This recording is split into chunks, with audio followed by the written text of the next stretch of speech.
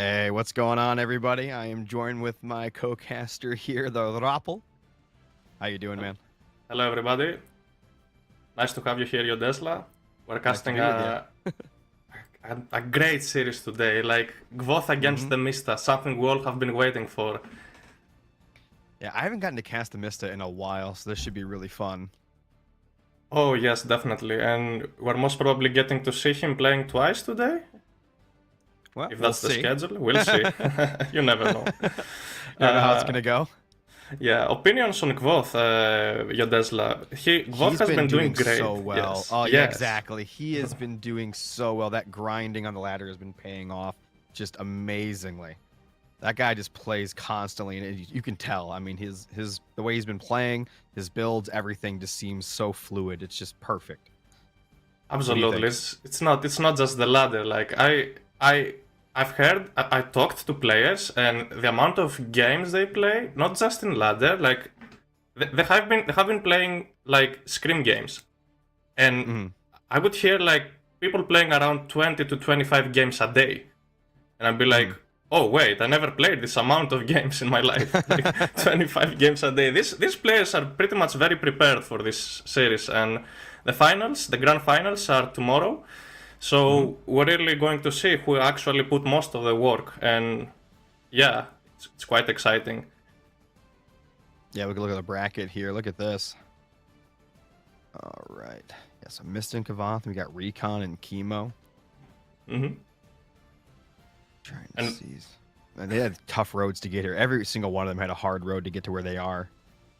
oh, for sure, yeah. But honestly, I just the level is so close at this point.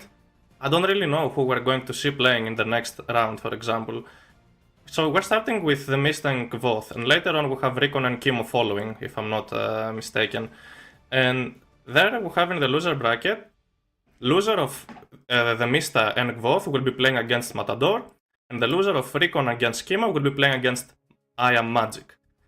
So we get to have like crazy series for every single round. This is like I don't know. I have no words. I believe this is just one of the best days for the AUM tournaments. What do you think, Yodesla? I don't know. I mean, I'm expecting this to be a longer day. I think that I don't think we're going to see any sweeps today. I don't. I mean, I don't personally don't believe so. Not at this stage.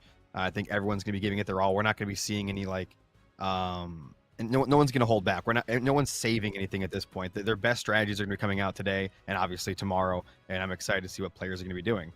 Oh yes, for sure. As the players have already drafted, we see the Mista picking Nuwa on the map Oasis and both going for Gaia. Oasis is a low hunt map, high chance of spawning many goats, and sometimes very aggressive gold mines. Sometimes it's not safe to grab a second town center, and the game is starting pretty soon. Uh, what do you think, Tesla? What about this map? Do you like Oasis? I think it's pretty interesting. Obviously with the the Oasis being in 4 different spots and all that, depending on map generation and all that, it's really easy to wall up for late game. Obviously early on, most people don't wall up too early, but obviously once they get into that mid game, late game, you're gonna start seeing walls stretching across the map just to block everything off. You're gonna be ecoing, and obviously Gaia wants to get to that third age and everything, start getting out those Canthodius and start harassing. Nua's got a great late game as well, though, so I'm excited to see how that goes. What do you think in terms of like if this game does go into the Mythic, who's got the advantage here? I believe it's very close. It is very close actually because both have great late game, and in my opinion, maybe to share a little bit of secret information, Atlanteans are very good against Chinese. So I think Gvoth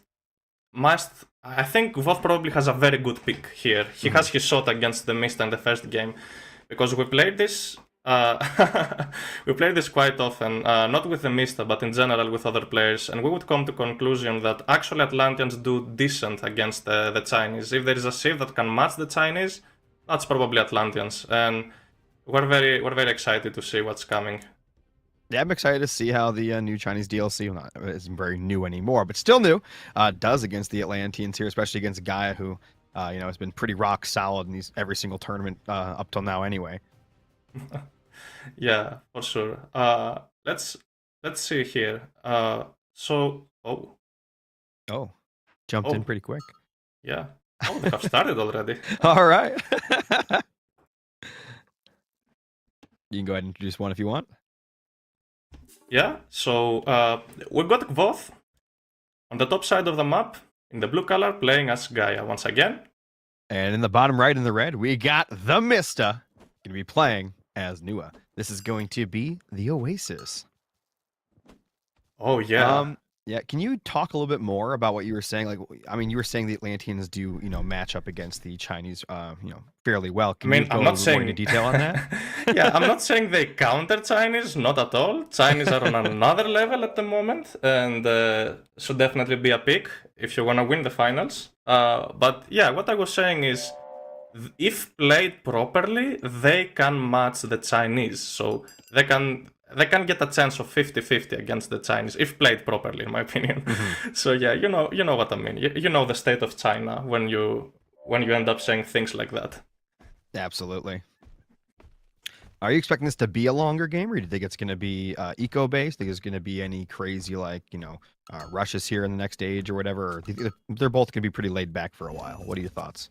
Looking at the map spawns, honestly, look at those settlements. Look at the back settlements, for example.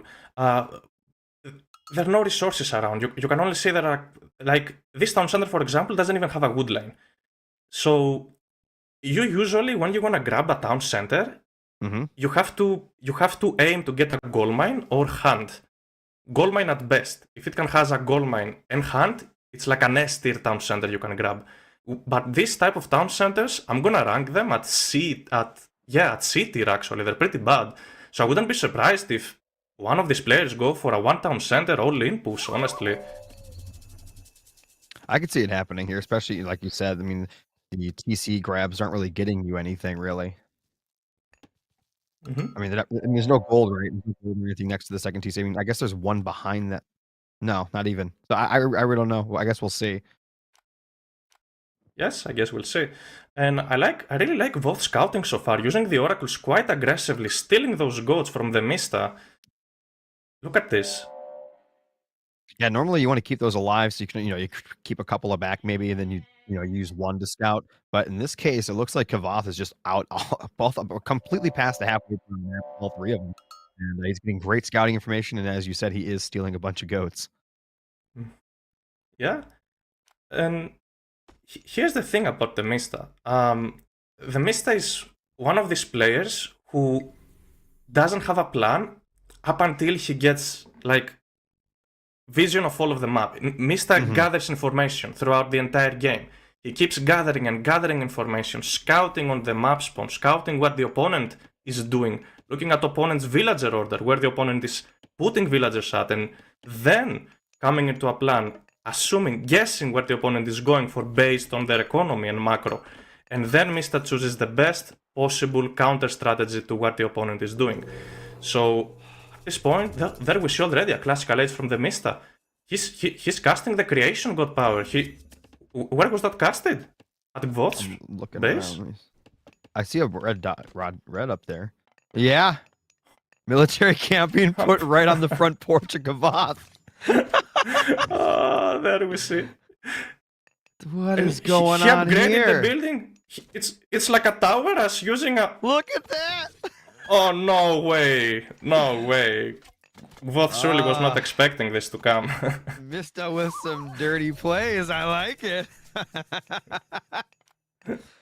Just imagine Mista grinning as he's doing this. He's dropping another building. He wants to get another tower from these buildings, looks like. And these are not just casual towers. They have so much more hit points, actually, and better armor. Gonna take a while to take these buildings down. And he's using his pioneers at the same time to and there we see an F-wall. Oh my.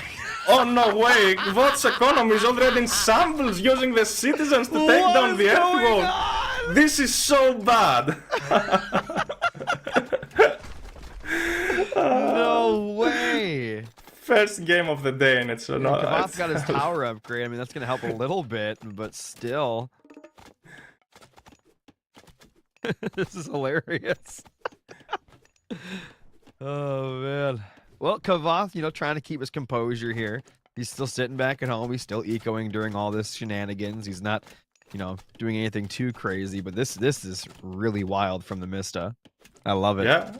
And on top of that, Mista doesn't waste his creation God Power villagers. He just put them on top of a wood line, dropped like he dropped there that silo and he's just gathering wood. He doesn't care and repairing one of these buildings. At the same time, grabbing a second town center. But Gvoth's going to scout that. He has an oracle over there. Gvoth sees that, and he's gonna send those Therma right away to deny the town center. Let's see if he will be on time. Yeah, we'll see here in a second. He's going straight down towards it.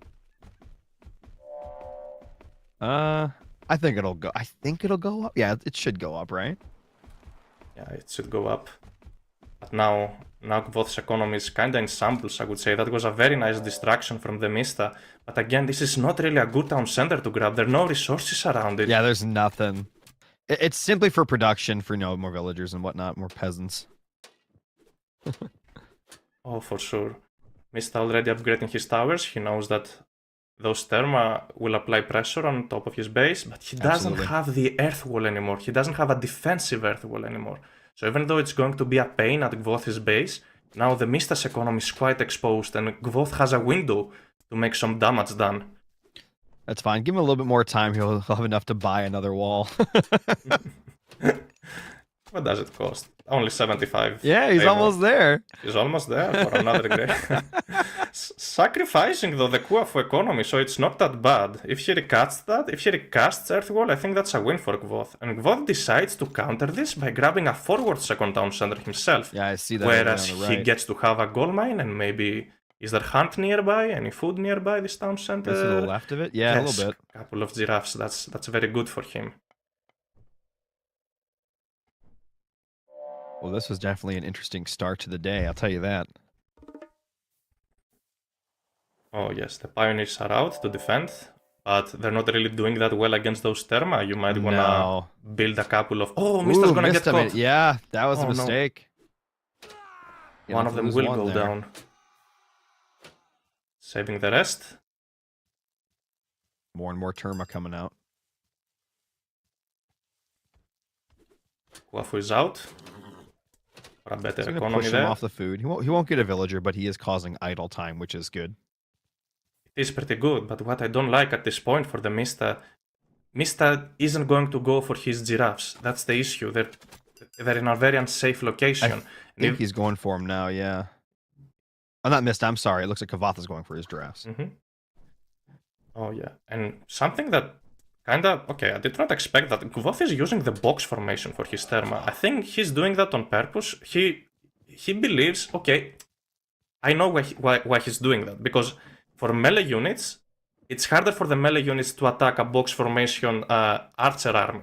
But at the same time, I don't think Mista is gonna build any melee units at all at this point. He might as well counter by building couple of Wuzu Javeliniers. Is this how they're called? The Javelin throwers, anyways. The Javelin throwers. Yeah. Yeah, I mean, Kavath is looking for damage here. Do you think he may be overproducing on Therma? I mean, like, what else? I guess, I mean, like you said, if Mista does continue just to build ranged units, and obviously Therma are, at least at the very least, can be useful against those. But I think Kavath should be more focused on going to the next age, I think, which he is doing now. But Mista's already halfway there, if you didn't notice that. Yeah, Mista is already edging up. He's gonna have those Fey Beasts out, and you might be wondering, how can he get a strong enough Fey Beasts? Those citizens have extra hit points. They also regenerate on Lass. Yeah, I was gonna say, I think this build, this rush, what do you want to call it, from Mista, would have done a lot better versus literally any other god besides Gaia, because Gaia gets free restoration basically for all those villagers and whatnot on the Lush there. Oh yes, for sure. And the Mista is just using his myth unit to just scout around the map, look for potential oracles to kill, and maybe look for some economy where he can cast that Fey Beasts. But he might actually keep that to use on the army. You can cast a great Fey Beasts on the Therma. They die pretty fast to it. And there we see a ballet going up for the Mista. He's going to kill a citizen and he's going to secure this large gold mine, no problem at all, as well as sniping an oracle down. Where do you think that Fey Beast is going to land?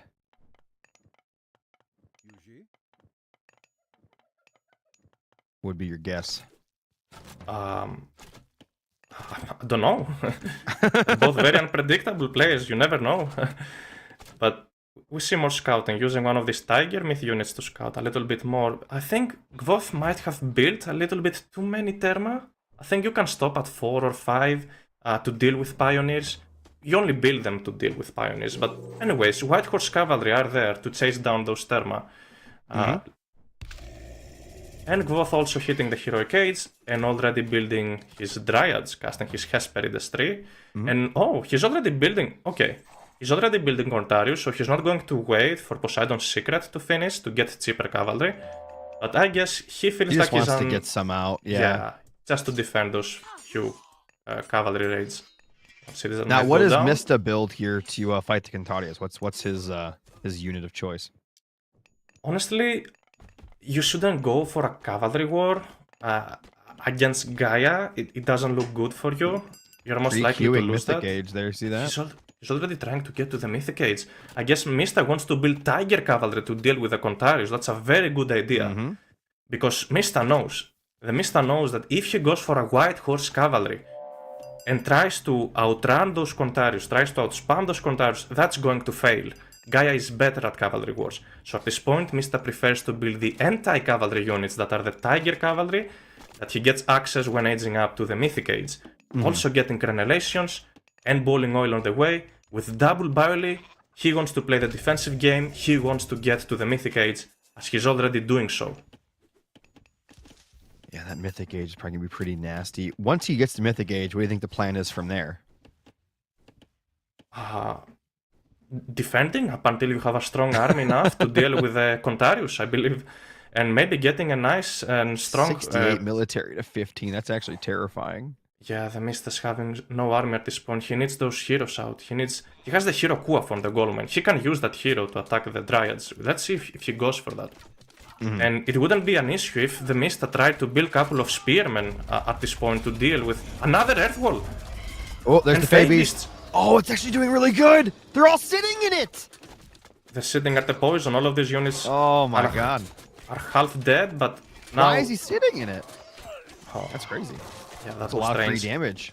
Should have had at least a hero Gontarius to deal with the Fey Beasts.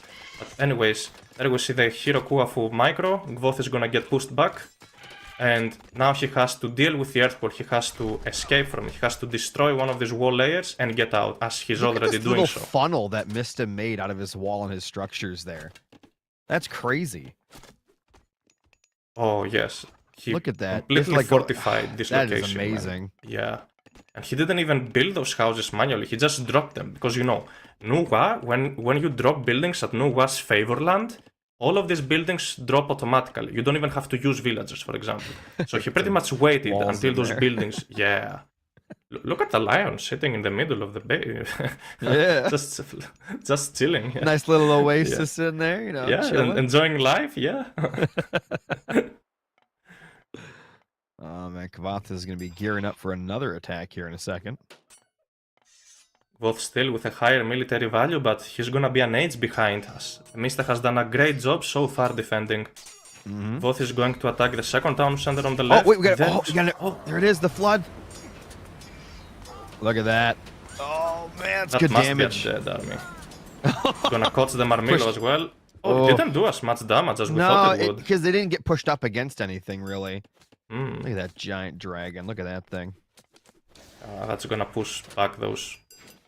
How many heroes are in there? Oh. This is where things get tough.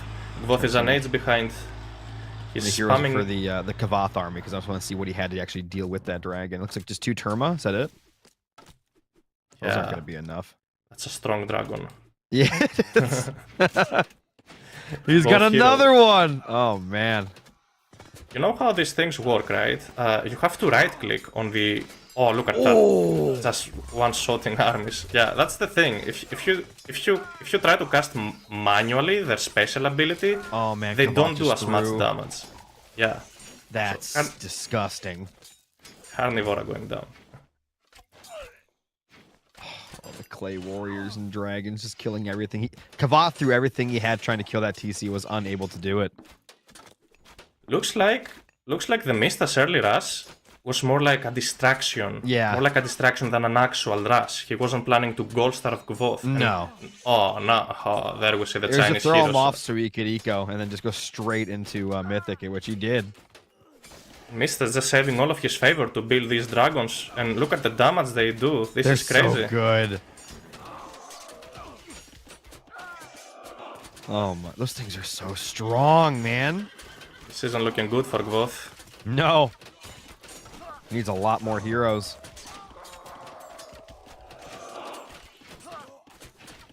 This is Nuwa considered as one of the best gods in the game. You defend, the opponent makes one mistake, and it's over for you. Yep. That was a great defense by Mista earlier on the right side of his base. It was 18 pop versus what, like 70, 80? That was crazy. Pretty crazy. Ballistics on the way for Gvoth. He doesn't want to miss a single shot against these dragons. He knows how strong they are. Those villagers will be harassed, most probably. Mista's looking to cast their ability on top of a gold mine, maybe? We'll see here in a second. Oh, no. Notice how he's using the Oasis there to where the other units can't get to. He can just go in and out and harass. That's really smart.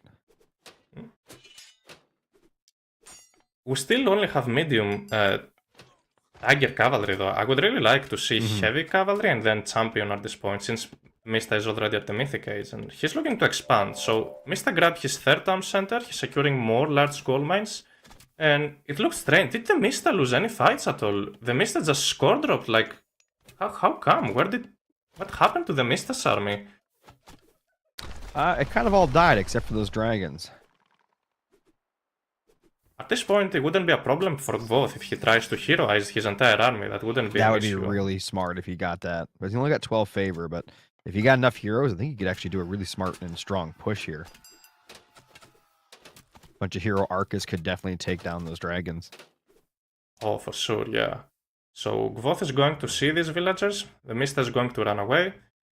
There we go. Yeah, nice catch here. The issue for Mista will come once Gvoth is at the Mythic Age, because, okay, you see that Great Flow didn't really do real damage to Gvoth's army, and soon Implode will actually wipe out an entire army. That's how much stronger an Implode is. Yeah, Implode's really good. It is really good. So at this point, the Mista needs to be very careful. He knows what's coming for him if he doesn't win a fight soon. And Gvoth is already edging up to the Mythic Age. So the Mista is on a timer at this point. Well, what is Mista doing? He's on Mythic Age. What's the army comp that he needs to go for here? Gvoth or the Mista? Mista. What? Because you said he's on a timer. So what does he have to do? He has to pressure. He has to raid. He has to win fights. That's one thing he hasn't done. We've seen almost, except for that little thing he did with the dragons there a few minutes ago. That he hasn't really done any harassing, right? He's really killed no villagers or anything like that. Yeah, he's really relying on winning every single fight with these dragons, which is not a bad idea. I wonder if Implode can suck these dragons in. We will find out very soon, actually.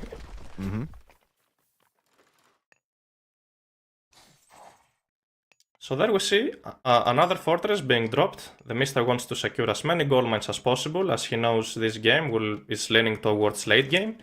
And I'm really surprised. You know how expensive on gold these White Horse Cavalry are? Why don't you just invest in food?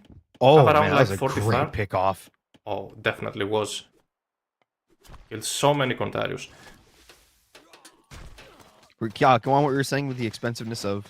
Yeah, that the Mista hasn't secured too many gold mines. He wants to save gold at this point, so it's he's trying to get gold over on the me. far left. I don't know if you see that on the map, but yeah, he's trying to. But I would have preferred to see more Tiger Cavalry. Maybe he was very short on food. That would make more sense. But anyways, these 4 dragons looking to one-shot a bunch of citizens. They're gonna be very disappointed seeing that there are no citizens there, and the Arcus are on point.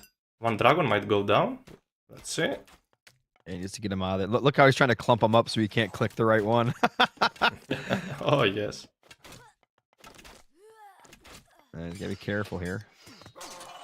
Push back on the left. Sure, but Implode is about to hit now. Yep, right there. That's gonna be disgusting. And there's even more coming in from the south getting sucked in. Oh, man. Look, his pop just went from even to 120, 120, and he's down to... Oh, 50. this is crazy. That is disgusting. Gvoth at 7. Disgusting. Oh, very disgusting. Oh, Gvoth my God. at 7.4k military value against 3.5k military value. The Mista is in trouble now. He has to repopulate as fast as possible, getting the champion cavalry and all of this cavalry upgrades. One of the dragons went down. Has to rebuild those dragons. Kavath is just punching a hole straight down through the center over there on the left. Just nothing. I don't know what Mystic can do. This isn't looking good. As Gvoth has just enough units to take down this town center, especially with those destroyers doing the bonus damage against buildings, both having a huge line of units queued up. The town center will most probably go down. The Mista might let it go down. It's got a little bit of military. He's got those dragons. I'm not sure how many hero archists are actually in that ball, if any. So dragons could definitely get some decent damage in. Oh yes, for sure. Finally have champion cavalry. Those white horse cavalry actually getting on top of the Arcus. This is huge. Yeah, this Bot's is really going to lose good. all And of his somehow archers. Mista's almost caught up in military again. Yeah, what a cleanup from the Mista. The dragons and the heroes will most likely carry for this fight, but now the Mista is down a town center in population. Yep. Yeah, he's taking the town center back. Gvoth has to do something here. Yeah, this was insane. This is twice Kavath has dived on a TC and it has not turned out well in his favor. I mean, he got the TC this time, but the question is, was it worth it? Who knows? But thing is, the Mista might have a stronger military value at this point, but the Mista is down on population, and the Mista is down 30 villagers. He has to catch up as soon as possible, and he has to maybe start a trade route soon. The Mista doesn't have too many gold mines left for him. And how much gold is left there on the left-hand side gold mine? He's got a little bit left for a little while, but yeah, you're right. Definitely has to get a trade going. Oh, look at that splash damage. Oh, the stun as well. My God. No way. Like, you know what the Mista is doing with his dragons and his hero? He uses the Mythic Age Chinese hero to cast the ability and stun the army. And once then he hits them. Yep. Exactly. Once the army is stunned, he uses all 4 dragons' special ability at the same time, and he cleans up an entire army. That's how strong this ability is. Great combo. Great combo. Oh, man. And another big amount of splash damage. Now, there's a lot of hero Arcus in there now. Those dragons got to be careful, actually. That's a lot of hero Arcus. For sure, and the Mista microing his dragons so well. How many does he have? 4 of them? What a cleanup. The Mista's just winning every fight at this point. He's relying on his tough army rather than his strong economy. Yep. Kavath still has a total pop lead, but barely. No, Mista took it. He's higher in total population now. You know, 169 and 156. What a play. But you know, Kavath is finally for the first time this game on his own home field advantage. So reinforcements are coming in faster. Being Guy, he's got the speed from the Lush, the healing from the Lush. So you know, home field advantage for Guy is very, very strong. Oh yes, and as the game continues, looks like the Mista is already setting up his trade route. If this goes, oh, the caravans are bugging. Oh no, I'm having nightmares now. I'm having some nightmares. This Hopefully game might Mista be... can fix that. Yeah. Oh, that's what he was looking for earlier, and he finally caught it. Yes, 3 citizens will go down. As looks like he fixing the caravans. I think he did. I think I see a big blob of red on the left. He fixed the caravans. Hopefully he did. Okay, he did. It looked scary at some point. Like, hopefully it wasn't a bug. What do those dragons cost? Very good question. Maybe we can have a look at the temple. They must cost wood and favor. Oh, easy to build them. Oh, that you can just spam those babies out, man. Spam them out. It'd be more painful if they cost gold or something, because exactly. On a map like this, you got all that wood in the middle. You just keep on building them. God, look at the size. And is there a way to heal those, or do they regenerate?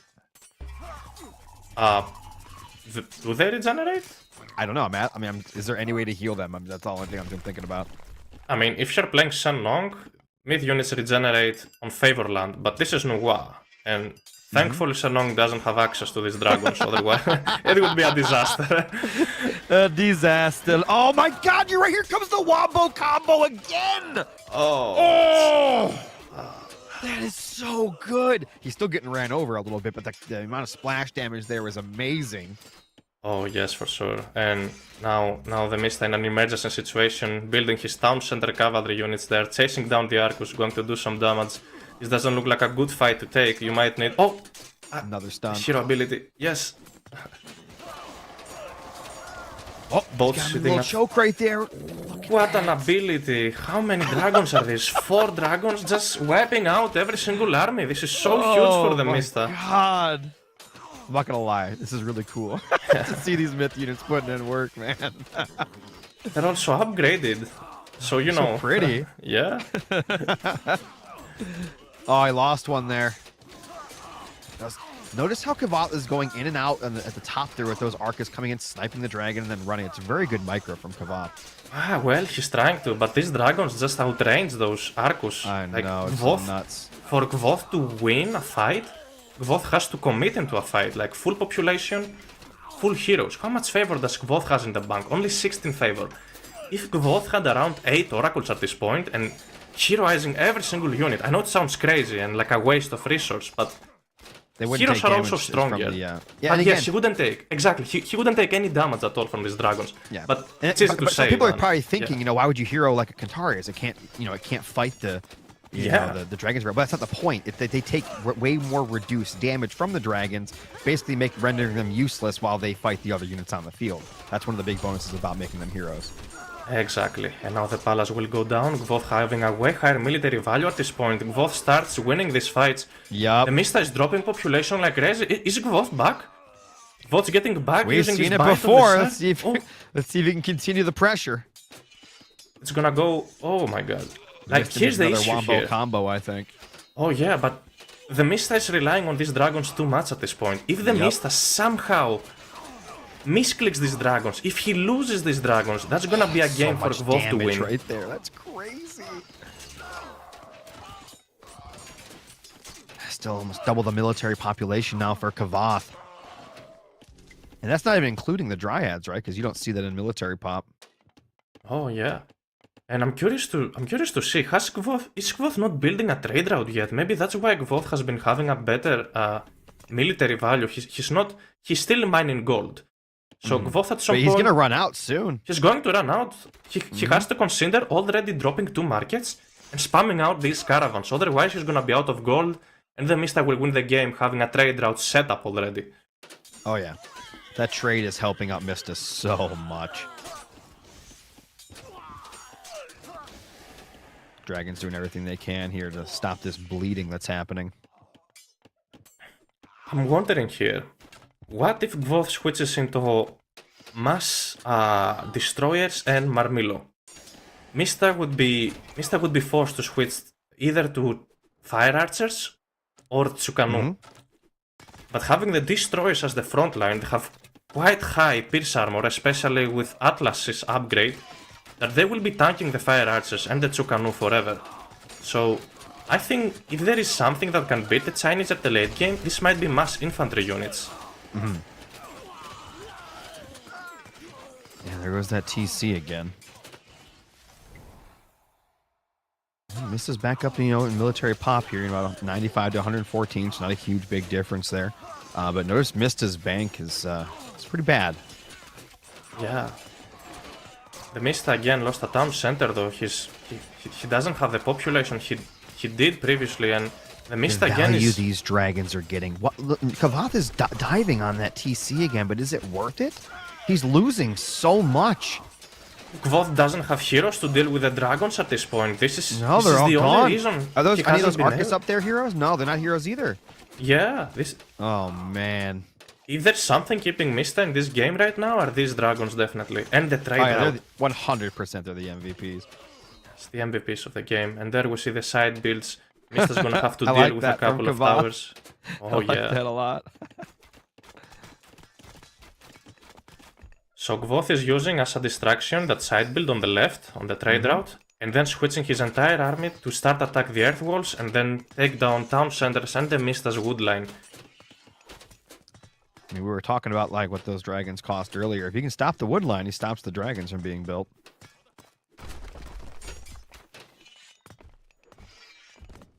And they're coming back in here now. Just running Looks by. like, look how how desperate Gvoth is actually playing so all in at this point. He's having his entire gold economy nearly at the Mista's base, at a large gold mine in the middle of the map. And once he runs out of that gold mine, Yeah, still he no no trade longer has setup at economy all. to push. Exactly. Gvoth is relying on taking down Mista's town centers. And Kavath is being bled dry. Look at the military. yes, because looks like, yeah, this is crazy. Gvoth is also losing so much population. Man, this is crazy. I mean, we was what, like 2 minutes ago we were like, oh, is Kavath coming back? He's he's blowing through the middle and then nothing. Like, that's crazy. But don't forget, the Mist already lost 2 town centers, and unfortunately, Gvoth did not attack the 1 town center that the Mista is trading with. Imagine if Gvoth managed to get on the town center. Mista would have to retask and resend all of his caravans on a different route. That would cause him, that would be so painful for his economy. But anyways, Mista dropping these walls once again, making sure his trade is nice and safe. And Mista finally, with a 7k military value. And actually, it surprised me because the Mista has way less villagers than Gvoth. But now Gvoth's villagers are going to be a little bit useless because there are no gold mines left in the map, right? And he didn't invest in a trade route. Gvoth did not invest in a trade route. Yeah, so once this gold gets pushed off, I mean, what's Kavath going to do? He's going to be blood dry. He's not going to have anything, no resources to buy anything. Oh, yes, for sure. And Mrs. pulling him in again for another combo there. Oh, man. Look at that. Oh, look at it. Like, Look invisible. at Yeah. You see an army, oops, magical trick. Suddenly there's no army. How about a magic trick? I'm going to make your army disappear.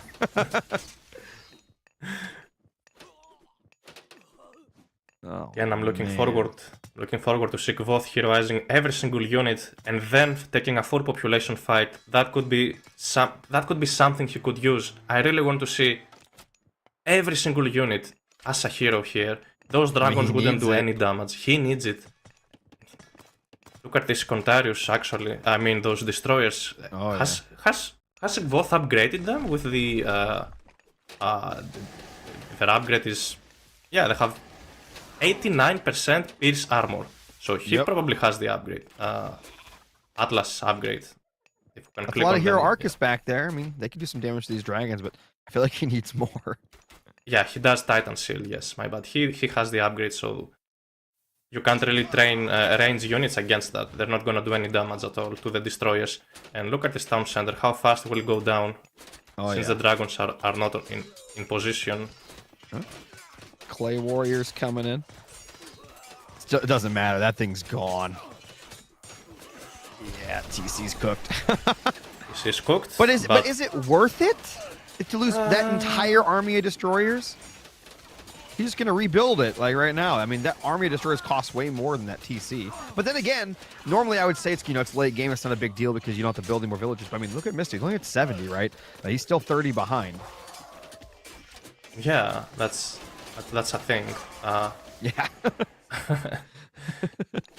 The Mista once again trying to rebuild his town center. It's like the only thing I'm not happy about the Mista's army composition is not having a couple of siege units.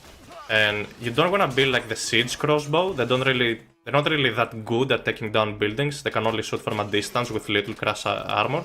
But he should be building the other siege unit, the one that is also. Oh my god, I forgot its name. So many new units with the DLC. God, look how many dragons he has. Big stun there, but where's the combo? No combo being mixed with it. Not enough heroes for Gvoth, but I really like the transition. Gvoth now building. Gvoth is switching into devotees of Atlas fanatics. They're gonna do a lot of damage to these Chinese units.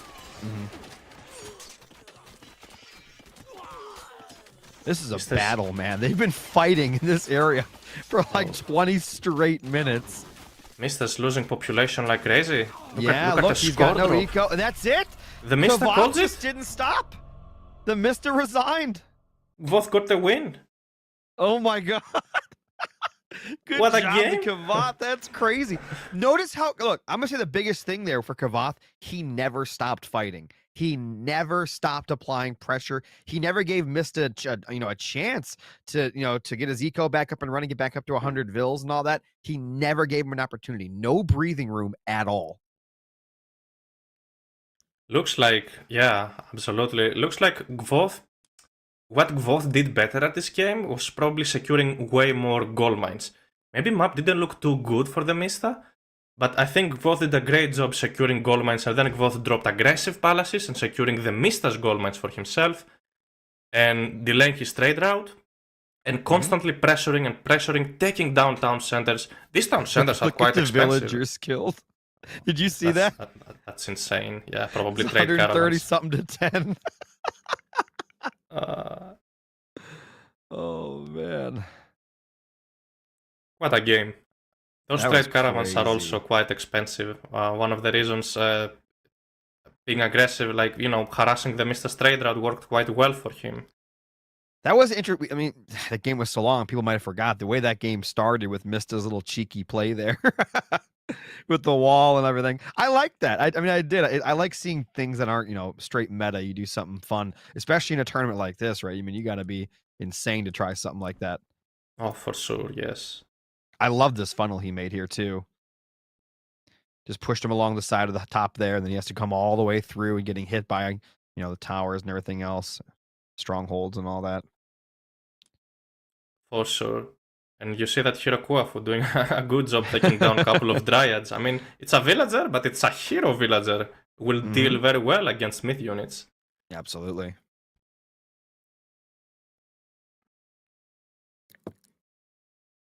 There we see this great That was flow. it. This was a disappointing tidal wave or flood, whatever. I mean, that was a little. I mean, it killed 3 units. Come on, what was that? 3 units? Really? And then you compare that to the implode. Oh. Dude, that implode was disgusting. That was the word of the day, is disgusting. Oh, for sure. We'll probably see that here in a minute. That was quite something. We can actually see on the left-hand side there, we got the upcoming match can be on Ghost Lake Zeus versus Set. Zeus against Set. Wow, did not expect that. That's not really a map you might want to pick, Set, but maybe Kvath is cooking something here. Yeah, I'm gonna be honest. I don't think I've seen Set really on Go. I've seen Isis a little bit, but now I think it's more. I've seen Raw a lot more on Ghost Lake than Set, and then there's the implode. I mean, yeah, there's the implode. Yeah, there's this was this horrible. I mean, look at that feeling. Survived. No, I mean, you could just imagine that little that feeling in your stomach when you lose everything and there's nothing you can do. It's an awful feeling, and Mista definitely felt it there with that implode.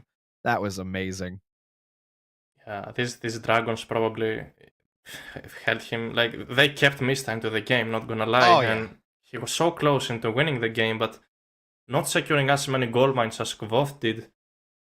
I want to say, so I think that, Mista's, one of the, he's the GOAT, right? One of the GOATs of the game. But I really wish I would have seen him take maybe 1 or 2 of those dragons, right?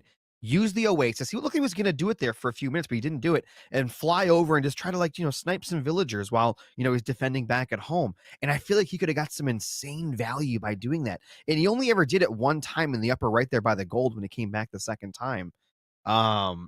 We just, unfortunately, we just, as you saw in that final stats, it was 130 something villager kills to 10.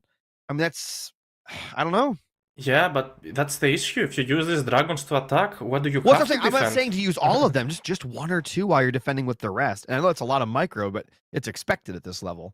2 of them, yeah, 2 of them would be good, probably. Maybe, but Kvath had nicely separated his citizens around. Once Kvath was at his last gold mine, that's when Mista could use 2 of these dragons to one-shot, let's say, 10 citizens or something, which is worth of 20 normal civilian units. And there we see those trade caravans back just a little bit. Mista got like 3 citizen skills here, I believe. 5 actually, okay. Then dealing with the side builds nicely. Those dragons again, casting their ability, one of them going down. What a fight. Those Marmillos and those Fanatics basically, as the front line, did an amazing job against the Mista's army compositions. That's where you might want to switch into Fire Archers, but the Mista didn't really have enough machine workshops to spam out these units. Man, that was an awesome game. That was a lot of fun to watch, let me be honest. So much fighting going on. I guess we're back in the menu. Yes, and we're back. Once again. What's going on? What's going on? The next matchup, again, is going to be Zeus against Set. Here's an issue if you're the Set player. You might try and send your priest to convert a couple of animals of Set, like let's say some bears or something, and then it gets bolted. So scouting will play a big role here for the Mista. He has to find that priest as soon as possible, bolt it, and then Gvoth. That basically cancels an entire bonus of Set, because one of Set main bonuses is converting animals pretty much. And Ghost Lake is not really a high hunt map. You can go for a couple of bears again or a couple of wolves. But it's not like Mars or Watering Hole, where wherever you walk, there are wild animals you can get for yourself, you know? What do you think he's been cooking up with Set here on Ghost? Like, what have you typically seen when you do see it? I'm gonna be honest, I don't see Set on this map too often, so I don't know what your thoughts are. I never see Set here, so it's So a surprise pick. He's been cooking something up back there, some 3 Michelin star meal or something. Yeah, you never know. Gvothis might be up to some all-in cheese strategies. I would love to see something like that. I'll be honest. Like I would love to see a crazy all-in. Crazy all-in. Love it. We kind of already saw it the first game with the Mista using creation and rushing Gvoth's main gold mine, but that wasn't. Mista had a follow-up. That's the thing. It wasn't like an all-in. You know what I mean? Oh yeah. Again, I think it was one of those things where I've seen, a lot of times happens in other RTS games as well, where you do something little crazy in the beginning, like right off the rip, and then you just let your opponent kind of get thrown off, and then you just use that while they're cleaning that up to eco behind it, and that's exactly what Mista did. So I don't know. Yeah, looks like. And yeah, as the game is going to start in about a minute already. The players are already in game. There's just a delay in game for us that we have to wait for. And we didn't talk too much about the draft. Gvoth's first pick was Freyr. Yeah? Gvoth I think doesn't Freyr's play good Norse. on Ghost Lake. I mean, yeah, but I'm surprised he didn't pick it. I guess he's got something cooking with Set, but I'm just surprised.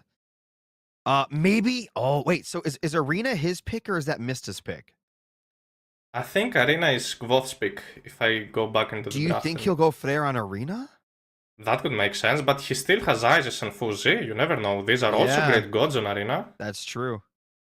Wait, what are your thoughts as a pro player? What are your thoughts of Arena on Age of Mythology? Arena, I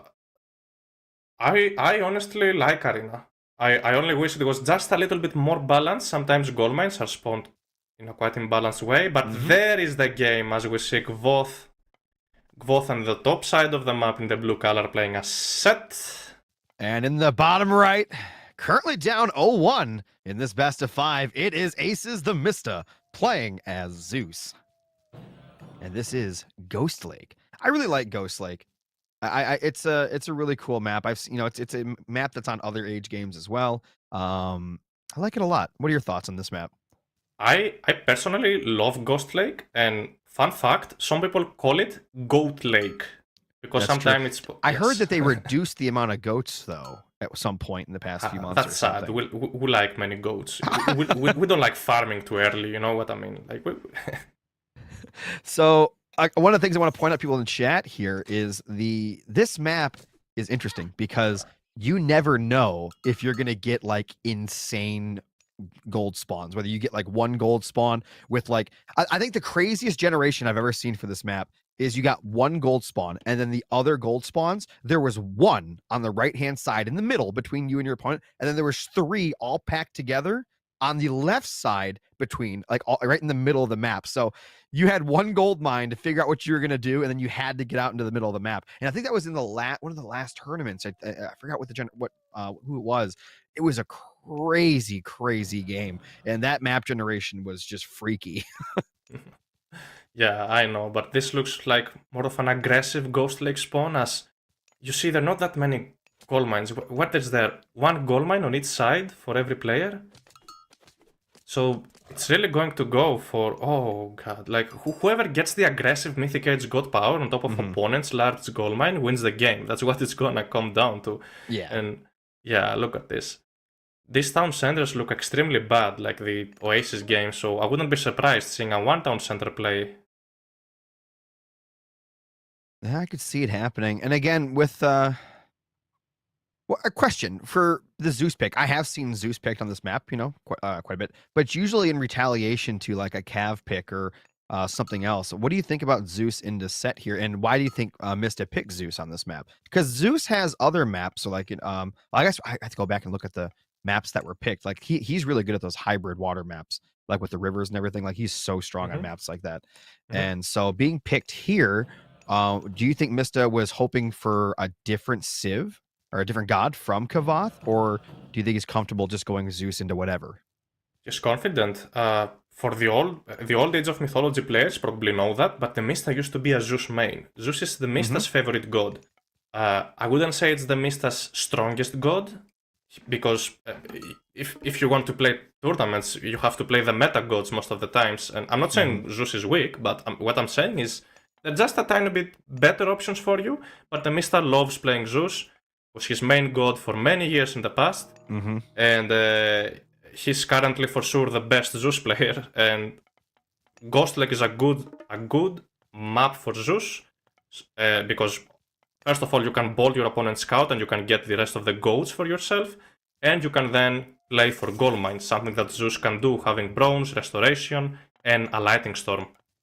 Yeah, I remember I did an interview with Mista, and he was definitely talking about his affinity with Zeus. So that was a lot to talk about, and it was a lot of fun to talk about when we were going over that.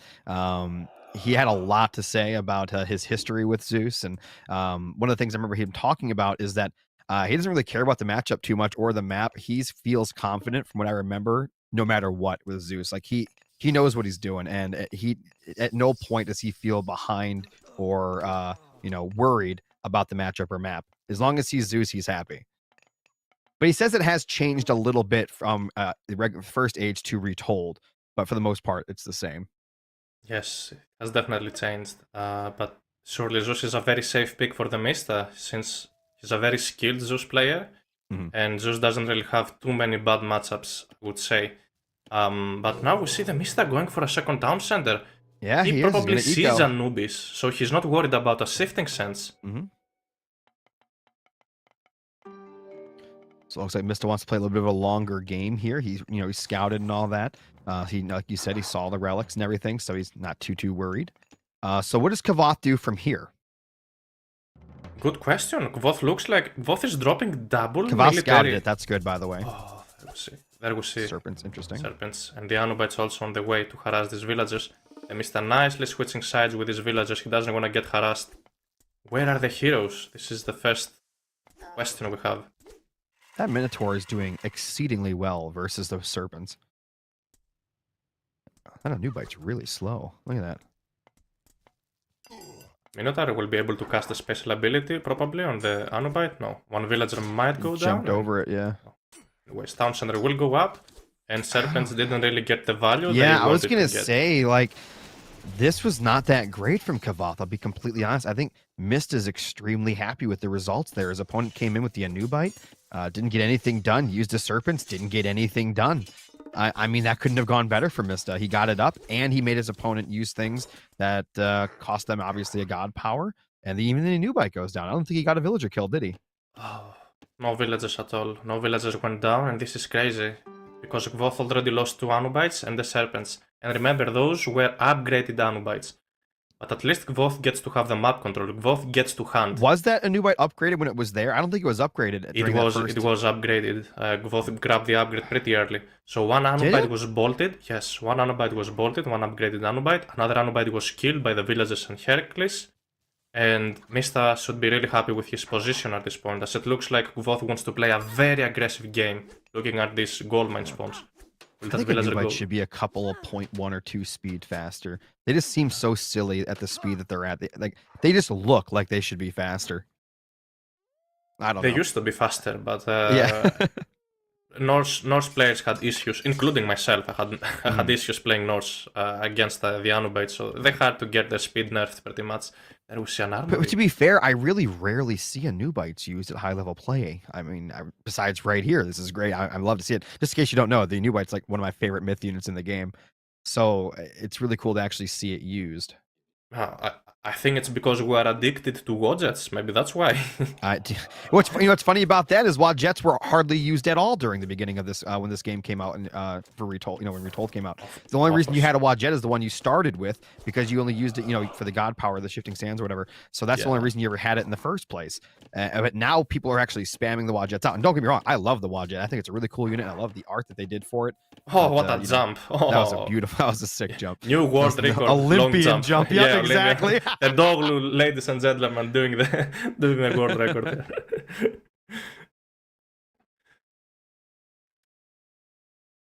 Okay, so what's Gvoth up to? Is Gvoth looking to go heroic? Looks like Gvoth is saving resources to go heroic. Maybe he wants to go for a siege tower rush. He go for it?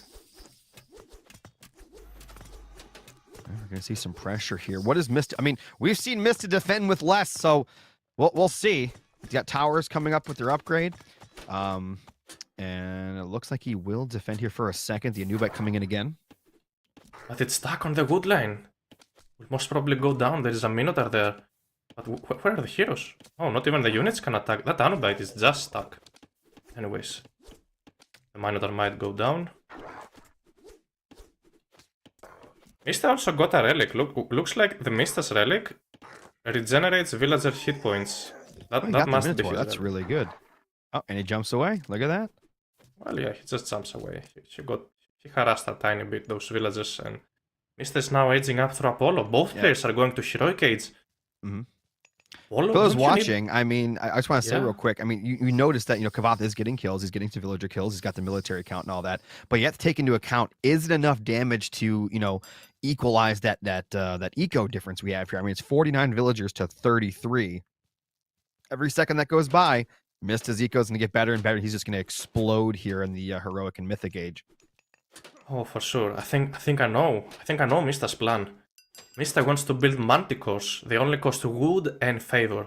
And there's plenty of wood for the Mista around his town centers. And favor, pretty easy to get, just putting villagers on the temple. So maybe manticore is going to be a very good composition actually against spearmen that have very low pierce armor. And pretty much to beat the Anubites, because manticores also have a multiplier against myth units. So they do quite well against them. By the way, I just want to say real quick, this isn't something you see very often in this game, but you notice how Kavath got the map control basically. He's got military control 58 to 6, right? And he noticed that he can only really harass with the Anubite. Oh no, they're stuck. Oh no. That's unfortunate. He needs Odysseus out. But the Manticore is there. Oh no. That's really unfortunate. Really unfortunate. But yeah, as I was saying, he has the control and whatnot, right? And he's got map control and everything. A lot of players, they would just back off, wait in the middle of the map, and just do their normal eco thing. What Kavath did there is he's going to try to now choke him here with the stronghold. But you notice how he was actually taking the gold right in front of Mista. And now what the really good thing for that is if you start taking the gold there, you take the gold from the other side, even if Mista does somehow break out of his shell here, right? And he gets a stronger army, Kavath, he manages to push him off at least for a little bit. He's on borrowed time because now Kavath gets to mine happily back at home the rest of the game, and Mista is on way less gold because Kavath, cheekily, started taking his gold early on while Mista could do nothing about it. Oh yeah, and something I'm surprised about is Gvoth is going for those elephants. This is amazing. I mean, this is a crazy push right now, and I love it. I mean, yeah, but now, oh, this is so surprising because the Mist is just building hoplites at this point. Hoplites do quite well against those elephants. And there's Zeus hoplites, so they're just amazing in Yeah. general. He's gonna lose his Pharaoh. That's Oh, unfortunate. losing Pharaoh. He really needed the Pharaoh to deal with his manticores, but the town center will most probably go down using the Scarab. Absolutely. And yeah, we see Restoration being used over there, getting some value.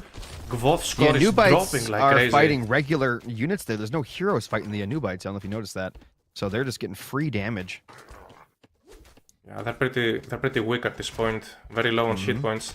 So the town center went down, but that's okay. The Mista is having the exact same military value as Gvoth, and now the Mista has to focus on securing a gold mine.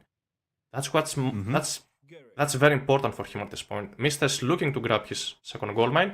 It would be worth it dropping He's a got to market. grab the... Yeah. Yeah. I think he may grab that TC over there, too, on the right. I mean, I could see it happening. But like I said, I mean, look what Kavath did. He has completely fortified that left gold. And now Mista has to go across the map to get a new gold mine.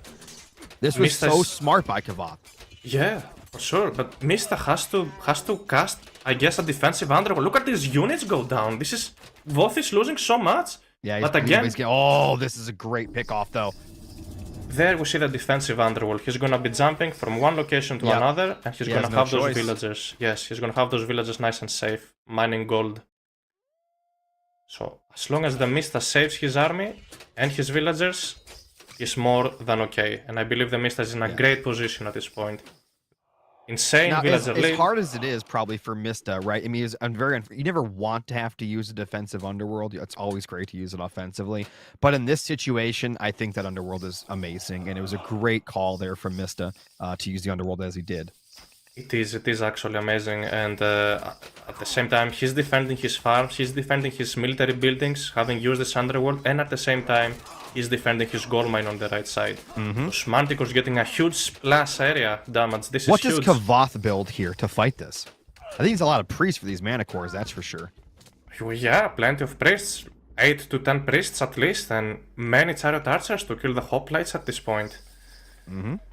And it would be worth it here as Gvoth, deleting your first monument to the villagers, deleting it, and building it in between these two Migdol strongholds, so he gets cheaper units. Doesn't look like he wants to drop a monument here. Yeah, he hasn't realized maybe. And the Mista is gathering just enough favor to be able to push with a second restoration. And that would basically win him the game. Yeah, Kavath, is just still sitting on that 1 TC play here. He's all go right now. And he's rebuilding. He's going to be repairing the stronghold over there, just trying to hold that location. But I think Mista's okay with this because, again, he's just ecoing away now with that gold mine on the right-hand side, nice and safe. I think Kavath needs to try to keep doing some two-pronged attacks. Maybe just, I don't know, a couple of Nubites, maybe some chariot archers over there on the right to start picking off that gold. Yeah, probably. But look at this. Gvoth clicked up through Thoth. And he's gonna get that age up quite faster because that's a Citadel Center. For those who do not know, Citadel Centers produce and research upgrades, including the age ups, way faster. So Gvoth is gonna get his Mythic Age a lot sooner than the Mista at this point. And there we see another restoration. Look at those units. Mista knows Gvoth might be going to the Mythic Age, so he's taking his opportunity to take down these Migdols. He's going for it. Yeah, those hoplites or something. Migdol will go down. The priests will also go down. There is no longer a counter to these manticores at all. Mista just cleaning up everything. There's nothing left for Gvoth. Only a meteor. But will it be enough? That's the question. I mean, he's getting a lot of great damage in, but again, that Mythic Age power spike from Kavath is going to be serious. But I mean, I don't know, 109 military to 8. I mean, we'll see.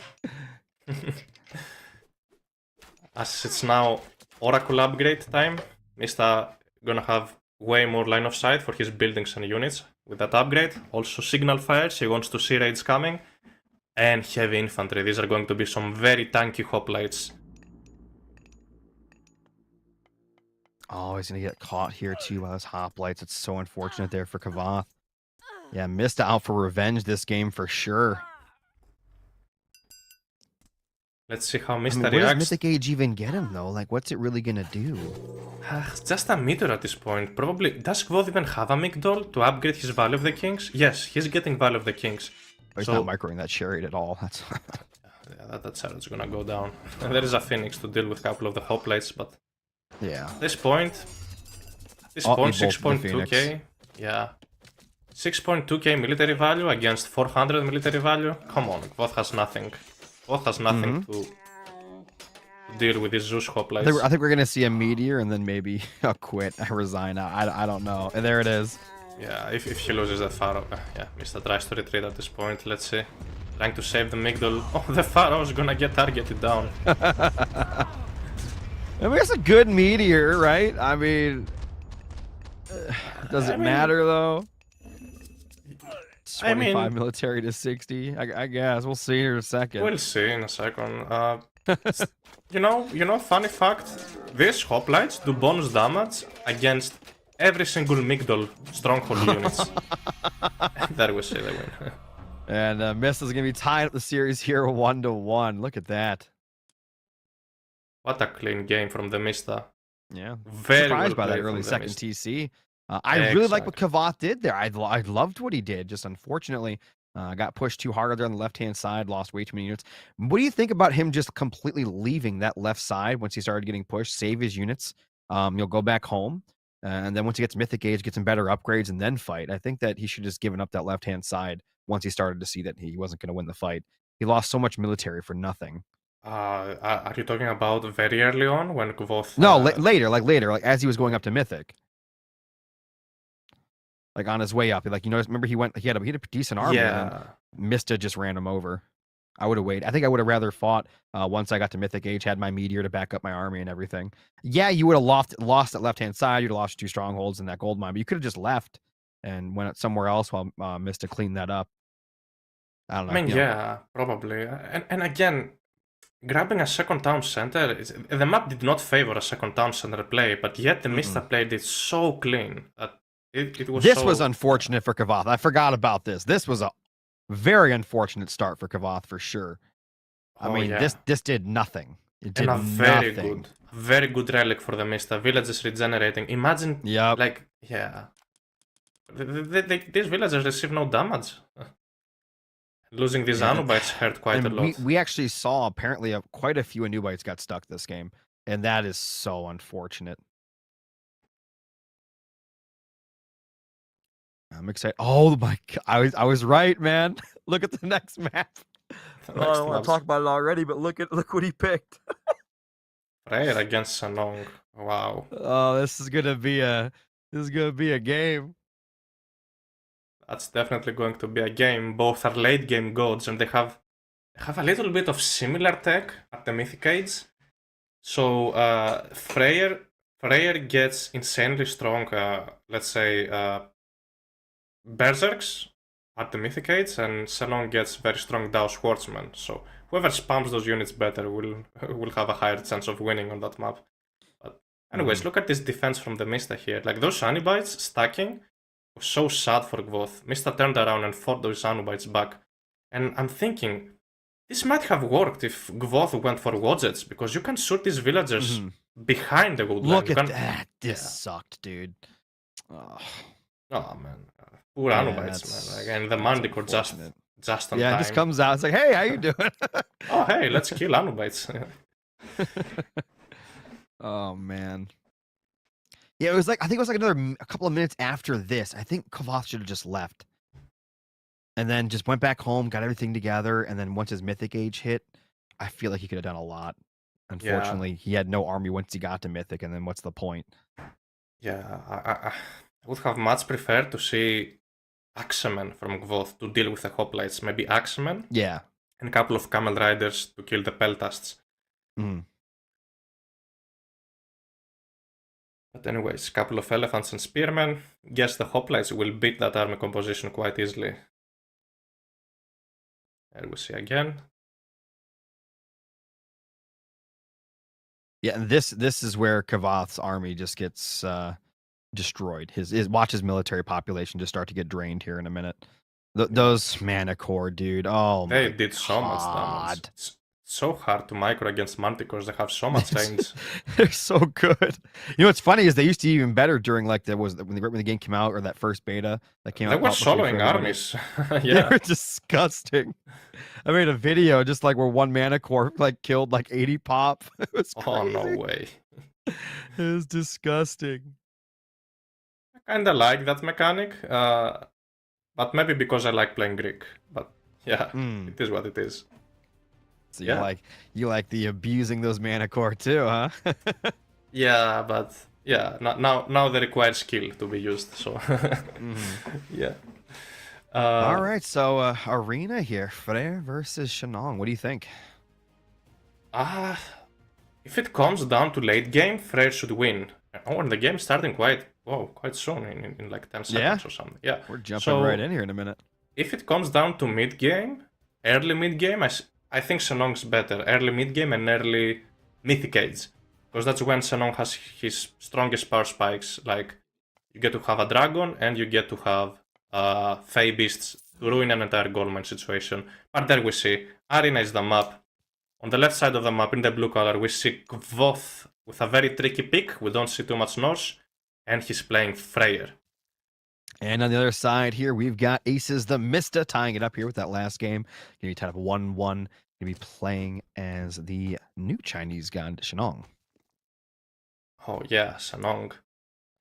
You know, like we talked about myth units if they can regenerate, and that's a bonus that Shenong has. If Mista likes, he can pretty much heal every single myth unit. Every time they're low on hit points, he can send them back to Favorland, and they will be getting 5 hit points per second, which is huge. And on top of that, for those who did not know, that works on Fey Beasts. So if you want to cast a defensive Fey Beasts, you're more than welcome doing it with Shenong. Do you think this is going to be a heroic age game, or are you just going to straight to mythic? What do you think? Well, I think this is a late game map, and seeing Absolutely. Oh my god, watching the map spawn. Look at these gold mines. They look so much better for Gvoth. Every town center gives Gvoth a gold mine.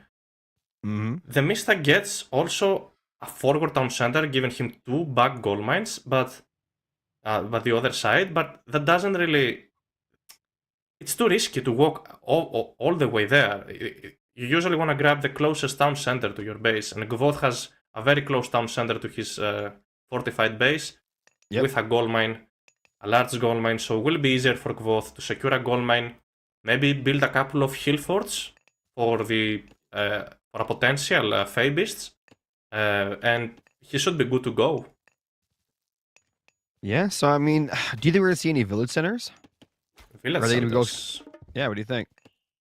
Well, I mean, if one player decides not to build an army at all, I mean, they're gonna have to stay in their walls for a while. So they're certainly going for a second town center. We just don't know who's going to add a village center, but exactly. Gvoth is not going to know that if the Mista does it, because Freyr has no way of flying into this base and seeing it. But the Mista playing Shenong, he gets to have some flying tigers he can use to scout Gvoth's base.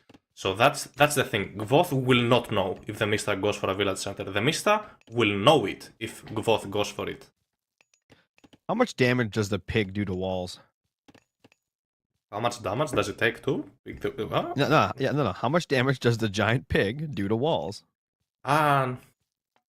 Doesn't do real damage. I don't think it does cast damage. Maybe very little. It'd be kind of a funny thing where you build an army up and then you build that TC next to your opponent, right?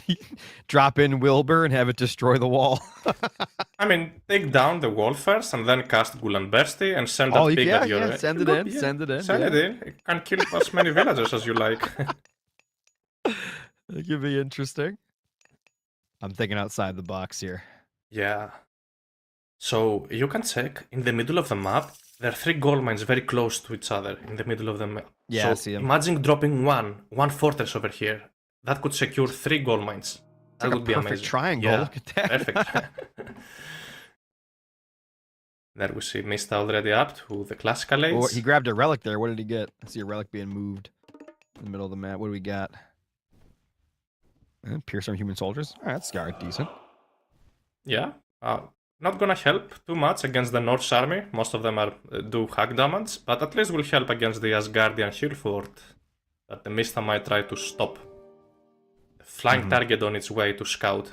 Gvoth is very late to the classical age. Oh yeah, he got a lot more villagers early on. Tried to anyway. Harassing We'll see how already he the deals with economy. that. Got a This is very seal. good. Me pushing him back. But for the most part, I mean, Miss is just looking around, right? He's not trying to. He'll try to kill something, but oh, look at this. That's so petty. He killed a caribou. I feel like. Oh no. But again, Oh man. so to Kuafus on the way to the second settlement, looks like Mista's going for a second settlement, and he's also doing a Oh, farm. look at this. It's getting scouted. Look at that. Immediately see that. scouted. Yeah. Nice scout there from Kavath for sure. So what does Kavath do? Does he let this stand? Does he get an army up real quick and push? What do you think he does? No, I don't think that's possible in this type of map spawn where you have two medium golems in your base. That's right. That's right. Yeah. Mista can just build another wall. Yeah. Oh, I forgot about that. And there is no way you can stop this second settlement for the simple reason you cannot attack these Kuafus, first of all. Look at them, they're invisible. They're on top of on top of Senong's farms, so that's you can never kill them. Gvoth doesn't see them at this point. Yeah. Senong's he just watches, he just sees the TC being built from a nothing. magic town center. Yeah, exactly, going up. Ghosts building the town center. So. Oh, you got a bastion over there on the right. Look at that. Oh my god, that's so aggressive. That's a very aggressive bastion for sure.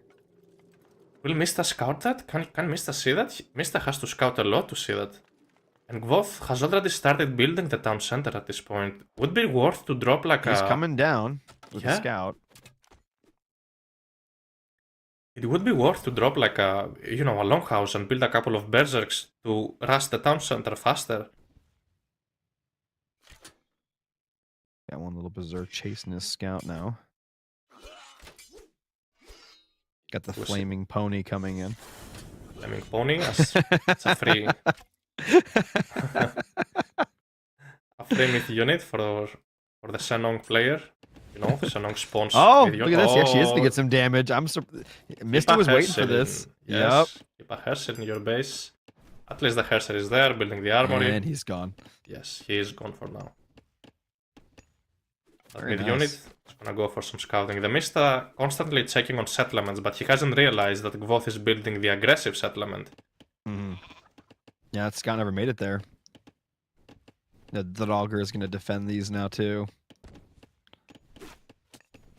There you go.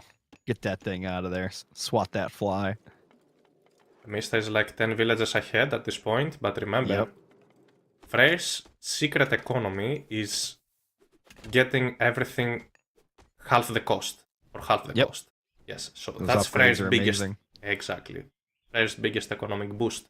And is there anything over here to defend these villagers? No, I don't think so. Mista should just come on. No. Never mind. No, no. Another day. Yeah. It's just it's lunch He'll break. come back later. Come back later. Don't worry about that.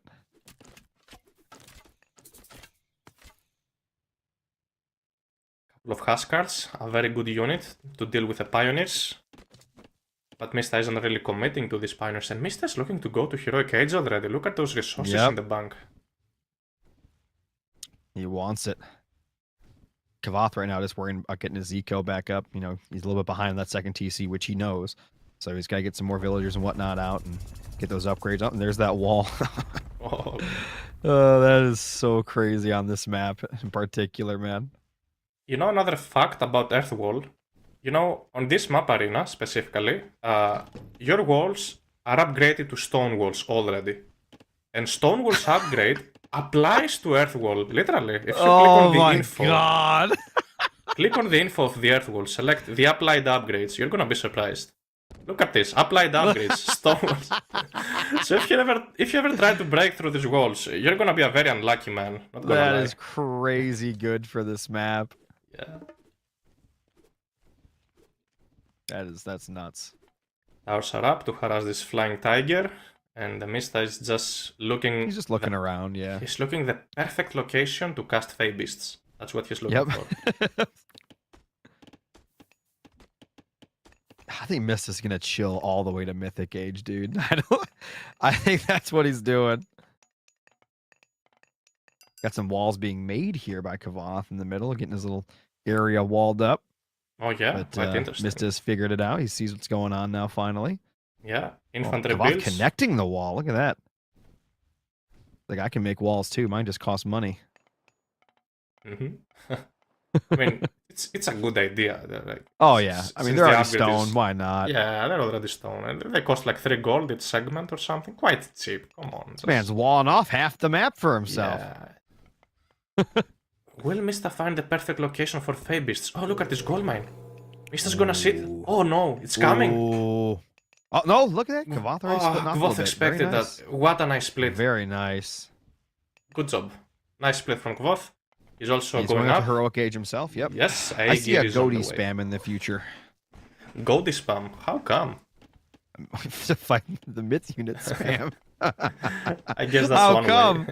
way. Well, how else are you gonna fight the myth units that can heal themselves? Yeah. Pretty tough. We'll see. This might be an aggressive play from Kavoth. Oh, there was a Fey Beast. There it is. There it is. On the other gold. 10 dwarfs are going to die. Oh no! All of them going down. Notice how he's blocking. Do you see how he was blocking so they couldn't actually get into that either? That was 3 of them escaped, but they might die if Kavoth ungarrisons already. He doesn't want to ungarrison yet. He wants the god power to. Yes, he's waiting. Very small. No. He nice. No, he did. Okay. He did. He's good. They'll survive. That Fabius could have been a lot worse. That could have been a lot worse. Could have been a lot worse. I believe Mista could have killed these 3 doors, but that's okay. Mista's just going up to the Mythic Age. Look at the Mista's resources at this point. Oh yeah, I mean, like I said, I think he was just using the god powers, and this couple of myth units he had, they were just a distraction, man, just to get himself to a nice, comfy Mythic Age. You think Kavoth will go for a 3rd TC here soon? He's got it in the walls. I mean, why not? I mean, I don't think Kavoth can compete at an age-up war at this point, an age-up race. So Kavoth might as well just drop a 3rd town center, stay in the classical, at the heroic age, and wait up until he has like full population and maxed out on villagers, and then plan on going to the Mythic Age. But there is a counter. Kavoth here can fight with Kavoth's heroic age can match Senong's Mythic Age, and here's how. You know, you have to fight that dragon, which is like a son of Osiris, the one that Mista's edging up through. You can fight that basically with Freyr, because you go for the Goaty spam, like you mentioned, and you upgrade 9 waves. Hero's doing so much more damage with that. And what does 9 waves do? What's the exact thing it does? If we go over the Asgardian Hillfort and select on the upgrades, in one of these Hillforts here, yes, we select on the info, it's this blue upgrade here, this 9 waves. Hero speed and hero attack plus 20%. That's amazing. We'll be able a really good upgrade. Exactly. We'll be easily able to deal with myth units. And I've seen Mista sometimes doing this type of plays with Freyr, going for mass heroes and like full Hersers, full Goaty, and countering whatever the opponent is doing with myth units.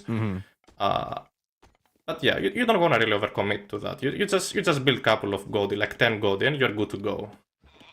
The Sage. Man, I'm not going to lie. I love the heroes that the Chinese has. They're so cool. They're so unique. Oh, yes. Look at this little army he's got going. What do you think the Mista's going to do? Obviously, besides the dragon that he gets and whatever, the little flying Son of Osiris thing. What do you think is like the comp he's going to go for here now that he finally does get to Mythic? You just get every single upgrade for your infantry units. It is very similar. There it is. The dragon. Oh, look at the storm coming. That thing's so cool. Look at those dwarfs slowing down. Oh! Look at the splash damage. Oh my god! That's disgusting. 25 the villagers Goaty. Too little, too late. Too little, too late. What a timing from the Mista. Oh man. Mista saved up just enough favor to get all of these unique upgrades from look at this, Senong. going to be abusing the outside of the map where Kavoth simply cannot reach. Yeah, but Kavoth chose to go to the Mythic Age at this point. He's gonna climb his way back into this game. This is going to suck for Kavoth, though, because Kavoth has to literally get Goaty surrounding his entire perimeter where all of his villagers may be. Otherwise, that thing's going to come in, kill a bunch more, and then just leave. Oh man. Again, this dragon, quite strong. If you Now if Mythic you, Age is coming in for Kavoth. What do you think he does from there? Oh well, if you don't get a good Inferno God power, a good Inferno cast, then it's gonna be really tough for Gvoth.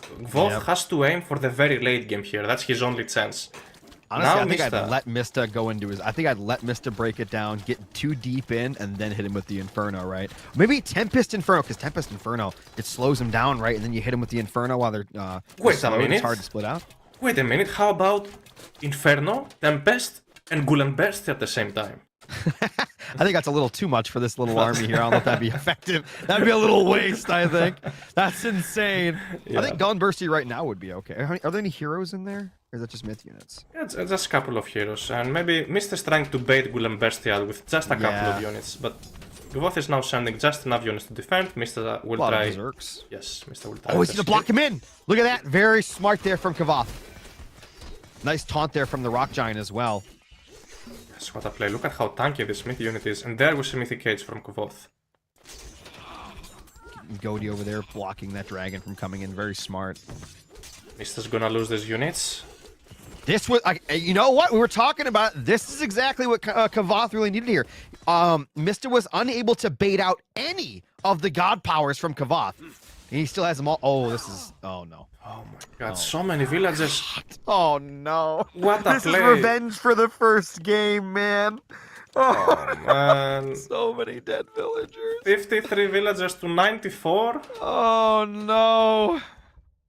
But here's the thing. This. Gvoth has 3 god powers left. Mister has no god powers left. Kavoth has got to do the best combo ever with these god powers and take the best fight imaginable. And Sure. the thing is, I don't think Mista has his entire army all in one spot. He's got it all kind of all over the place a little bit. Fenrir's out. Oh, wait. How did he get a Fenrir? Oh my god. It's Sage's, the Sage's special ability, converting myth units. And you know, disgusting. Senong has this hero on another. I don't think. No. Does Gvoth even have 9 waves? Does he even know about this upgrade? Let's check on this I gold. don't know. Do they have the upgrade? He doesn't have the upgrade, so No, there's he not an needs easy that. way for him to kill the dragon at this point. All right, he's dragging him in a little bit. Maybe we could see a Tempest. Oh, he's trying to wall him in through the back. Look at the berserks going around the back. Oh, will that work for him That's though? so smart if he gets it. He's got to start building multiple sections. And there he goes. The Tempest is coming in as he's locking him up. No, he didn't build the left wall. He didn't build the left wall. Oh, he didn't micro that right. And there's Gullenbursty as well being used. He's going to try and chase him down here. Yeah, most probably will chase down a couple of units, will lose their lives, and there we see... There's the Inferno! Oh, it's Inferno? No. No, Wait, look what at the was that? damage. That's a myth unit. So Oh, no, yeah, I saw the top of the screen there. Senong gets 3 myth units. That's one of his Another abilities. Bastion getting made. Yes. Where's that one getting built? So Gvoth wants to push now. Gvoth got nearly all of his upgrades. So he wants He's to... got half the eco. He's got to do something. Yeah, he knows he has to do Ooh, something. nice and hit there from Wilbur. Yeah, Gvoth's military value is so high up. There's There the was Inferno! He's going for it! Oh, There's poor Sages. Oh, it's Oh, gonna go right. wait. That was not terrible. I mean, that was not terrible. It could have been way better, obviously, but that's not terrible. And look at that. He's got the Bastion right there in the front helping out. Oh yeah, look at these birds doing some work over there. Oh, yeah. Harassing the berserks. What a Did play. the dragon go down? The dragon's gone. Or looks The like on the dragon's right-hand gone? side there. No, there But he is. still alive. And There you know, he is. you know what? You know what's the best thing? That dragon actually regenerates if you put it on Favorland. So Oh, God. send it back to Favor. This dragon here. Yeah, look at this. 5 hit Yep. points per second. Yep, It's just yep, gonna yep, yep. regenerate. You don't care. Chill out with it. Keep it in Kavoth your can't be base. backing up. He's got to get everything together because he has to win this fight. His eco is just too far behind for him to lose this and have to recuperate. It just won't happen. I see the shadow of the dragon up there in the upper right. I feel like Mista's going to make the same mistake I made in this matchup. Mista needs seeds here. He needs seeds. Otherwise, he cannot take down these fortresses. And I'm not talking about siege crossbow. He needs the other type of seeds, the melee seeds. Anyways, oh, he's gonna lose his hero. Mista, micro your hero. He's very expensive. Ah, he went down. Anyways. He lost. He got a stronghold, but it's a doubled military right now. He's got to micro those Goaty to hit that dragon for sure. Yes, destroying Axemen do a lot of damage to these Daos Horsemen. That's not a fight to take, mister. You want to retreat, you need way more units, mister. You need many fire archers. From the back. Maybe... Oh, maybe... How's he planning to kill the throwing Axemen? Ooh, that'll do a lot of damage. Decent damage there. He's got to back up a little bit. They do heal. You know, the thing is, while Kavath is ahead in military, I don't think it's enough anymore. Because he was up double the military and was still unable to win the fight. Even on defense bonus with his strongholds there. This is not good for Kavath actually now. Actually, building these javelin throwers is such a good play from the Mista. He can kill every single Goaty. These units do bonus damage against Goaty. So, what is the actual counter? Which is kind of nice. I don't know. The counter would have been a better Inferno. Probably. Could you imagine if he had actually just selected the other Berserk to repair that one wall, to build that one wall on the left? He would have fully trapped Mista's army earlier, and Mista would have had nothing to defend with back at home when he hit him with the next Inferno. Exactly, and he just would be stone walls. build it. He just one little misclick can cost you a game at this level. Oh yes. There we see Mista once again trying to push. Now Voth has used up all of his god powers, so Mista sees this as an opportunity to fight. Now what is that buff they keep getting right there? So Sanok has some strong upgrades at the Mythic Age. That one of them is, I don't remember how it's called, but every time one unit dies, it's not the Divine Judgment, I think it's one of the on the left.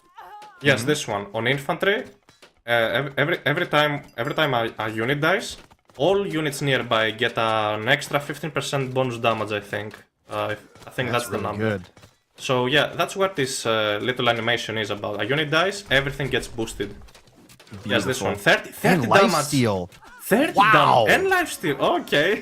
That is insane. I said that, yeah. But for 3 seconds. That's the thing, for 3 seconds. Maybe I got confused with Freyr ones. Those things are 15%. Busted. Yes, these are some busted Daos sportsmen. Look at this. I mean, shouldn't he be taking the Berserks to kill the Javelin throwers? Then the throwing axeman could kill everything else, right? I mean, yeah. Oh, nice Tempest, nice Tempest. I wish he was making a wall behind these. I'm not quite sure why Mista is committing to this fight. Yeah, fighting inside the Tempest is crazy. Oh, and the dragon is still alive. The dragon doesn't care. Thing is so annoying. I'm just a dragon. I'm just gonna heal back at my favor land. This is actually a really good engagement for Kavath. I just don't know if it's gonna be enough. Where are the Goaty, man? He's gotta bring some Goaty back home. This dragon's soloing the TC. Look at this frozen.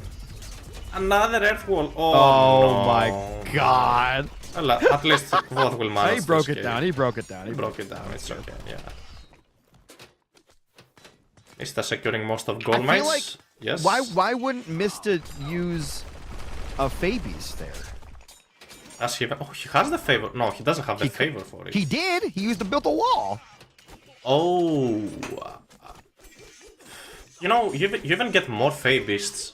You know, this god power scales per age up. So it would be even stronger since Mista is at the Mythic Age. So you might as well look for a Goldman. For example, you can cast it at those dwarfs at the right side, and Gvoth would be in a hell lot of trouble. Oh no, that TC is going down. TC is definitely going down. Well, no, yeah, it's gone. I was saying, can you get in there, but no. But destroying Axemen, they will be able to deal with the Daos Swordsman. Oh boy. Woo! And now remember he sent all his Goaty to the left to deal with the dragon, and now there's nothing here to. He's got what was it? One Goaty in there? It died. Looks like the Mista loves his dragons and loves his birds as well. He loves it. Yeah. He loves his birds, man. Mista is a pilot. Alright, Kavath, send your army to the right, man. You gotta defend. Another town center about to go down. Look at the damage this Daos Horseman do to the town center. Here comes the throwing Axeman and Goaty, though. See what he can do. It's a lot of units. Those javelin throwers are gonna clap. Mista is just spamming out units. Couple of myth units at the same time. Dropping that population. Look at the Gvoth score. Look at that thing coming in. Yeah. That's it. And the Mista takes it. Wow.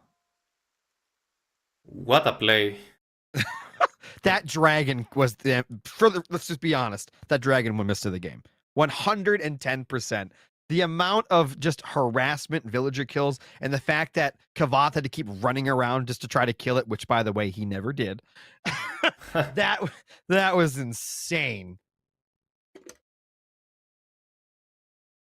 Yes, for sure. That was so good. This is such a good series, man. Units killed. Looks like Gvoth killed most units, but Gvoth just didn't have the economy to keep up with Mista killed 43 villagers, though. That hurts.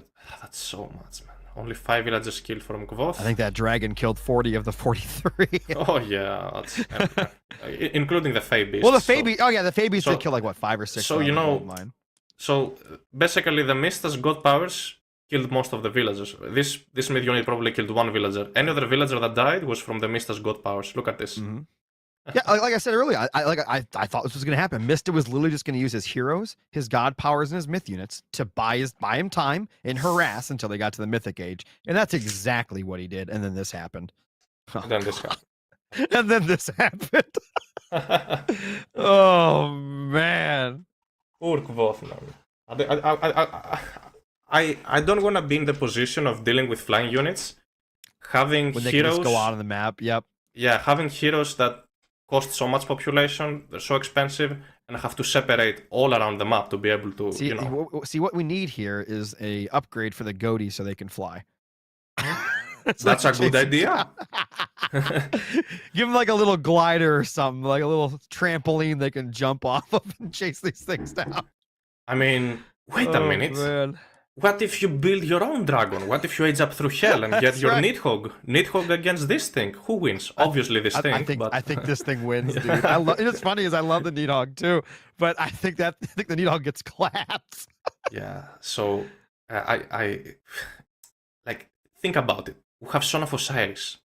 And you'd be like, Son of Osiris is cool, right? Son of Osiris is very cool. This is the part, look, he misclicked and didn't build the left wall. Oh, no, come on. No, Gvoth didn't pay attention. If he would have just got that, he would have caught all of that. He would have caught it all. All of that and would then be... Wilbur could have finished them. Oh, man. That would have been so good. He could have caught that whole army. And that was like most of Mista's army. It was 80 military to 146. He would have caught all that, cleaned up the rest. And then, by the way, he still had Inferno at this point. Like, And using Inferno as a follow-up. You might want to use Inferno sometimes during a fight to make your opponent panic and not. At the very least, they split up and back off, and the units aren't fighting, right? Exactly. That's the very least. But this wasn't a great Inferno god no, power cast. I got a few little kills, but this could have been way better, man. Been way better. So much better. At least destroy 3 buildings and. Yeah, I mean, I guess it wasn't nothing. Yeah, it was something. It could have been better. Could have been worse, but could have been a lot better. Man. What a series we've had thus far, man. What a series. What a great way to start the day. Oh, for sure. Wow.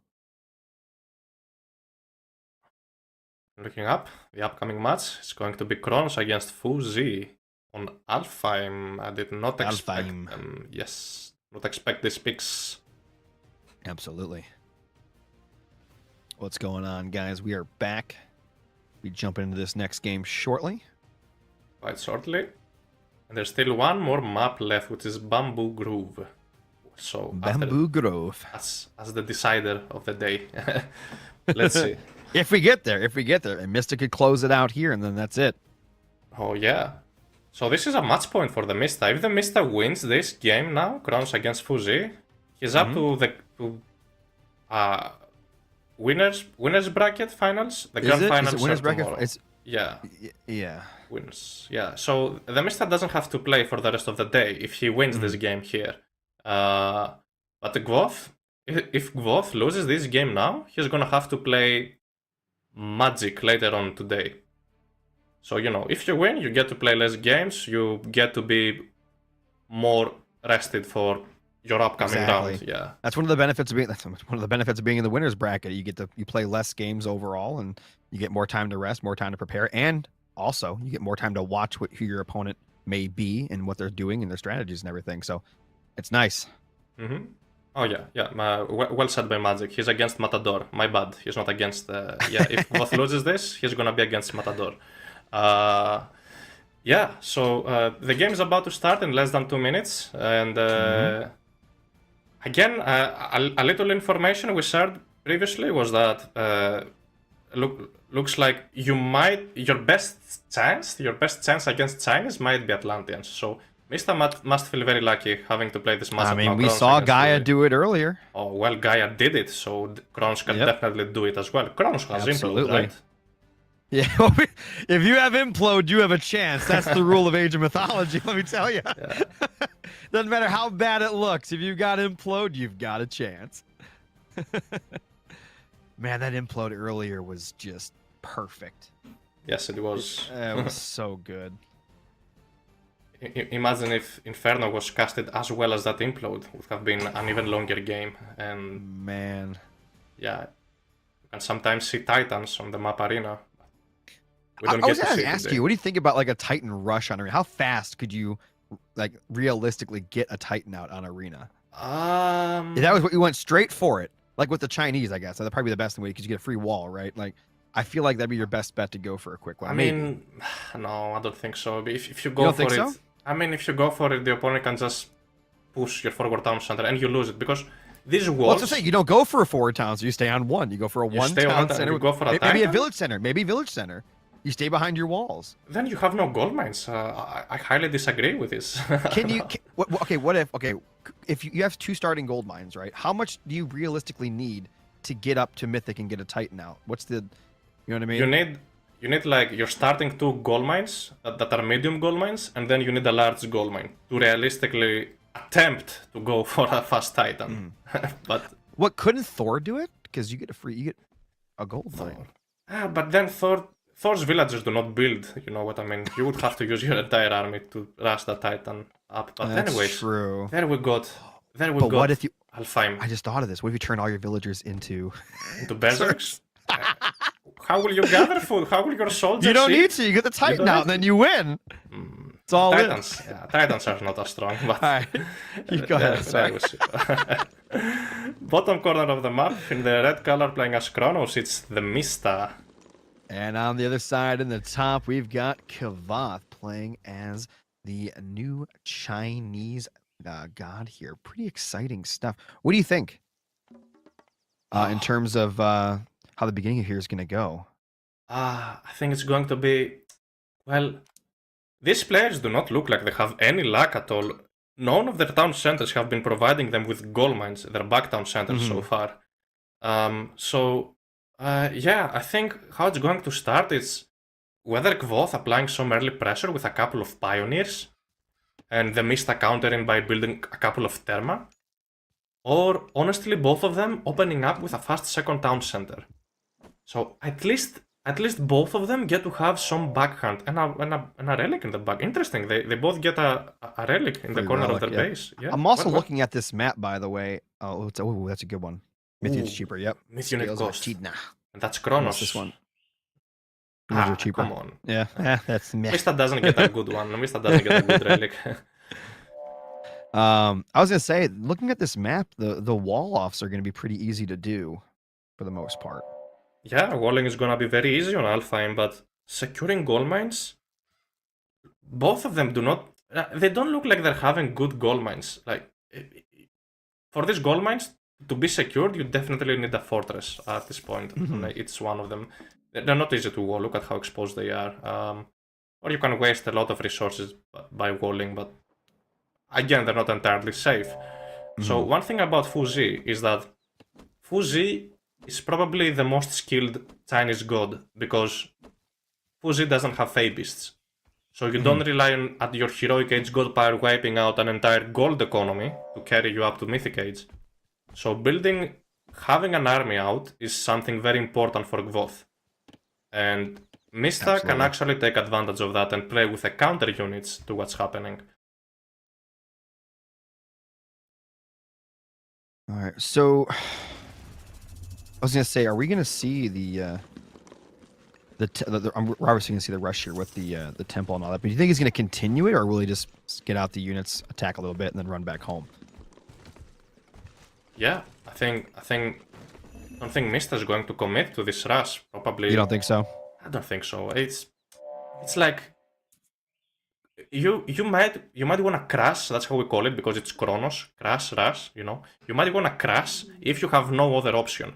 But grabbing a town center is actually something you can go for when you're against the Chinese. Absolutely. Yeah, but anyways, there we see these Prometheans. Mista time shifting his temple back into his base and using his Prometheans to harass this Gvoth's base quite early.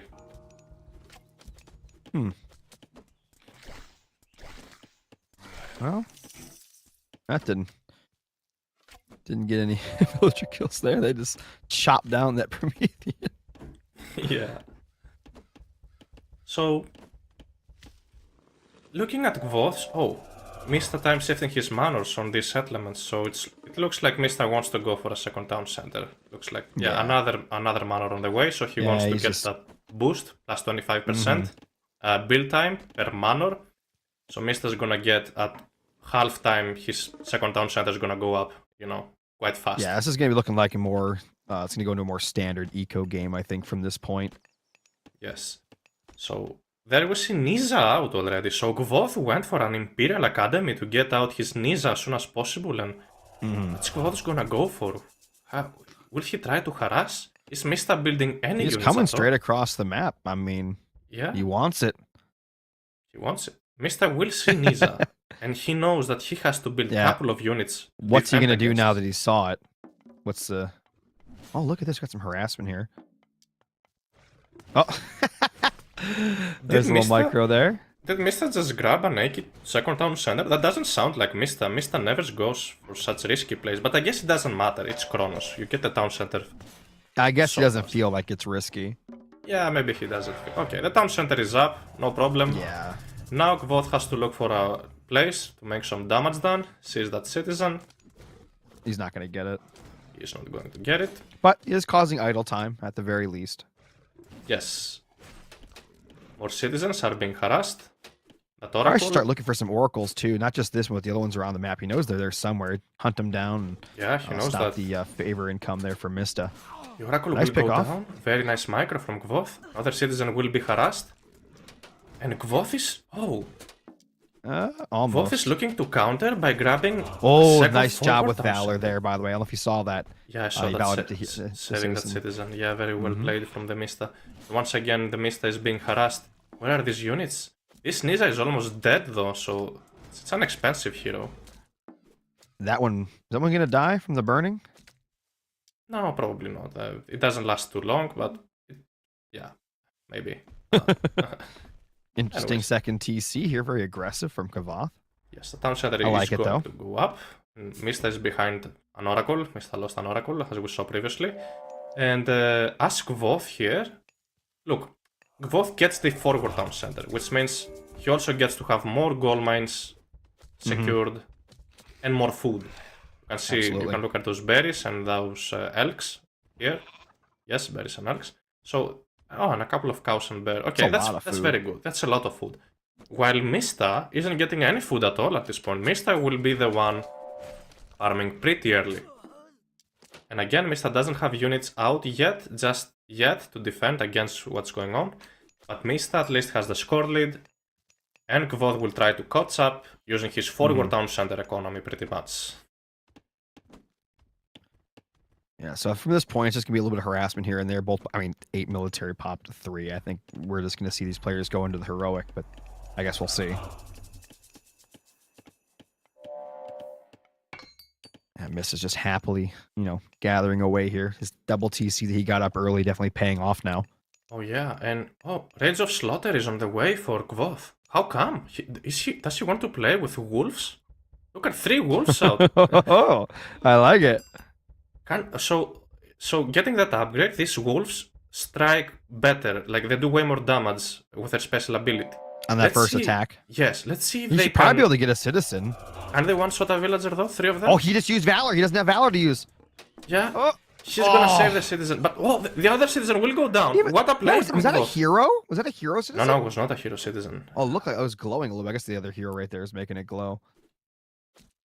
So Mista's choosing to go for a couple of hero ballistas. Maybe he wants to cast Valor on them, and Nice. Oh, he found another one. Oh, that was close. Skvoth is I looking like to... the harassment here. Yeah, I like the harassment as well, but here's the issue. Building myth units and upgrading unique tech as Chinese, that means you don't get favor to build any Kuafus at all. And now Mista is going up to Heroic Age through Rhea.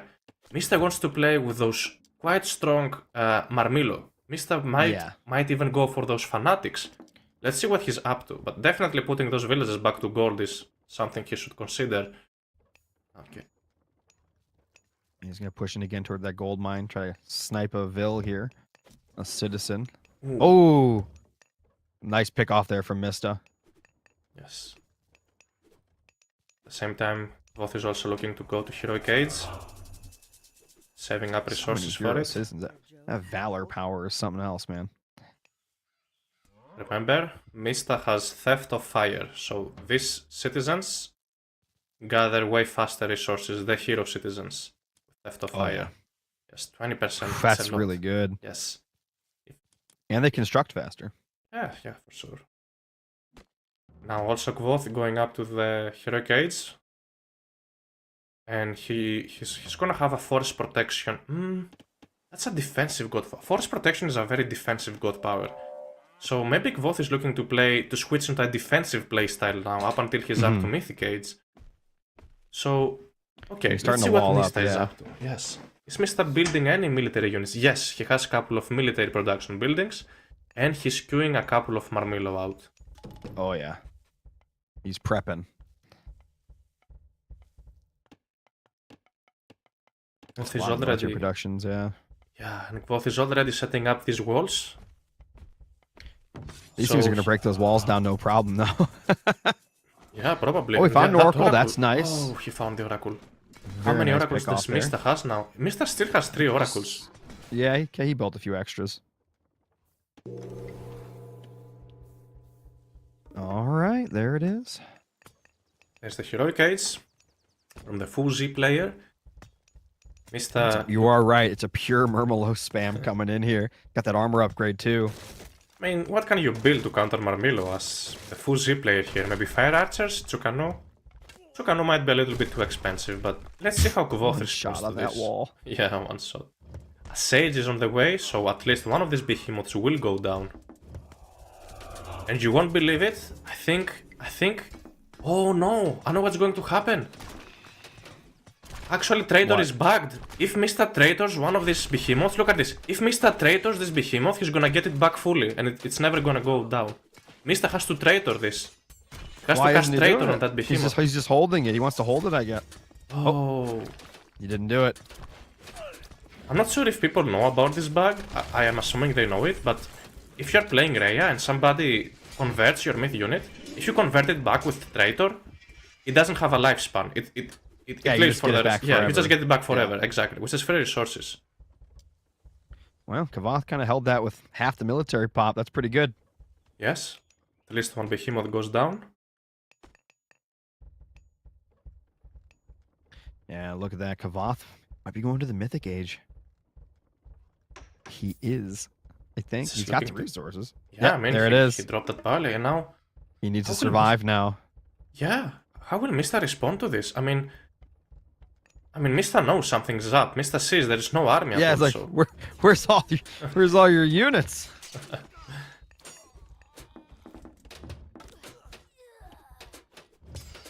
So who knows?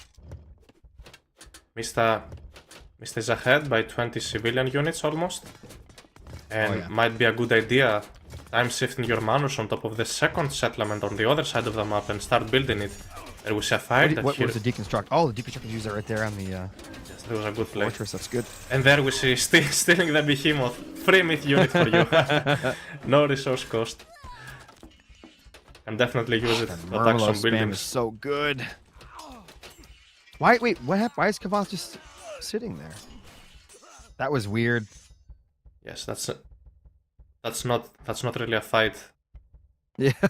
It's not really a fight to take for Kvoth. Kvoth is waiting for his Mythic Age. Kvoth is not ready to take a fight. You want to be patient. Got about a little past halfway point on that Mythic Age. Now, when he does hit Mythic, what's the play? What's the play here for Kvoth? Yeah, once he hits Mythic, what does he do? He definitely wants to cast that Great Flood, first of all, to clean up this Marmilo. Let's see if that's gonna be enough. And this is going to be a Mythic Age Ninja, by the way. Gvoth shouldn't lose his hero. Gonna be so much more expensive to rebuild. Oh, yeah. He was seconds away from having a Mythic Age Ninja. This Great Flood needs to be way stronger than that last one we saw. We'll see. He's trying to buy as much time as possible here. What a timing. This town center might go down. More villagers are being harassed. Gvoth's military value is non-existent. Look at the Mista just dominating. He has 0 military. Oh, wait, man. is he edging up from this town center? Oh, no way. No, That'd be crazy. Nah, he got... Here's the Great Flood. Decent damage, I guess. Like, it kind of missed a bunch of... How did that happen? Oh, wait. Okay, well, that was... Okay, well, this is over then. Yeah, this is over. That's it. The Great Flood was not so great, let me tell you. What a play. So clearly Gvoth has to rely on John Wick and this Ninja hero in order to maybe make a comeback here. Attacking these villagers. 77, let's see it. Look at this Marmilla with the extra hack armor from Rhea.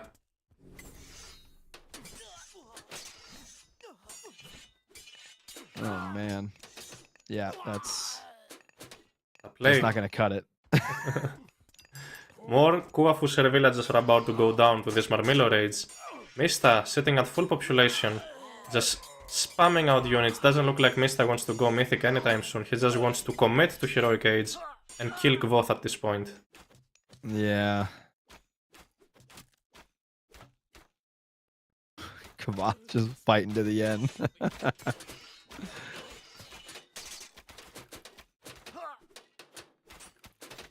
There we see.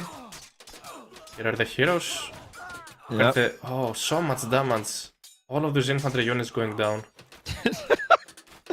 2 heroes fighting off the army. All the army that Gvoth has at this point. Oh my god. Man. More villagers dying to this Marmillo. Look at this. Like, this Marmillo don't go down. They have so much hack armor with this unique tech. They just kill. Like, Gvoth tries to attack back with villagers and they just die. Those villagers just die. But look at this hero, it's full on hit points. How did he heal so fast? What? Look at this. He solos army. Who needs an army when you have a mythic age Chinese hero? Who needs? Oh, look at that. Look at that ability. Look at that. Oh, he life steals from every single unit. Look at this. It will never go down. He life steals. He regenerates. Oh, he does so much damage. He's a hero. Look at that. He's dragging Mista into the fire with the other hero. Oh, man. He's got another life steal. Look at that. Oh, wow. You don't need an army when you're playing China. You just need heroes. All you need is heroes. Look at those guys go. He's John Wick. Yes, that's him. And look, he's dragging him into the fire again. Look at the fire. Setting up the Marmillo like, fire. Follow me. Man. Follow the fire brick road. Oh, man. At the same time, Mista's going up to the Mythic Age. He's gonna have an implode to secure his victory, looks like. And you're gonna make sure you grab the rest of the town centers. So, Gvoth is sitting on one town center, half the economy, not even close on the military value. And, yeah, I'm not sure. Okay, Gvoth is trying his best to come back into the game. He's gonna try and get those hero upgrades to boost his army, which is just heroes. He's pre-queuing that. Let's see if he's gonna get it on time. 2 heroes and a dream. Look at that lifesteal. Oh my god, it's still going. What a beast. Now imagine if Gvoth was at full population. Imagine. Yeah. With the heroes. Oh man. Follow the fire, boys. Look at them go, man. In this narrow corridor, your numbers count for nothing. Mista is just looking to snipe villagers. He knows he can never win a fight against 2 single units. So he'll be like, okay, I'll go for your economy. Let me find your villagers. Look at that Nisa. More lifesteal. Oh my god. Look at that damage. It's so good. Now, is there any way for that hero to heal, or that one just there's no way to heal? Oh no. What's this implode? He wants to target the He's farm? going for the villagers and the 2 heroes. Casting an entire implode to counter 2 heroes? No, that's not gonna work. The hero will. The hero is still alive, by the way.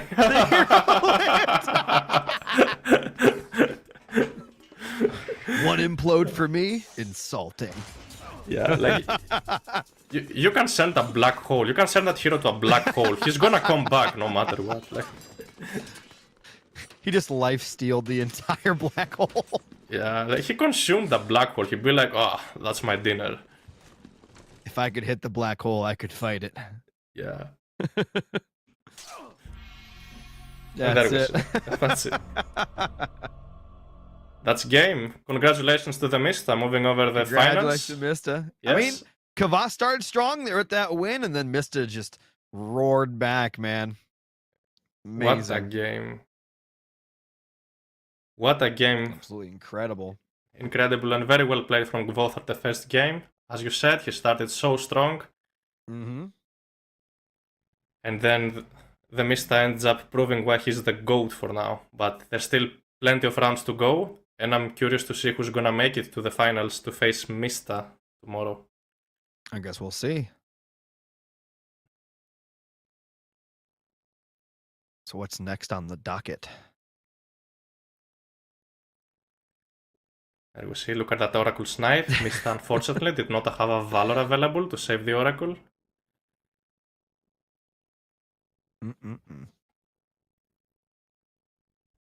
Yeah, see, he went for this play, and you talked about it. He just needed to get more done with those. I mean, he was close, right? He was so close to killing a few villagers. I mean, he killed a couple, but like all the other ones he tried to kill, they managed to get away just by a little bit, and then he just valored them, went back to full HP, like nothing happened.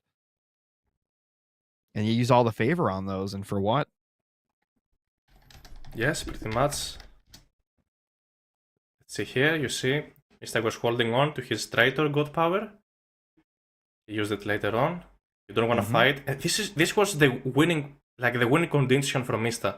Once Mista attacked the main town center, he saw Kvoth casting Force Protection. So what did Mista do? Okay, I'm going to switch sides. Yeah, I'm just gonna leave. Exactly. I'm just gonna leave and attack a different location.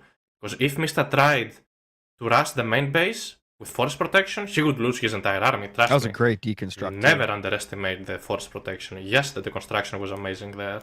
You always need like a double fortress against the Chinese, because one of them, against Kronos, because one of them will eventually get deconstructed. So you might as well have 2 of them.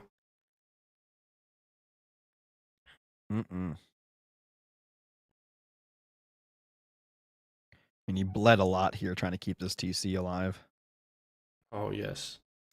I mean, to be fair, guys, even though this was 3-1, I mean, every game was really good. Every game was really good. Kvath played amazing, but Mista just played a little better this time and managed to win this series and move on.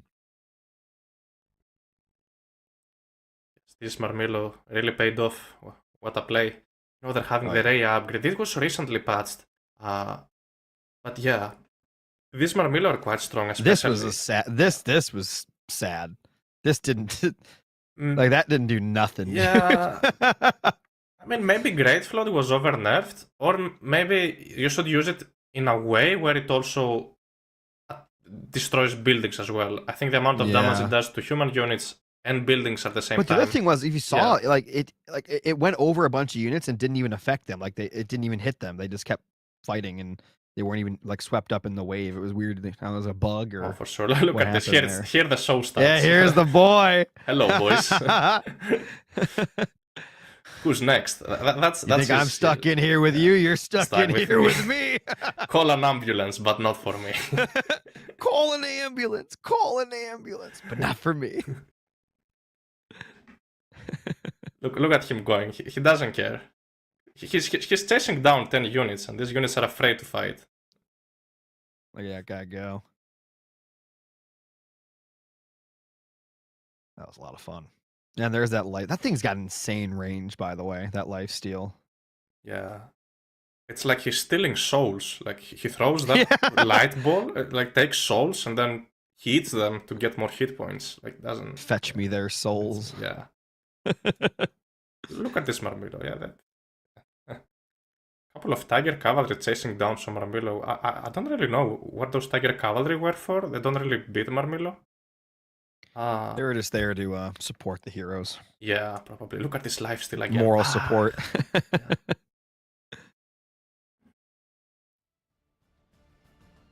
Yeah. All right. All right, guys. That was an awesome series, but I think we'll be taking a short break here. So go get yourself something to eat, something to drink, and we will be right back here in a few minutes. In a few minutes.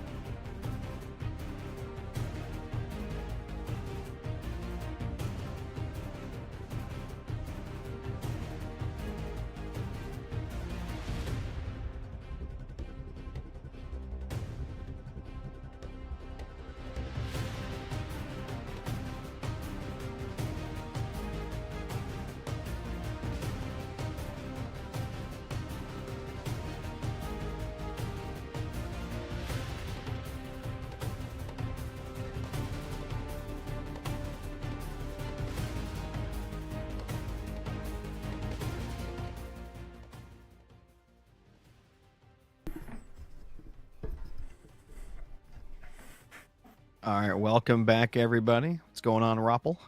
Hello, welcome everybody again. So, So we're already up 1-0 here from Recon because Chemo is a little late. it's just a little bit, just a little bit late. Just a So, wee bit.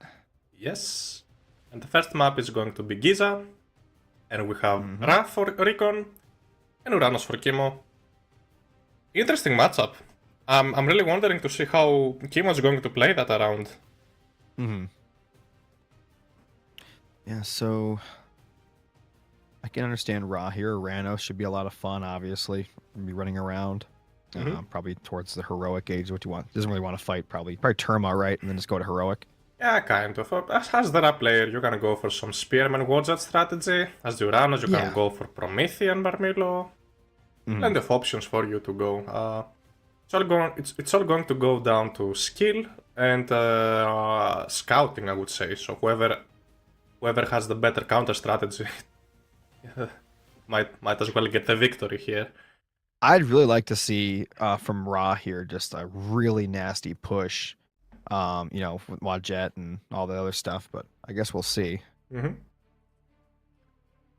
Very very interesting. Looks like. Wait, did Kimo ban Freyr from Recon? Or did Recon ban Freyr? It doesn't make sense if Recon No, ban Freyr. Yeah. Recon did ban Freyr, I think. Isn't that how that? Or is it No, swapped? no. Because I always forget it's if swapped. it's the other way. Kimo ban Freyr and Loki. So Okay, yeah. Okay, so it is swapped. I always I've been forget how that hearing Recon's complaints about Freyr. Recon doesn't believe in Freyr. So I'm quite surprised. Wait, what do you mean? What do you mean doesn't believe in it? Recon doesn't play Freyr. As simple as that. Okay. So that was a very weird ban from Kimo. Recon actually hates Freyr. But anyways, well, we're getting into the that's game interesting already. then. Yes, and there we got Recon playing as Ra on the right side of the map in the blue color. And on the left-hand side, we've got Chemo playing as Oranos. This is Giza. Yeah, Giza. Sometimes similar to Ghost Lake, spawning plenty of goats around the map.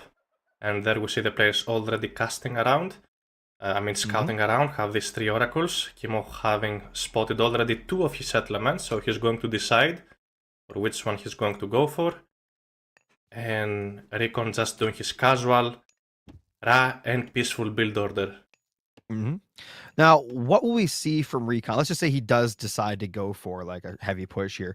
What are we probably going to see if that is the case? Like, what will tip us off that he's going to go for a push in the as soon as he goes to the next age? Well, usually Ra is a very aggressive god, honestly. And having that economy, Ra has such a good economy. Having the Pharaoh empower a monument, which empowers all drop of points in the radius, basically gives you the economy you need to play as much aggressively as you want. And look at Kimo's goldmine over here. Recon can always apply pressure there with Wadgets, for example. Oh yeah, because it's kind of exposed there, right there in between the trees. Mm-hmm. That'd be a great spot to harass from, actually. Oh yes. And none of the town centers are providing a gold mine, so this might be a very aggressive game. Let's see how it's gonna go. Do you think Chemo will build his temple right there between the trees, and then maybe like a manor or something? I mean, he just has so that doesn't to. happen. Yeah, he has I see a to. dot. I see a dot right there right now. I was like, that'd be a good spot. Yeah, protecting your gold mine, your starting gold mine. Yes, that's very useful. And then a wall, as you mentioned, or a manor, anything. Yeah, our manor. Yeah. And just having like a hero ballista or a couple of therma just behind these buildings, and you are good to defend. No issues at all. Recon will probably end up pushing and actually killing that temple, but it does buy Chemo time to get his gold and not get harassed off of that. But we'll see. You never know. We could be completely wrong. Maybe Recon just doesn't do that. Who knows? Yeah. Find out here shortly. So here's the thing.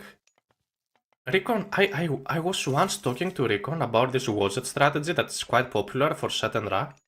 And he would tell me, I kinda prefer Bast. That's what he would tell me. And I'd be like, really?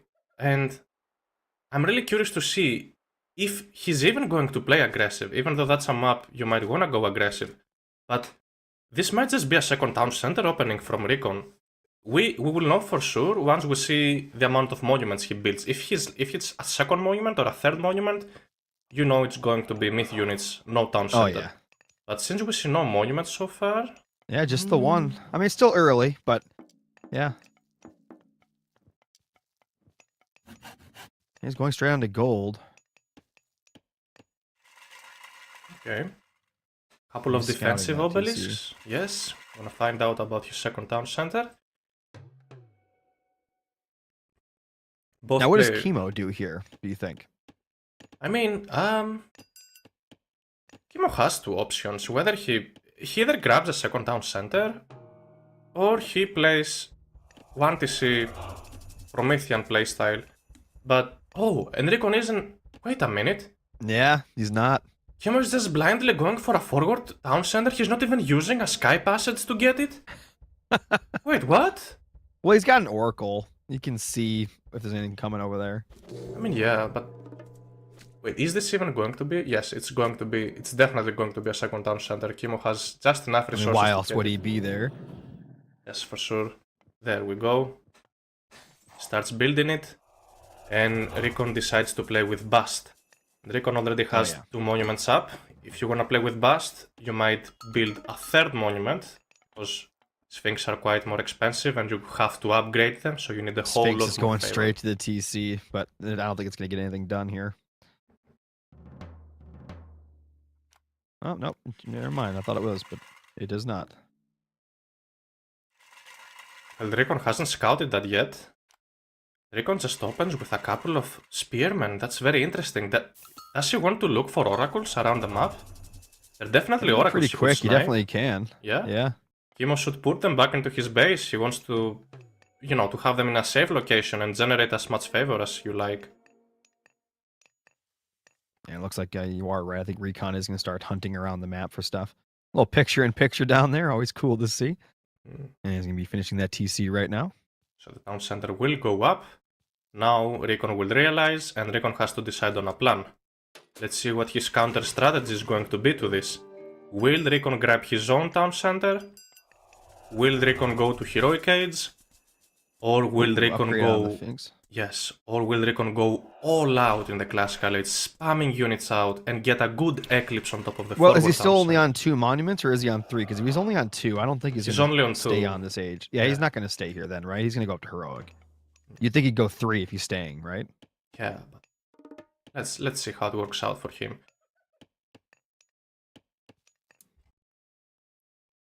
Yeah, look, he's hunting for oracles, man.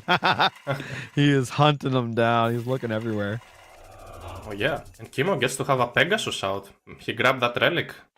Yep. Nice scouting. Yeah. For free. He's going to know what Recon is up to. He can choose for himself. Yep. Absolutely. So, Recon is just harassing a couple of citizens so far. There's a hero citizen that can deal with a Sphinx quite easily. Yeah. Idling these villagers is just so important. You don't have to kill them. You can just idle them forever. It's nearly as good as killing them. I like. You notice how Recon's got pockets of units everywhere, and that's that's one of the telltale signs of a top player is being able to micro all over the map in different spots while ecoing back at home. It's really fun to see. Yeah, Chemo has to delete one of his buildings to let his citizens escape. Kinda nuts. Nice shockwave. Citizen will escape, forcing a defensive shockwave. It's quite good. This is surely a fight you want to take. Towers are upgraded now. Here's the thing, Uranus is so hard to gold starve for the simple reason. Sky passages. In my opinion. Teleport wherever you want. Exactly. If Chemo can drop a sky, like all Chemo has to do is literally sneak a sky passage on a large gold mine, and then garrison and ungarrison on that sky passage like 10 citizens. And he can save all of his gold mine, all of his gold at his main base if he wants to. But let's see. Yeah. But here's the thing. I mean, he's against Egypt, right? So, like, I think that as long as Recon's doing a good job with his obelisk and checking everywhere, he should be okay. Yeah. From that happening anyway. But we'll see. You never know. You never know. So, Recon's just grabbing a second town center. But I'm not really sure about that. I mean, yes, it's a counter strategy you can go for. But then I'm thinking, if you want to grab a second town center, you might as well do it as soon as possible. Why would you build like 10 Exactly. units? Well, he thought he could get more done, I think. I think he thought he was going to be able to do a little bit more harassment. He even upgraded the Sphinx, right? So, Yeah. and in his mind, he was going to be able to get a little bit more damage done, but just didn't happen. Yeah, this is going to go probably... the game might depend on at Recon's Eclipse, not gonna lie. Let's see. If Recon gets a good Eclipse, he's more than okay. But if Recon fails... again, is he still only on the two monuments? Because he's not going to have that many myth yet. He needs that third monument.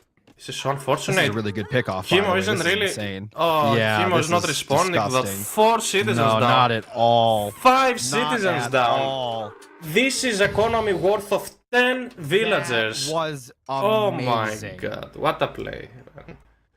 What was he looking at? It must have been something up here. Like he was just not paying attention.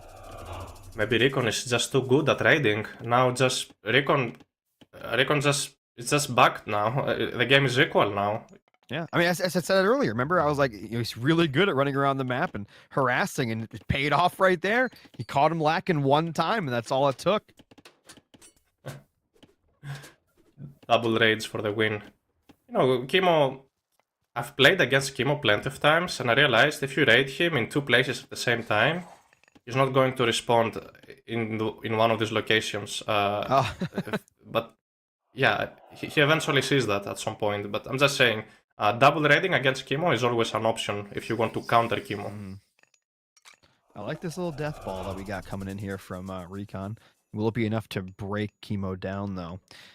And yeah, that earlier tech and TC from Kimo, I mean, it barely helped him at this point now because he lost so many villagers. Oh, Recon's catching up. Oh, yeah, and maybe Recon is just looking to go to Heroic Age here. Recon doesn't care. Recon doesn't want to finish the game in the Classical. He doesn't have to. Nope. That's how he feels, yeah. I mean, here's the thing. You kill that many citizens, especially at this level. Your whole ideal at that point... 2 more citizens are going to go down. Well, is he paying attention? Your whole idea at this point, I mean, is what do I do to secure the victory? I'm already ahead. I'm already winning. How do I not throw the game? Another citizen will go down. No! Oh, man. Oh. That's painful. This is insane. Yes, Kimo is relying on... Oh, that's way too many Hero Ballistas. So surprised. And then, oh my god, and then Recon can just train a couple of Camel Riders and he will be easily able to destroy... This heroic age is going to be really, really hard for Kimo to deal with. Oh no. New oracles are out for Kimo. He wants to stay in the classical. Kimo wants to stay in the classical age, looks like. Yeah, I think you're right. This eclipse push is going to be the death of Kimo for sure. It's got to be. Focusing on a gold mine most probably, yes. Or a town center. Now with Eclipse, does he do a multi-prong attack like he's been doing? Or should he ball up and just go with one big Iron Fist attack? Both work, but if I were Recon, I would probably go for the Eclipse push on the forward town center because, okay, if you attack a gold mine and use Eclipse, oh my god, another citizen is gonna go down. This is wild. Wild. So I was saying, you might just attack a town center because Uranus cannot just teleport his base to another base, right? But Uranus can teleport his citizens. So you might as well just go for the buildings with an Eclipse. You get that Scarab that does crash damage. You can use it to take down the forward town center. But with that many Hero Ballistas, I don't see Kimo going to Heroic Age anytime soon. And Recon already has heavy infantry. And even enough slingers to take down these. He doesn't even need camels at this point, having these slingers out. It's honestly incredible.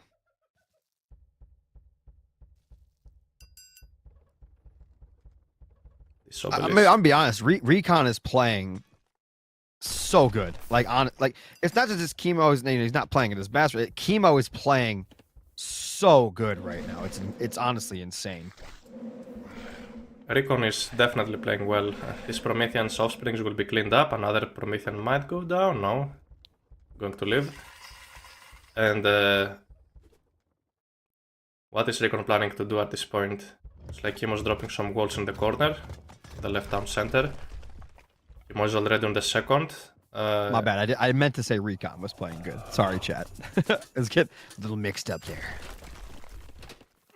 That Oracle Messed might up go my down. English. Another citizen will go down.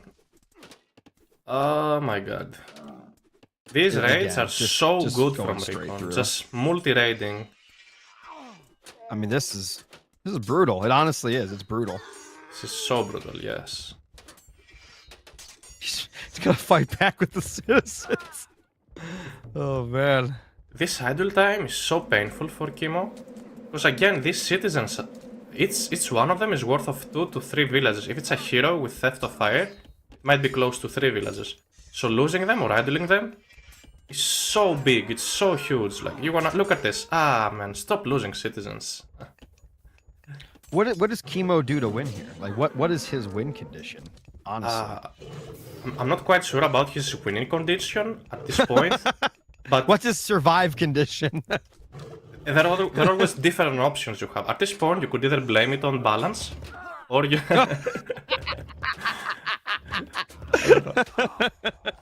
I don't think winning is an option at this point, but anyways, Kimo will try his best to climb back to his way to this game, but something that makes me think that Recon might drop the game is if he keeps building Spearmen. Spearmen counter nothing of this army. Spearmen do not counter Marmillo, Spearmen do not counter Prometheans, they do not counter Hero Ballistas either. So you might as well just build Axamen at this point. They at least kill the Marmillo, right? Alright, well he's going up to his own heroic age. And it looks like I think Recon is about to hit click on Mythic in a second. Yeah. So right as Chemo catches up, Recon's gonna take another lead here in a second. If he does decide to click it, he's kind of floating. There he goes. That's a lot of Murmillo in the queue with a lot of upgrades behind him. Yeah, and heavy infantry is on the way, as well as a couple of upgrades. So Kimo will be stuck in the heroic age for a while Recon is just on 4 town centers, Son of Osiris. Oh, Son of Osiris, my favorite unit in the game. Can't wait to see that guy. Yeah. We're talking about heroes, so far it's been heroes winning games. Look at these multi-prong attacks, the north, the middle, and the south, all at once. Recon going so hard on raidings. He's such a big raider, looks like. Gosh. He is just everywhere. He is? So maybe he just went for this spearmen to use them as a mobile unit to raid with. Doesn't look like he wants to fight with them, but he just wants to raid. It wouldn't even be a bad idea at this point to age up through Horus, but he chooses Osiris, which is safer, way safer. So with Horus you would just upgrade the spearmen, and they would be like nearly as strong, I think as strong as Marmillo, Horus spearmen. Anyways. Is he gonna get a TC kill? Oh my god, he's gonna get a TC kill. Go down. At least the spearmen will be cleaned up from the satyrs and the... Ooh. Okay, it's a little chaos. That's not terrible. That's chaos. Yeah, it's not terrible. He's still gonna lose the TC. Will retarget town center. Town center will go down. These slingers, I think they have Slings of the Sun, so they deal bonus damage against infantry.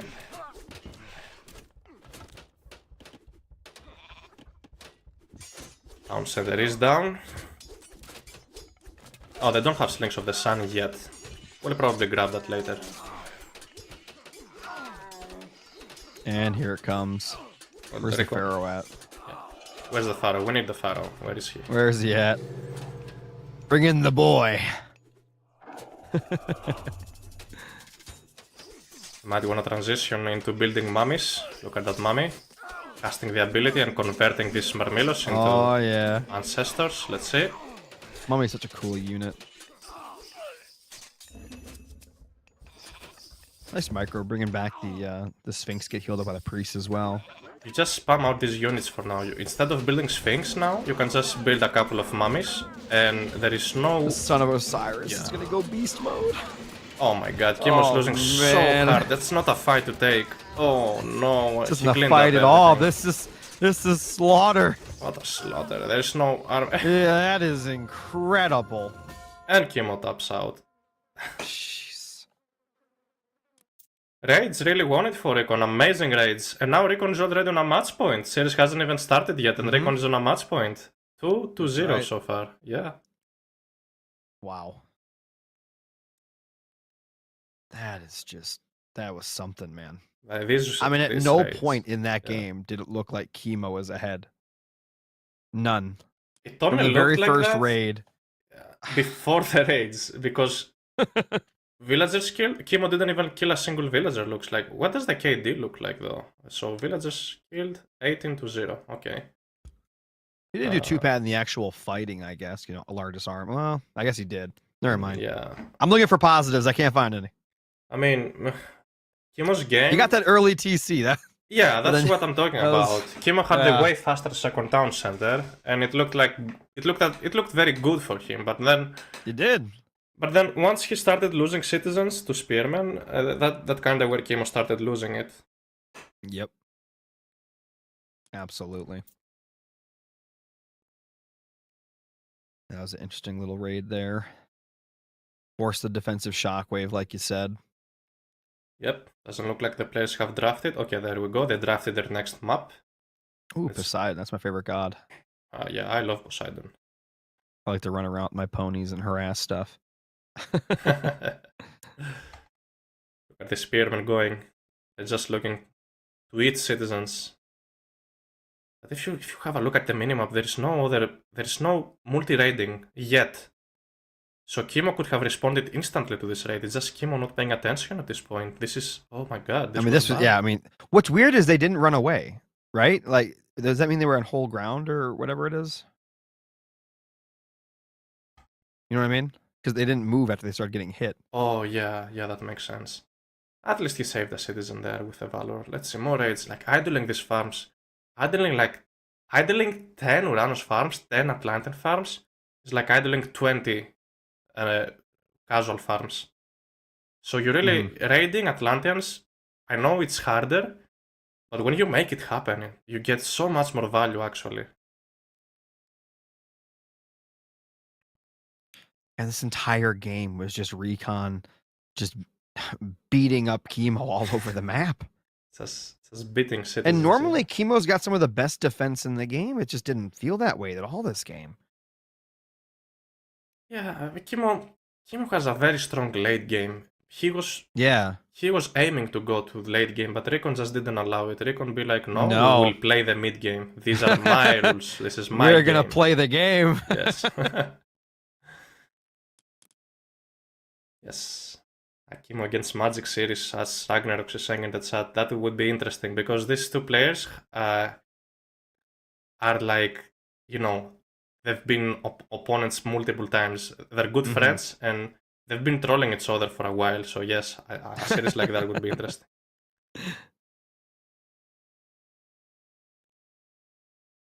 Magic is Chemo's nemesis. That's what I've heard about. Oh, I guess we're going to the lobby. Yes. And we're back here. Ghost Lake, Ushi versus Poseidon. So Recon is the one playing Poseidon. Oh, wow. Yeah. Looking at the gods here. So looks like Fuzzy is an interesting pick on Ghost Lake because Ghost Lake is so open. And Poseidon is a raiding god. So we might see even more raids at this game here. You might go for cavalry units, they're so much faster. So that's an interesting choice from Recon. Let's see how it's going to go.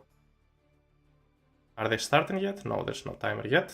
They should start very soon. Chemo's taking his break. Chemo needs time after those citizen raids. He's getting, you know, honestly, he has to shake it off and you have to play really, really good here. Oh, for sure. He's gonna get the win here, then he's gonna get the win on both of Recon's maps. Oh, definitely. And Ghost Lake. The thing about Poseidon has a faster speed scout. So usually when you play Ghost Lake as Poseidon, you get to have most of the goats.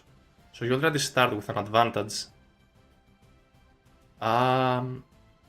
we'll find out soon. Again, Chinese has one of the best anti-cavalry units in the game. These spearmen, they have such a high multiplier against cavalry. And again, that's a matchup that I would say slightly favors Chinese.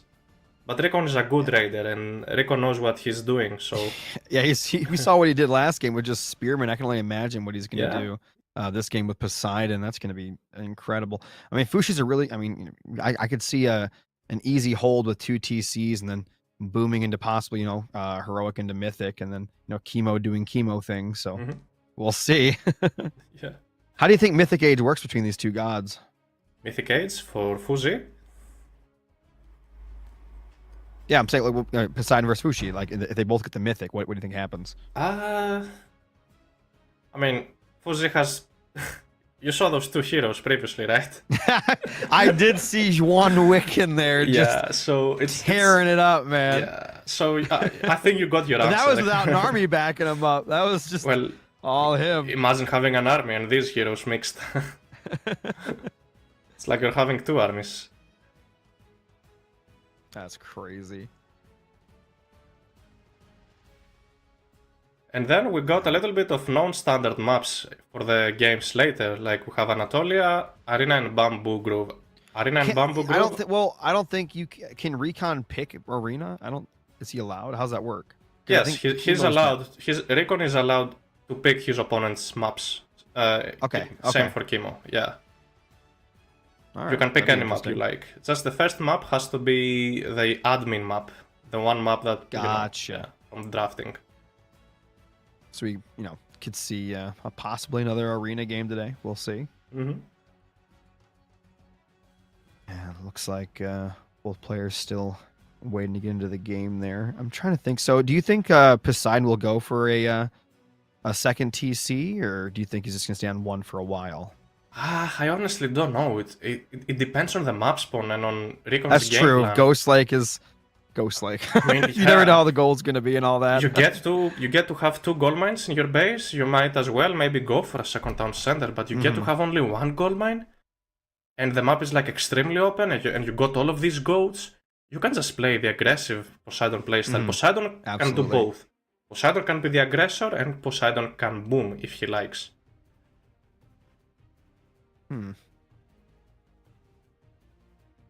Just trying to think here. So, yeah. So I think you might be right. I think Fushi, obviously, if he does manage to get to the Mythic Age, probably be a decent game there for Chemo. Now, you would want a double gold start if you're Chemo, right? Not a single gold. You would want to get double start gold mine as Chemo, no matter the matchup. Chemo loves defensive maps. It's his playstyle. Exactly. But the game will start pretty soon, so they have started playing already. That's very nice to see. And again, I'm so excited to see what Recon is gonna go. Like, I will talk after this game. let's be patient for now. Yeah. But I know Recon is cooking now. We've seen some players cook up some very interesting things so far today. My favorite thing I've seen today was, even though he lost, was the Mystic game where he did the wall and all that fun stuff on Oasis. That was really cool. Yeah. It was different, right? I like seeing different things, especially at this level of gameplay. Throwing stuff out there like that. It's a lot of fun. Yeah, but again, Chemo might also be cooking some strategy here, so you never know what Chemo might have prepared for this series. Is this going to be some standard Fushi, or is it going to be some cheese strategy? Yeah, wild Fushi with John Wick and the 2 heroes at the Mythic Age. Tanking an entire implode, and they might tank an earthquake now, you never know. No, not just tanking it, John Wick can siphon it. Oh, yeah. It's kind of funny how the community has given this hero this nickname. It's all community's fault. He walks into a room with a bunch of units, and he's the only one that walks out. Guy's a beast. Definitely is.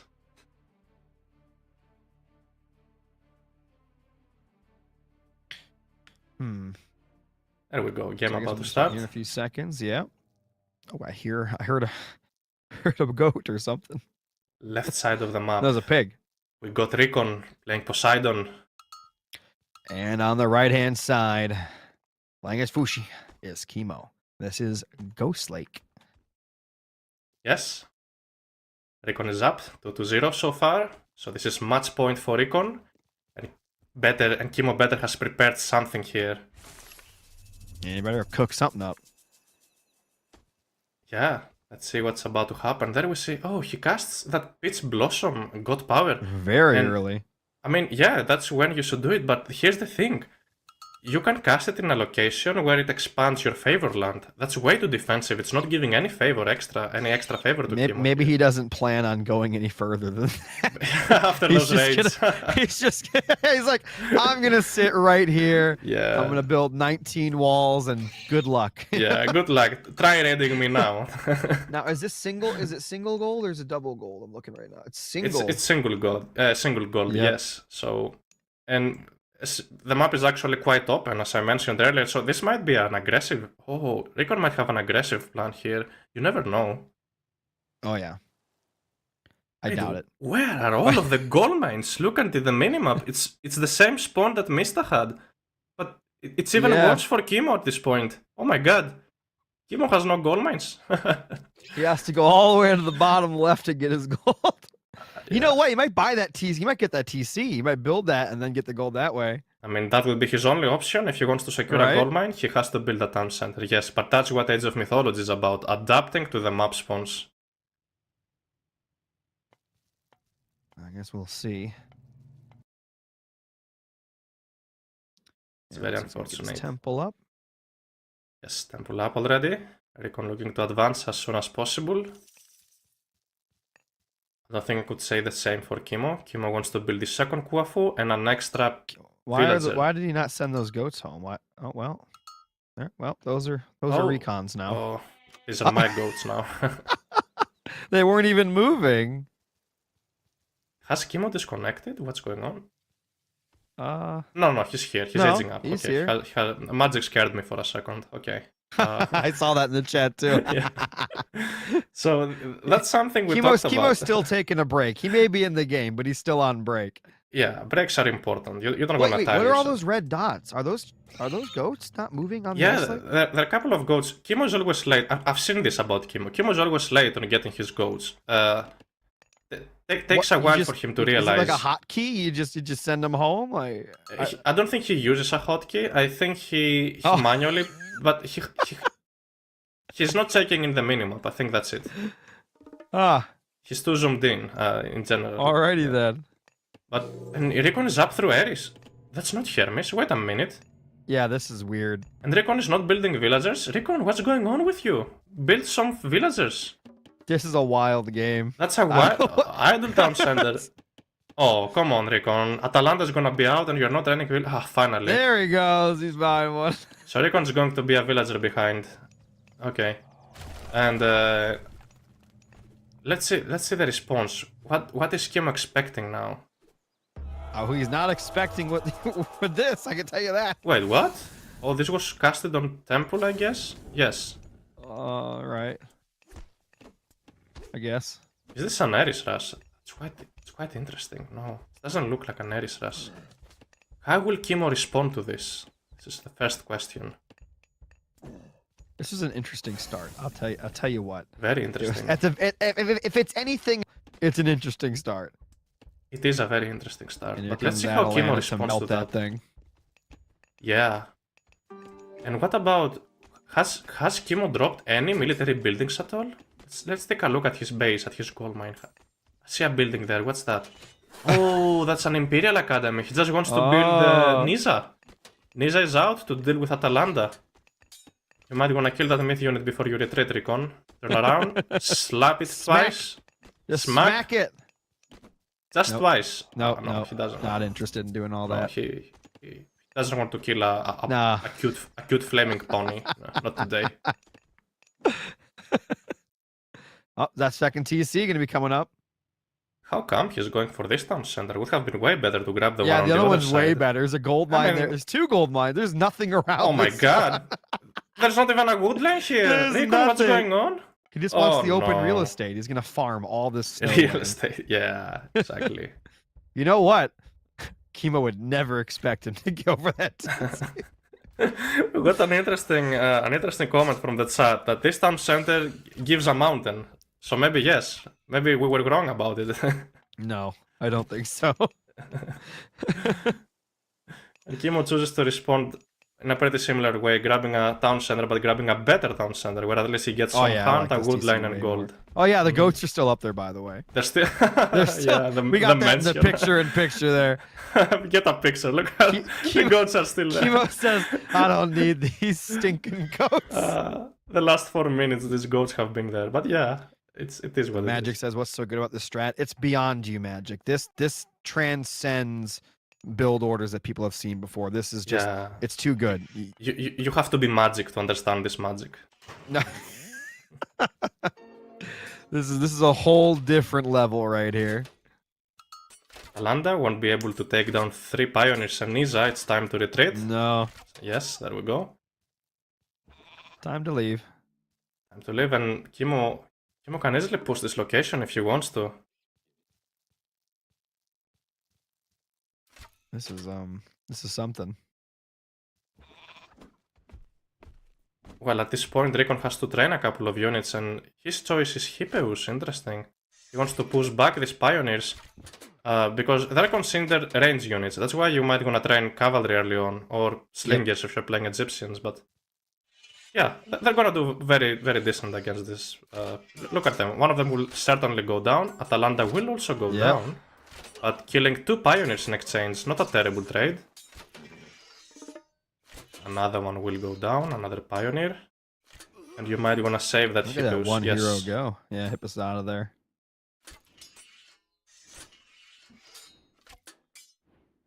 And So now you think Kimo's Kimo's just gonna build heroes? Is that the play here? Yeah, Kimo's just training now spearmen, looks like. Or I should call them Gehalberdier, I think? That's how they're called. Yep. Halibardo boys. Alibardo, I'll take that. Sounds Spanish. Okay. Pushing that Theseus back into base. And what's going to be the response? Usually you would switch to hoplites, or actually, as Recon here, since you aged up through Ares, you can train Hippaspists, if you like so. You can get the upgrade and train Hippaspists. But Recon's choosing to go hoplites, maybe he hasn't realized he's playing with Ares. You don't think you realized it? Oh no. Fun fact of the day, those goats are still on the ice in the middle of the map, not being He's grabbed. keeping them on ice. Yes. There's a little pun there. Who needs goats?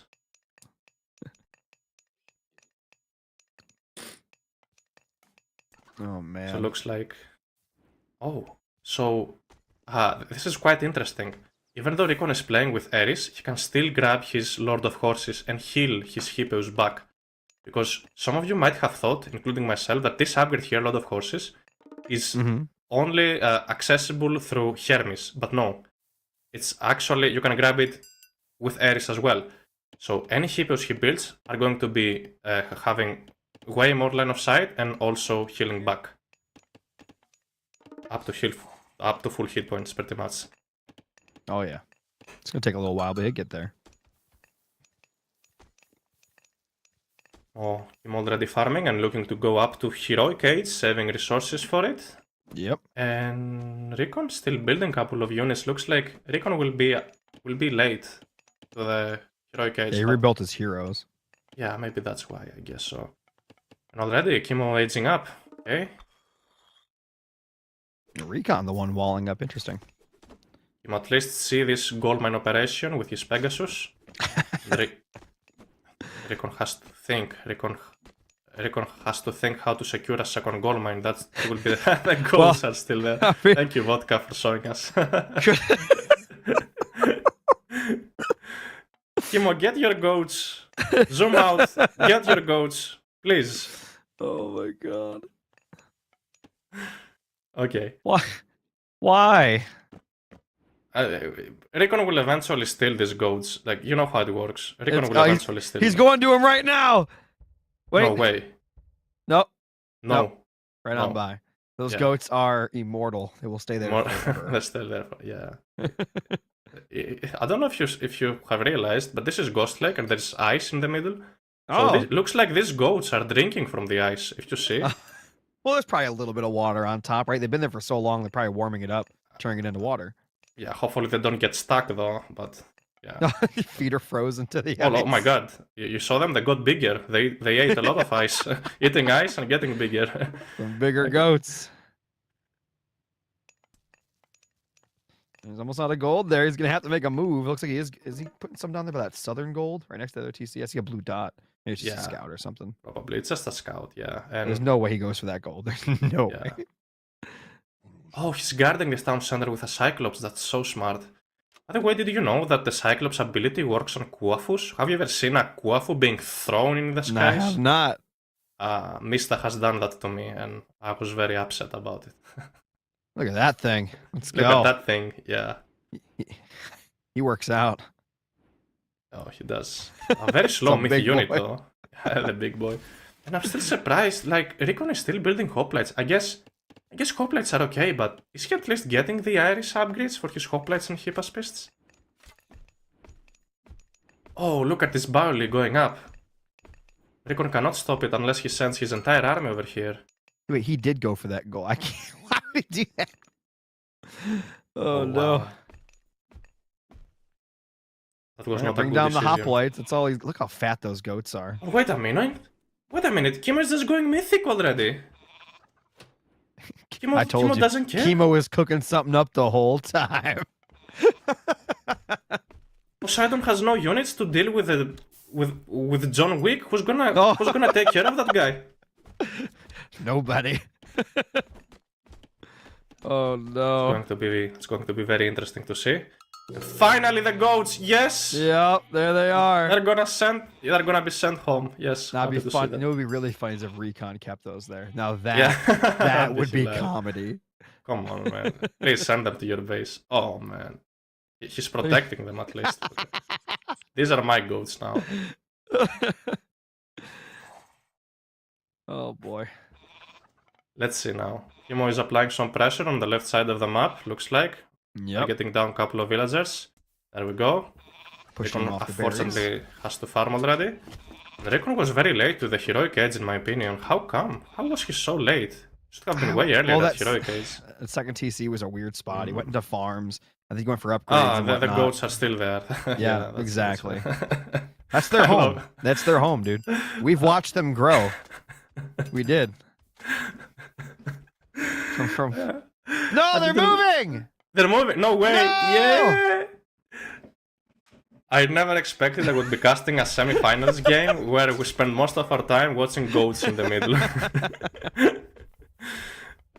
Betrayal. Yeah, Recon broke the rules. He deserves to lose now. Oh, what if that's true? What if they are cursed goats? And now Recon's gonna lose the game for moving them?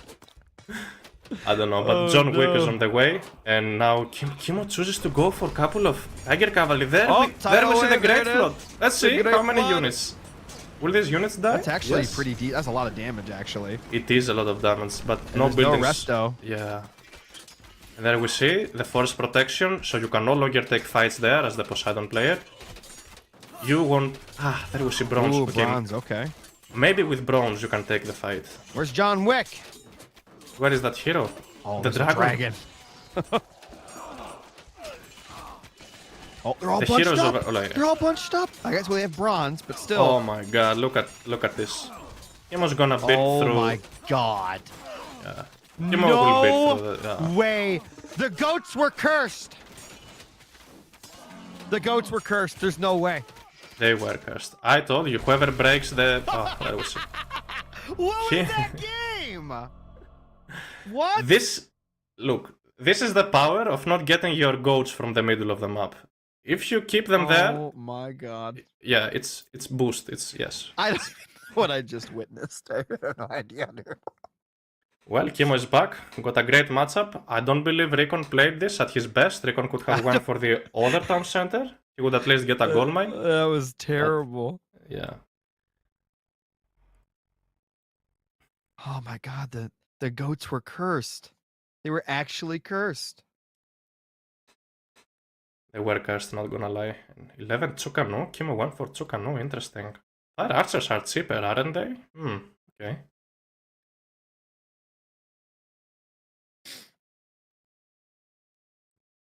There we see some replays, some of the highlights. I really Yes, hope. the I really 200 hope. IQ TC here. Yeah. Having a mountain. These are all the resources. A mountain. What a weird game.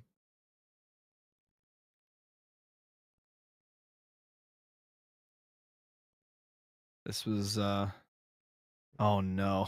The pony going Anatolia down. coming up with Zeus. That's gonna Anatolia. be interesting. And Kimo chose Kronos and Anatolia? Is he looking to rush? Oh wait.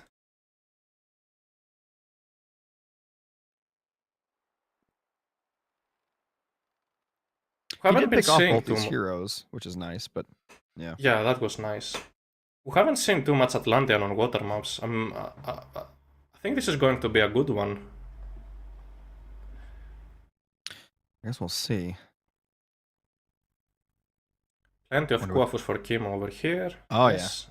And a nice and smooth farm transition. Finally, Recon stealing the goats. No, he took him, but he only brought him back just now. It was Yeah, a he while. He didn't- kept him there for a while. And the second he took him back home, he lost. Yeah. They're still on their way. I can see him on the map right there in the little mini map. I see him. They're Kimo coming must across the have corner. known something that Recon Yeah, he knew didn't. something about them. He did. Yeah, exactly. Man, that's nutty.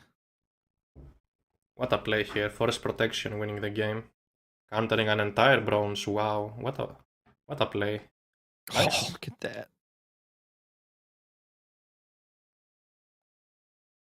And the dragon comes in and just destroys. There's also the hero casting his ability and life stealing everything. That's pretty good. Yeah. Well, what a game. Recon didn't feel like he had many chances against this. Incredible. That was something. I just don't understand what we went down there, but okay. Yeah, so next matchup of the day, it's going to be Zeus against Kronos and Anatolia once again. Mm-hmm. Kimo picking Kronos. I expected Gaia at least, to be honest. So Maybe there are a couple of options you have. Yeah. When it comes down to Anatolia as Kronos, you can either go for the dogs, you know, crash the dogs, or you can just go for a second town center, which is a bit riskier. But anyways, Recon has trained very much his Greeks on water maps, so I'm pretty sure Recon will have a counter no matter what Kimo's plan is. Let's see how it's going to go. Well, I mean, you said the Kronos thing, you're surprised. I mean, you have to think about it, not just for this game, you got to think about it as a series, right? Where else would he have used Kronos, do you think? And over another god for these next 3 maps, if he does have to win, you know what I mean? He's got to win 2 more. Oh, that's true. So he had to use one of his strongest picks. So this was... yes, that's actually interesting.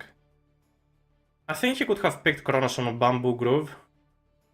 But I guess it doesn't matter. So it looks like Kimo is saving his Sen Long for Arena.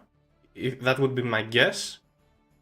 And maybe he's having Gaia. Well, he's not getting map choice. It's going to come down to Recon gets map choice every time now for the rest of the series, no matter what. That's right. Yeah, no matter what. So again, it's a match point for Recon. So if Recon wins this game here on Anatolia, then it's over for Kimo, and Kimo goes down to face Magic. I think so. Yes, if I'm not. Let me check. And is that happening today, or? Yes, I think we got 2 more series to go, probably. Gotcha. Should be fun.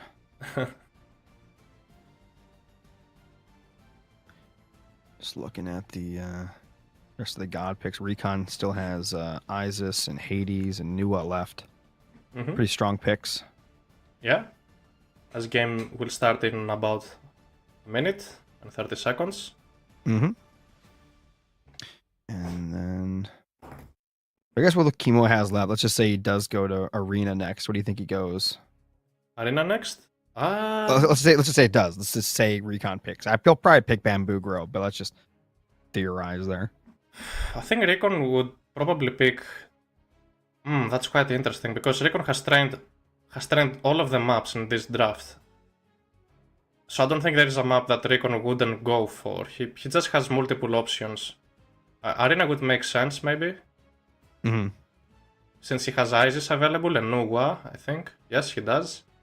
And these are very strong picks on defensive maps, such as Arena.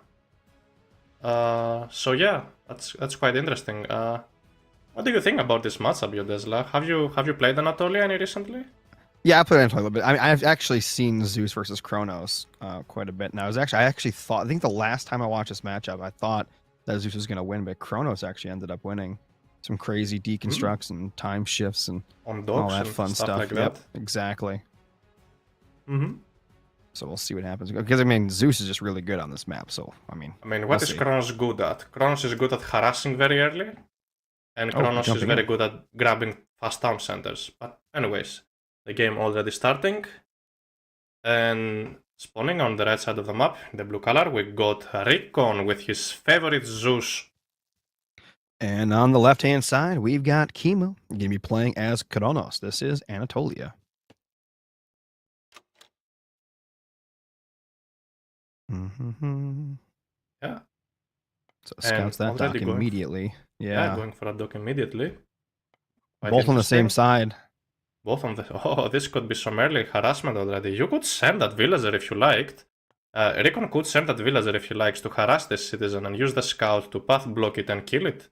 But yeah, actually the citizen wins the 1v1, so I think I'm mistaken here. Yeah, I was going to say, I don't know. I mean, there's also a scout there, yeah. So you never know. Yeah, forget about it. I mean, if you could cast Bolt, but you cannot really cast Bolt on villagers, so... That's an old Age of Mythology feature. Yeah, players would be mad at it, but thankfully it's removed.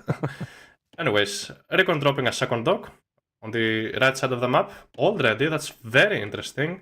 It's early. Double dock playstyle. How come? I've never seen this before. I don't think it's efficient. I think he's doing that he wants to push up because now that he knows he's actually building on that side as well. I think he wants to make sure he gets the fish in front there so he doesn't get less fishing spots. Okay.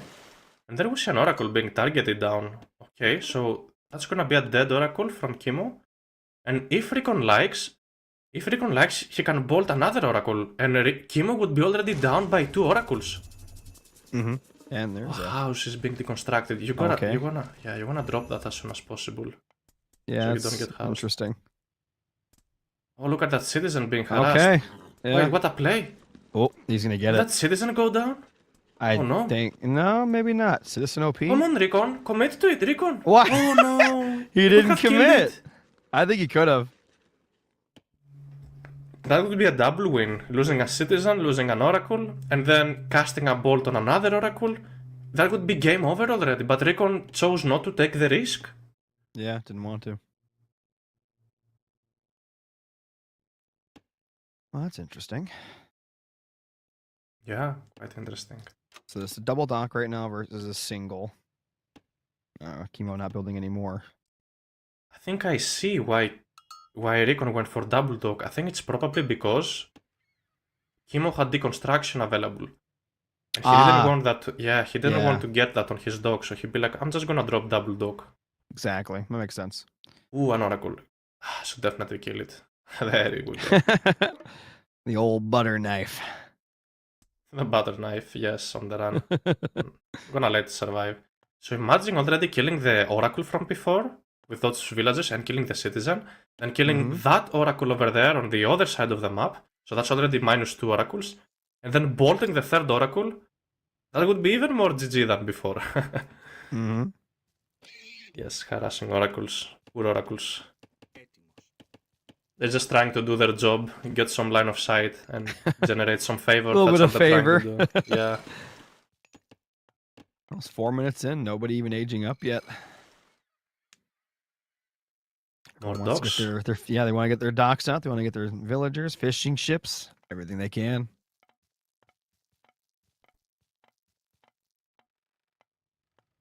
Yeah. We see a temple already being built from Kimo using his aggressive citizen. Yeah, so this might be a rush. Yeah, I think exactly. I think he's going to harass the second he ages up here and go for those docks. Mm-hmm. Maybe deconstruct one of the docks and then push the next one. I don't know. I mean, yeah, he could go for it if he wants. That's But a lot of honestly, fishing ships down there for recon. yeah. I mean, That's a lot of fishing ships. Let's see. So both of them going on both sides.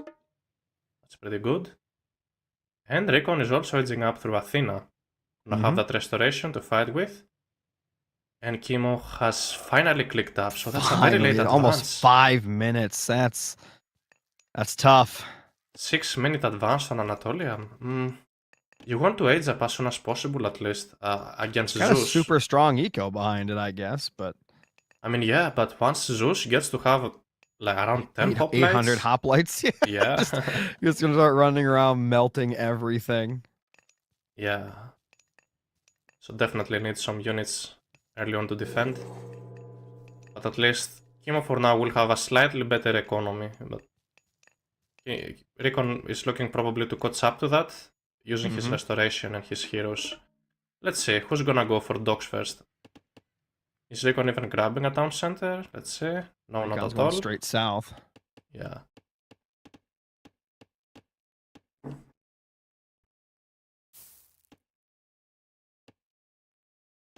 So quite interesting.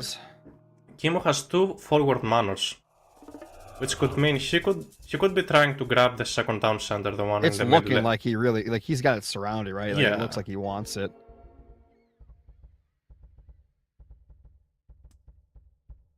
I'm got a hero here, gonna be smacking the Prometheans. And cast the special ability. See them flying around. Nice. One of them might go down. Yes, one more hit. Yeah, there it goes. Gotta run the little guys away quick. Oh, no. Well, Oh, wow, never mind. Jason just one shot his Promethean Offsprings. Didn't even try to run. Oh, poor Promethean. Well, Kimo losing 2 Prometheans for free. Really not a good thing. Oh, and Kimo is going for a second town center. Recon can just go for docks if he likes now. Recon can just spam out hoplites and destroy every single dock. Because remember, Zeus hoplites have extra damage against buildings. Yeah. And they have the extra speed. You can use them as a raiding siege unit. I guess we're gonna see what happens here. I mean, Kimo will, eventually start, doing well on land. But yeah, I think Recon is just gonna get a bunch of hoplites and just start demolishing all these docks on the outside. And looks like he's actually going up in the heroic already. And from the looks of it, oh wait, Kimo at the same time is trying to apply pressure on the left side of the sea. With just an archer ship, okay. So, Kimo's trying to build a couple of hero ballistas. He can use Valor on them if he likes. And at the same time just trying to harass water, but that's not your priority. Your priority is to get to heroic age here as Kimo, or at least have as many units out as possible and defend the bronze push that's about to come.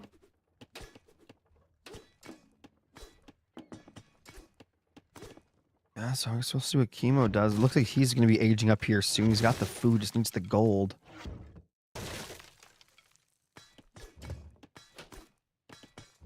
The dock will definitely go down.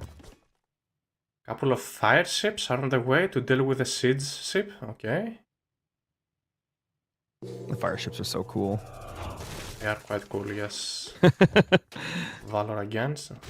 And the hoplite spam has begun. And oh, look at that. It's got two Celia being built. Look, you see that? That's going to be disgusting. Get the Silas out. And finally, Kimo is also edging up to heroic age, getting Hyperion. Oh, no. The Silas are going to do so much damage to the fishing ships. They're going to kill everything. Oh, absolutely. Kimo's behind in like every way except for eco, I guess for villager count, I guess. He's about to lose the water though. Yeah. Recon is just cleaning up water at this point.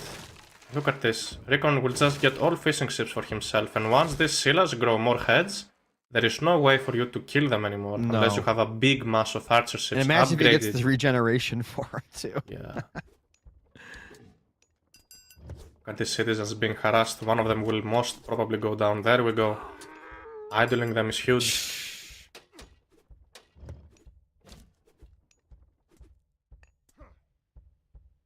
More Scylla's Oh taking my down God, those I see fishing them in the ships. picture Yeah. down there. They're just melting everything out there. Chemo's gonna get gold starred if he doesn't get enough units soon. Attacking the I mean, what towers does is... Chemo do at this Chemo. point? Chemo just doesn't have units to defend here. Going for Murmelo. You Arcus. Chemo's score is so low at this point. What's happening?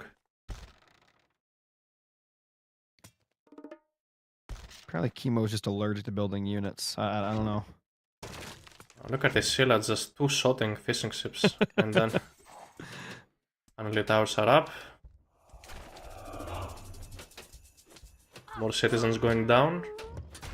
Recon catching up on the civilian count at this point. Satyrs and Hero Ballistas...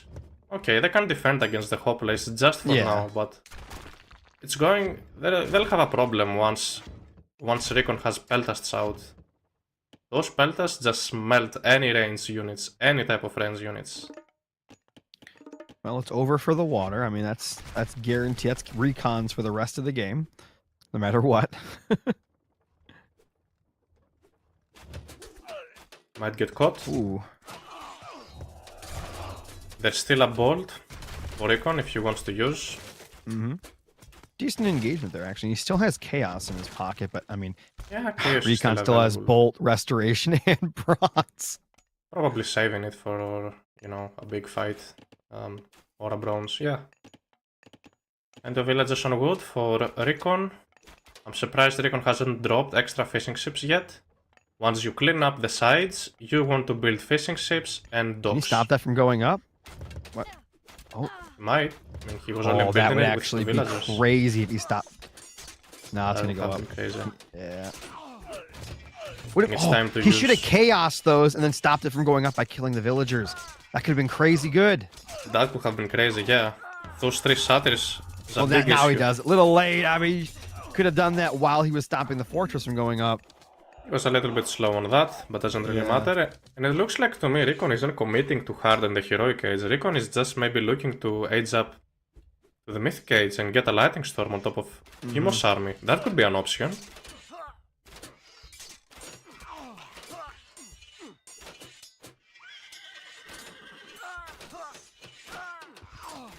I'll just taking good care of the Arcus. Good micro from Recon. And Recon gets the victory. Yeah, Very clean play. Very clean was Zeus just, game. Yeah. nothing to say there, really. I mean, Recon just played straight all the way through and just won. I don't... didn't even need bronze or bolt or nothing, really. Nothing really. That was just clean. Yeah, clean play. I'll just build my Scylla on its side. I'll just take the map control. I'm going to harass your citizens. Take a decent fight and win. Very, very straightforward. And congratulations to Recon getting to the winners bracket finals. He's going to be facing Mista. I believe we're showing that series tomorrow. And yeah, I think good job from Recon. Absolutely. I guess we'll be moving over to the menu here. Yes, and we're back getting with the replays. Okay.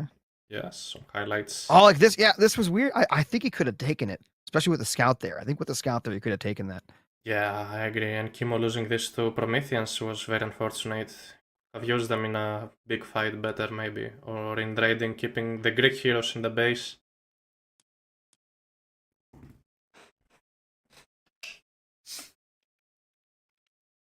Looks like these guys are putting in some work. Just cleaning up. And there's another citizen kill. I mean, this was just really good, but I mean, it's really not much. I mean, there was never any one particular thing here that was crazy. It was just good play all game long, right? That's what it looks like. Yeah. Honestly, that's a very good map for Zeus, not gonna lie. You always want to play Zeus or Hades on Anatolia. Strongest picks you could get. Mm-hmm.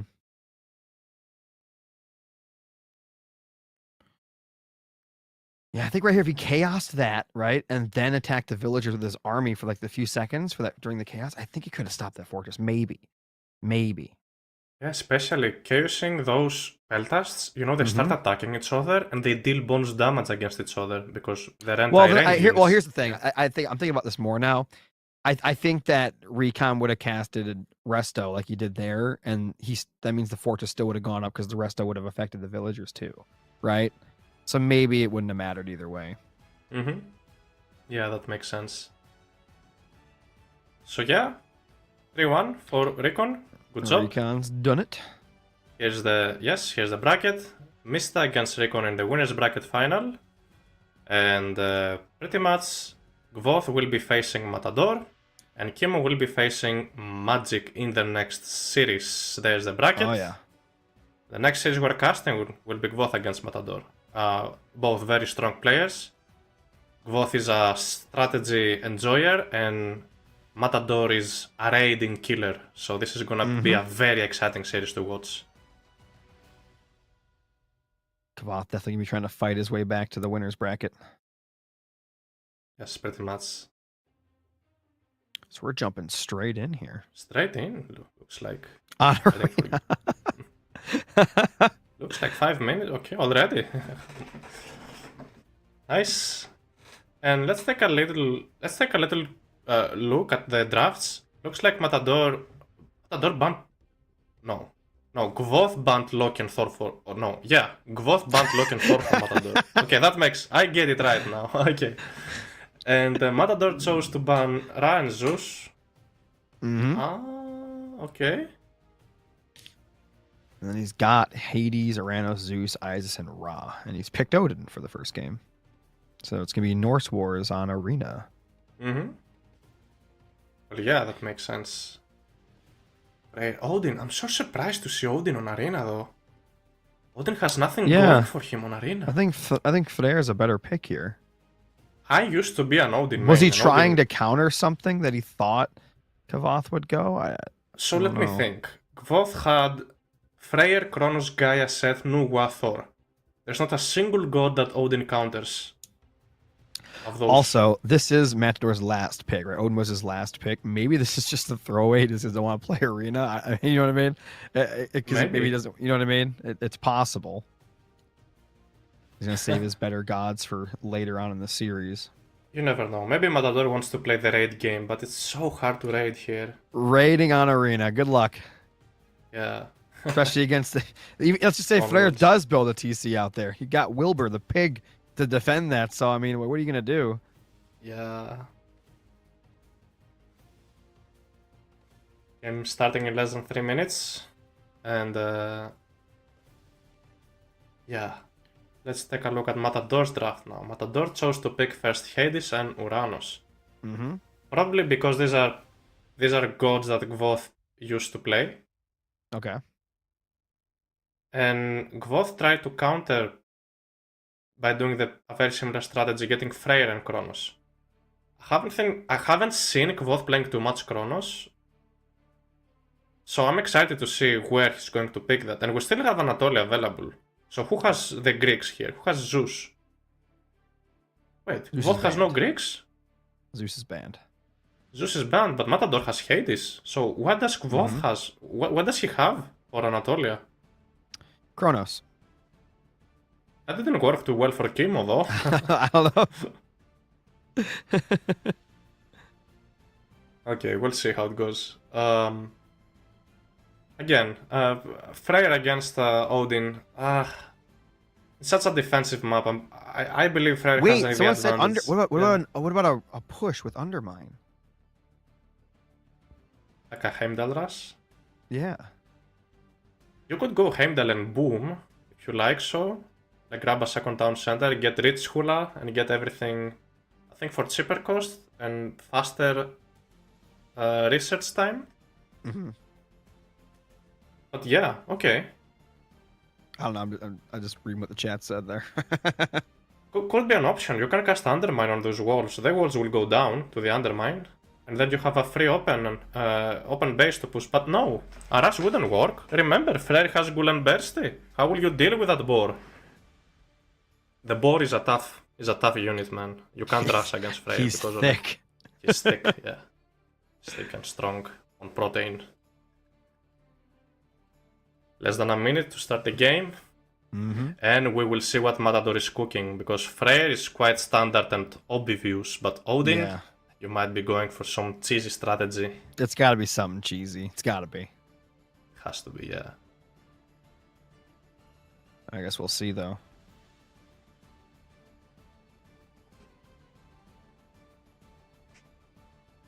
Again, Mm-hmm.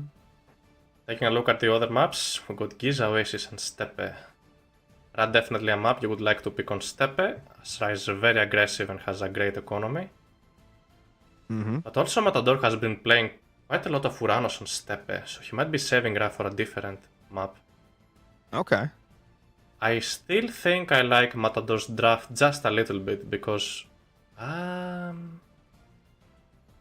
the double Egyptians. But then I'm not too sure about Hades and...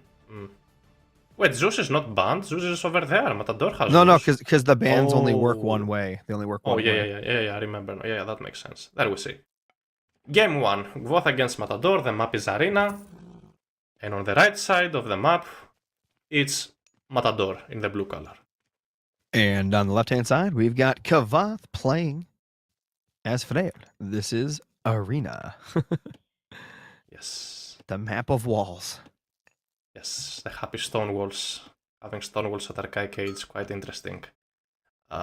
So this map was taken from AoE 2, if I'm not mistaken. Yep. Oh, quite interesting, and we're trying to apply it on Age of Mythology. Very exciting. I like this map. I thought I would hate the map. When they announced they would add it, I thought I wouldn't like it. After playing it a couple of times, You like it, huh? yes, I found out how fun this map is to play. But then again, this is Freyr against Odin, so with safe resources in base, so I'm not quite sure how well Odin will do here against Freyr. But anyways, Matador is again a cook probably. Well, let's just say he doesn't go for the undermine play. Like, what does Odin do? What are his strengths here against Freyr?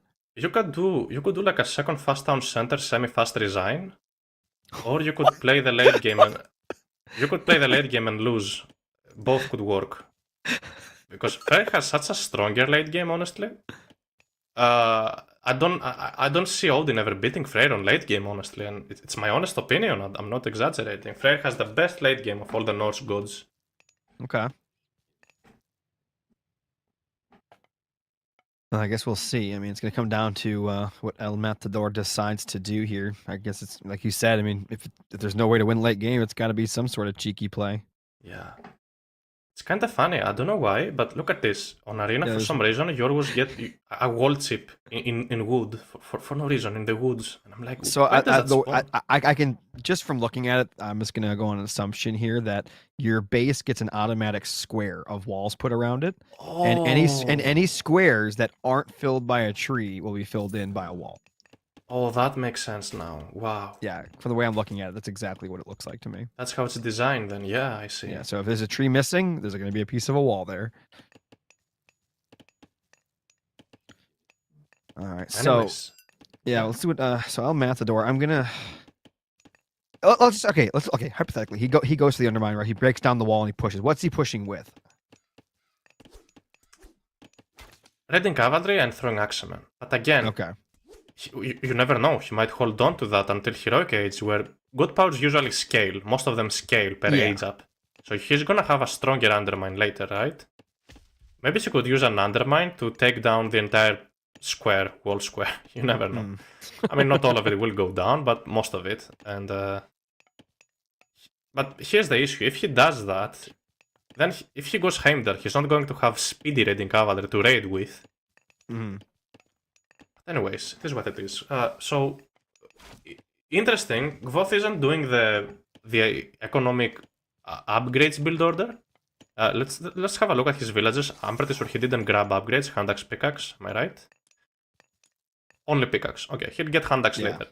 And I think I saw Matador grabbing hand axe. So looks like Matador is going for a more boomy age up. If you take a look at the villagers. Yes, hand axe and pickaxe for the Odin player. So it looks like roles are a little bit reversed. Odin getting the upgrades, Freyr saving them for later. And it's Heimdall. Yes, it's Heimdall. Matador cooking. He's gonna try to crumble a wall. And again, I mean, if Kavath doesn't respect this as a possibility, he might get overrun. I mean, he'll have the pig to help, but Oh, for sure. Look at these ravens scouting around. yep. That might be one of the few advantages Matador has over Gvoth. Mm-hmm. Is the ravens. And remember talking about village centers in the previous series? Here, if Matador goes for village centers, the Freyr player will not know it. But if the Freyr Exactly. goes for village centers, the Odin player will know it. Yeah, he's already coming out to hunt. Oh wow, he's hunting outside already. Okay. Time to cast your great hunt. A defensive location. Got a 10 Sherry. Being too loud. Yeah. Give himself a little boost. Yeah. Let's see what Gvoth is up to, if Gvoth is building any units at all. From the looks of it, Matador is aiming for a second town center, looks like. If Matador is Kavath just saving resources. He actually is building units. I mean, Kavath is. He's actually ahead in military, which is surprising. Yeah. It's a double longhouse opening from Gvoth. Yeah. So Gvoth might be trying... Okay, and an armory. So Gvoth is expecting Yeah. the Odin player to rush, maybe? Would that be possible? He's expecting the cheese, man. He's expecting the undermine. Yeah, he's expecting some things here, and how's Matador responding to that? So Gvoth is keeping an eye on the settlements. He wants to make sure that Matador is not going for them. Mm-hmm. Defensive Great Hunt, that's very good to see. Matador going to have way more food in the bank for now. We see the Great Hunt. I would even wait for Heroic Age, not gonna lie, to cast Great Hunt. But anyways. Oh, okay. We got a lot of hits here. We got some throwing axemen, berserks. Matador gonna lose his units here possibly. Berserk will go down. Run, Berserk. It looks like Matador actually has taken the military lead now. Starting to get up there, almost 40 to 30. So you don't want to be getting the Hamask upgrade that quickly. Oh, yeah. You might wait for Rich Hula first. Or because, again, you want to wait for your unique tech, then you go for the rest of the upgrades, because then they research faster. But maybe Matador hasn't paid enough attention to that. That's okay. Is Matador just going to run across the map? Let's see what he does. Oh, two throwing axemen going down. What a play. So the Odin player for now has the stronger berserks, just for now. Once it goes late game, player is going to have way stronger berserks. But again, I'm not quite sure about these berserks. Matador has to use them, and the best use of them would probably be grabbing a second town center. But let's see what he's up to. What if he walking woods from one side and then undermines the other side and comes in? Walking woods, that could also be a play. Walking woods with Heimdall, with a Heimdall god power. I forgot its name. Yeah, Undermine. Yeah, Undermine and Walking Woods on a town center. That's a strategy Huskshop will often do. But yeah, we'll see if he goes for it. Yeah, those Ravens just scouted those Berserks, by the way, so they're not being sneaky. Yeah, so he knows. Those Ravens are nice. They are very nice. Little map hacks. He's just going to kill all the hunt because he knows he can't get out to get it right now.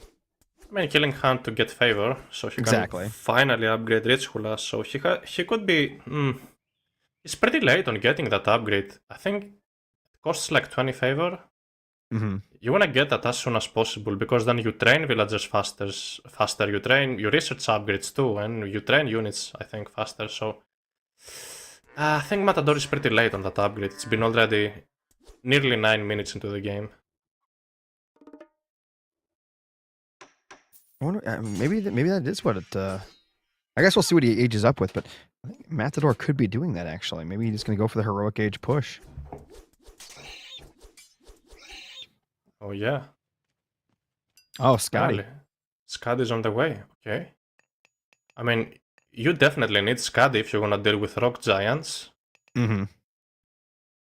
But honestly, Njord wouldn't even be a terrible idea if you could spam out those Jarls. The Ring Giver Jarls, they might be able to deal with Rock Giants. This game's very even right now. Yeah, nothing really happening so far. And Gvoth is also edging up through Aegir. Okay. Throwing axe I'm and surprised that down. Mythor didn't like come out and build some stuff outside the walls, only because like he had the military lead for a while, or for a few minutes there, but didn't use that to his advantage at all. Oh yeah. What surprises me the most is the fact that Gvoth is building Droggers, didn't wait to build Rock Giants. They're so much better than the Droggers, but they just walk in, they taunt the army, and then yeah, and they can take down buildings. Yes, exactly. That's. Anyways, let's see Matador's response. Will Matador grab a town center? That would make more sense, since he has Rich Hula upgraded now. You wanna go for it? As we'll see in a minute. Yeah, he's looking at it. It's looking like he wants it. It looks like. Yeah. He is getting it. Let's see if Gvoth. How will Gvoth react to that? Maybe he doesn't know yet. He'll probably build his own, maybe. Gotta drop another Asgardian hill fort on a gold mine outside just to secure. Is that a hill fort or is it looks like a great hall to me? Is it? No, it's a great. Yes, it's a great. Oh, it is a great hall. Okay. Switching to raiding cavalry probably. Winter harvest being pre-queued. Levy soldiers, so these units will train much faster. Right, so he's gonna see the structures out there now. So Kavath is aware of what's going on and the transition, which is good. Matador has been playing this well so far. I'm quite surprised. Yeah. But as you said, I mean, Matador's on a clock though, right? Yeah, definitely. As 2 berserks will go down most probably. One more. Come on. They'll survive. Okay. Gotta build plenty of heroes. You can certainly build some Godi if you wanna take down these Droggers. They have a long range. And you're looking to defend snipe here. the Rock Giant. Yeah. And now Gvoth grabbing the forward second town center. This is gonna be huge because now Gvoth will be able to cast an aggressive Ghoul and Burst. Oh, don't do that. Don't go too close to the Rock Giant. Yeah, that was. Gvoth could have turned around and snipe all of these berserks. Oh my god, look at this damage. He froze it. Okay, we got to... and the Gull and Bursty. Oh no! The pig! Oh boy. He had to have seen that coming. These villagers are also attacking Ghoul and Bursty? God. Matador lost so much from this. That Gull and Bursty just put in work. All the army went down, the villagers went down. Oh no. Few units survived. What a weird play. I don't know. Not a great push. Fighting the pig is crazy. Like, why would you do that? It's wild. You wanna run away from the pig, especially from Tempest. You gotta run from that pig. The pig is dangerous. It's very dangerous. Oh man. That was brutal. He's ahead in villagers, but I mean, slightly. Look at the favor Not in the enough to bank. matter. Now Gvoth is just going for some upgraded stone giants to push buildings. And there's no frost anymore. Heavy infantry coming in. Yes, heavy infantry on the way. His army just looks so much bigger than Matador's, man. Oh no. Well, look at the military value difference. 6k military value against 2.7k. There's nearly not enough army for Matador to defend what's coming now. And I'm sorry, but Odin doesn't have a pig to save you now. No, no pig. No pig for Odin.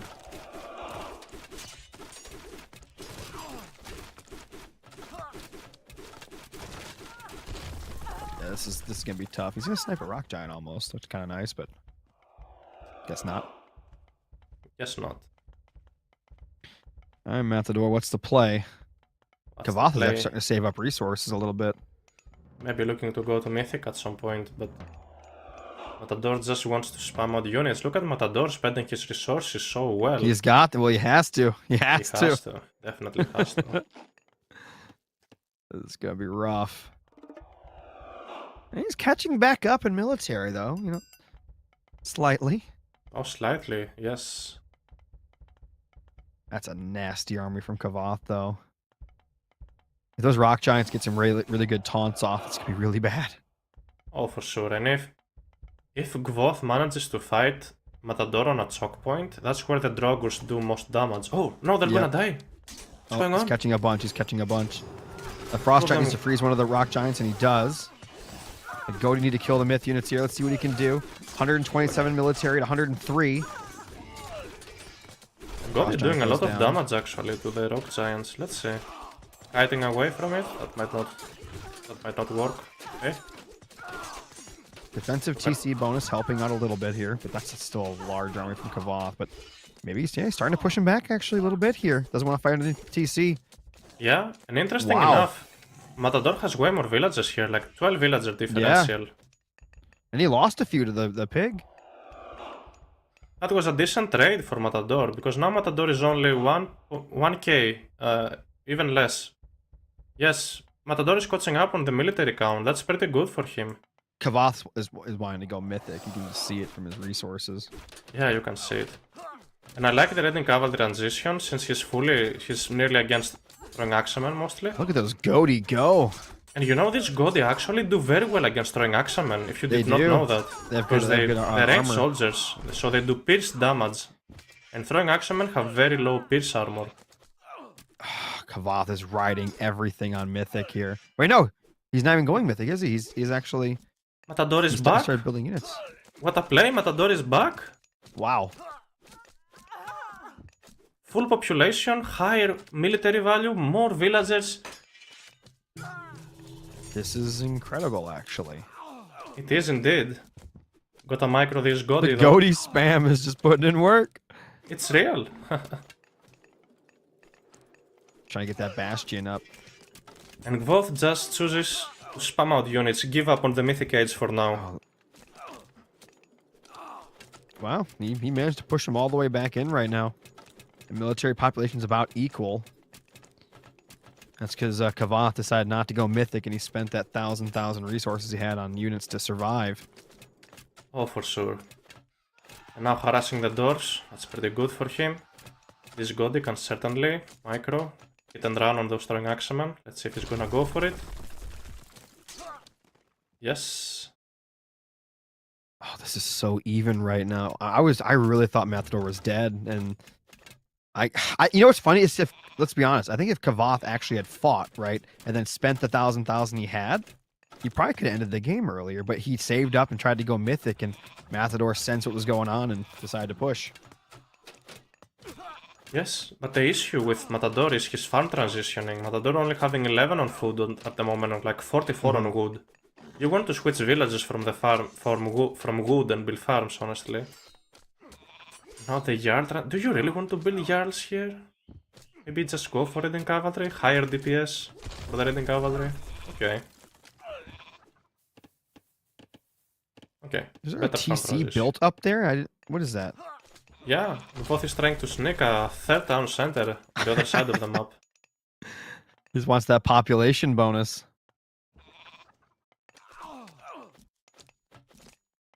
Ooh. 5 throwing axemen went down in no time. Pushed off the gold. That's huge. Oh, he's got another gold to the left. I see it, but still. Yeah. Gvoth is on his way to the Mythic Age now. That Mythic Age could be nasty. It could be, absolutely. Oh, all it takes is for one mistake. Inferno's gonna go boom. It's a good thing there is a Hereford over there if he wants to escape from the Inferno. You can use to garrison and garrison the throwing axemen.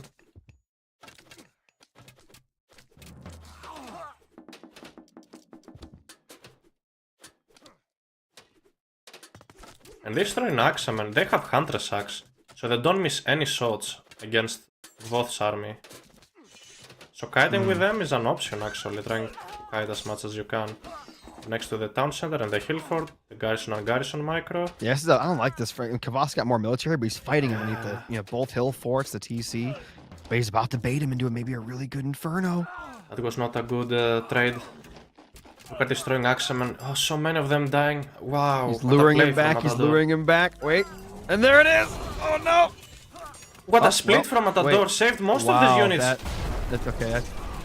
That was disappointing. That was not a good. That was not a good Inferno. We don't get to see a nice Inferno today, do we? No, the players are too good at dodging it. Very, very good at dodging it. But look at this. He's actually dominating. Oh my god, Kavath's getting destroyed here in these fights now. Huskrill's in there. Definitely Bastion coming up. both took some very bad trades.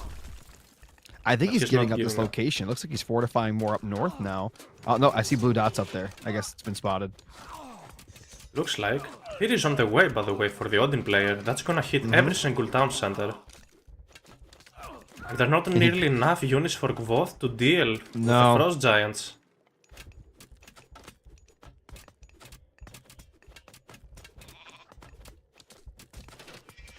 Tagging the Great Halls, that makes sense.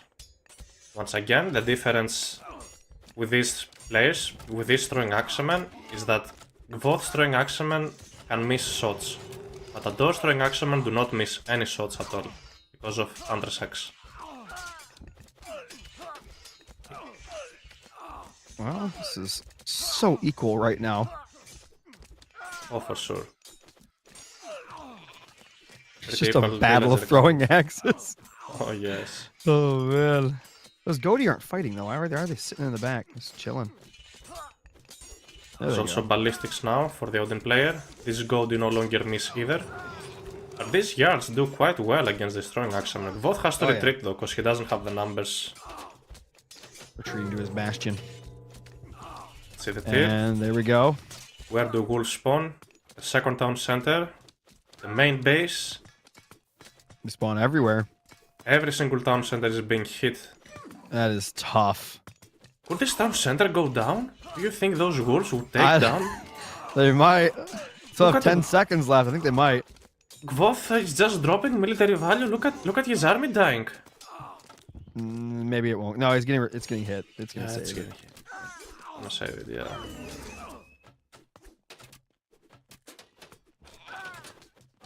All right, Kavath, you gotta do something here.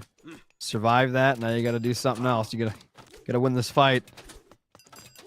I mean, he's got the north, but like, still, I don't think just giving this all up here is gonna be working in his favor. Look at this great house going down. Gvoth eventually has to rebuild them. Take a look at Gvoth's economy, it's in shambles. Only 10 villages on food, there are no farms for Gvoth. No. While Matador has already been doing his farm transition, and on top of that, the Odin player has winter harvest for his farms.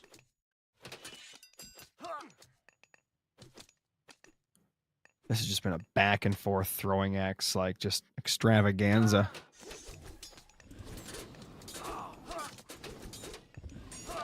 The little Fafnir will defend for now the location. And Matador tried. Oh, he sneaked actually a couple of units.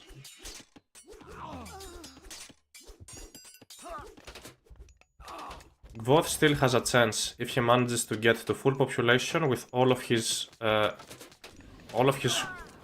unique technology. Then he should be able.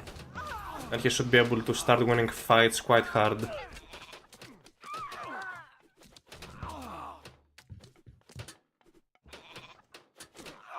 Yeah, Kavath is actually starting to win these fights more and more here. He's got 130 military to 110. He does have the ability to go up to 220 total pop, while Matador only has the ability to go up to 210, though. So Yeah, that's an but his advantage. economy being harassed, it was quite harder, and there was a Ooh, frost. another frost, actually. The casting a frost. It would be good if maybe Matador starts casting his Undermine God Power on these town centers and hill forts. It's a Mythic Age Undermine, yeah. so it would be quite decent.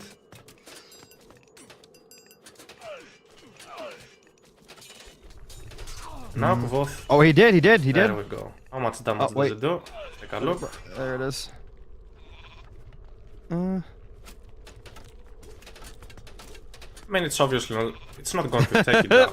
Some It's damage. all is right. always It's free damage. It's free damage. Well, at You least think the stronghold, I think. Yeah, at least the hill fort will go down. Yep, Hillfort's gone. They're both maxed out. And what is Matador's population? I don't understand. I don't really like this amount of throwing axemen. You might want to build cavalry yourself. Okay, finally we got some yards. He's mixing in a few little things there. Looks like he's starting to get some trade going too. Trade is nice, but it's a population issue at this point. Yeah. Matador just needs the population to push town centers. He just built some rams or something. Just go take out like that southern TC. Just something. Rams, frost giants, maybe raiding cavalry, anything. It's gonna get harder for him to push.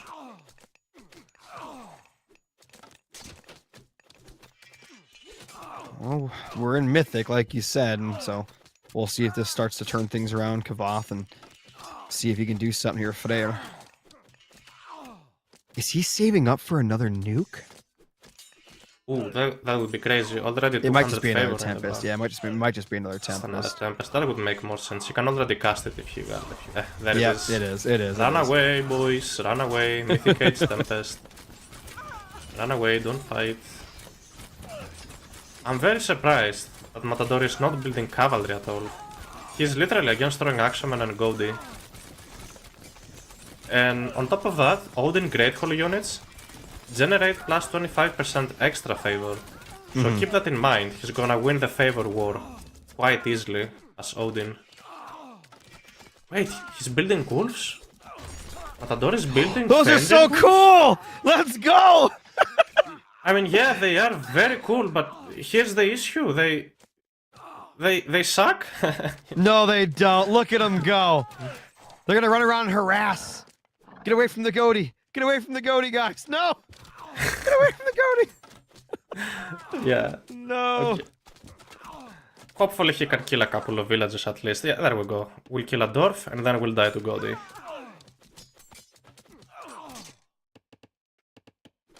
Yeah, that's literally, I think, the worst myth unit, the worst mythic age myth unit in the game. It just But makes me sad. yeah, I They're love so it too. cool, and they just. I they build just that don't do unit good. when I'm ahead. That's when I build this unit. When I want to flex, I totally build this unit. But if it comes down to a tournament series, Oh no, they're I just prefer getting to build picked those giants. off. Oh no. Run, little fellas. Maybe you got a pack of like 10 of them and just ran in. I feel like he can melt some stuff. Yeah, you run can. in, you run in, right? You try to focus down the goatee as quickly as you can, and then the wolves just go to town. Come on. Yeah, once you take a fight where there are no heroes mixed in the army, that's where they start signing. But you can instead use them to raid. And look at this.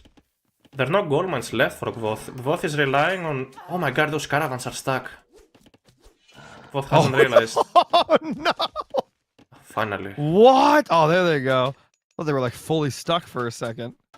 Now Matador focusing on this side town center. He really needs back his population. And Gvoth has to react to it as soon as possible. Yeah, this is what Matador's been waiting for. Get a third TC himself here so he can go up his own population and everything. Is he gonna push the main? No, wait, there are walls. Oh wait, it's No, open. there's not a wall! Wait. Why is he... It's okay. Let's attack another wall. We need more space to fit in, you know. Wait, why is he doing that? Okay, now we can attack the town Maybe he's center. afraid of being trapped. I don't know. Yeah, probably. Maybe. Let's attack the temple and a couple of houses. No? Yeah, this seems interesting. Interesting choice. To raid, I guess, looking for villages. But that will only give more population to Matador, killing villagers now. Because what Matador needs right now is more caravans. So by killing civilian units, you give him more population to build more caravans, basically. Oh, look. Matador finally came back to defend.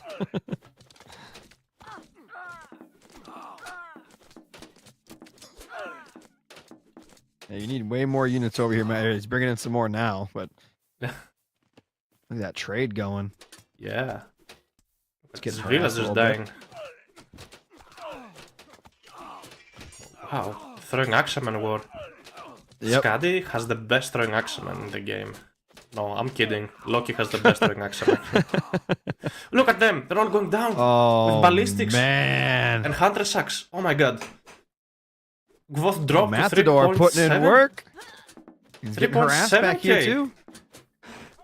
Gvoth trying to get some stuff done. What a play. Again, Matador floating so much food in the bank, could easily just spam out caravans, and that's what he goes for. Maybe dropping a third market wouldn't be a bad idea. You don't really need villagers anymore if you're Matador, you only need caravans. Same for Gvoth.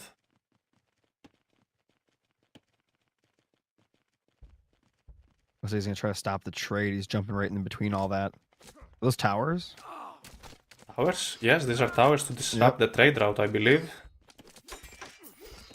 And obviously throwing action don't do well against towers, so they'll be nice just to have here to soak damage and do damage back. I mean, they have ballistics. I mean, they have burning pits, right? Do they? Okay. And yeah, I mean, yeah, and they do hack damage, so... Oh, well, there's rock giants here too, so it's irrelevant. But there are no heroes here for Matador. He needs at least Frost Giants to deal with that. He has plenty of favor in the bank. Maybe it's a gold issue. Where are the Frost Giants? How will you take down the Rock Giants? Apparently just pure willpower and throwing axe. Yeah, a few goatee. Exactly. Oh look, they're healing off the towers. Yeah, they do that. They eat buildings. I know. They literally, you know. Oh no, now they're gonna come in and taunt. Oh, they almost got caught. Ooh, almost. Yeah, imagine all of them getting caught. That'd be really bad. Imagine you pull off like a taunt play and then an inferno. Could you imagine a combo like that? That'd be crazy. I've seen that before. Somebody did that to me. Did they? Yeah, but they lost. Oh. Where are these Godi? We need more Godi. We need more Reading Cavalry. It's illegal. Look at these players' gold counts. They're just so poor. It's illegal to build heroes and Reading Cavalry in a Norse Mirror. Wait, does Matador have 0 trade right now?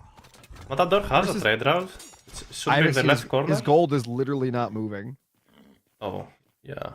There is a trade route. Okay, there it goes. There it goes. He just got some. There he goes. But now Gvoth is back at the game. Matador took some terrible trades. Yeah, that's real bad ones. This is the Frey late game. It's getting nasty. Yes.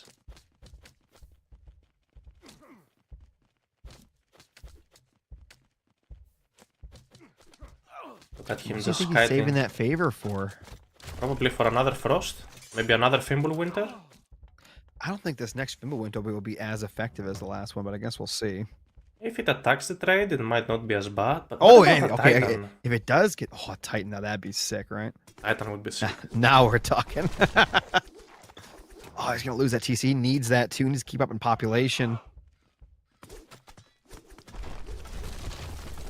That's gone. That's tough. Oh, and he's starting to build the TC. You want to play around your bonuses. Oh, look at that side build. Nice on the trade route. But again, Matador just doesn't have heroes to deal with the Rock Giants. It's the only thing keeping Gvoth into the game. Yeah, I need some more goatees in there. He's actually killing the Rock Giants with pure damage.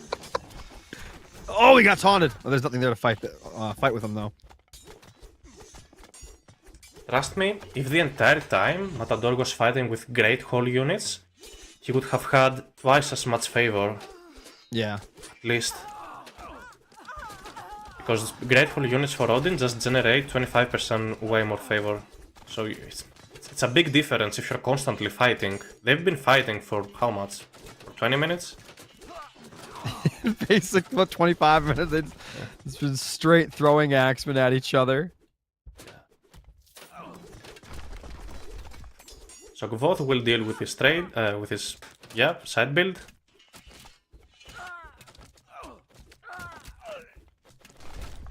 This is crazy. They both have pretty decent banks. Yeah, they do.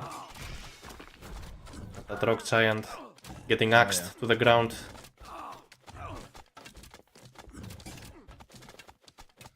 That thing is dead. Gvoth now with 8k military value, this is huge, securing the 4th town center. Yep. Having a secured trade route, a secured left side map. And the population difference is just going to be just really bad.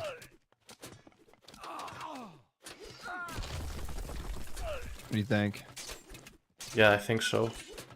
Do we have burning pits? So would Matador actually take down buildings using destroying axe hammer? The town center lost quite a lot of hit It did. points. There's only a couple of hits there too. He probably has the upgrade, yeah. Yeah, the trade's getting hit. Poor That's not trade good. caravans dying. He's really saving up Fimble winner, man. I just don't know if that's going to be enough. I feel like Kavath is probably pretty defended up here, but I guess we'll see. I mean, we'll see what it does to the trade and all that. If he gets there. Oh, yeah. Military difference is oh, he's attacking on the right-hand side now. Well, yeah. Goth is setting up a target on the main base. Oh, he's got ballistas. Look at those things. Ooh, quite interesting. I saw him. Some siege units. And Goth is just building trade caravans out of 4 markets at the same time. That's how good his economy is. Rock look at giants these rams going. And battering rams. That TC is toast. The TC is definitely toast. He's gotta defend. Oh, he turned them all into berserks. Trying to defend. It's an emergency, but now Matador has 50 villagers. He's just going all military. The TC will definitely go down. Nothing to kill the rock giants. Destroyed. Yeah. It's also about heroes. Godi. It's not just about Odin's passive. I mean, it's not only about Odin's great hole units, extra favor. It's also about Godi. Godi work like Herser. They generate more favor and passive favor. So imagine having that much extra favor in the bank you could use for recasting Frost constantly. But there we see, Matador has just enough favor to we're gonna see a Fimbulwinter Fimbulwinter in a second, I think. Yeah? Oh, there we go. Let's see if it does a lot. Hopefully it does, otherwise he's in danger. He is in big danger.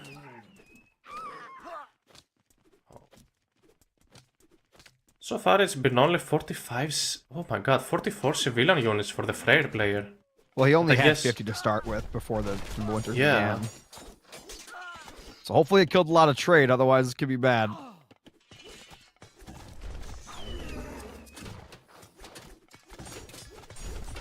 Well, Matador just doesn't want to build any heroes to kill the rock giants. No. That's it. He has 0 gold. He's walling him off. What?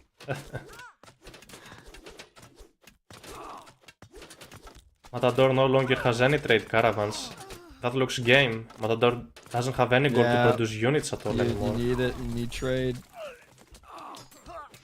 57 trade caravans for Kvoth. Look at Kavath's bank, dude. Ugh.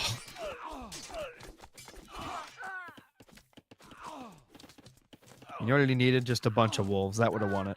That's all he needed. Yes, that's all. That 350 favor into wolves? Absolutely. Would have dominated.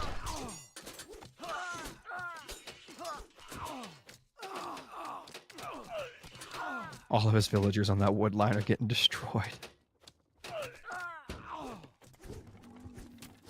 He's walling off the trade. That is disgusting.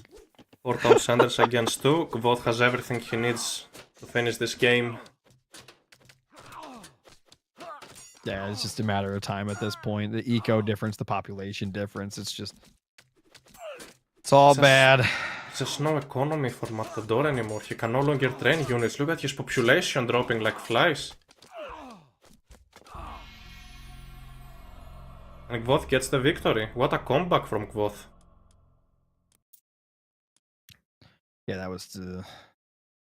It's like you said, though, once they got to Mythic, I mean, that was it. I actually really wanted to see a more of a cheesy play from Matador, I think, that game, but we just didn't get to see it. Yeah, doesn't happen too often in a tournament game. And again, the matchup didn't really help in getting a cheesy gameplay. It's arena, you know, it's hard to apply pressure. It is what it is. It is what it is.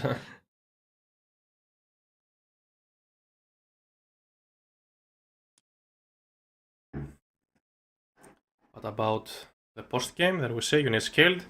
Kvoth with a higher KD. It was actually still pretty close. I mean, units killed, that's not very far apart at all. Neither is villagers killed, surprisingly. Yeah, for sure. And what I would be curious to see is economy. How did it go? Who had the better economy the entire game?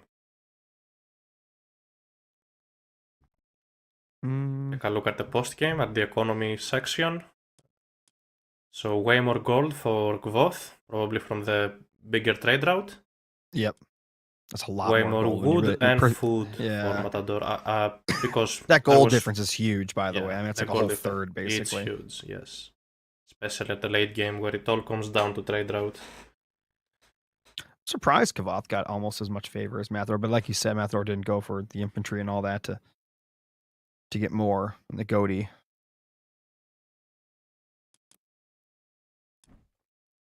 There we see some replays. Okay.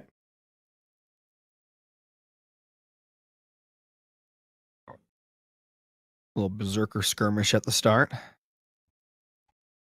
Yep.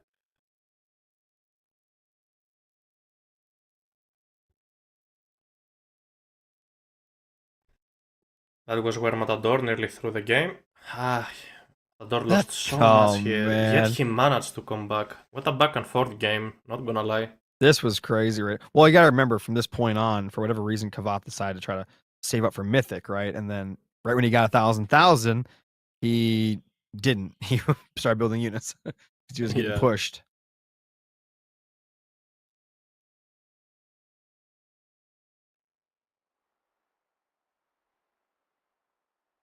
What a play there. He managed to survive. Here, Matador had enough gold at this point here, but then he decided to not build anymore. Yeah, he just stopped building them. Just stop building heroes and frost giants. I don't think a late game frost is that powerful. You better just use that favor on like a titan or on myth units, for example. The wolf spam, man, that would have done it, I'm telling you. Oh, that was a troll, trust me. Nah. You get 20 of them bad boys. Easy dub. 20 of them? Okay. Yeah.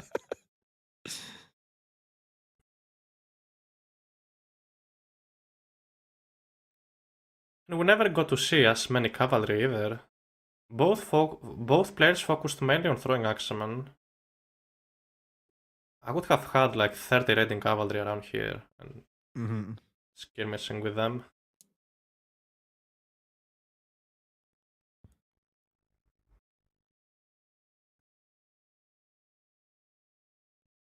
Again, this is just for literally 25 minutes, 30 minutes. It was just straight throwing axemen wars, man. Oh, Norse mirrors are like that often. Since Matador was the one who had Winter Harvest, I believe he should have had a longer and better trade route way earlier. You know, getting the plus 20% gathering rate on farms. That's pretty huge actually. Huge difference. That's why he gathered so much more food than Gvoth did. And in the end, it really just came down to that gold too. Just he got knocked off his trade and then just died from that point. Yes, look at this micro, garrison on garrison. That was a very good coach. Look at these units going down. And this was disappointing, but it is what it is. I mean, it destroyed the temple. Yeah, okay. It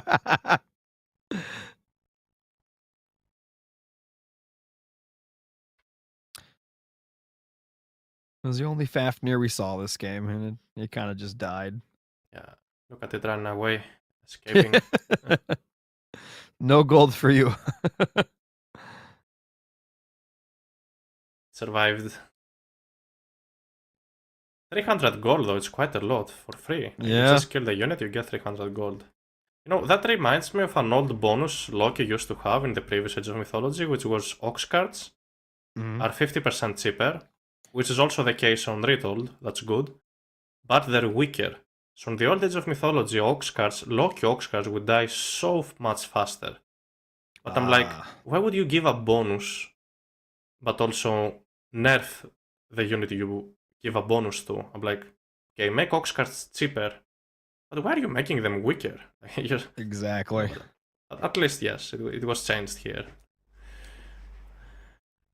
Anyways, look at the score difference for most of the game, Matador was just so ahead on yeah. score. He just didn't have enough population to fight with, and maybe not enough gold income. He gave up building Goaty, and I don't know why. And it's not like they were bad helping with the throwing axeman anyway. Yeah, that's what it looks like.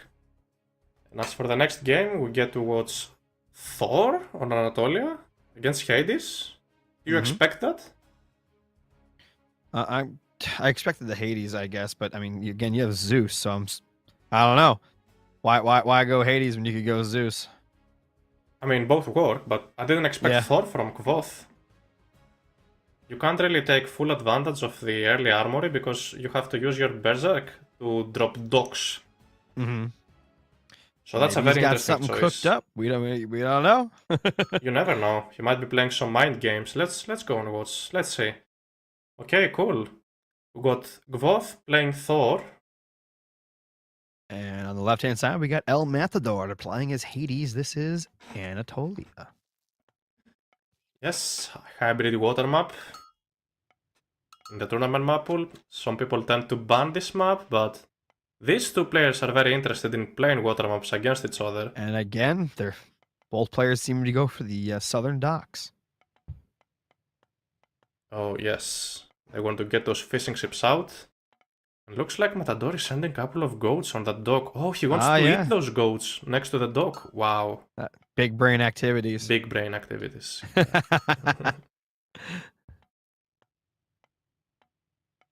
Goats and fish. They're eating good. Yes. Look at this. Interesting for those who do not know, you can drop off food on docks. So that's why Matador will not even need to build a granary. So he will just be dropping off that food on the dock from that villager. So it's just going to be getting the axe upgrade already. Can help with getting more and more ships out. More fishing boats and whatnot. Here's the question. It looks like Gvoth wants to go for an early armory. So will Gvoth... Okay, that's a house. Never mind. So this looked very interesting at some point. I'd be like, can he build fishing ships and get armory upgrades at the same time? For free dwarfs? For a moment. For a moment it looked Thought like about it. All about it, yeah. But I guess it's just better to make a fish boom. Take fish on both sides of the map and... You know. Absolutely. So it looks like he's going to go... we've got a north dock happening there for Matador as well. Yes, that's good. Next the dock. Probably both players will want to make a fish boom happening, since early aggression isn't really a thing on water maps, at least on Anatolia. There's got to be a way to make it happen. No fish, all land, all in. Not very likely to happen. And then we see a second Berserk being queued from Kvoth.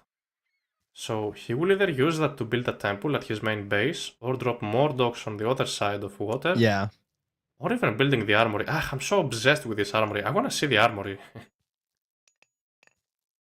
Yeah, I guess we're just not going to see that the early Dwarven armory there. You know, cheaper upgrades and all that, and it's not going to happen. And then obviously the free dwarves would be nice, but maybe later. Maybe later. We hope for later. While aging up would be a good That's idea. an aggressive dock from Kvoth, by the way, in the north. Oh, is it? Yeah. That's an aggressive dock. He wants to steal the fish. He's stealing Matador's fish. But that villager, that villager will find the Berserk. The villager can go for the Berserk if he likes, so... Yeah, oh, never mind. Butter knife versus axe. The villager wins in the Archaic Age. It's very weird that wins. Yeah. Never bring an axe to a butter knife fight. Yes. Bring your own butter knife. That's why you have to send a villager.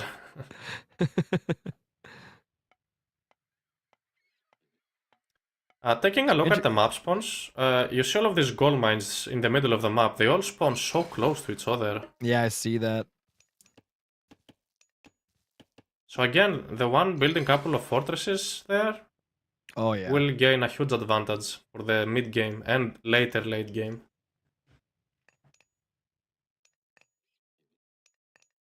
Yeah, the docks in the north are kind of funny the way they're all placed.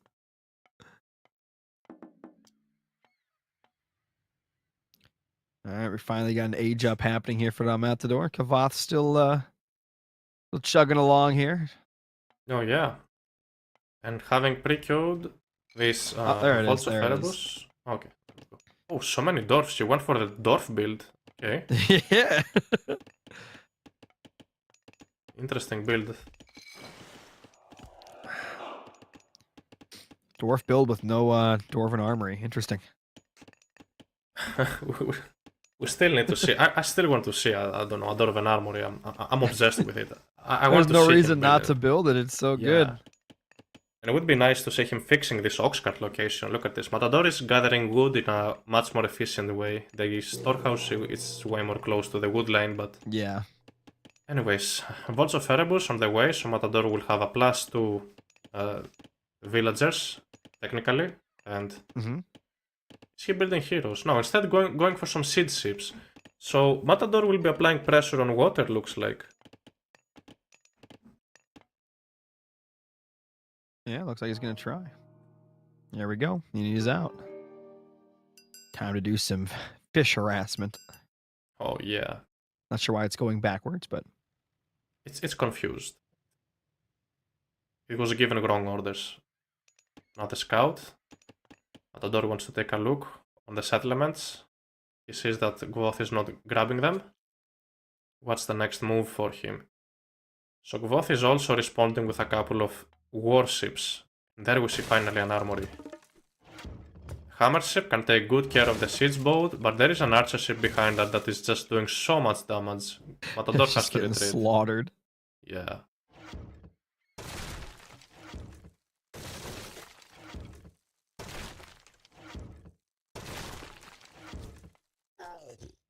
Yeah, the Minotaur is all the way behind enemy lines here, but the Hesiod is going to catch it, I think.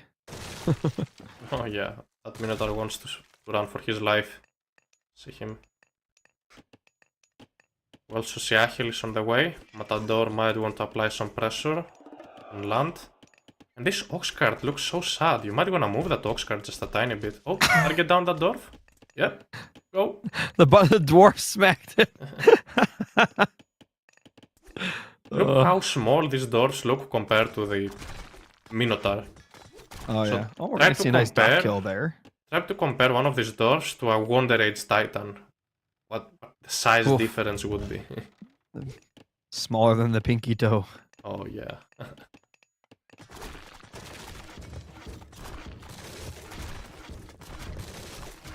It's got these water wars going on. So Gvoth just wants to take down these dogs and take the fishing ships for himself. Matador is just cleaning up this side. This is very good for him.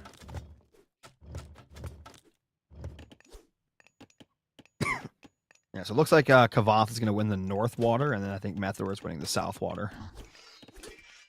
Oh yeah, the troll Got will go Achilles down. out here killing the troll, yep, and he's going to get away too. Oh yeah, and more fishing ships are being harassed. Good job from Gvoth. Absolutely. And Matador has to use some of his units to take down the dogs on the right side if he wants to fully secure that side. Mm-hmm. Sometimes you don't even have to build a dock to secure a fish spot. You can instead drop like a granary. The fishing ships will literally drop off food on that granary if you're Greek. Yep. Or if you're Norse, you can just drop an ox cart. Matador already aging up. Ooh, and it's Aphrodite. Okay.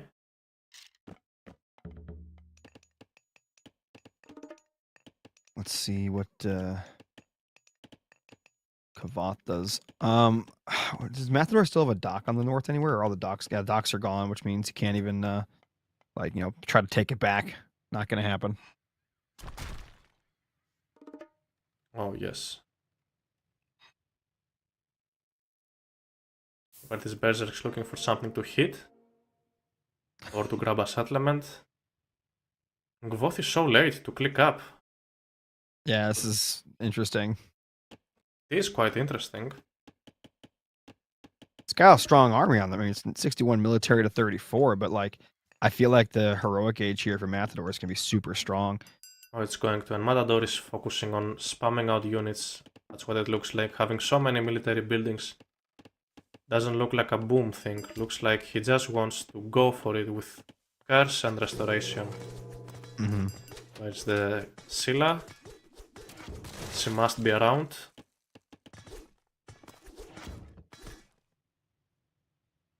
There it is, chilling. Matador will see that. Oh, there we see a curse. These units converted to pigs. But not tough pigs. The tough pig, only Freyr has No, them. no, Wilbur's in a category of his own.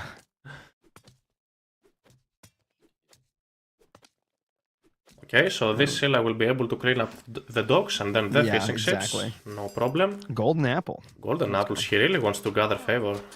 A lot of favor, maybe. And remember, getting to Heroic Age as Hades, you get ballistics instantly researched for free.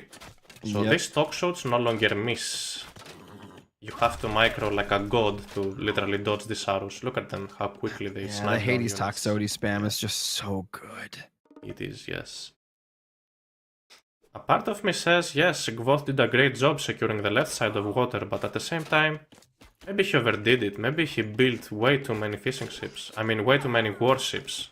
Mm-hmm. So it was a little bit of... He got it, but maybe Yeah. he built a little too much to get it. Yeah, the sacrifice was big.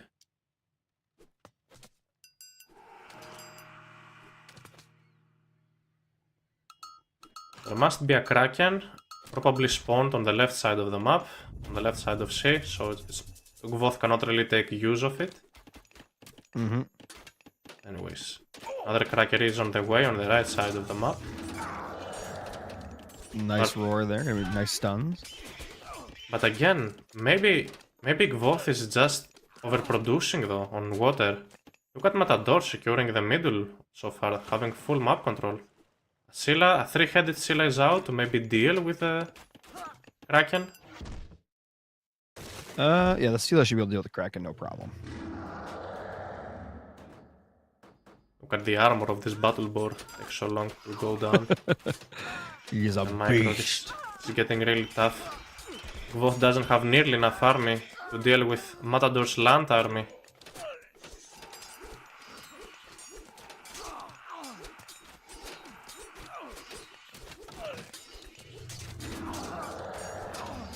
This is some great idle time. Matador spamming and spamming units out. That's exactly what he should do. There are a couple of dwarfs he can snipe.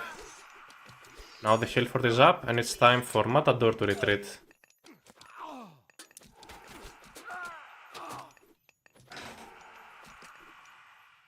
Doesn't really matter. You can go for town centers if you like. You don't have to attack the Thor player in their base. Kraken's actually going to town, I guess. Yeah, Kraken is still alive. We might need another Scylla. So Matador is going to lose the southern water too. Yeah, this is huge. Peltastar out. This is interesting. Because Gvoth has no Godi out. But maybe maybe that's okay. Peltast still kill throwing Axemen. They just have a slower animation attack. But they at least cost way less gold, so it might not be a bad idea building Peltasts over Toxotes.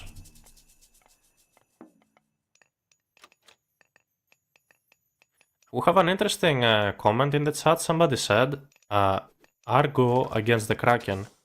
Yeah, that'd be good if you built it. He could build the Argo. It's an Aphrodite technology, so Does he have a dock down there still? I don't even know. He still has a dog, but Oh yeah. he's just letting he let the fishing ships die. That's Yeah, unfortunate. he's done with water. He's all land. All lands. Again, Gvoth overproduced on both sides, kinda. And now Matador can just sit on every gold mine and make sure. Oh, look at this. Gvoth doing the heroic exit, looking for a gold mine outside.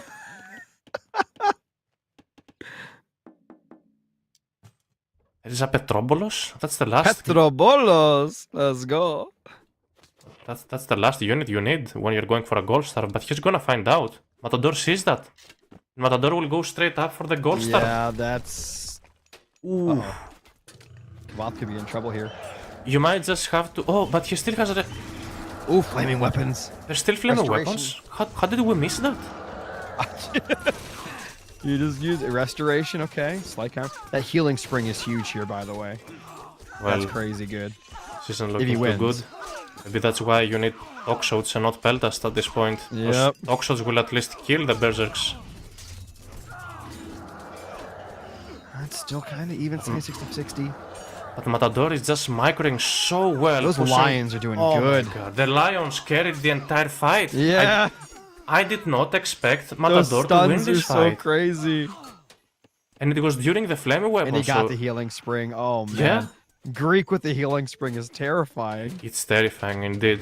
Because look, if the lion ability lasts like 5 seconds, imagine using like 3 lions and idling flaming weapons for 15 Yep. seconds. So these lions really carried the fight. Very well done from Matador. And now Matador has Kvath, you full won the control. water, but you lost the war. Yes, that's how it works. If you overproduce in one of the sides, as long as you win one side, you don't have anything else to train on the other side of water. Just let it go down. Invest more on land, because land will be more important for gold mines. Oh man, Greek with a healing spring. I mean, look at that. Look at that, yeah. And we might see another... No, we're not nearly close to having another restoration, but... Maybe because of the Neiman Lions, there's no favor for that. You don't need it. He's got a spring. Exactly. Petrobolos gonna start sieging this location.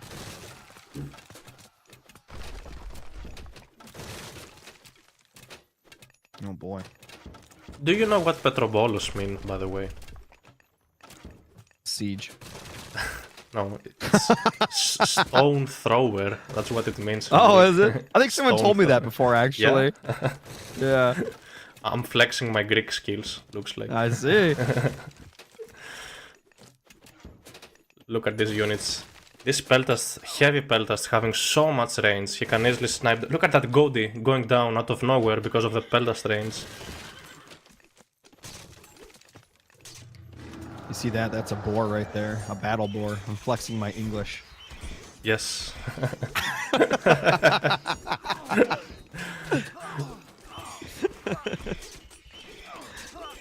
I really like this Peltast. There's nearly nothing to kill these Neiman Lions anymore, because if you select one of these Neiman Lions, they have pierce armor, and Godi do pierce damage. They have high pierce armor. Look at this, 60% pierce armor. So it takes so long for those Godi to kill them.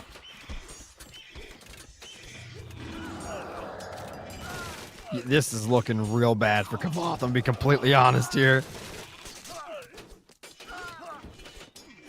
There's no gold mine for you, Kvoth. There's no gold mine for you.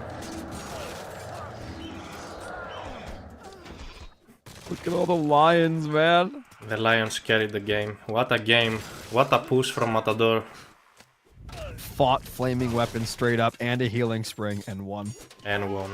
A restoration and a couple of Lions. That's it. Matador, he tying this series up just like that. He taps out. Very nice. That's it. Wow, what a game. So going up 1-1.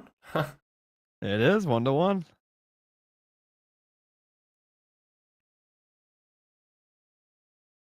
All right, so more food, more wood. Oh, and then military's Matador all the way across the Military, board. yeah. that can one see- was a little more telling. Yeah, you can see the graph just crashing. Yeah. 42 Hippaspists against 31 Berserks. Even with flaming weapons, you won't beat these Hippaspists probably. Yeah, they're so good. They are.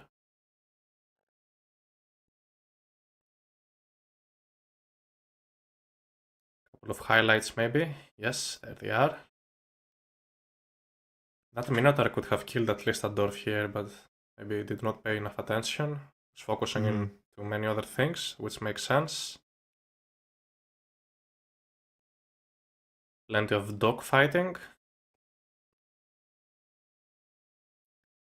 And with the upcoming match being Gaia against Zeus on Oasis, okay. We saw both picking Gaia earlier again on Oasis. Matador might have expected that. Yeah, Zeus hoplites are gonna have a field day with those Cantharius. Oh yes. We got 3-headed Celia down there.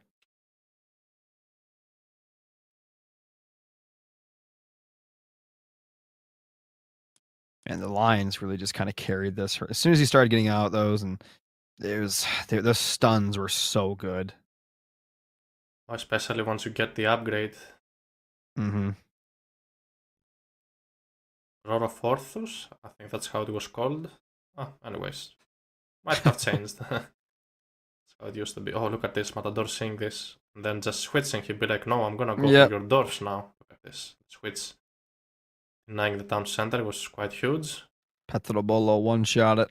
And the best scene of the game here, the flaming weapons. Look at the roars. Look at the roars. Wait for the roars. They're gonna be so good. Start the roars. Boom. Oh. Look at the stuns. Oh, man. He used it at the same time. I think you want to use them covered more area, but yeah, you do want to stagger them for sure. Anyways, they still did a lot. Hypaspists and Sage carrying the fight. Couple of Peltasts. One-shotting the throwing axeman. Very nice.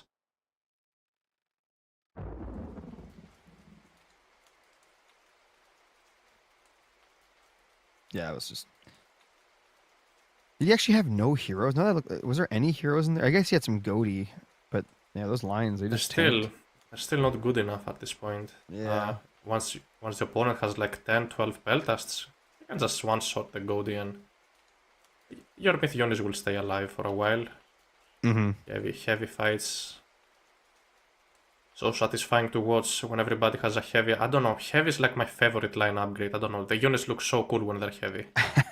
That's silver. Yeah, that's silver, man. I don't know, I'm pretty partial to the Mythic Age gold. Oh, those stuns are so good.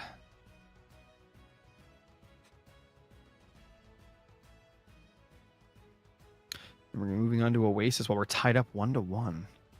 Yeah, the timer should be up soon.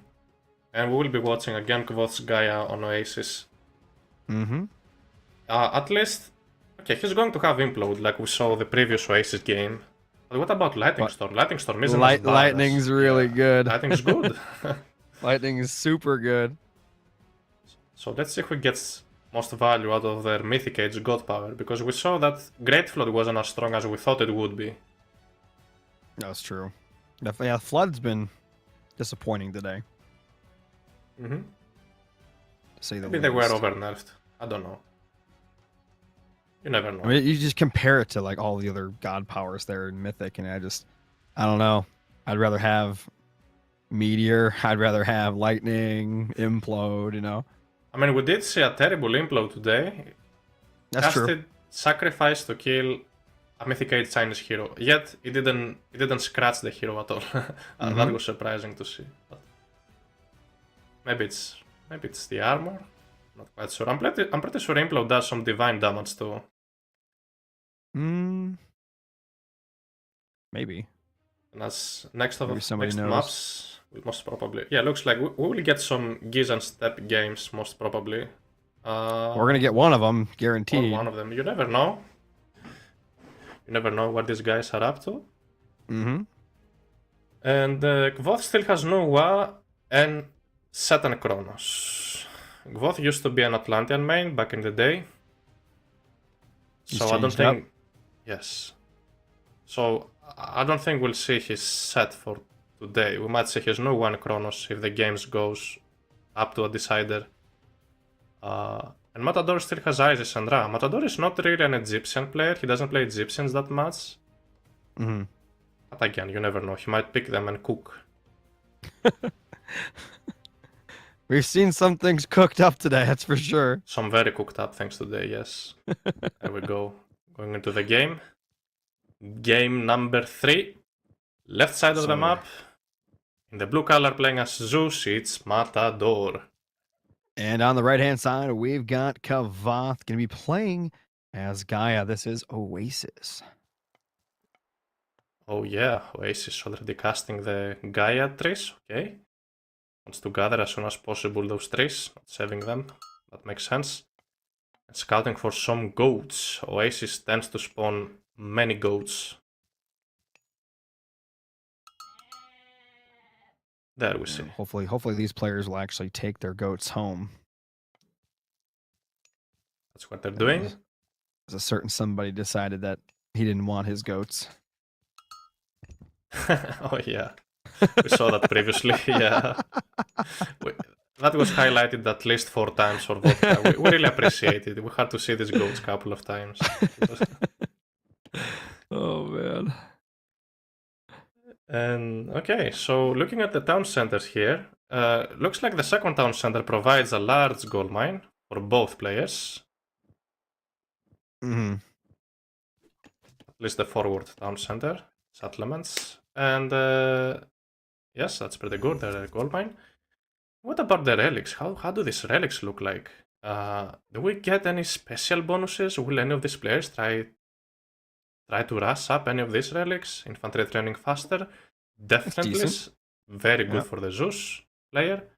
Town center, extra population, definitely OP for the late game. So far, 2 out of 2 relics should be grabbed. Pegasus Scout! 3 out of 3 relics that must be grabbed. What about the last one? Let's farm. Oh, that's the one. That's the one. 4 ST relics. You definitely grab all of them. You just build heroes and take them. Oh yeah. Ooh, yeah, making the makeshift Gaia wall. Wow, the great wall of Gaia. Wow. Temples are being thrown. Interesting. Gvoth is going for a... No, I mean Matador is going for a very weird wood line. Look at him sending villagers in the middle of the map to gather wood. Look at that. Look at his base. Look at this. This is so far away from his town center and so unsafe. There's not even a feels tower comfortable. there. He ain't worried about it. He ain't worried. Maybe I'm too worried. Well, maybe he wants to play aggressive. That would make sense. But some Contarius raids will be devastating to deal with. He'll have walls by then for sure, right? Oh, yes.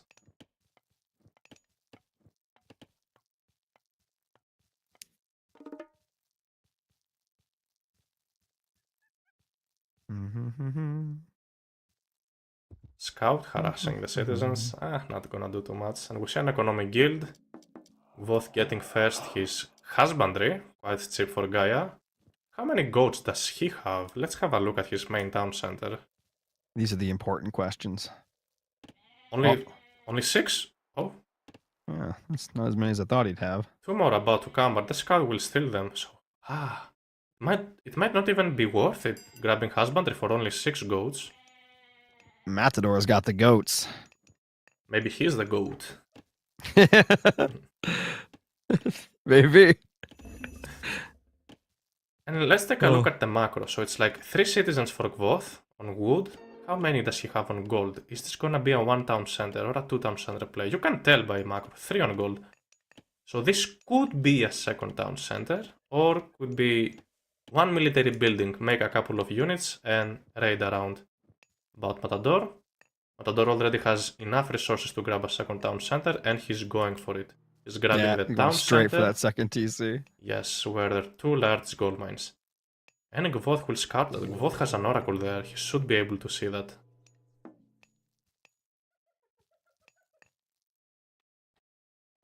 Oh, the oracle...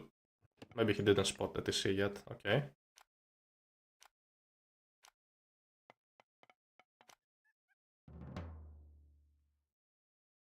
Oh, it's going to be some Murmelo getting built. And he does get husbandry.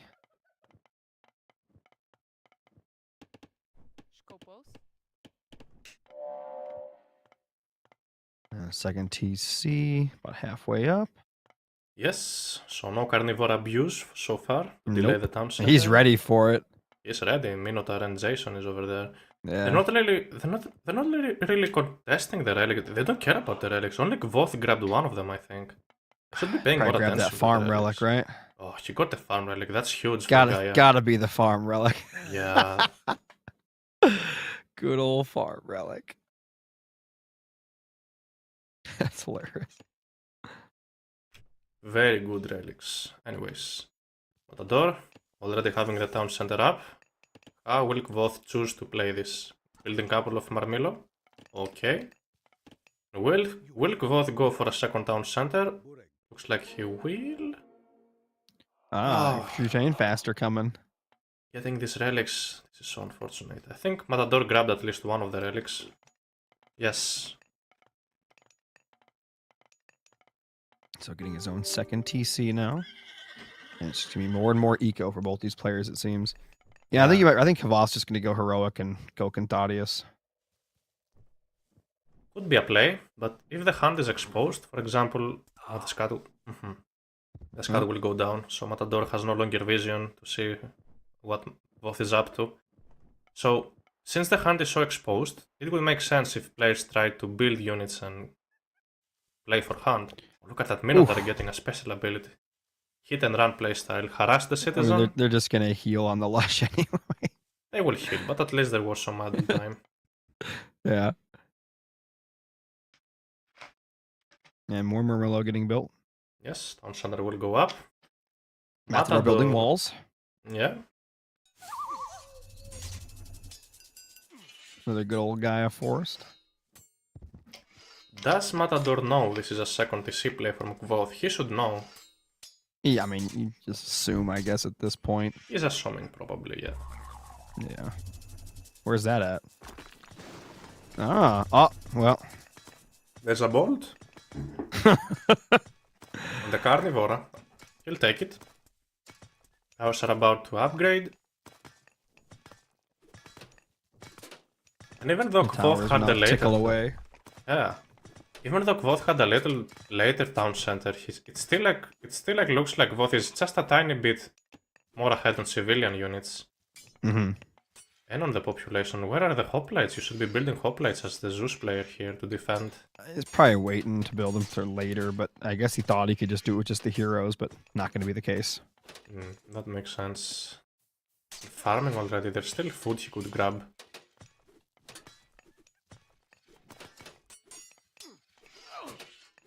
Oh, lost a hero. Bite of the Shark is on the way. Yeah, such a good upgrade. For this Marmilot to do extra divine damage over time. We'll be having an easier time against the heroes. One Marmillo will go down. Nice micro from Matador.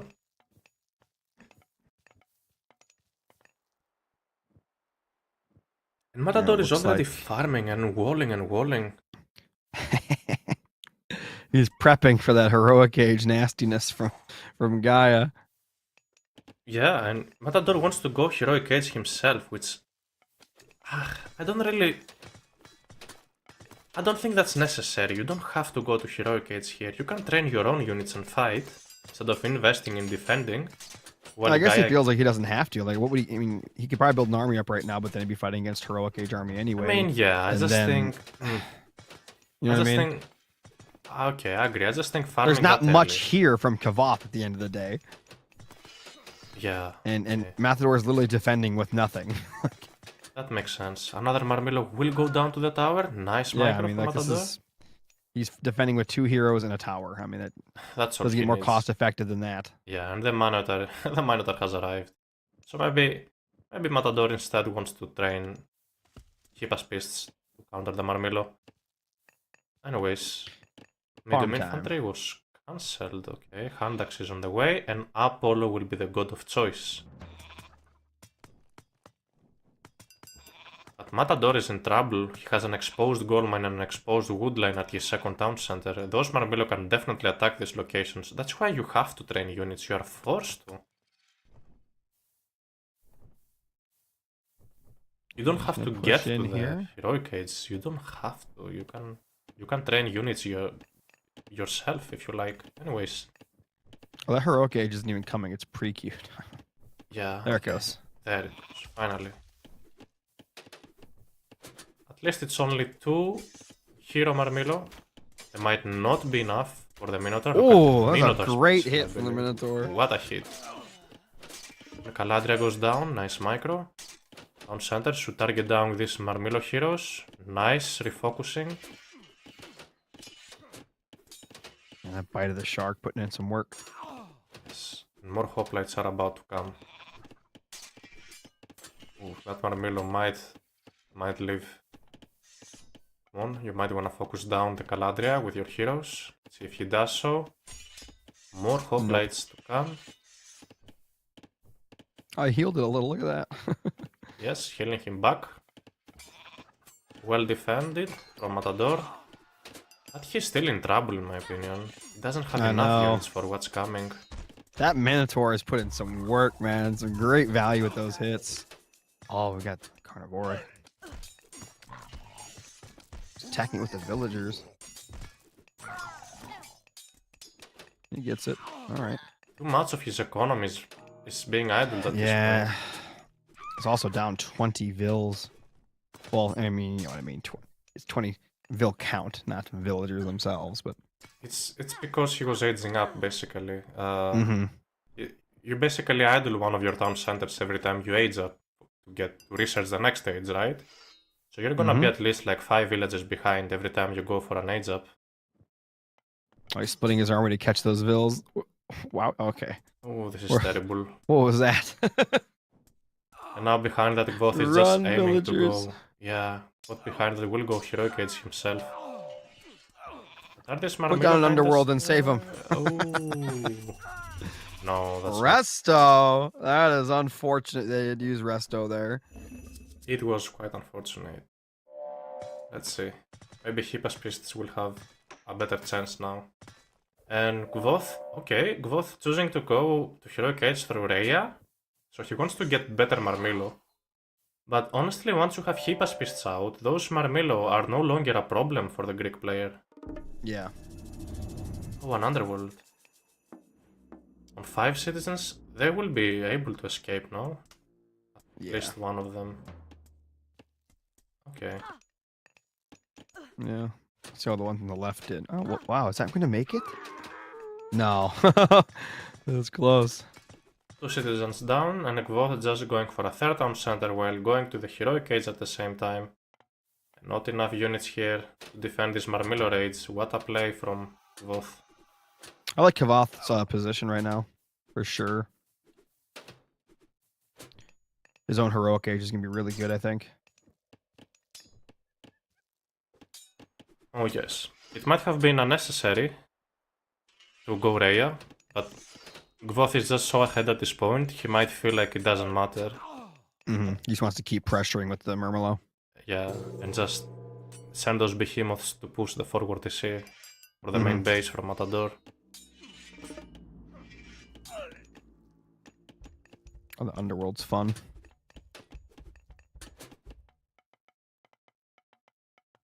He's going to see this third TC. Yep, he will. And one Hippas is doing such a big difference here. Pushing those This Marmilo back. monster. Ooh, he's gonna get on top of this gold mine. Oh, yeah, he's going to have to leave. Kavath's got to get out of there. Yeah, he has to. And it would even be worth Lost it. one. Oh, Ooh, Trader. That's actually pretty good. there is a hero here. There's Jason who can deal with this Yeah. Manticore, but those citizens being idle. Oh, he this can, is he can run the huge. Murmillo in there. He can run the Manicore away. He might be able to save it. He's not gonna save it. He should have. Oh, he saved it. He did. And it's healing on the Lush. Oh, that's not good. That thing's going to town. Oh, wait, no. Run. Run, Manicore. Don't die. Why would it stay? It could have made it away and healed. Could have used well. that. That thing would have been a beast. Sarissa is also coming, so there will be some tanky hoplites. He's going to push that TC now. Not enough heroes. Yeah. Kill the Carnivora. He's just dipping. Town center will leave, and now Matador has to choose if he's going to build Peltasts for the Arcus or Manticores for the Arcus. He has to build something to beat the Arcus.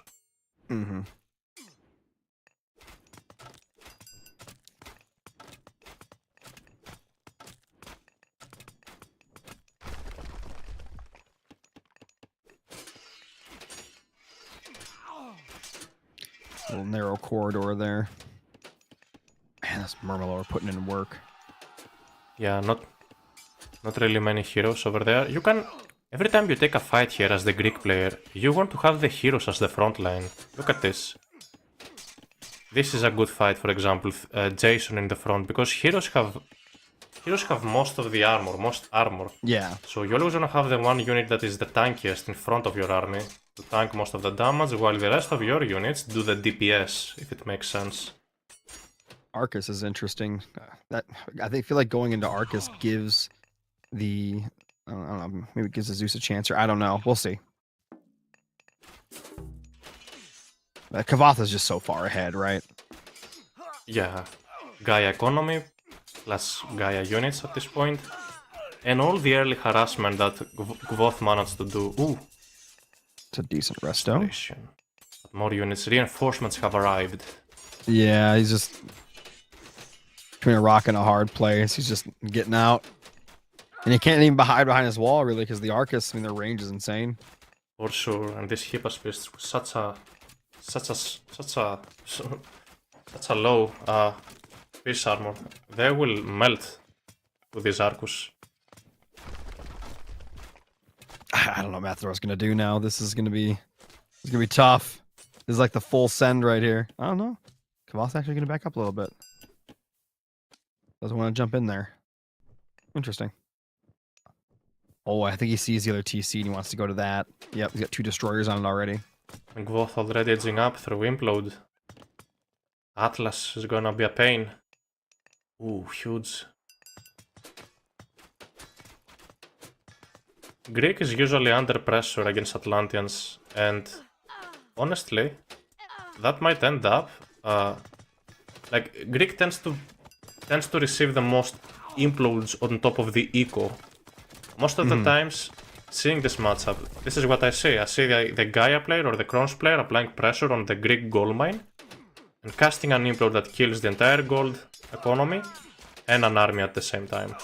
So I think this will be the case here. He's using the Peltist on the Murmilor. There he goes. Now he's microing a little late, but... The Hypaspist might carry? No, this doesn't look very close. No, this... No. No. Oh well. The Greek army will be cleaned up. up. At a time and dying. Arcus carried the fight pretty hard. They do a lot of damage to infantry.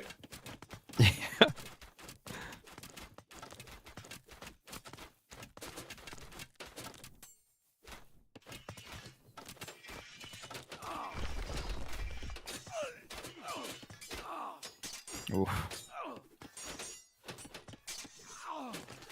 Bathro's still trying to hang on. He's got a little thing going on there on the right. He's got some Petrobolos.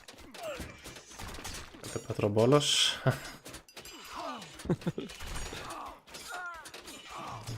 I like the destroyer switch because destroyers can take down buildings, and you can also upgrade them with the Atlas unique tech, Titan Shield. And they then get so tanky, archers no longer do any damage to them. Yeah, oh, and where's it's gonna be on the right. Yep. Oh, that was a little bit of a waste. He didn't need to cast it here. I think it's more of a finishing move. Oh. What if a lightning storm hit right now, for example? That was very risky from Gvoth to use this implode. That's true. And at one point, Mathor did have 1,000 or 900. He went back into units, which he kind of had to. Oh yes. Villagers trying their best to repair, but no, the fortress will likely go down. Yeah, those destroyers are just melting. Champion infantry, champion archers on the way, float control, Gvoth just He's booming got his way. so much in the queue. Well, they both got a lot in the queue, to be honest. But Matador is nowhere close to the Mythic Age. No. Oh, nice bolt. Dude, look at the Arcus go, man. Another champion. Ooh. The gold. This is so painful. This isn't looking good. No, there's nothing stopping this now. This is just a vacuum. The vacuum cleaner on the way to take the game. More fanatics. And Gvoth takes the victory.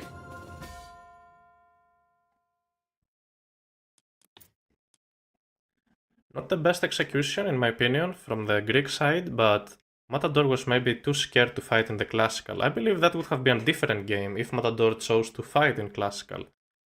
But anyways, this was the game overall. Gvoth is up to 2-1. Mm-hmm. And would be nice to see a couple of highlights from the game. I look at the post game. Yes, Gvoth had a way better economy. Yeah. Oh yeah, yeah. as Gaia typically does. Typical Gaia economy, yeah. Typical Gaia. 58 favored units. Those Marmillo. Quite many Marmillo. A look of the scout going down. With the Caladria ability to slow down units.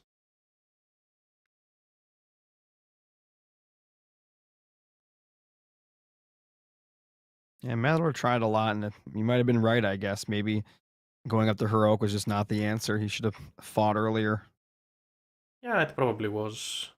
But this Minotaur, that special ability. Sending units to flight.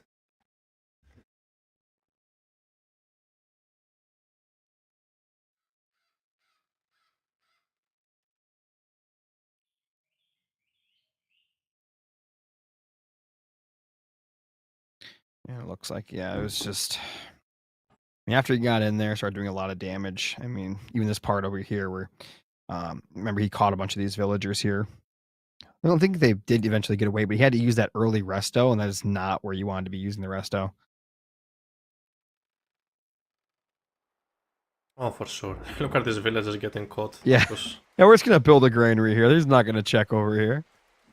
Maybe Matador didn't scout that side too well. Maybe he didn't know there was a gap for the Marmillo to run. But it is what it is. This Manticore being stolen. What a play.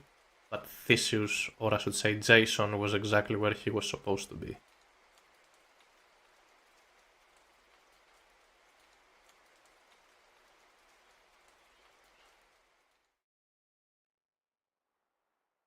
Man, those Murmillo just shred through so much.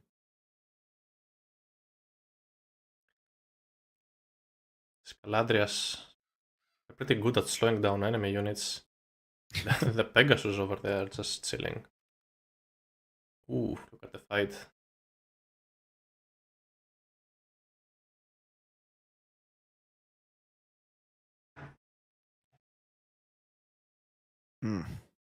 More and more fights, and just Matador didn't have quickly enough his anti-range soldiers to deal with the Arcus, and that was the downfall for him.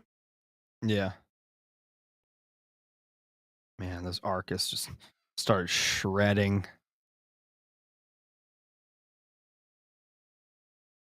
As the next match, we're getting to have Ra against Set on Steppe. Okay. I'll share my opinion about that after. Look at this Marmillo and Arcus. Look at them attacking the wall.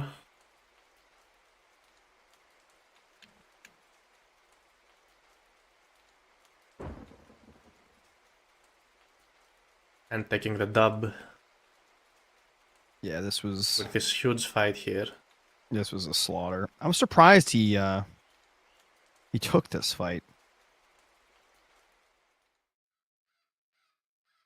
He tried to save the TC, that's why he was over here in the first place, and that just went down like barely as he got there. Oh, yeah.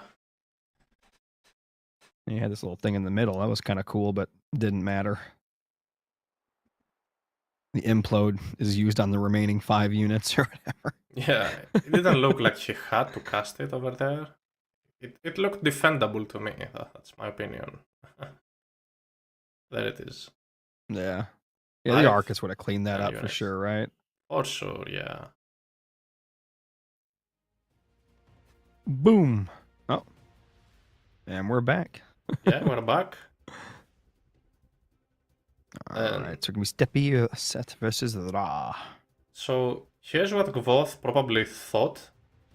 Matador has been picking Uranus on Steppe every series he has been playing in this tournament. So Gvoth be like, okay, I'm going to counter pick here. I'm going to pick Set to match your Uranus. And Matador suddenly pulls out the Ra card. What does Gvoth do now? He has to play a terrible matchup, Set against Ra. But that's definitely a favored matchup. And Matador managed to trick Voth into picking Set here. Well, what do you think? I mean, it's a bad matchup, but what does Set do then? What's the Ra beats Set. like a little cheese, or what is Set I gonna do? mean, maybe you wanna do a cheese strategy as the Set player here, because the Ra just has way stronger economy, way more favor, stronger units. Osiris is a huge difference. Osiris counters Thoth and counters, I mean, Horus as well. Not just spamming out those mummies to deal with Horus Spearman. And again, Set just doesn't have the units for it. But yeah, it will be quite interesting. You never know. Gvoth might pull out a very interesting strategy. And he might be cooking once again. You never know. You never know what they're gonna cook. You never know. We've definitely seen some interesting things today, that's for sure. Oh yeah. We see a lot of So is dragons. the Ra stay one TC, or does he jump to a second one quick? The Rush thing, I mean, since the map is so aggressive and so open, it wouldn't make much sense if you went for a second town center. It could be denied by anybody, by any side.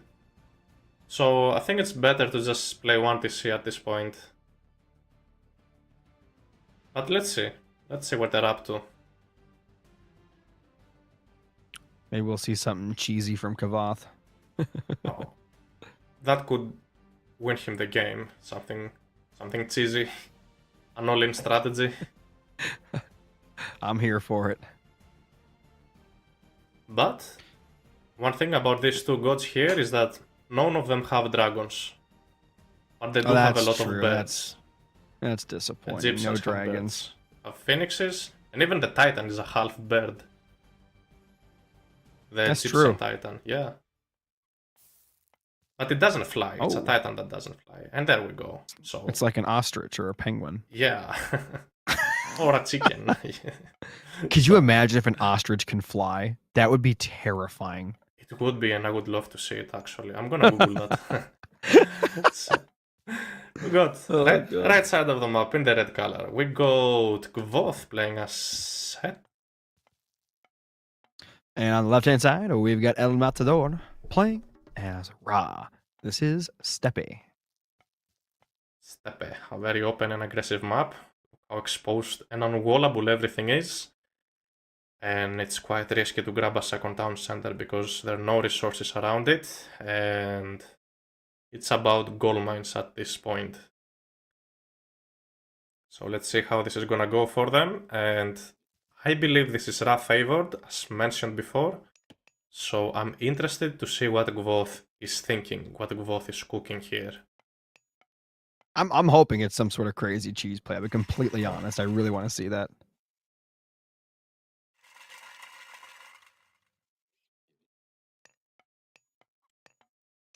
Couple of houses already, pretty early. Okay. And Gvoth is already converting a couple of animals of Set, I believe, since he has extra population. If we take a look, yeah, he got a bear. He can scout and get goats.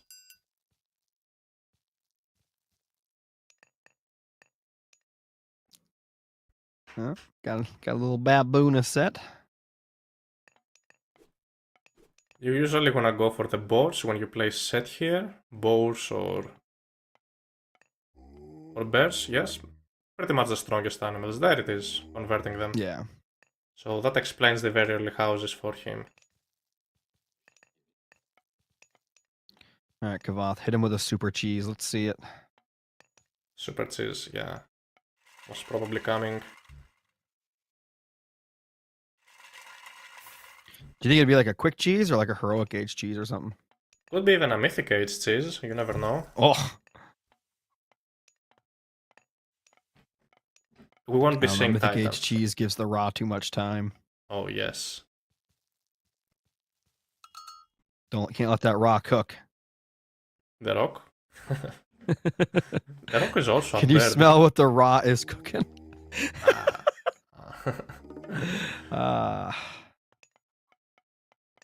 Look at this temple going up. Couple of walls already. He's expecting some Wadjet pressure, maybe. Otherwise, these walls do not make much sense. Anyways, let's see. Second monument Kavath already has up. 2. Yeah, I was gonna say he's got 2 monuments already.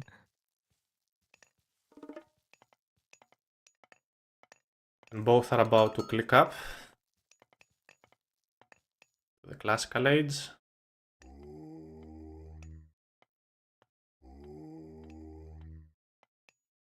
Let's converting some more stuff here. Yep. It's Ptah for Matador. And it's Ptah for Kvoth. So what will this be? It's quite interesting. Will it be a Wadjet war? That's something I haven't seen. I have never seen in any game. A Wadjet war. I've seen a, well, not an end game, but I've seen a early Wadjet war. Wadjet war. That's so interesting. Probably Ra would win that. Look at that bear go. Okay, a Another monument up. We might see even a third one. And Gvoth is hunting outside, which makes me think Gvoth is looking to play the classical age game. What other chances do you have as the set? As long as the game continues, the better the Ra eco gets and worse it gets for for set. But if you can manage to make some damage done early on as the set player, you get some tricks like Shifting Sands and a Vision, scout better and animals of set. You might be able to have a chance here as the set player.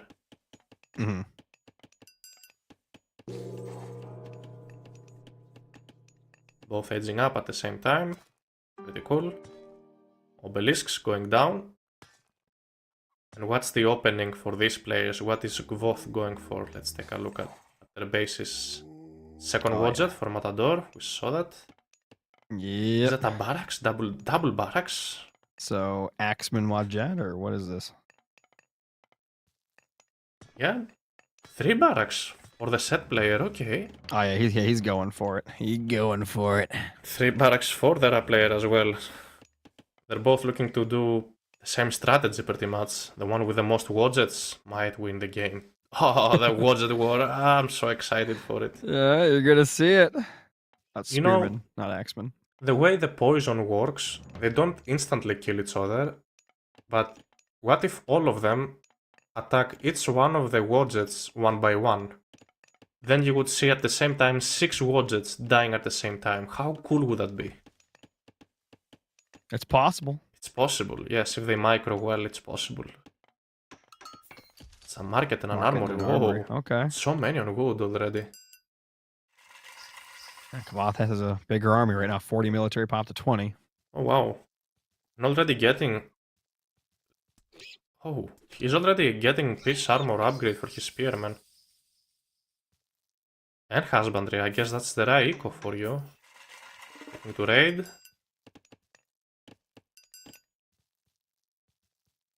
He's looking around for something to harass here, but haven't found anything. Only a couple of Wadjets to harass the spearman. Matador will most probably see this. Yes, he sees this. He has to retreat. Yep. Those Wadjets are about to miss. Couple of shots. Good job. But remember, shot. these are set spearmen, so they're faster. So in a raiding war, You can catch him. yes, that's how you lose here as the Ra player. If you go for a spearman raiding war, the set spearmen are cheaper and run faster, so you won't really get much out of it. You better focus in fighting in one location as the Ra player. Look at that. Oh, this is huge. They're all poisoned. Electron bullets on the way already. How well do these slingers do against... Wow. Against unupgraded spearmen? They probably do well. Maybe he's chasing for too long. You don't have to chase. Yeah, that's kind of a little weird. Wait for the reinforcements. And, yeah. Yeah, 50 military to 59. So pretty equal, but Kavath obviously still slightly ahead there military-wise. It's going to be a slinger transition for both players. That slinger die? It's going to die? Oh, it survived. Nah. He survives. Can heal that back. And somehow... Okay, this is strange, because somehow Matador is behind by 2 villagers. He didn't lose any villagers. Maybe he had Idle Town Center. That's true. Must have been Idle Town Center. Which is pretty bad. In a matchup mirror, you don't wanna have any Idle Town Center. Or you don't wanna lose any units at all in the early stages. And looks like Kavath Getting his gold out there, just holding it down while Matador is just kind of pressuring near the top. Mm-hmm.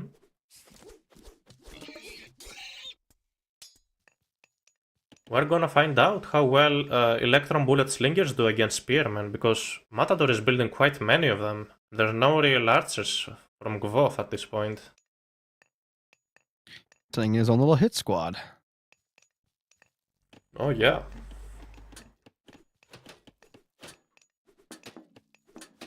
The Spearmen looking for something to hit. They're going to be very unhappy not finding anything. Have to retreat back. And now we're about to see the first skirmish. Ooh, That's a lot of Watt Jets. Look at that. The Wadjet war we talked about. Oh, come on, turn around with your fists. They're trying to spit, but they can't do it. they got no spit. No spit left for them. No spit left in the tank.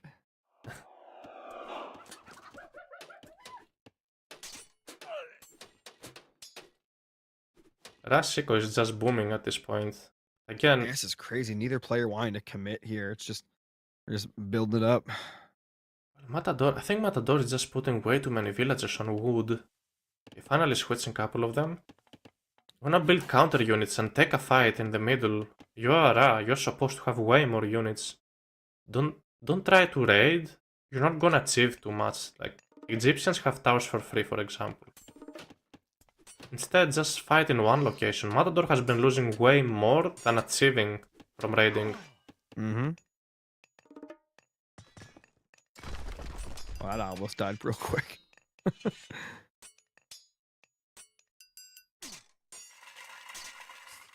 Scallop Tax is now upgraded for Matador, but doesn't look like he has any Axemen out at all. It's up 4 vills now. There was for a second. Gvoth is so close at aging up. This is surprising.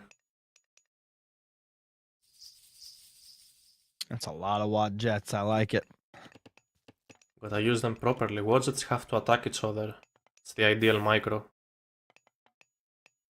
I still believe though Matador has been misplaying this for a while.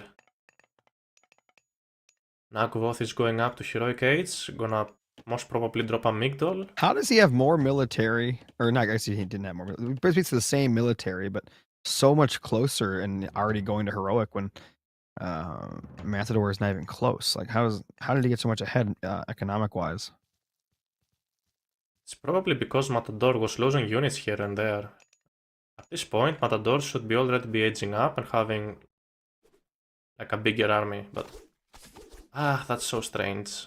Too many slingers maybe, too many villagers on wood. Now Gvoth can hit a very nice raid. He might be forced to use a shifting sense here. Where's he? Oh, save the villagers. Could have caught a few of those. This is not a good sign. Big blob on the right-hand side. Oh. So he did hold there in the choke point. Yep.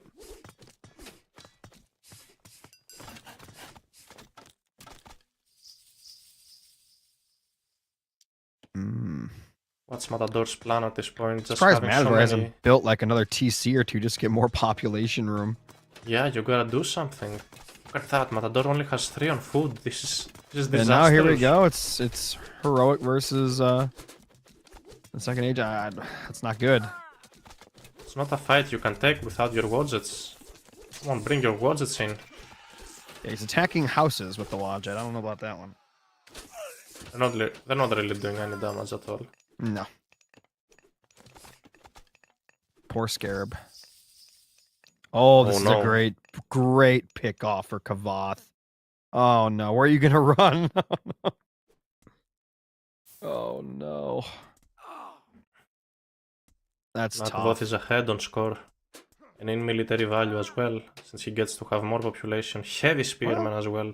Surprised he got away. Slings of the Sun are on the way. These slingers will be... they will be killing these spearmen so fast now with this. Oh, he just let himself get caught again. Well, he's got an army himself to defend. Oh, huge fight now. What's that? Whoa. All right. Brought in some reinforcements. I kind of like that. Wait. Oh, shitting sands out. Interesting. Oh, an aggressive one. What? That was very strange. Wait. He's still going to be caught out. What was the point? Yeah. Maybe he killed those villagers. Well, he's actually getting some great picks here because Matador's army didn't all come with it. Yeah, that was unfortunate. But now this Slinger's doing divine damage. They will be sniping this priest down so easily. There's no slings of the sun for the rap layer at this point. Look at the Slingers just demolishing spearmen, demolishing anything they touch. There are no heroes left anymore. Matador's army is in shambles. Yeah, the Wild Jets are just gonna clean now. Look at that. Well, maybe not. Maybe not. But the reinforcements have arrived. Slingers OP. Slingers against slingers, yes, I guess so. The Wild Jets got mopped. Never mind. Maybe Matador doesn't even need. He doesn't even need the heroic aids. No. But here's the issue. It when you got slingers. How will he pressure Amygdala now, having only slingers? That's gonna be so tough. They have divine damage. They can kill Amygdala. They can destroy Amygdala, you think so? Heck yeah. You get 50 of them bad boys.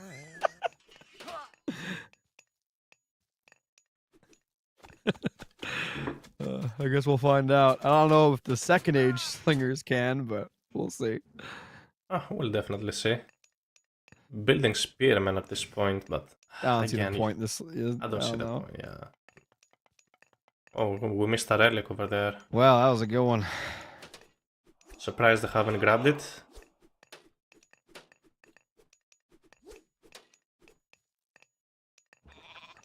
Now, Matador thinking that he's sitting on the one and only gold mine Gvoth could secure, but he's very much mistaken. See the switch. It's a lot of gold right there coming in. Keep in mind, Gvoth does have a really good eco compared to Matadors right now. Oh yeah. Arraign. Finally something that could help Matador come back into this game. Some rough farming economy.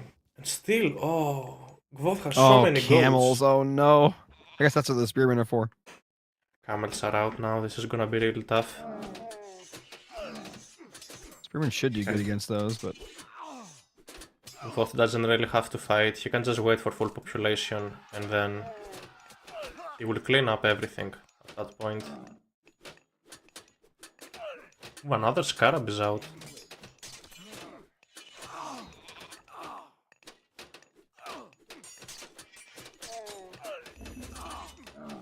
Scarab just running into headbutt.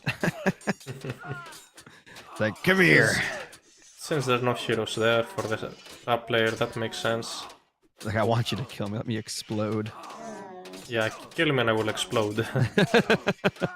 Get right there in the middle of everything.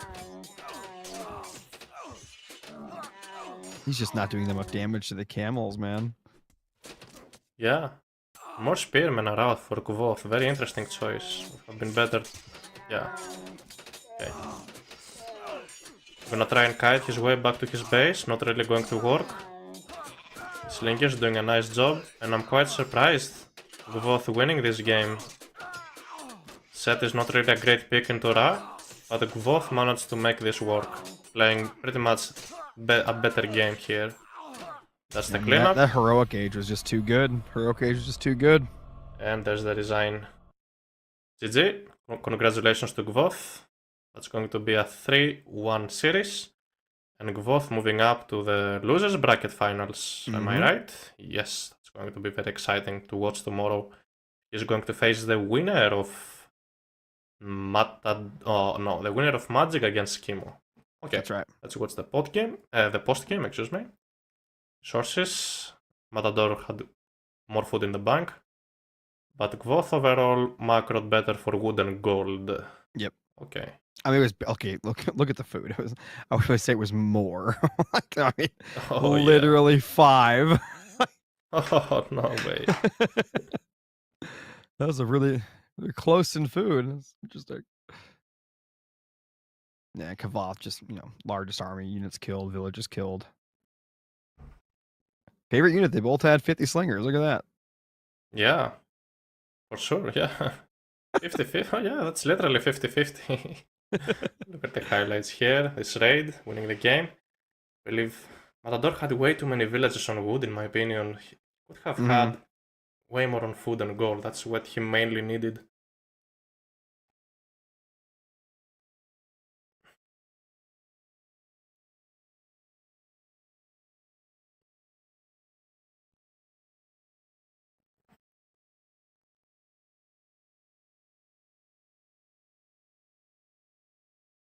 Yeah, I'm gonna be honest. These were the weirdest 2 shifting sands I think I've ever seen at the same time.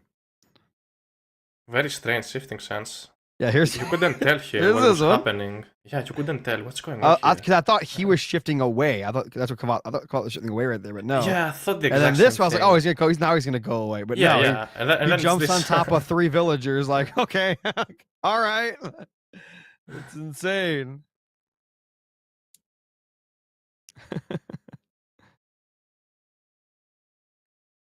And this was surprising to me, like how bad these wad jets just get murdered by the slingers.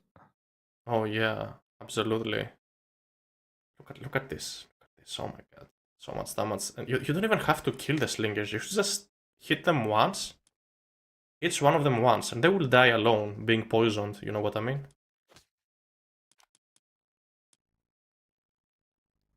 Anyways, more spearmen here. The camels just came in clutch, man. The spearmen were, decent, but the camels just started soaking so much damage from the slingers, and yeah, the camel riders saving the day. Even though it would be fine if both. I just realized the spearmen are over there on the right, not even fighting the camels. Yeah, they weren't perfectly positioned. No, Here's what it is.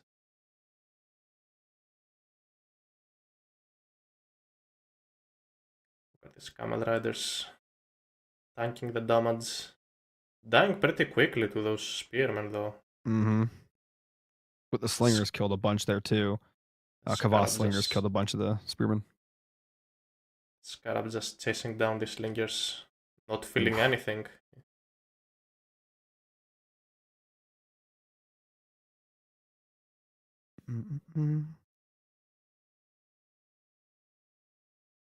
No kiting will not save you at this point, and Matador pretty much called it after this fight.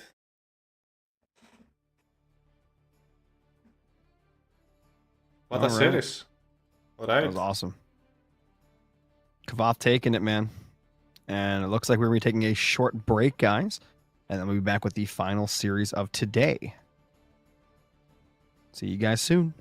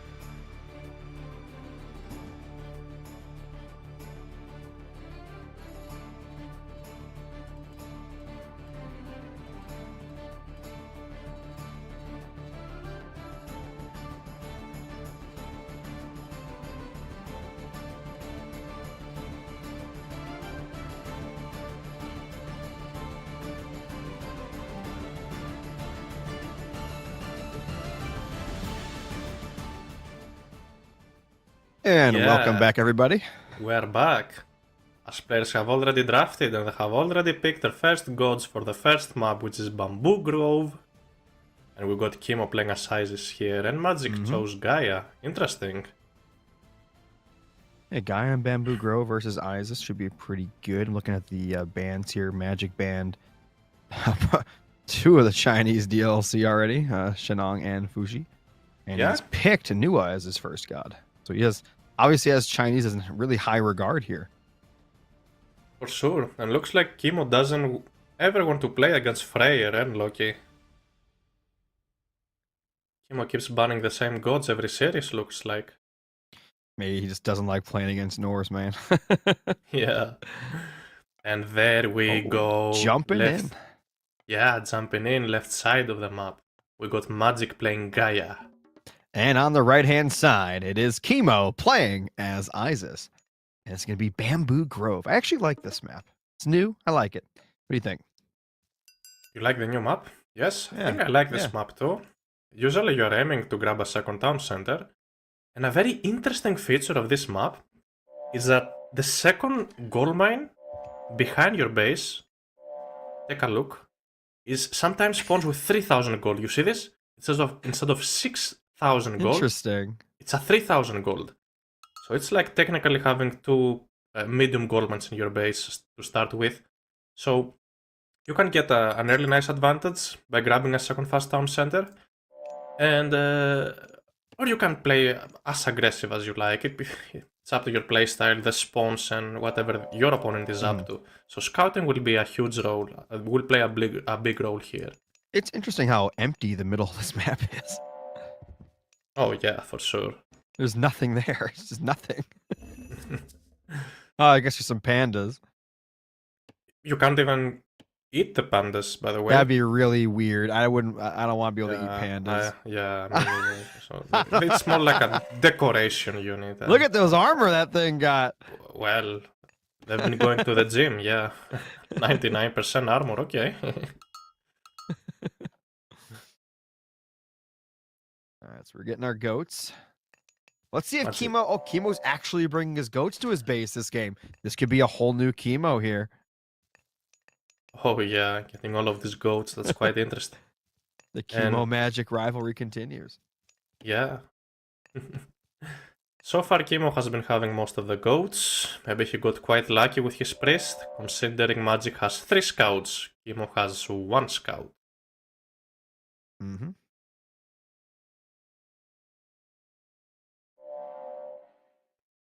Okay. Let's see how these players wanna go out, how they wish to play this map. Haven't really seen Magic playing Temple coming Bamboo up Grove. quick. Yes. And Chemo is a ladder player. Chemo doesn't even have a practice partner. Chemo has been only practicing on... Wait, is Bamboo Grove in the ranked ladder? It should be. So maybe Chemo has actually practiced this map. If it's not in the ranked, then Chemo has 0 games on this map. It is, okay. So actually Chemo has played a couple of times this map then. Anyways, still stealing the goats from the Chemo. Nice job from Magic. Oh, the old priest and oracle fight. Well, the Oracle cannot attack back, so this is a very unfair fight. Listen, he can just stare at the priest as it hits him. Yeah, stare him, give him the stare. Dangerous. Emotional damage. Emotional damage. And we see Gaia Trish being Yeah, they're both recasted aging from up. Magic. Yeah. Magic is just looking to grab a fast second town center from the looks of it, having 2 citizens over there. So do you think this is gonna? I think this is gonna be like. I think they're gonna skip the second age. I think it's gonna be more of a heroic age fight. We'll see though. Well, it could be. That's something that Gaia tends to be good at, fighting at heroic age, having the cheaper and faster cavalry with very high armor. But anyways, interesting choices from Magic. Magic is already choosing to hunt. He doesn't want to go on chickens. He wants to hunt. So he's on the boars already. Magic, I think Magic has already started. Yeah, Magic already is building his second town center. He's getting And on top of husbandry that, too. getting husbandry. And on top of that, building a military building. So that's a very good build order from Magic so far. Very strong, calculated. Chemo going for his own second TC. And that's a forward. So yeah, this would be an second eco option there. game for sure. Oh, yes. Oh, Oh. I don't know about that. That. That's a new Caladria meta. Interesting. Carnivora on. Okay. Most probably a misclick. But I don't think I like this. It from looked Magic. Promising for a moment. Yeah, I don't know. Did it? At what moment did this look promising? I got confused. That's why. Oh my god. I was gonna say at no moment did that look promising to me. Maybe I don't maybe I don't know what I'm talking about, but that seemed a wee bit silly. But anyways, so Magic already has a couple of Marmillo out. He can already start applying pressure on this hand. Look at Kimo. Kimo is sending those naked villagers to hunt. And if Magic scouts that, catch look on at the that. Sphinx. That's such a good catch. Good catch. He's gonna try to path Oh, he's block with blocking the Oracle. with the Oracle! Oh my god! This is huge. 800 IQ move right there from Magic, making up for that weird move he did. He definitely did. I believe Magic's oracles are a little bit overlapping on the left side of the map. They're not generating as much favor as they should. If we take a look here, yes, they should be overlapping. We select. Oh, they're overlapping. Yeah, you don't want them to overlap. You don't get as much favor. Yeah. At least they're not that close to each other. But anyways, Magic should know that Kimo is on this card. Magic should already be sending units to harass. That Oracle will get vision of it in a second. It'll take a little bit of time, but he'll get there. I like Claudia. That thing will get it. Yes, we'll definitely see that. Yep, now he sees it. Yep, there we go. Time to send the Marmillo. There, see. We see the Marmillo and Kimo has to Either run back leave to or his defend TC. with something. Oh, look at these houses. How symmetrical they are located. Kimo is an Like architect. Sim City, man. Yeah. Yeah. Double Caladria out. Okay. They're going to heal Two that Marmillo. Caladria, one Murmillo. 800 IQ moves right here. That Marmillo will still go down. You gotta micro your Well, yeah, way, there's too man. many butter knives. Butter knives carrying the fight. And now Kimo wants to retreat pretty much. Couple more Marmillo are on the way from Magic. And I would like to see his game plan. So Kimo is already going up to Heroic Age. Yep. An Ancestor Eclipse in the economy would be devastating for Magic. But there's always a counter to that. If you can maybe heroize a couple of citizens, they can fight back the Ancestors. But what is Kimo plan here? Kimo managed to get these walls up, so he can easily just get the prosperity usage and pretty much get that amount of gold he needs for a Migdol and a couple of farms. Yeah, it looks like Magic's going to be going up here in a second, too. There it goes. Oh, there's a gap over there. That Marmiro managed to get in. But will he get out? Probably not. So much effort for one Marmilo. Oh, we can go for the Pharaoh! No, wait. Oh, Snapping the Pharaoh is huge, actually. he's got another one! That's actually huge. That's a good pick off. Very huge. Harassing Kimo's economy like that. So huge, actually. All of these villagers Murmillo. are... Oh, that's so idle. All this idle time is crazy. Oh, okay. Well, losing the Caladria doesn't make sense. Why is that still there? I could definitely get away. Yeah, I can definitely get away. Can fly around the walls. The amount of value Magic has got in this game. He killed the Sphinx with nothing. He just killed the Pharaoh. It's so good. He pushed him off the food up top. Oh, for sure. I didn't lose too much in return. He lost like 2 to 3 Marmillo. Yeah, it's not bad. Couple of goals are on the way. Thea is about to hit. And doesn't look Kimo's getting sassed. Let's see what Kimo's gonna do. Ancestor Eclipse in the economy. This was so expected. Oh, all of the citizens will go idle. This is terrible. Oh, interesting. Should have heroized them. Magic should have seen this coming, in my opinion. This is a Kimo thing. Kimo always Ancestor Eclipse your economy. Has he lost any citizens yet? I don't think he did. No citizens lost. Lots of idle time, though. Lots of idle It's the idle time, yeah. Look at all of them being idle. got a garrison at least and put them on the opposite side of the town center to garrison some, yeah, to gather some food or... And what is Getting Kimo back on doing? Ezekiel now. Kimo's looking to go to the mythic age behind her. This is so... Oh my god. Chemo doing chemo things. This reminds me of Isis release time. That was a strategy Isis used to do every single game. Ancestor Eclipse the opponent's economy and go up to the mythic age through Thoth. Cast Meteor. There's prosperity. He just needs his food now. I love how we're at 11 minutes into the game. It's 7 military versus 5. I guess technically the Groots don't count, but it is what it is. Oh yeah. What is Magic plan here? How is Magic planning to come back into the game now? This isn't looking too good for Magic. Cantharius. Oh, Thoth is on the way. Oh. Lots of Cantharius. Lots of Cantharius, but where is he aiming to attack? This is my concern. What can he attack?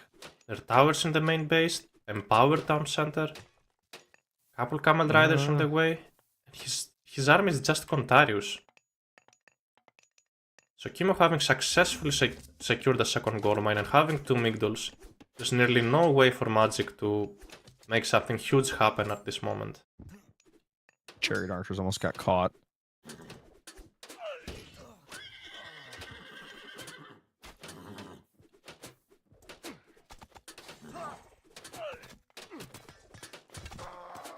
Town Center being targeted down, but there is a Migdol next to it. Couple of villagers. Oh, Kimo attacking back with the villagers. He's gonna lose at least 2 villagers. Those Camel Riders will be more than enough to push away Magic's Cantharius for the moment. Yeah, and how will Magic now defend Meteor? That's the biggest issue. Phoenix are going to be out there, no range soldiers. A very big umbrella. Yeah, the umbrella's coming. Very big umbrella. You're gonna put that up and block the meteor. He's gonna meteor the eco. He's got to meteor the army, right? Or maybe not. Maybe he just holds with the camels. He could meteor the army if he wanted to, but you never know. Third town center coming from Magic. Yep. Very late actually. This should have been up ages ago. So instead of spamming out that many Cantharius, how about you build some Catapeltis? Catapeltis is the best anti-cavalry unit, isn't it?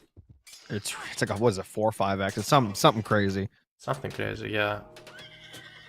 Oh, and what's he gonna do? He has no vision of Magic space, so it's not gonna be a economic meteor right now. How can he fight these Camel Riders? He cannot. So Magic getting weightless Ace, looked like, or Axe, weightless Axe on the left. It's already researched. And Kimo getting Valley of the Kings. So Kimo will be double producing Migdol units now with Valley of the Kings.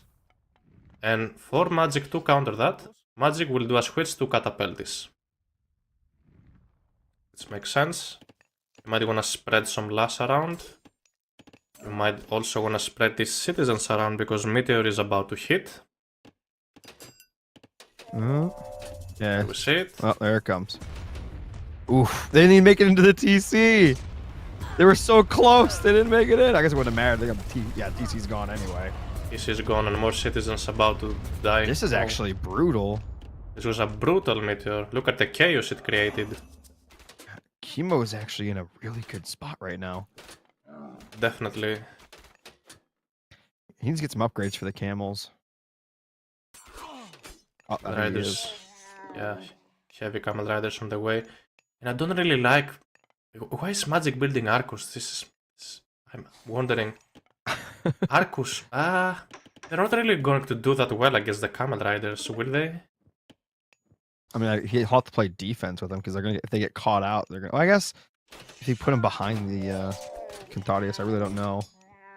Yeah, this isn't looking too great. Anyways, so funeral rites have been upgraded, I think. Or so or Nepti. I think Nepti was upgraded, so this priest will be doing extra damage to the Dryads. And I'm surprised we haven't seen champion Camel Riders yet. That's one of your advantages when you hit Mythic Age. Having the champion upgrades. There, it's on the way, finally. Yeah, it's coming. Just not there yet. Look at that Phoenix go. Is there no heroes in there? Even more camels on the way. This isn't looking good for Magic. No, it's looking bad actually. It's looking very There's bad. no heroes in that. Phoenix just having fun. No heroes and nothing to kill the Camel Riders. No catapults around.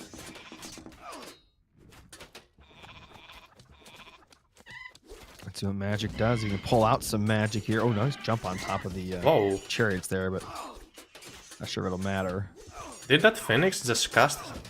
it looked like that Phoenix killed the Stymphalian bird with just one attack. I'd be like, does Phoenix have like a special ability? I have no idea. I think it was weak and we just didn't see it. I'm not positive. That's Maybe we'll interesting. see it in a replay or something. Yeah, we'll definitely see that in the replay. So, this palace will go down. Magic just... 40 military to 120. No mythic age or anything on the way. It's just slaughter. And that Just Phoenix a is going to slaughter. come back. Phoenix is about to come back. Yep. And From this the time ashes. Yeah, exactly.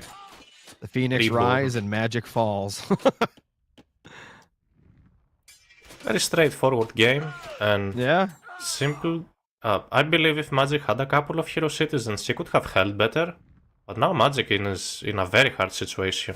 Let's see if he can come back somehow. Which I don't think he can. Cut But to let's play some insane defense, but I don't know what he's going to do. Oh yeah. Far transition. Wow. Finally, a couple of hero arcos to be able to target down that Phoenix.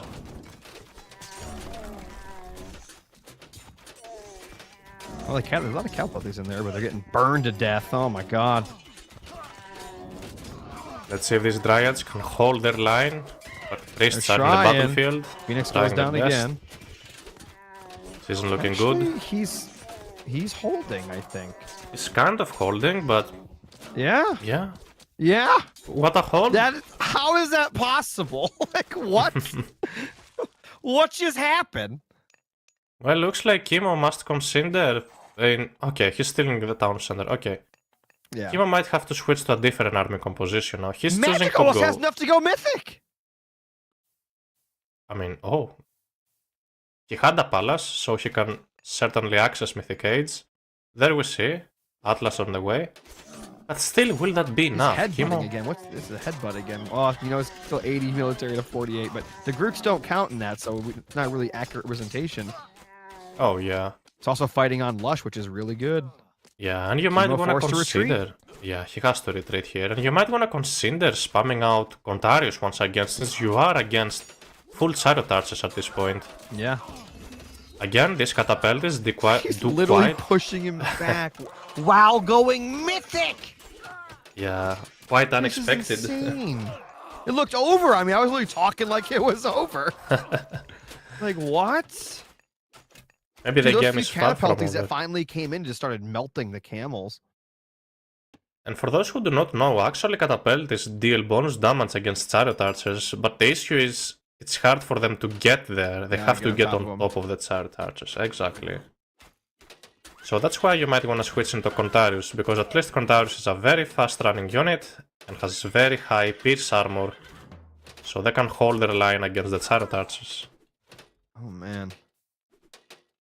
Kimo's got a lot of. He's got a big army. I mean, he got a That's big army. definitely a big army, yeah.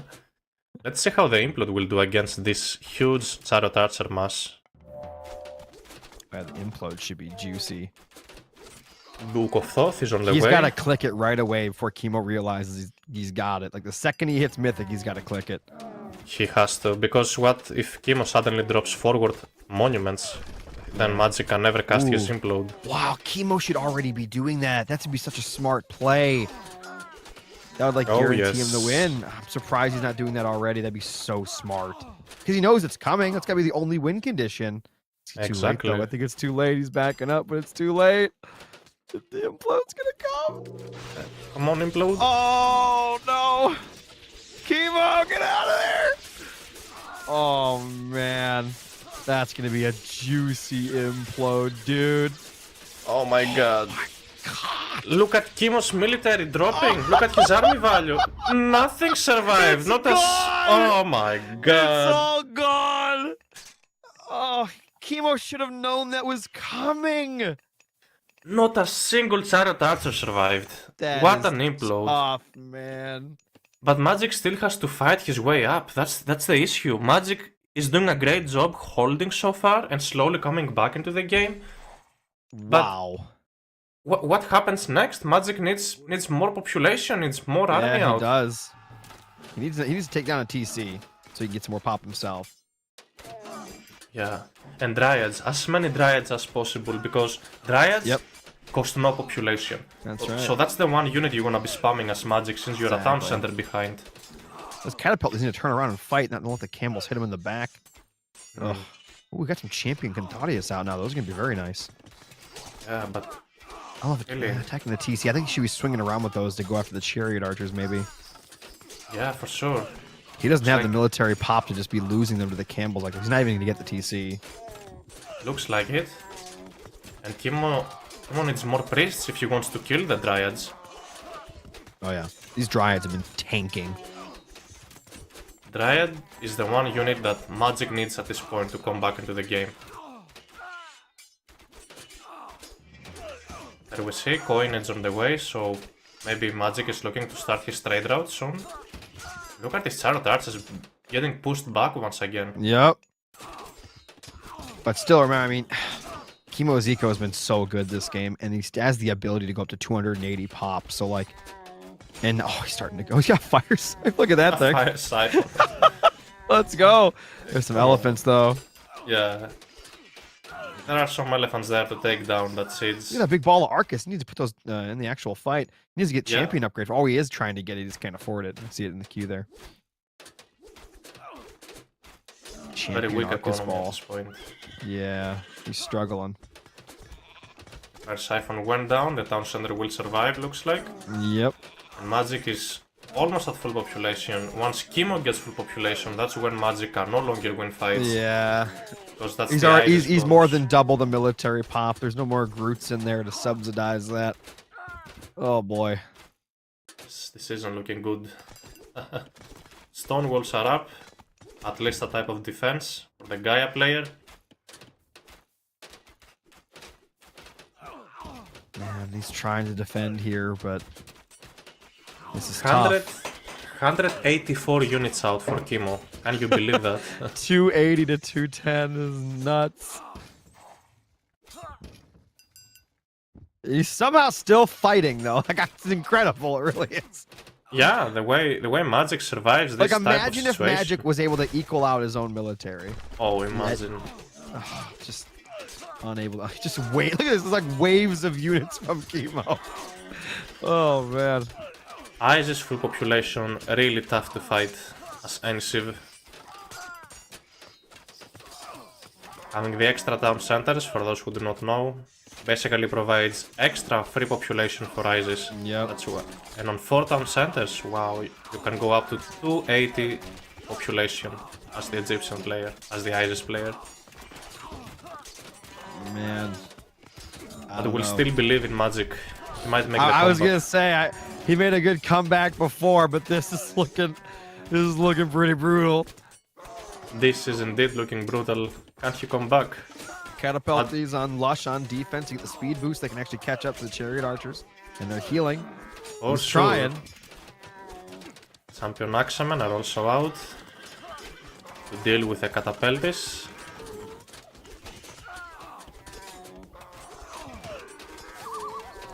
Magic's fighting with everything he's got. But these Chariot Archers, they have such high DPS. Oh yeah. They're killing everything. Nice dodge from Magic. Is Magic pushing Chemo back once again? Mathematically, it doesn't make any. It's 60 military to 150. Yeah. I don't understand. That trade is keeping Magic alive for the moment. Oh, there goes his for relics. sure. They're gone. Now Kimo has also started a trade route, so they're both Where did that investing in Argus trading. come from? From a temple, probably was left behind. Oh, poor guy. It's here to fight. Put it on the Charot Archers, spread the poison. There we go. That's a really good poison hit, I'll be honest. Yeah. Magic's like, I'm still standing after all this time.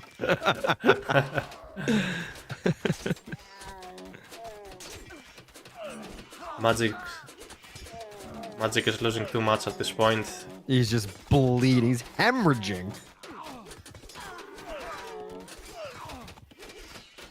It's crazy. Couple of Dryads are out. They will not do too much.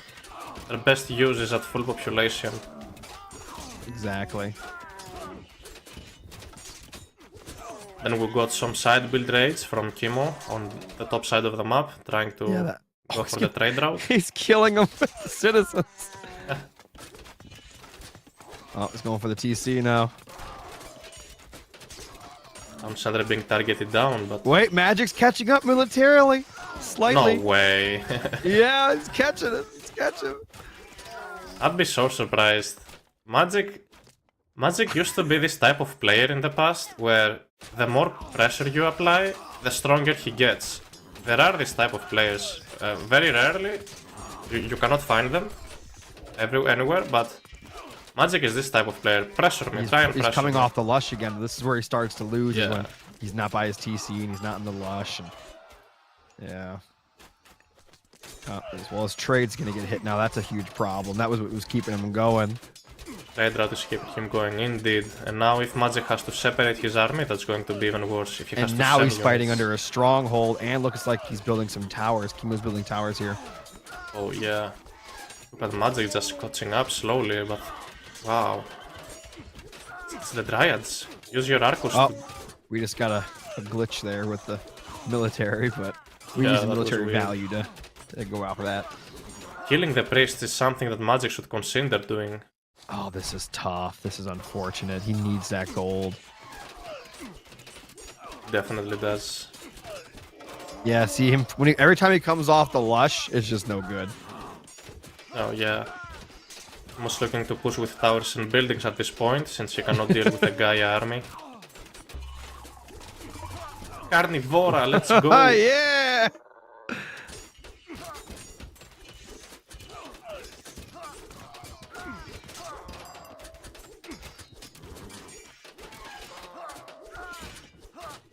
Let's see how that's gonna go. Where's Magic getting all the... I guess his trade's not getting completely destroyed because he's still somehow getting gold.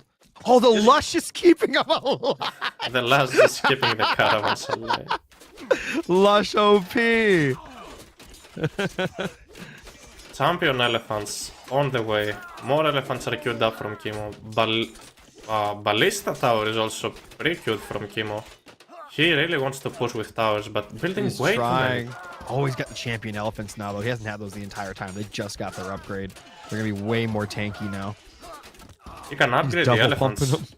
Furthermore, he can get 3 population elephant. How much population do elephants cost? I think it's 4. Imagine a full stampede. 4 population. Once he gets the upgrade, it's going to be 3 population elephant. The task of a pandemic. Just imagine just a huge, well, his trade's gone. He's got a little smaller trade now, a little baby trade. It is gone, but still Magic has quite a lot of gold in the bank. 1000 gold? Not too bad.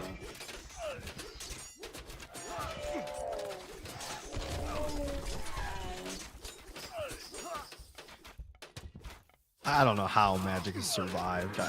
It's honestly incredible. I'll be completely honest. Incredible. It is honestly incredible. Real problem comes from Magic once these ballista towers are up. From Yeah, they're coming Egyptian from the player. north. Yes. Then Magic can no longer push Kimo. And then Kimo can use his catapults to siege down Magic's second town center. Magic keeps... Every time he runs into this, like, his Kimo stuff here, he just starts losing the fight. Like, you see what I mean? Like, he's playing really good defense, but when he starts to push back, it just all falls apart. Oh yeah. Look at this. Yeah. More units being queued up. Still, Magic has a quite decent amount of gold in the bank. Yeah. That little trade route he's got. I think the elephants are just too tanky now, man. Getting really Got tough. catapults now too. Oh. Oof. Magic is just outnumbered. That's what it looks like. They do good damage even to the elephants, but like, it's not enough. Yeah, but they're the Axemen. The Axemen behind that targeting down this catapult. Yeah. It's not looking good. That's it. Chemo taking game number 1. What a way to start it. What a way to start That's it. a completely different. By the way, I want to point. That's a completely different chemo than I've seen earlier today. That was a much different chemo. Maybe because Kimo got to play his favorite civilization. Kimo loves Egyptians. But what a game. Very clean, I would say. And this strategy was very popular at the release of Retold. And I'm surprised to see Kimo pulling this card here in a tournament game many months after. Absolutely.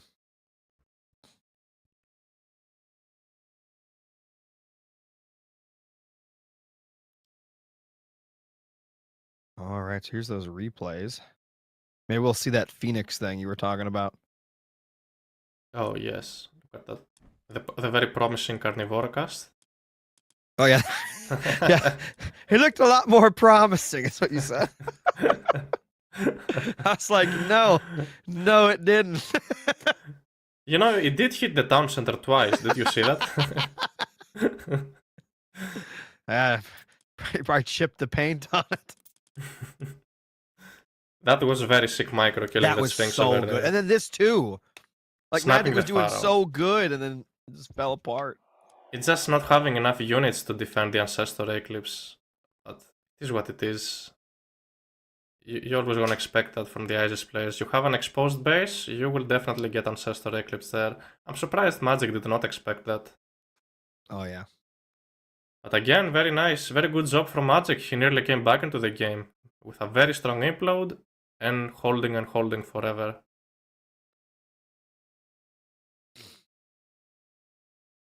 Look at that, his Dryads. The Stymphalian Bird. I really want to see that fight where the Stymphalian Bird was fighting the Phoenix. Bird against I think Bird. it was already weak. I could be wrong. I mean, we'll see. Maybe there's some weird mechanic that I'm unaware of. Yeah, see, it's already hurt right now. I don't think it ever heals, but we'll see. Might have been the animation. Maybe Phoenix has a different animation against flying units. That would be interesting. Can it even attack flying units? The Phoenix? I mean, I'm trying to think of the way it attacks looks down, right? And then yeah, same as spits Nidhogg. fire. So I'm wondering. Yeah, that's true. Just found some bug in the game. Phoenix insta kill flying units. For sure. Look at this Camel Riders retreating. Ontarius chasing down Camel Riders. You don't often see that. There we see the Bird against the Phoenix. Wanderbrown, thanks so much for the raid of 475 people, man. Yeah, this is the scene. This is what I wanted to watch. Oh yeah, let's see. Look, they attack each other. Whoa! No, it's the priest. Is it not the priest, dude? Are you sure? No, the Phoenix attacked the animation changed. I saw it, but it was getting pretty beat up. The Phoenix attacked the Stymphalian Bird. That's what I saw. All right, I saw that too, but yeah. No, what? That's all I meant. I wasn't saying. We're seeing it again in slow mo. Is that? Yeah. Say that again. So instead of shooting fire, yeah. It shoots the fire in a straight angle. Look at this. Look at the Phoenix. You see that? Oh yeah. That's all I meant. So it does change. That's so cool, actually. Developers. Its HP does take a big chunk there. Yeah, it was the priest hitting, but the Phoenix too. Yeah, I don't think I've ever actually seen that. I mean, I've probably seen it, but I never paid attention to it. Yeah, me neither. But it's so cool to actually see that it doesn't just throw fire at ground, damaging the Stymphalian Bird. It straight up shoots on top of it. So that's a very cool feature. I'm happy to see that. It's like a I don't even know how to explain what that is. Like a forward flamethrower. Yeah, exactly.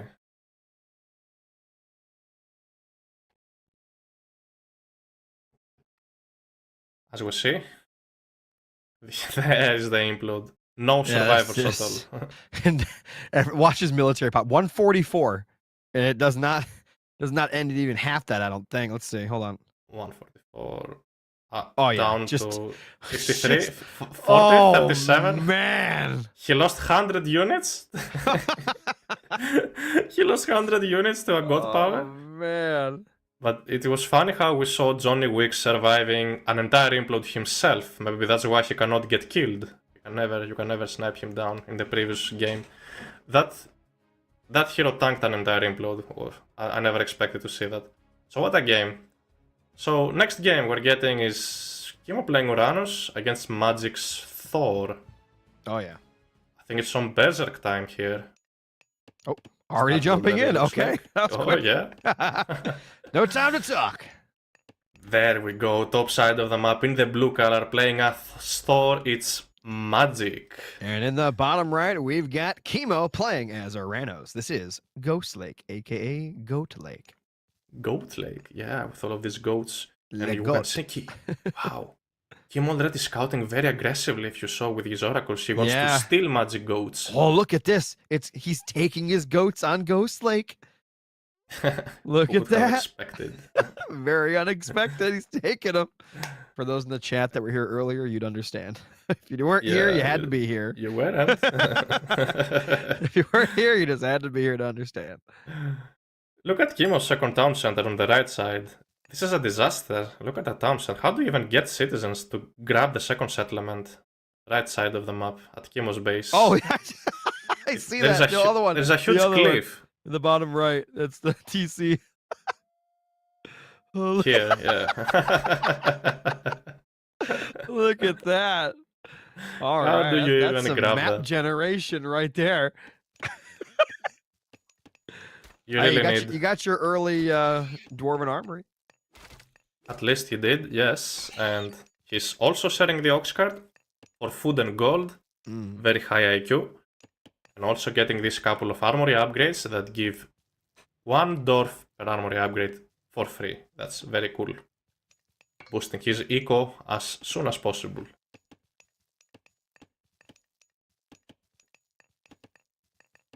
All right. So obviously, being with the Dwarven Armory, you're going to get more and more extra dwarves here as you go.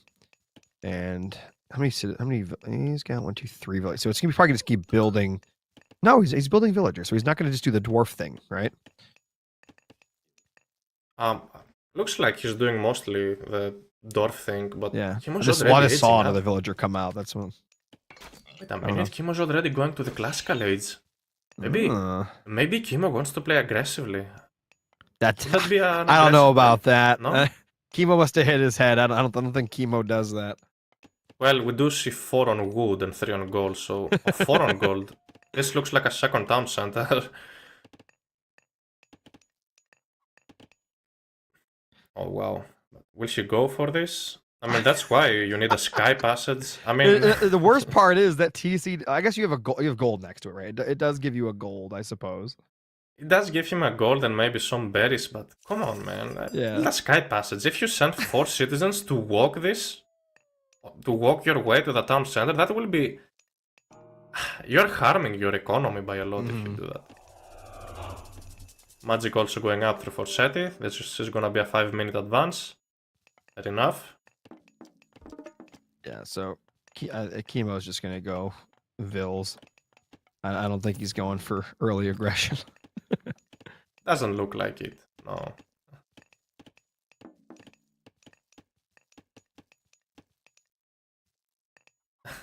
Okay. So, where did Kimo's village? Oh, Kimo's going for the forward town center. Oh, he is. Look at that. Look at that, but... There's not. Well, there's a goal to the south of it, but that's about it. How can Magic play?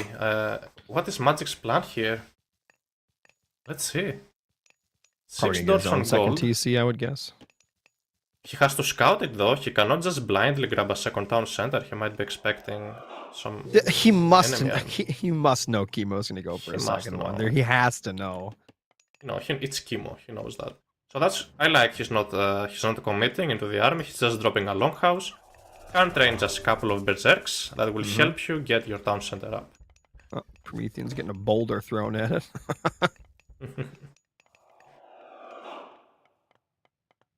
So this town center is going up, no problem, with 2 goats there. Okay, Kimo does have some food, looks like.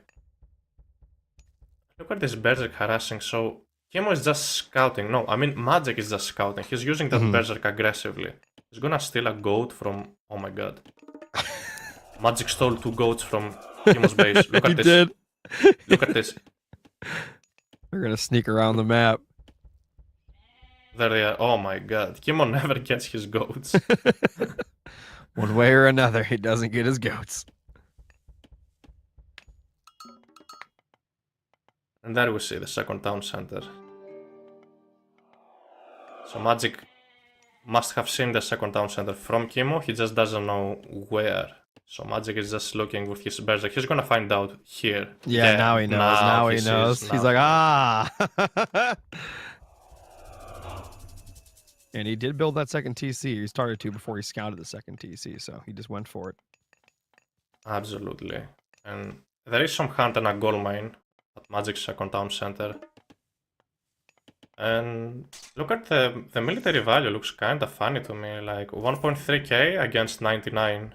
Yeah. What even costs 99 resources? The Promethean plus, I don't know. Oracle upgrade, maybe? An upgraded Oracle, maybe it has value. A Promethean and an Oracle, probably, yeah. Yeah, you see, like, it's got some Hero weird Oracle. arbitrary value it's got. 90, okay.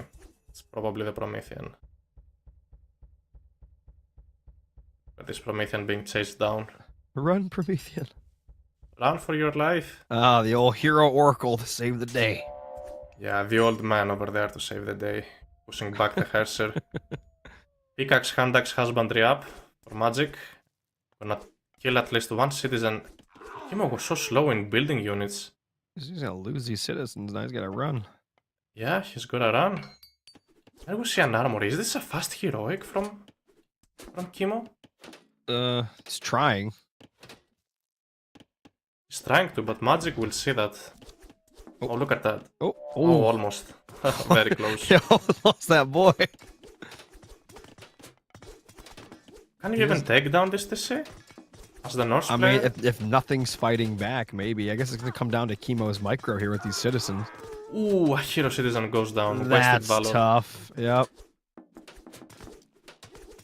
So at this point, Magic is just idling all of these citizens. I thought it was gonna hit. It just shockwave. Interesting. There's a shockwave. Another citizen might go down. Kim wasn't paying attention. No, he is. He just can't get it. It's getting blocked. Oh no. Yep. Kim was just throwing at this point. Yeah, this is all going in the toilet. What's going on here? Oh no. Yeah, he's gonna start bringing in some units. Oh, this isn't looking good. That heroic just went out the window. That's not happening. Magic is furious. The town center. Oh, another citizen will go down? No way. No, Oh, save, so save, close. save. That TC refuses to die. It only took like 10 units to take down an entire town center. I think it's because of the armory upgrades and because Kimo had no units to defend at all. That's the power of Thor, man. Kimo hates the usage of sky passages, looks like. A sky passage would have been so useful here. Oh yeah. You imagine being able to bounce another back and citizen. forth. Yep. Oh no. Power of Norse. Well, Kimo lived. For now. For now. Magic can always turn around and attack the town center once again. And I'm quite surprised Magic hasn't casted his healing spring. Oh, he already has actually. An aggressive healing spring would be very huge while targeting down the town center. Raiding cavalry are now out. He wants to kill those Kiro ballistas. He wants to counter to it. Medium infantry on the way. I'm repairing the town center with one citizen. Please just drop a sky passage. All you need there is a sky passage. Maybe he doesn't know he has sky passages. Maybe he forgot. He thinks he's playing. Yeah, he thinks he's playing Gaia. Maybe. Yeah, guy with no lush. Yeah, he'd be like, "Where is my lush? Why is it not growing?" He needed to repair that TC a lot more than that. Oh yeah, look at the special ability of these big throws. boulder. Oh. Big boulder. Another citizen will go down. Yeah, these berserks are going nuts. These berserks are savages. Look at them. These berserks are going berserk. Oh man. No army left for Kimo. Nothing to defend the town center. No. Nothing's left. Another citizen will go down. Oh, I was mistaken. Yes. I'm too used to Kimo losing villagers that I thought he was gonna lose more. But these villagers have no escaping. At least with a Sky Passage, they'd have a way out. But now, oh my god, this spatial. Yeah. Another citizen down. Another citizen down. Yeah, this is looking pretty bad. Yeah. And Magic gonna be tying this series up 1-1. 1-1. Good job from Magic. What a play. He sees that there's nothing to defend, so he'd be like, oh, I'll just rush the town center up. Norse power. Oof.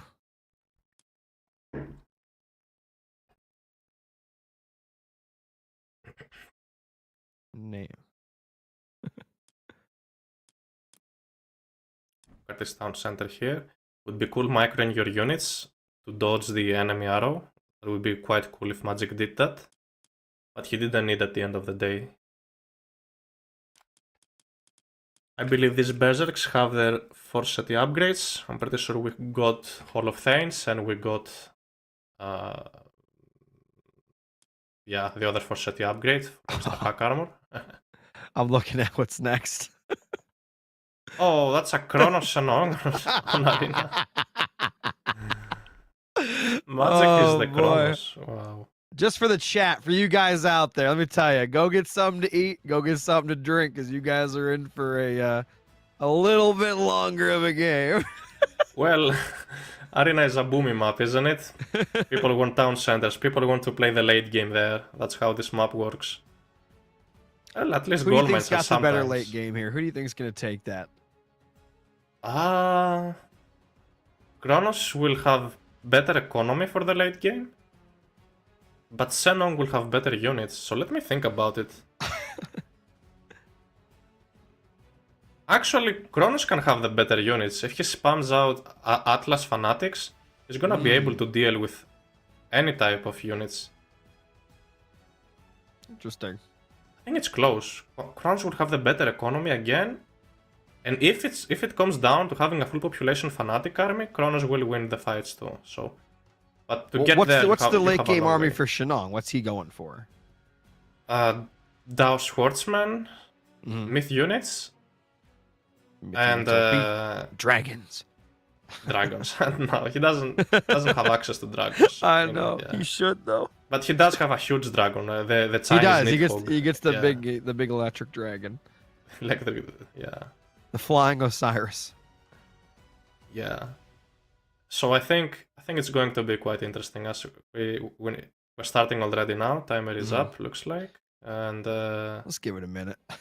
give it a minute. They're preparing themselves mentally for this game they're about to play. Kronos is a hard matchup for China. Is it? Who said that? Somebody in the chat. Ah. Could be different. Yeah. You can't really get a perfect Fey Beasts against Atlanteans, but anyways. Jumping in. That's one of the reasons they're decent against the Chinese civilization. And there we go. We're playing Arena, and we have Magic in the blue color playing Shenong. And on their side, we got Chemo gonna be playing as Kronos. Let's get it on. Yeah, dropping a manor already. He wants the extra population quite quickly. So this is a slow cooker kind of map. This is a little slow. It is. We might be casting for a while now. So one of the interesting things about the Chinese civilization on Arena is that if you try and connect your towers to the favor land as soon as possible, you get so much more favor. Let's see if that's what Magic's doing. Let's select one of Magic's town center. Let's select the town center. Do we see the? Yes, we do see the. Look at the favor land. So Magic already expanded using a silo and then a house. Look at this. The favor land is already connected to the towers. He hasn't connected the last tower, but by dropping a house, he will be able to connect the last tower over there as well.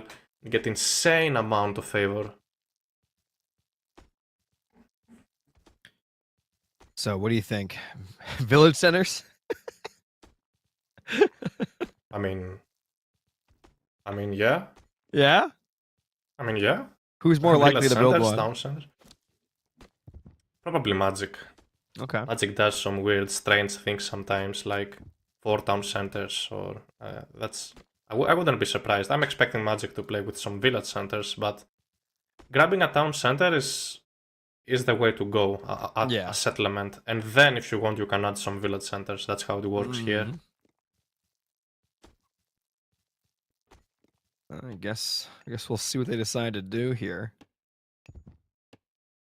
Got the oracles all out across the map, getting some information. Oh yes, very aggressive oracles there. One of them will be hit from the Pioneer. Little tap, tap, taparoo. And by the way, hitting it while you think it's not really doing anything nor damage, but what's important is it's not gaining favor right now. Yes, that's what's important. So Magic is just harassing Kimo's favor at this point. Kimo again is scouting very aggressively. He wants to steal the cows. So he wants all the cows. Seeing Kimo scouting so far, what I've realized is that Kimo steals the goats and cows, but he steals them so Magic doesn't take them. Kimo doesn't want to send them back to his base to eat them later. He'd be like, you don't have them, but I don't have them either. He keeps them in, in the middle of the base, in the middle of the map. Yeah, just scouting maybe. Scouting units. And so both players edging up to the classical age. Who2 is for Magic, and Prometheus for the Kronos player. Forward temple, and I'm wondering why. There are walls, there's stone walls there. I don't know. All right, that's a. What is Kimo up to? I don't know what this is. Trying to think outside the box here as to what he's doing, but I really don't know. Teleporting a manor already, looking to grab the forward town center. Interesting All enough. right. Magic has spotted this temple though. Pioneers will be on his way to push those Prometheans back. No issues. And let's see what Kimo's gonna do at this point.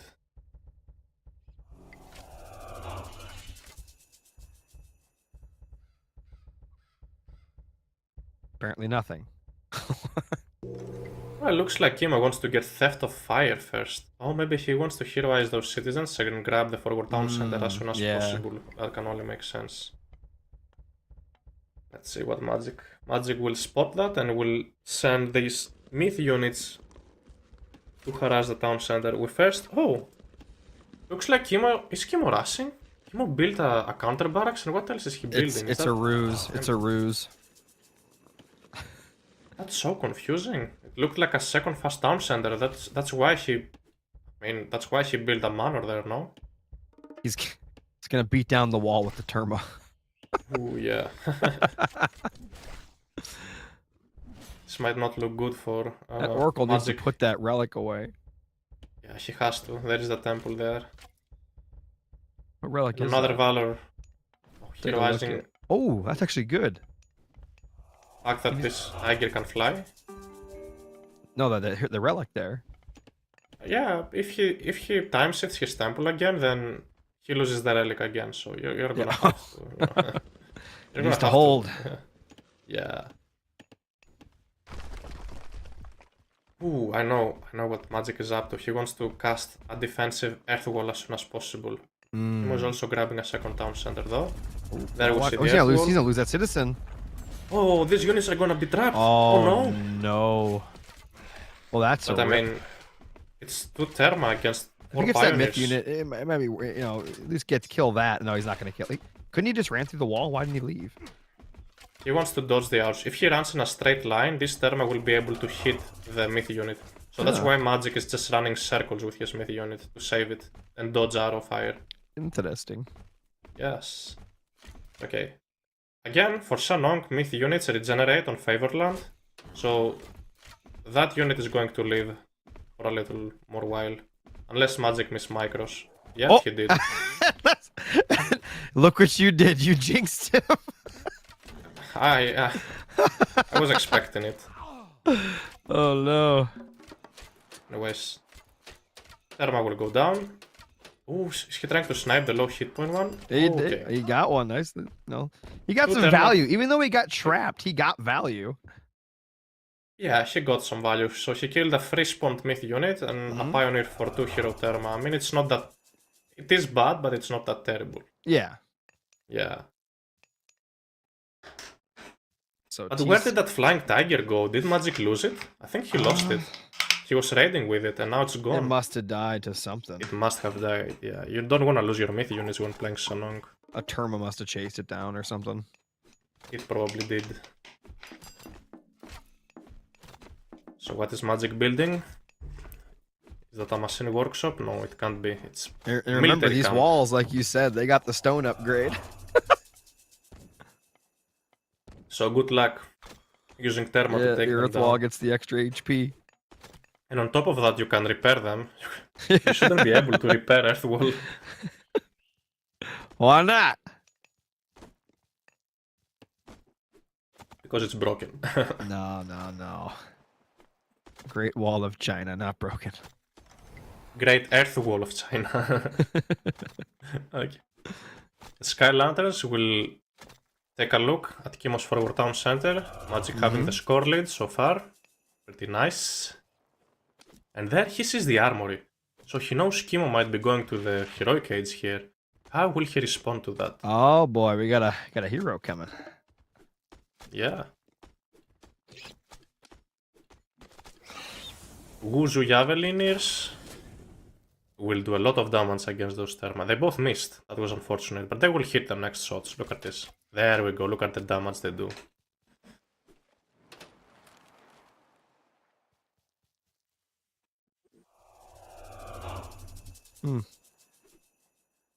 Casting Valor, pushing those citizens back to Kimo's base.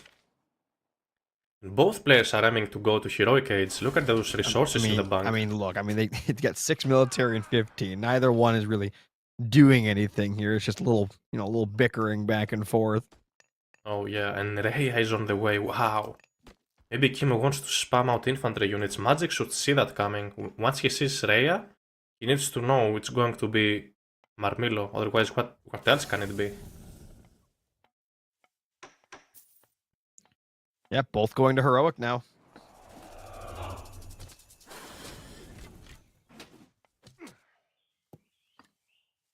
Rushu on the way, so Magic will have these Fey Beasts. And it's quite unfortunate that Magic lost both of his myth units. You can use them to look for citizens. Imagine a Fey Beast here, or those berries that Kimo has in his main base. That would be very painful. Over here, sniping all of the citizens with Fey Beasts. That would be huge. He's probably going to save it to look for a gold, though. That's what I've seen most players do.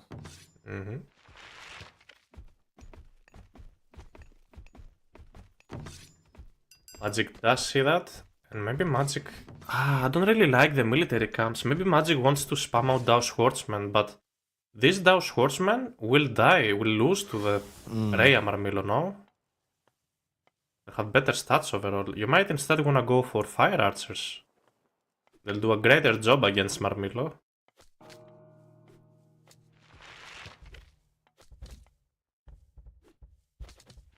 Alright, so we got heroic age versus heroic age here in about 2 seconds. Boso and Shaft Mine on the way for Kimo. And Kimo's just building... Oh. Kimo isn't even going for Marmilo. That's so strange. Kimo is just building Arcus and this... Arcus and Contarius? Okay. Oh, he's building another Magic behemoth. should He's see actually that. planning on attacking. Yeah, that's very strange. I mean, that means he's ready to go. Is he? He's about to. I Looks mean, like why else Magic- would he be building 2 more behemoths? Well, yeah, but Magic has a higher military value at this point, so Magic Yeah, should be he the one does. attacking. 3 And he behemoths. is. Oh my And- god. Oh no! In the choke point. Ooh. Would have been better. Yeah, I just but realized it's not doing as much as I thought. it's still a lot. Look at Magic's military value rising. Yeah. Again, Behemoths are tanky. they're quite tanky. 4 behemoths, you certainly need those. Oh, there we see. He stole a behemoth. But he's gonna steal it. Kimo can steal it. Yes, Oh, yeah, Kimo's yeah, stealing. yeah. Oh, you can't even use sages. You can't even use sages at this point. You'll just give a 3-myth unit to your opponent. Oh my god. The behemoth spam. This is meta. They do quite a lot of damage to units. Look at him go. He's got the Arcus behind him now too, and the Cheerio Ballista. Yeah. Gotta stay in the back line. But I'm surprised to see Kimo going for Arcus. They do decent against Dao Schwartzman, but they don't do great either. Dao Schwartzman have quite a lot of armor. So it would be better if you went for some type of Marmillo things. Yeah, look at this Spear's armor actually, that's pretty bonkers. Oof. Well, going back in. He's got 30 military less though. This is crazy. It is indeed crazy. Oh, look at that thing. I need some more heroes to deal with that bad boy. Oh, for sure. Now Schwartzman fighting in a choke point. This might not be the best fight he could take. We might have another traitor in 40 seconds. Yeah. Look at the surround. Magic is just winning very hard this fight. What a play from Magic. Oh yeah, this is brutal. Magic's dominating here. Magic just dominating here. Javelin throwers. What a great job they do against the Arcus. Good choice from Magic to build a couple of them. But it's mainly the Dao Schwartzman tanking most of it. Finally the Marmillo switch. A little late. A little late. But we haven't seen Kimo grabbing the Marmillo upgrades right yet. there. A fortress on top of his face. Wow.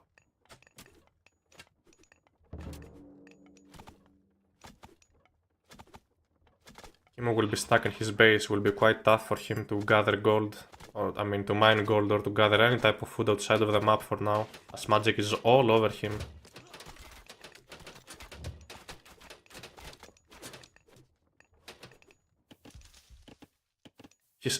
He's trying to sneak units into his base. He's trying to get through there. Has to attack the walls, apparently.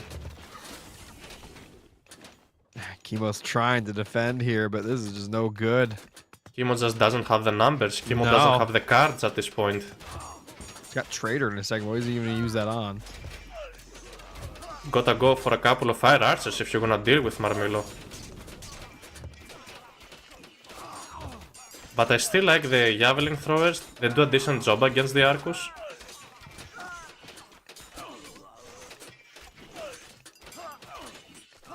And Magic might as well build a couple of siege crossbows if he wants to siege down this town center.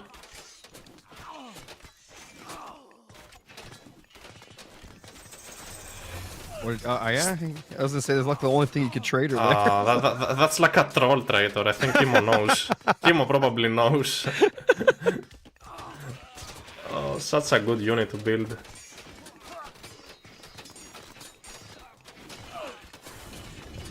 Magic is saving a lot of favor in the bank. This town center will go down and these citizens will be harassed. What's going on? Oh, yeah. Kimo hasn't been doing that well today. Did good last game. The Ice game? Probably, yeah. But, I mean, Kimo's real level, I think Kimo is at least top 6 in the game. I'm quite surprised he was a little bit underperforming in only a few of his games. But maybe that's a map he hasn't practiced, in my opinion, probably. This is not in the ranked map pool, and Kimo only plays ranked. That's how he practices. Yeah. So that makes sense. He's having a tough time right now.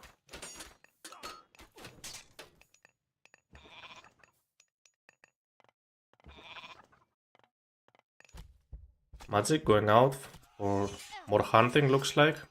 Kimo finally realizes his citizens have been attacked and now turning around to fight.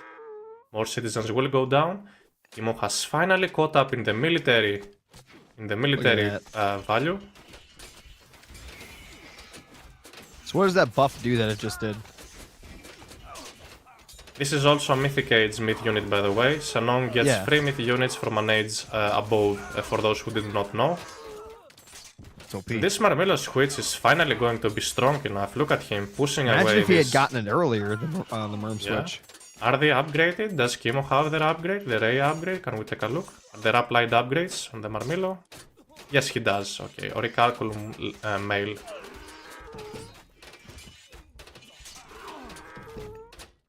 Huh. The citizens dying to the swordsman. Chemo OP apparently. Yeah. Kimo. He did lose quite a bit of villagers during a lot of that though, and it's it's 70 to 100. Their town center is now up for magic, and magic is going up to the mythic age, gonna have a strong dragon. And now we see building a couple of machine workshops, so maybe magic finally wants to build some fire archers. There we see the fire archers. Very good at taking down buildings. Let's see what this mythic age can do for magic here. It's got a lot of favor he gets to blow when he gets up there too. Might wanna fight just behind the earth wall to get maximum value, but maybe it doesn't matter. Those swordsmen are so tanky. Oh, he stole the myth unit. Oh, he died pretty quick. That was surprising. Heavy fire archers, he has already upgraded them. That's so good for magic.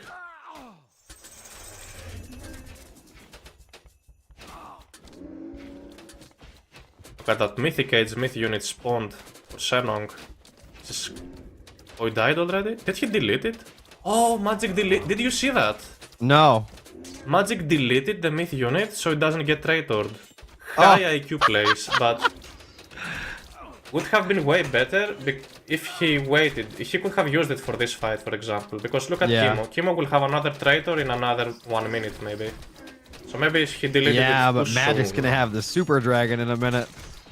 Well, what if Kimo traitors the super dragon? No, that's not possible. That'd be really bad if you could do that. I mean, you can heal it, so... Yeah. I don't know. You cannot heal Son of Osiris, nor Nidhogg. You should be able to. Even if it's really slow, I think you should be able to heal Son of Osiris. He deserves it. There's a dragon. Look at him casting the abilities, slowing down the Arcus. And magic gets the victory. That's We don't even get to see it striking some lightnings. We don't get to see it. Come on, Kimo. You could have let us see the ability go off. Oh, man. And Kimo won on food and wood, but Magic dominated on gold. There's a trend here, guys. People that are winning on gold tend to be winning the games as well. Even if you lose on the other resources. Villagers killed. 0 villagers killed from Kimo. That's something we saw him in the previous game, like against Recon, I think. 0 villager kills. Kimo is not really a raiding player. Kimo likes playing straightforward. He likes to get up his big army, then steamroll, and then that's it. Oh, that's from the previous game. Wow, Arena is looking weird here. Wow. Yeah, there we go. Units killed. 120 for Kimo. 159 for Magic. So Magic obviously with a better KD. Favorite unit does Swordsman. Obviously, they carried every single fight. I think Kimo should have gotten the Murmelo out a lot earlier. I don't know. What do you think? Yeah, probably. It was only sad to see this Flying Tiger dying so early. You could use it for better scouting later. Yeah, harassment and all that. Then this Therma being stuck in the earth. Yeah, this looked really bad at first, and then he got some value out of it in the end. Mm-hmm.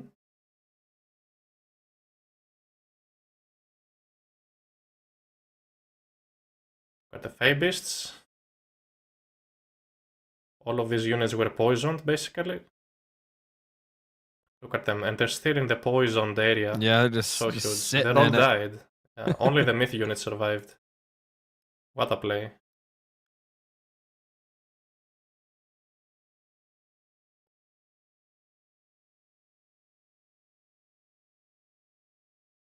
All right.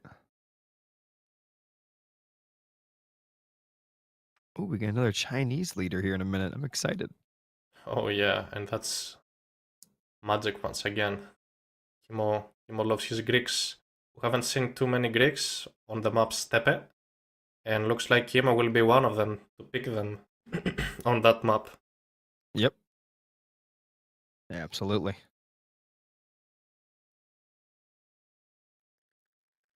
Look at that, look at this fight. These Dao Swordsmen, they don't care. They just attack and push They just and kill keep everything. going and Yeah, going and keep going. going. Having the Russo upgrades, they're pretty tough. And then you get the Mythic Age upgrades later on, and damn, the best unit in the game then.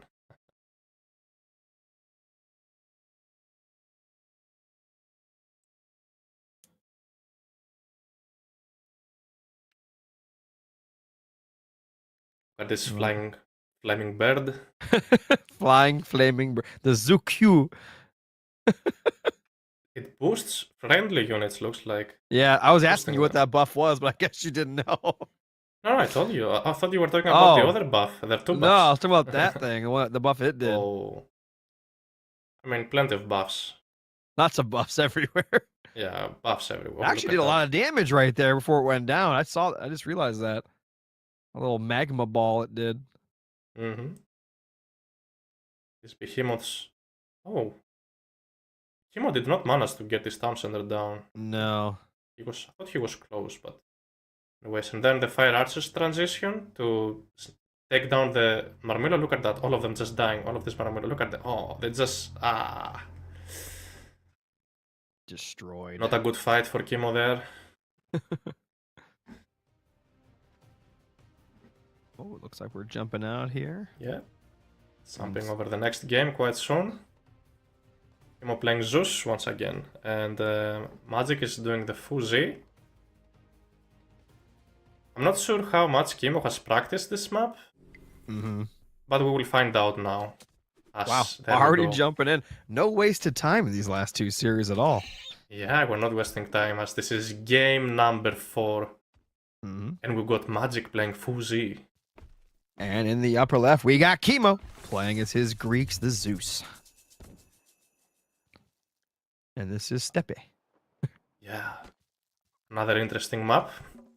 Where there are two large gold mines exactly in the middle of the map.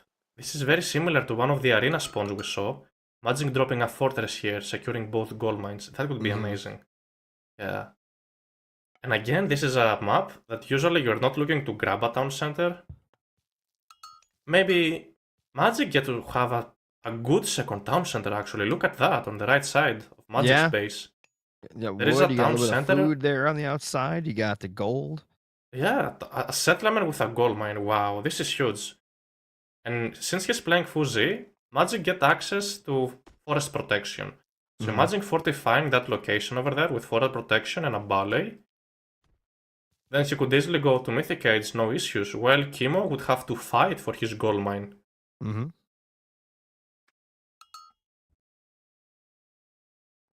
And are there any interesting relics around the map? Let's take a close look. Yeah. I got these torches. All right. God power charge faster. That's actually really good. Oh, for sure. Especially as the Zeus player, where you gather favors so much faster. You can recast God powers. Protection soldier slowing units. That's pretty good too. That's good. Oh. Mother's Nature. Siege weapons take less population space. Yeah, it's don't even grab that. Don't consider. The ability to return part of the cost upon dying. You grab this relic here, Caron Sobol, only if you feel that you're a bad player. Yeah, I say that all the time about that relic, and I'm like, listen, that relic, if it's paying off, it's because you're losing. That relic is just no good. Exactly. So if you're a bad player, grab that relic. It's gonna give you a lot. Now, if that relic gave you like 80% of the resources back or something, then I could see it. But other than that, I don't think it's good. Like 25 food only. Nah.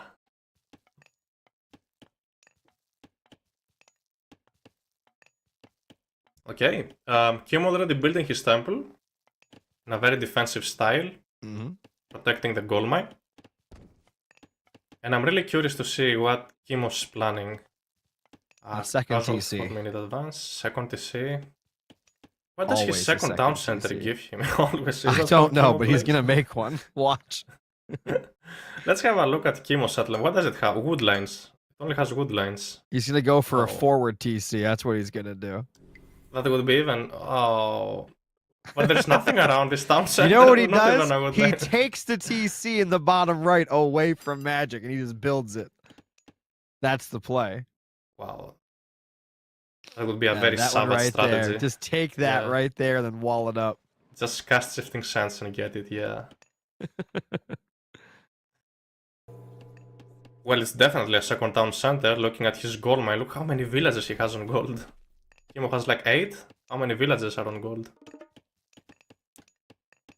8. Yeah. Maybe he wants to build Heracles first and then get a town center. That would only explain the amount of villages he has on gold. 6 is enough to build a town center. But anyways, Magic just scouting with the pioneers. Chemo scouting as well. That's a machine workshop. Oh wow. Magic is looking to play with fire archers. It's the only unit he can build in the classical age from the machine workshop. Anyways, the pioneers will get pushed back. Magic will see that Chemo is on berries, and he can apply some pressure if he likes. So. Yeah, Magic getting a little aggressive here. Ooh, don't lose your Minotaur, Chemo. That's such gone. an important That unit. Minotaur is gone. No. Gone. What is Chemo doing? Chemo's going for the second town center. Magic can Well, just apply I told pressure. you. Chemo doesn't care. Chemo wants his town center. That's exactly what I said. He doesn't care. He's gonna get his second town center one way or another. And Magic is just building fire archers and Kuafu, so that's a good counter to what Chemo is doing. I don't think he can stop the second town center, but he can certainly push Chemo from woodlands, shooting behind these woodlands using these range units, or maybe attack the goldmine and the temple or a tower. You know, these fire archers deal bonus damage against buildings. So, they can actually take down fortifications when they're massed. Oh, berries are gonna get harassed. He's gotta move off of that.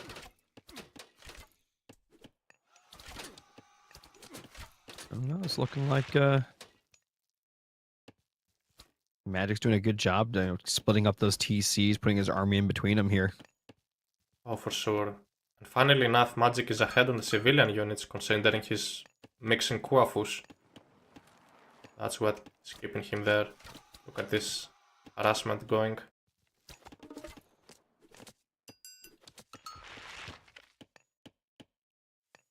Towers are up for Chemo.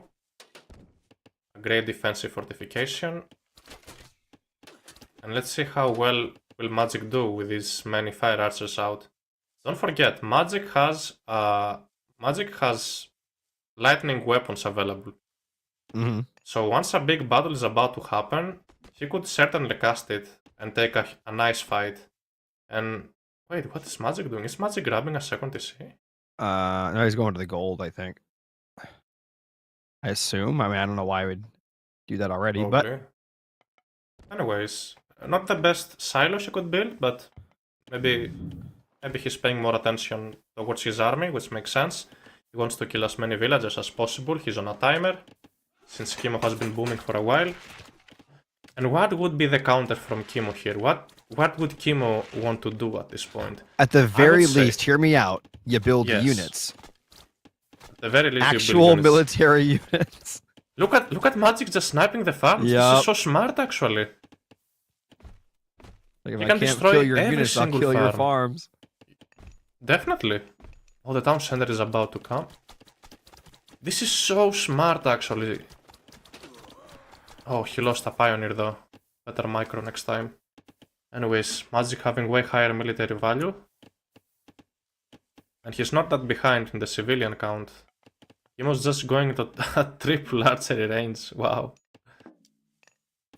I mean, that makes sense. Toxotes will beat fire archers in a full population fight. But I think fire archers... No, I don't think they're cheaper, but at least fire archers are easier to spam. And Magic has the numbers at this point. So whoever has the numbers might win. If it's a full population on both sides, yes, Toxotes will win. So that's what Kim was aiming for. Okay.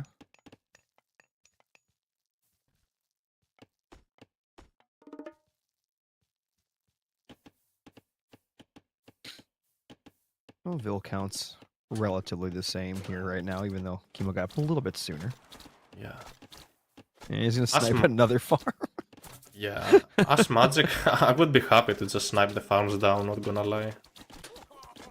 They're quite expensive, 75 wood. Oh. Another one bites the dust. He lost a couple of his archers, though. Yeah, that's not a good trade.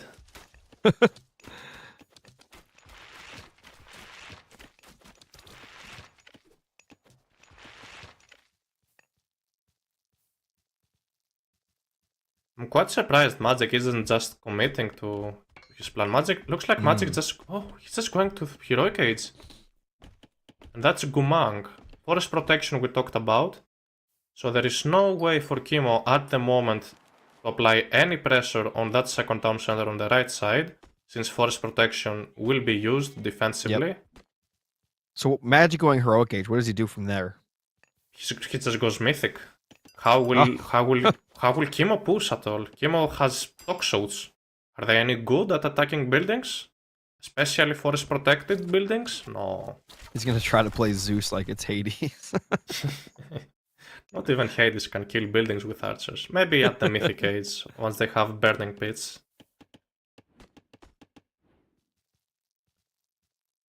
Chemo also slowly aiming to advance to the next stage, but Chemo will have a hard time securing a gold mine. Magic got a way better map spawn, not gonna lie.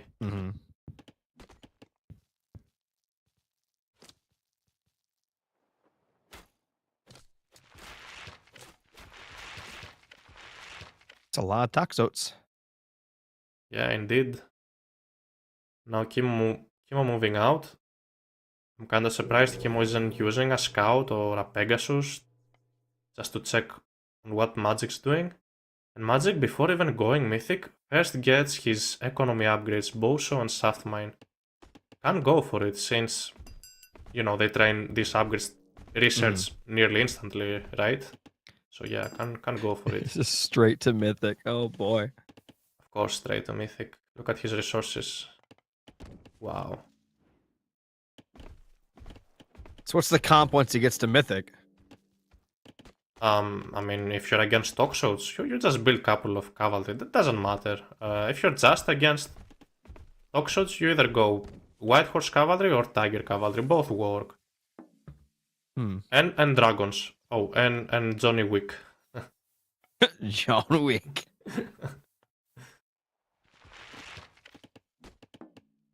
You know what's crazy is the earlier you get those heroes, the better they are too, because you're fighting against lower amounts of military, you're fighting against lower upgraded units.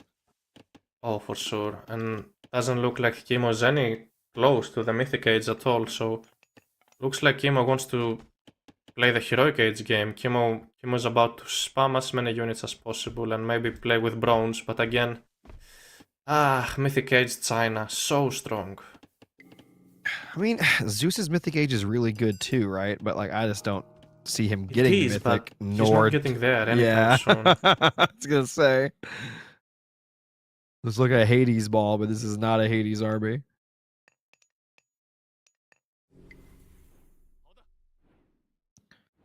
I guess we'll see.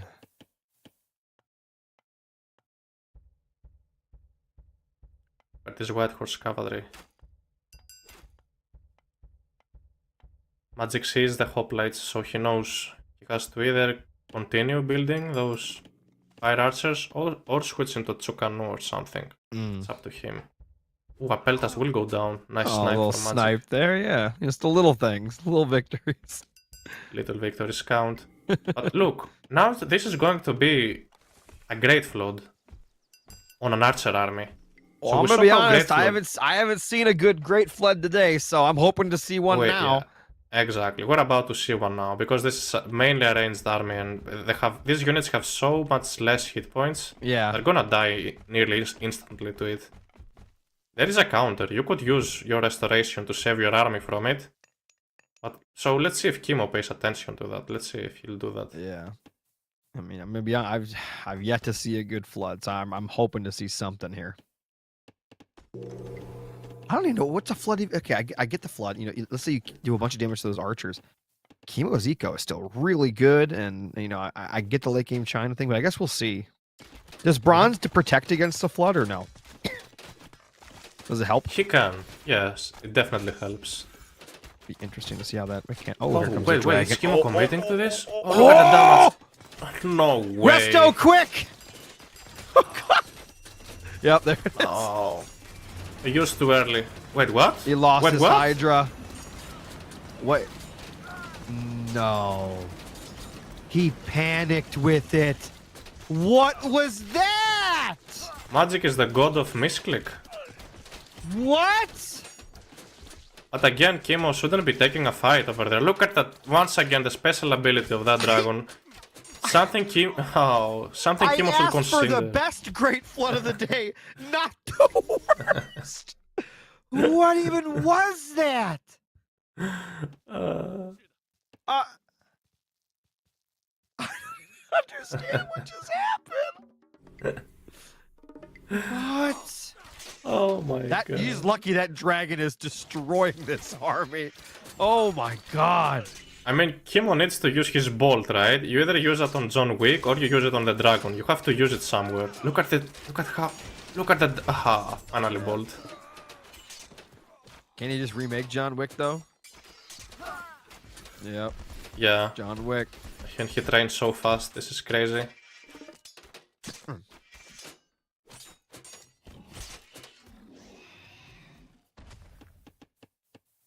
The game doesn't look like there's much Kimo can do at this point. He needs to get a very strong lightning storm. If I were Kimo, I wouldn't be even attacking right now. I would just be sitting back in my base and aim to go mythic. Uh-oh. Got another hero Both out. heroes are out. Oh, Remember, no. these heroes. Remember what these two heroes do. We They count know what as the an army. heroes do, and then there's oh my god, that dragon's so good. No. Oh, here comes John Wick. Oh man. This is brutal. This hero is just getting every fight. Look at him going.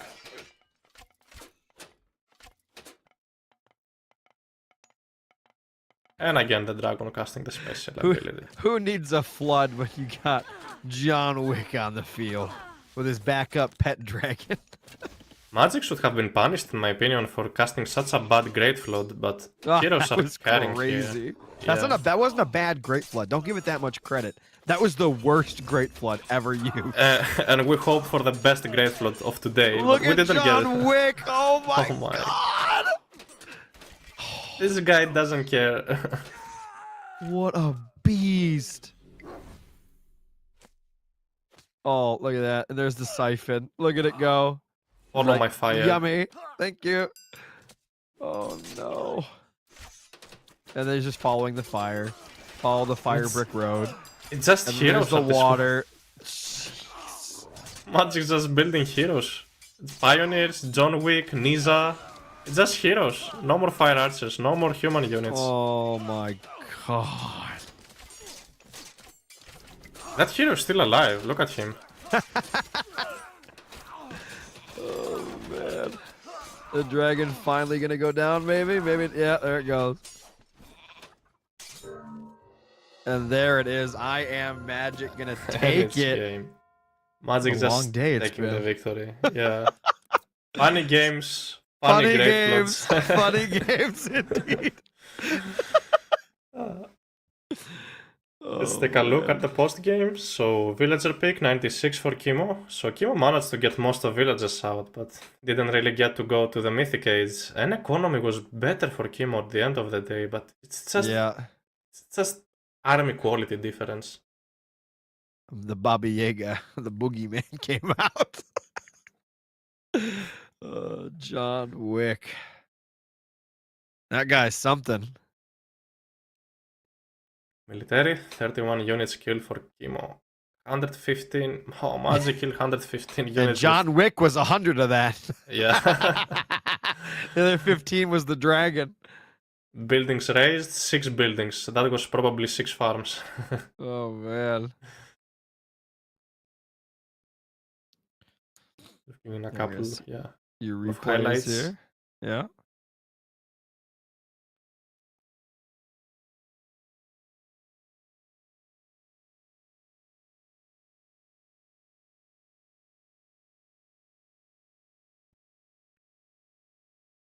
This Yeah, farm raiding, the farm snipes were good. they were quite good, yeah.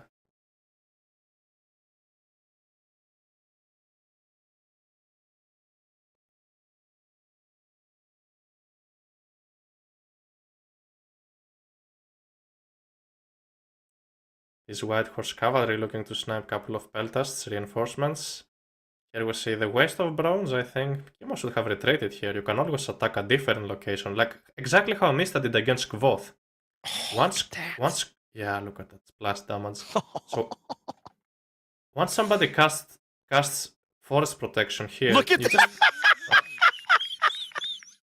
That's the worst one ever!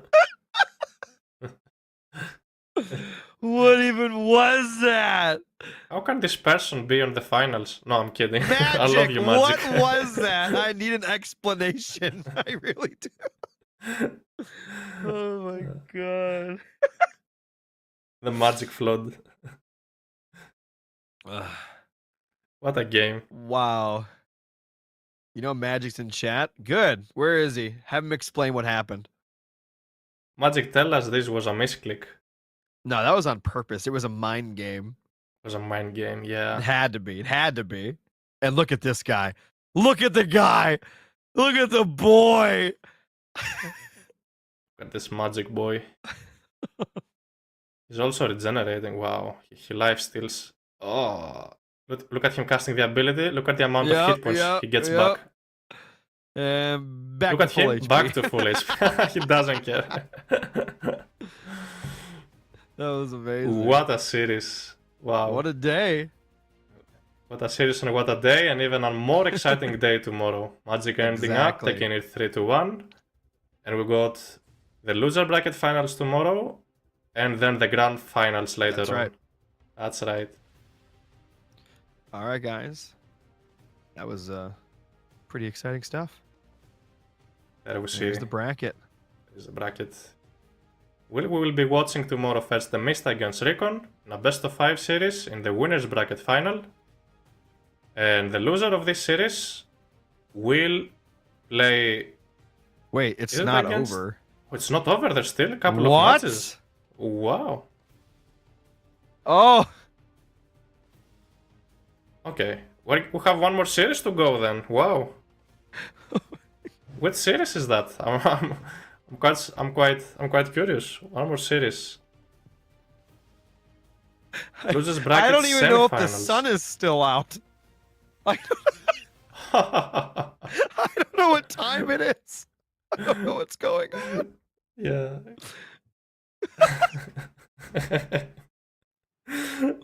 Liz, I'm gonna beg these players to make a good Great Flood, because if we get a 4th bad Great Flood, I don't know. Oh, Yeah. Very cool. Both against Magic. Very happy to see that. A very fun series. tomorrow.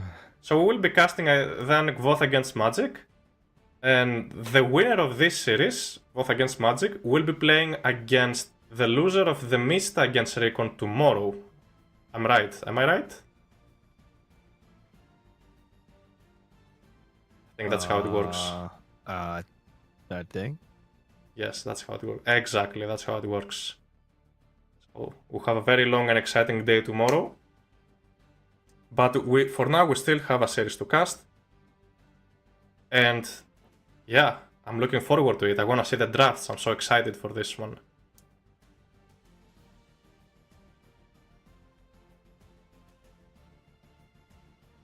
Huh. All right, guys, we're gonna take a short break. I guess I'm gonna go look outside. See what I've been me missing. too. And I guess we gotta do another series. I thought that was the last one.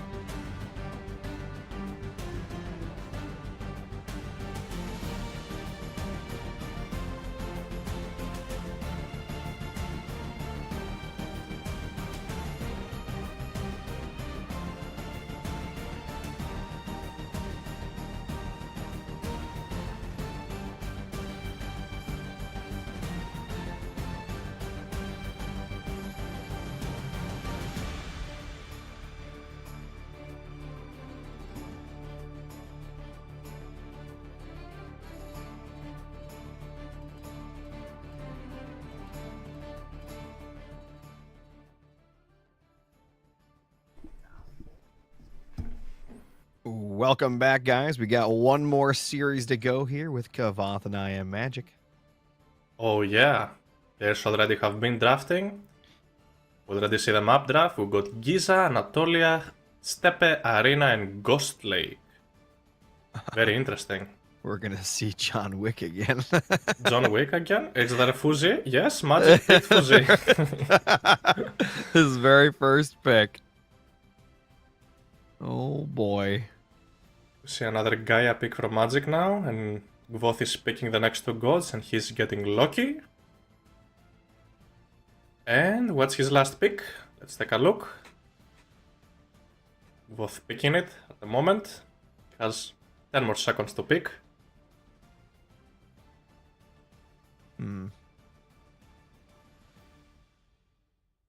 Set? We guess it's set. Alright. It's Ra. And Ra from Magic, wow. How come? Oh! So Magic banned Ra and Gaia from Gvoth, and Gvoth banned Freyr and Thor from Magic. Yep. It kinda surprises me how people have been banning Freyr so frequently. Do you think Freyr is a strong god? I think he's pretty good, but I think people just don't want to play against him. Maybe it's more of an annoyance thing. I don't know. Yeah, that makes sense. So Gvoth this time doesn't really get to play Freyr on his favorite map Arena, but he still has Nuwa and Isis as the best picks on Arena. For Magic, what does Magic has for Arena? Magic does have Ra and Senong if he wants to excel at Arena. Yep. As for the Anatolia, Gvoth gets to have Hades, and Magic gets to have Zeus. You're always gonna go for the Greeks on water maps. What do you think the choices are gonna be for Giza here? For Giza, so first map, the admin map pick. I would expect for Magic to either play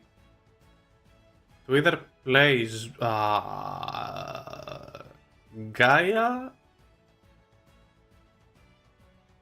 That's a good question, actually. Gaia or Kronos. Giza is a strong Atlantean map, in my opinion. And from Gvoth, I would expect some Giza, some Set, or some Set or Isis. I don't know. What do you expect, Loki? Oh, it's set. It's set. It's set. It's Set? Oh. Did I say Set? You did. You did say set. I did? Okay, yeah, there we go. And Magic going for his Gaia, so I pretty much predicted both picks. Kavath typed. I expect Kavath to go set here. The spoilers are real. Get out of here, Gvoth. Start playing your game already. We don't want you in the chat. Now, Kavath, how did you know what Kavath was gonna go? Me? No, Kavath, how did he know? Oh, yeah, how did you know, Gvoth? So, yeah, first game of the series, quite exciting, and I think this is gonna be so close. We've seen this matchup before. I think Gvoth played this against Magic in the previous series they had. And it didn't go too well for Magic at the end, but they had such a long and entertaining fight to watch. Yeah. Yes, it was on Steppe. Kido remembers. Nice. Guess we'll see. People want their predictions. There you get them. Oh, wow. People voting so hard on Magic. Whoa, wow. So many votes for Magic. Let's go all in on Magic. Can the casters vote, you Tesla? I don't know the rules. I don't. Just do it. Just go all in on whoever you want. I think I'll put 100 on Magic. No. I'll put 500 on Magic. 500 EGC points. There we go. Caster voted. Hopefully it's allowed. Okay. That's the rules on that. So the thing about Set, Set has some very nice fast-running spearmen. You can always snipe oracles, you can always chase down the Therma. So Magic has to be smart in this matchup here. Magic has to rate himself better with the Contarius while defending against the Spearman. Yep. That's not really easy to execute, and in my opinion, Seth is slightly favored in this matchup, so... What makes him favored? The fact that Seth Classical Age can beat Gaia Heroic Age. That's the strongest, like, yeah, that's like the toughest thing about this matchup for Gaia. Is that you can build Dryads, you can have Heavy Contarius and Arcus out, but the Seth player can just drop a second Temple and get many Priests out, and just keep spamming units while Gaia player is investing resources on going to the next stage to be able to fight you. And trust me, Heroic Age is a pretty huge investment. It costs 800 food, 500 gold, and it idles your town center, losing basically 5 villagers. That's how long it idles your town center from getting up to the next age. At this point, 2.5 citizens, 2.5 citizens for Magic since he's playing Atlanteans. But it's still a huge investment, and since Seth can just sit and have extra villagers and map control, Seth definitely has the advantage. But this is a high level game, you never know. Magic might outplay Kvoth really hard or have something in mind, cooking something. And again, this should be a very good match to watch. Mm-hmm. Yeah, I think it's gonna be a Heroic Age fight. I think. I think. I guess unless Seth does something crazy, but we'll see. Oh yes. Both players have their Chinese pick. Looks like they didn't want to ban any Chinese gods at all. Yeah, they both wanted to play some Chinese gods. It looked like. I'm happy about that though. I'm okay with that. We see some dragons and John Wick. I'm here for it. We see another absolutely diabolically bad flood. Oh yeah. That was so bad. So we need to find a nickname for every single Chinese hero, the unique demigods. Ah. So there is the other one, riding a weird lion horse or something. How can we call that? I can't think of any movie character. I thought they rides the lion, but I can't either. Call it garbage. That wasn't nice. That's mean. Oh no. Game starting. First game of the series, both against Magic, in the semi-finals of the losers bracket. Spawning on the right side of the map in the blue color, we got Magic playing as Gaia. And on the left-hand side, we got Kvoth playing as Seth. Oh yeah, we got the economy upgrade opening from Magic. Since he's playing Gaia, he wants to get those economy upgrades as soon as possible, since they're so cheap, we know that.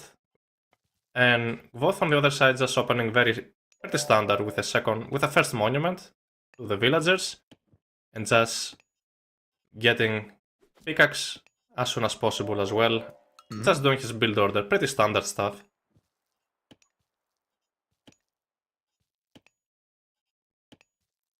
And the Oracles are going out to start their scouting mission. Mm-hmm. Again, looks like aggressive scouting from the Atlantean player. Oh, not too aggressive. Okay, he's doing the standard scouting, getting a couple of goats around pretty well. And if we take a look, let's take a look at the minimap. Let's take a look at the map. How do the spawns look like? So both players get to have a back gold mine. This is huge. Mm-hmm. This is actually huge, but for the Gaia player, Magic, oh my god! Magic couldn't have asked for a better spawn, to be honest. Because Seth is always relying on aggression. Seth is most of the times relying on aggression and gold starving the opponent.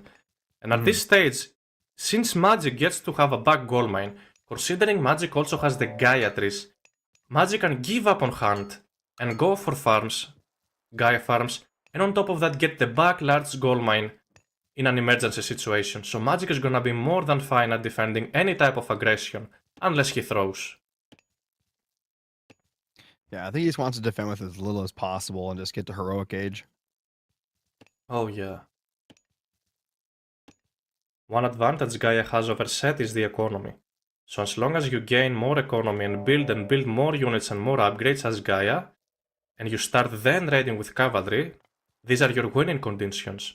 Mhm. So let's see if Magic will play around his winning conditions, or if he's gonna try to straight up fight Set and hope for the best.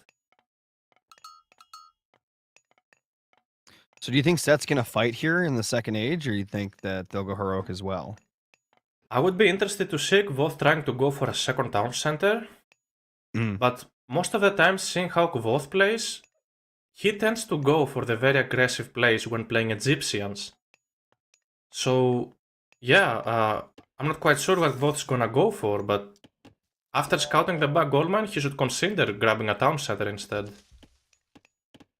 Yeah, those back gold mines are just insane. Just so free.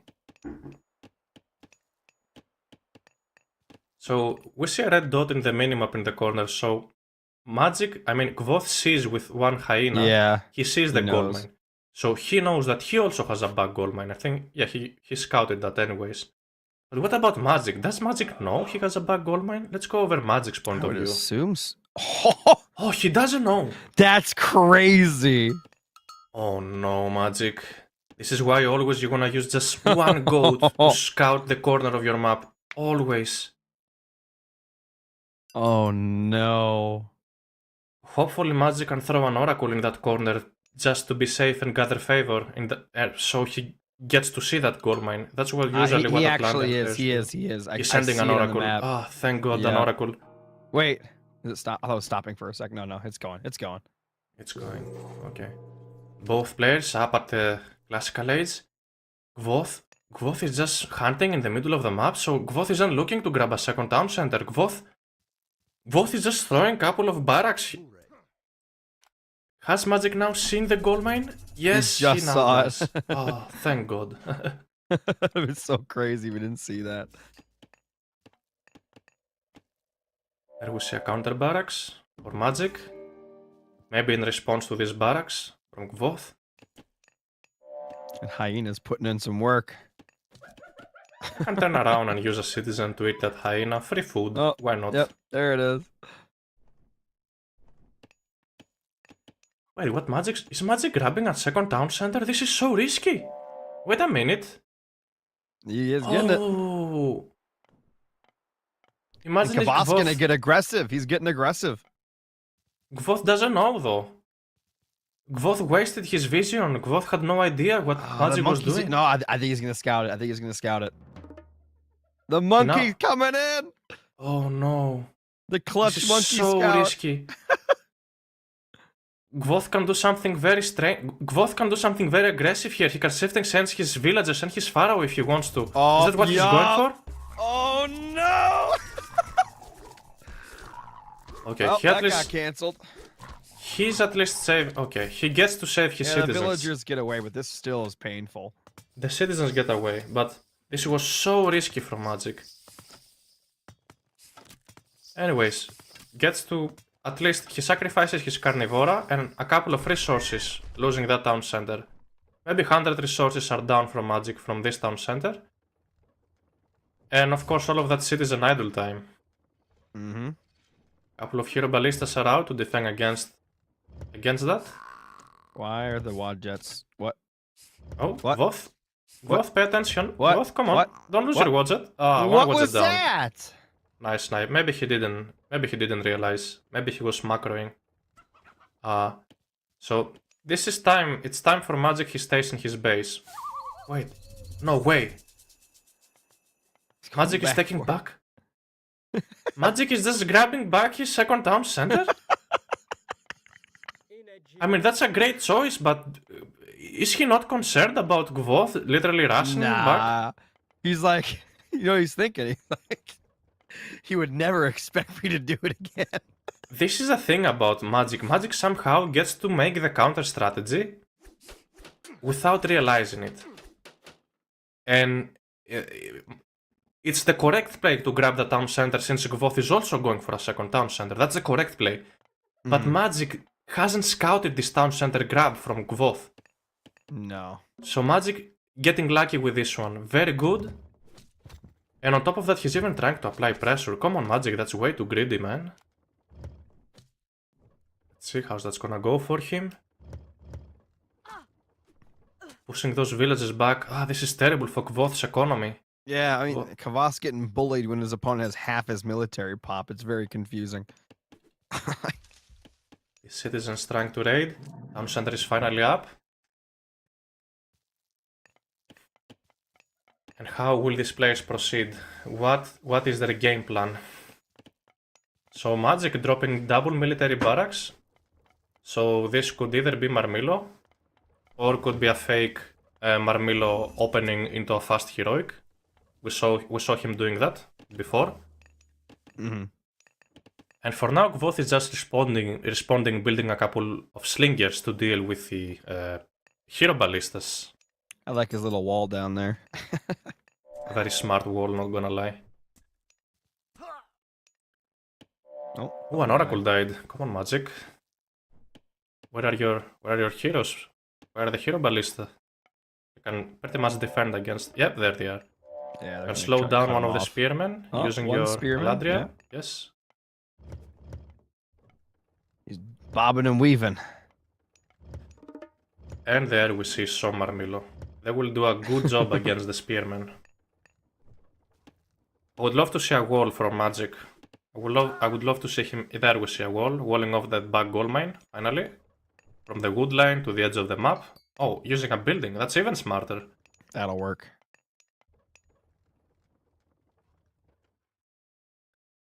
I'm pretty surprised. These hero ballistas are very good at defending, requested by Maiden. And Magic is looking to go up to heroic age, saving up some resources. So's Kavath. Just needs a wee bit more food. Yep, a little bit more food. Magic already edging up. What could be the counter strategy from Kvoth now? What could Kvoth go for? Would that be another 2-town center semi-fast mythic strategy from him? Like just dropping a Migdol on a gold mine and aging up? That could work. I don't know.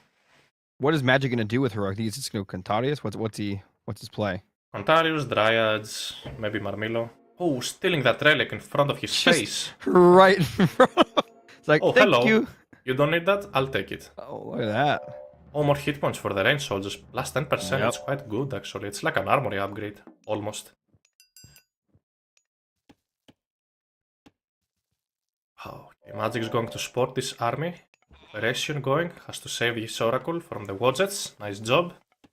And is Magic hunting? Hunting in the middle? Looks like. Magic is hunting. With so many citizens, that's so risky. But at least... will Kvoth sport that? No. We don't really know. Got at least drop a manor over there, just in an another emergency. wall. Yeah. Kvoth loves his walls. He loves them. He's gonna wall across the entire map. From the looks of it. Ooh, that's not a fight you wanna take, Magic. Oh. Well, I mean, if Kavath doesn't fight back, there he goes. He at least has a Carnivora he could use. Oh, there it is on top of the slingers. One slinger will be eaten alive, the Wadget will go down. Is gone.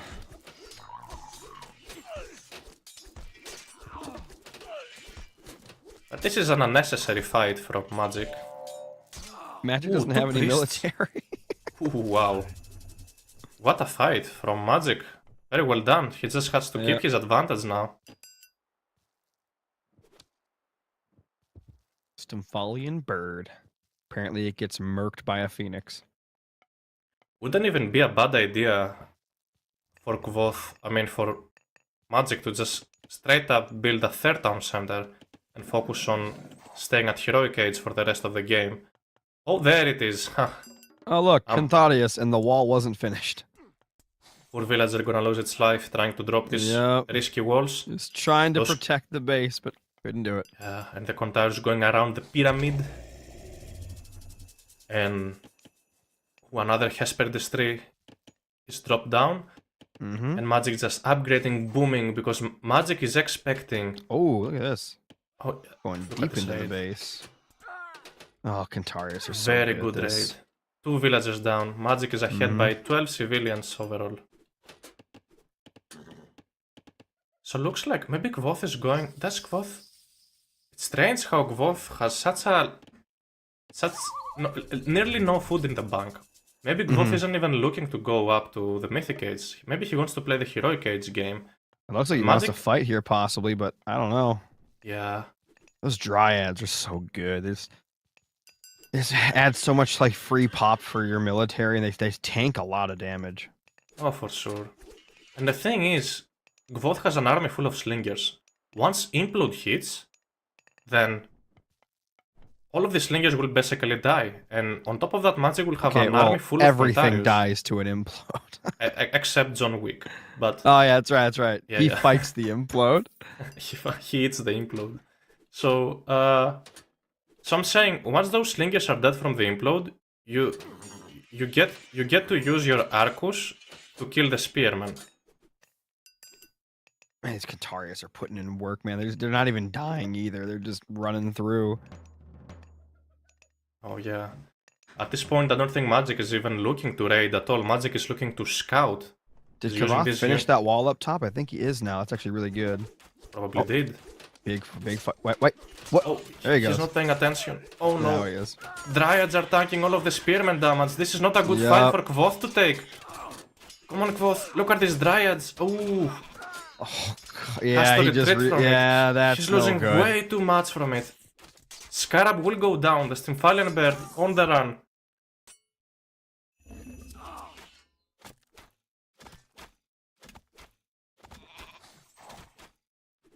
Magic now has to open a gap from these walls to let his Contarius escape.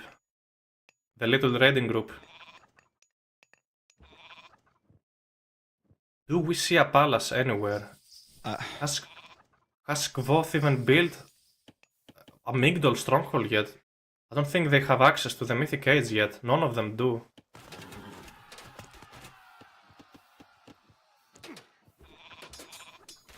He's busted through the wall. He's got the Arcus line in the back, just making it rain. Oh yeah. Come to and those Slingers, though. Oh, Slingers are in great position, actually. They managed to get on top of the Arcus. It's That time was you retreat. really good. Ooh, the wall! The ghost build! Will it work? That's not... I don't think so. That's not a good fight to take, as those Contarius were on top of the Spearmen and the Slingers were in position to hit those Arcus. That was a really good fight for Kavath. For a minute. Definitely a really good fight for Kvoth, but he's gonna lose half of his Slingers to the Contarius. What a snipe! What a Yeah, I micro don't from know. Magic. Yeah, that was weird. There's They nearly did good, nothing they did left. bad, they did good, they did bad. No Slingers left to kill those Arcus, and these are heavy Arcus, they're no joke anymore. Yep. Here comes the rest.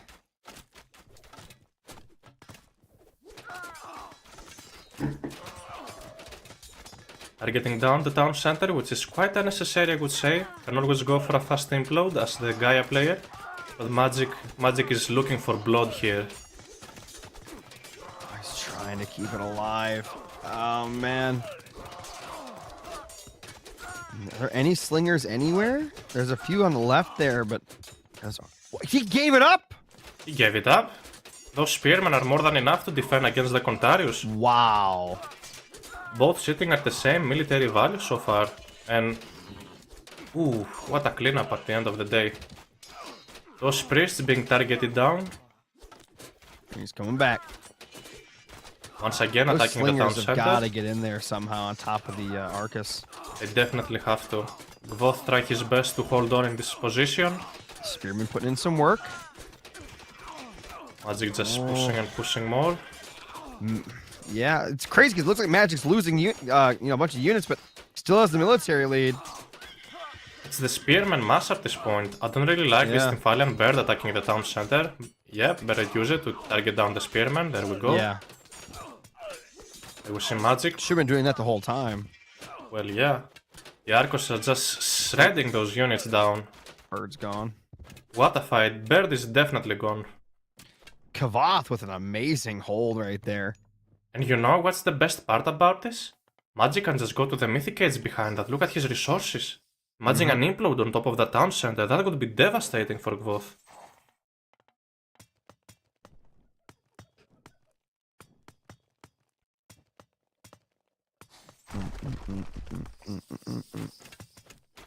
Blood control. Sneaking. Oh my god, do you see that destroyers damage? over there? Yeah, the destroyers. Getting that house to half hit points already. Wow. In 2 shots or something. Wow. Not expect that. These are some upgraded naked destroyers, but once they get their upgrades, they'll definitely do their job even better.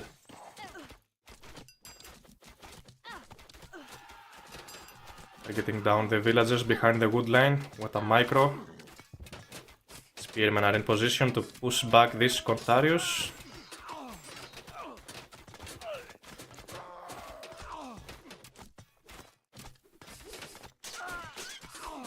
What are we doing now? I don't know. I don't like magic pushing into this, but Temple is going down. Gonna lose his relics. His relics are done for today. No. we can just build another temple. Oh, that's a very late hand axe for Gvoth, not gonna lie. He's been building slingers for a while. Oh, he's misclicking his slingers. Oh no. Your slingers. Okay, they will survive. Okay. Trying to outrange them, looks like, with the Arcus. Yeah. Arcus got that insane range.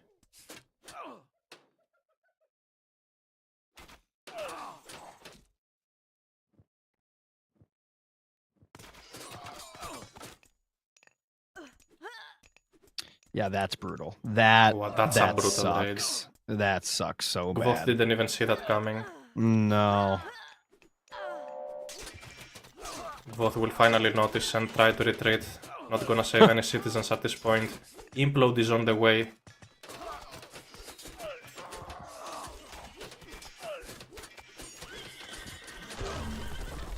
And no implode necessary. I Am Magic takes game number 1 in this best of 5.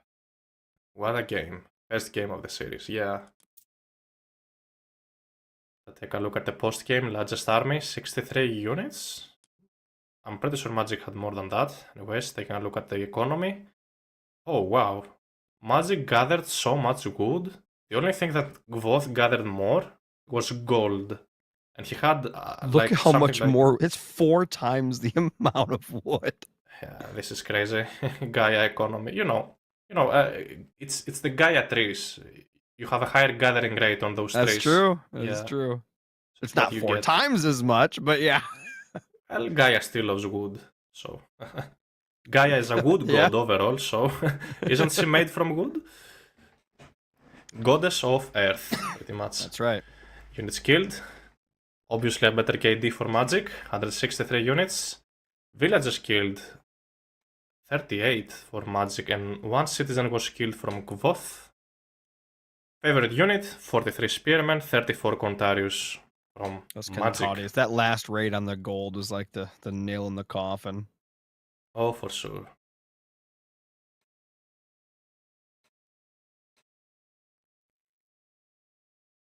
Couple of highlights from the series. There we see the first Shifting Sands. Yep. Magic reacted very fast, on time. Also cast. Look at that. The Carnivora saved the citizens, honestly. Yeah, Look at I that think play. here's the thing with the Shifting Sands. I think he should have shifted a little bit more to the right to make, to block the citizens if they did decide to run. Oh, yeah. But he kind of just put it to the left a little bit there between the TC and the citizens on top, and that just made this so the citizens could just run away. Losing this town center was quite painful, and losing one of these Wodzets was also painful for Gvoth. But there we see the first kill, and then Gvoth retreats.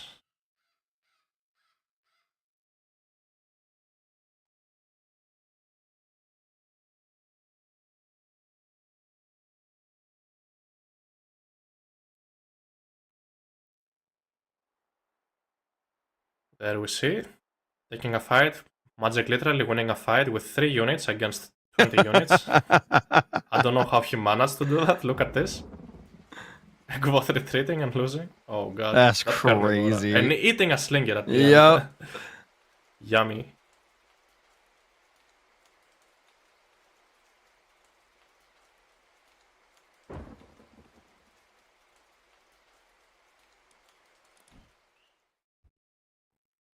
Yeah, this was.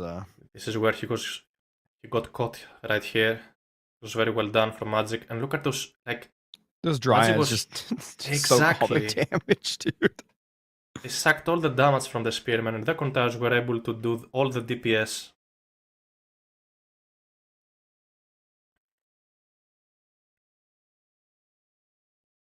And those units almost get caught with the Ghost build.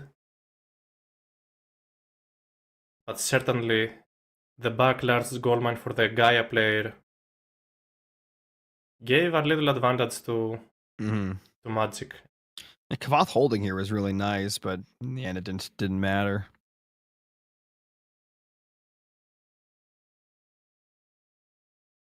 You just ran all those Arcus. Oh, man. Chilling. All slingers.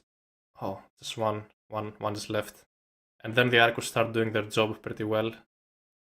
Ugh. And then right there, like look how many idle of his units weren't even fighting. They just like headbutted him and then ran away. Oh yeah, and losing the priests was a huge issue. Look at these priests going down. They're all just dying. Oh. Then there was nothing to pretty much kill the dryads at some point. What a play. Yep.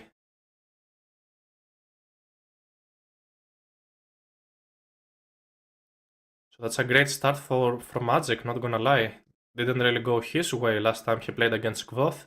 So he's out here looking for revenge.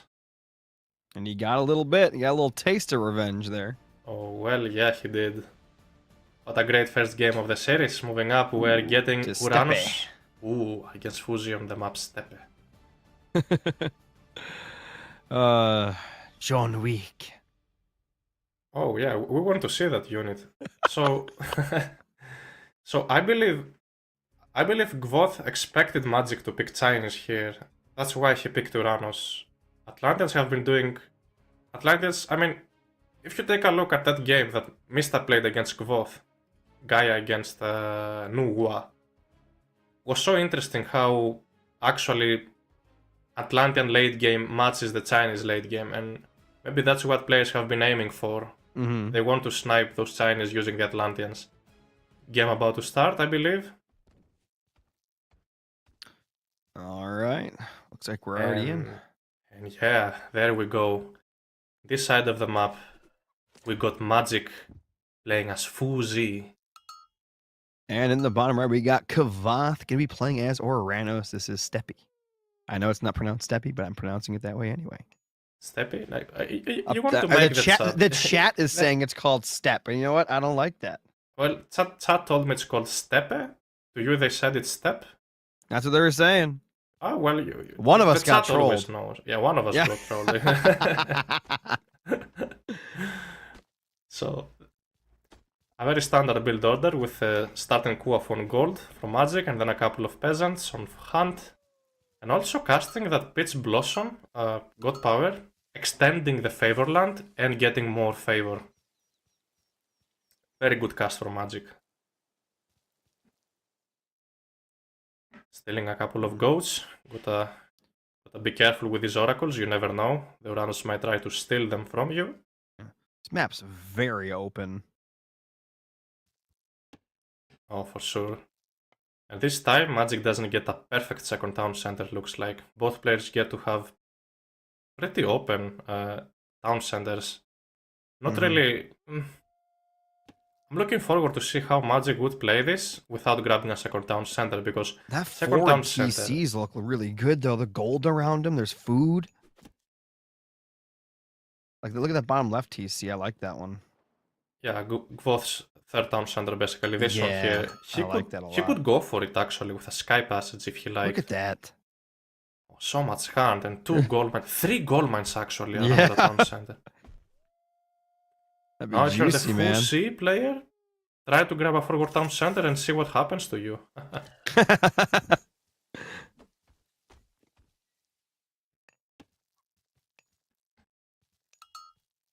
Now. That's right now. Oh, already aging up. Look at that. Already aging up. And wait a minute. Did Gvoth open with an economy guild? Is he upgrading any economy upgrades at all? He went for an early hand axe? Oh wow, that's strange. Okay, we haven't seen this build order for Uranus, so that's very unique. It's got something special he's cooking up. Oh yeah. But Magic is already edging up. Magic isn't going to have any lightning weapon units. You see he's choosing the other way, the other minor god. Quite interesting. I think it's more like a classical fighting god than booming, because he sees that this map is not really excellent for a boom situation. I'm excited to see some early action from the Chinese. Don't get to see it too much.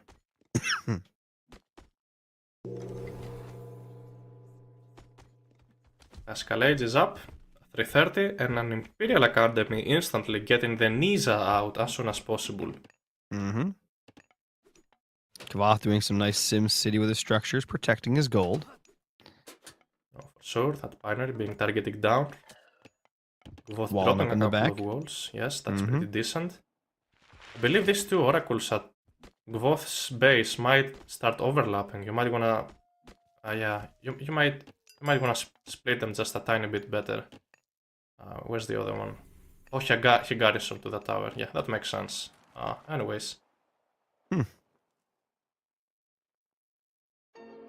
Nothing too special, just scouting with a pioneer so far from Magic.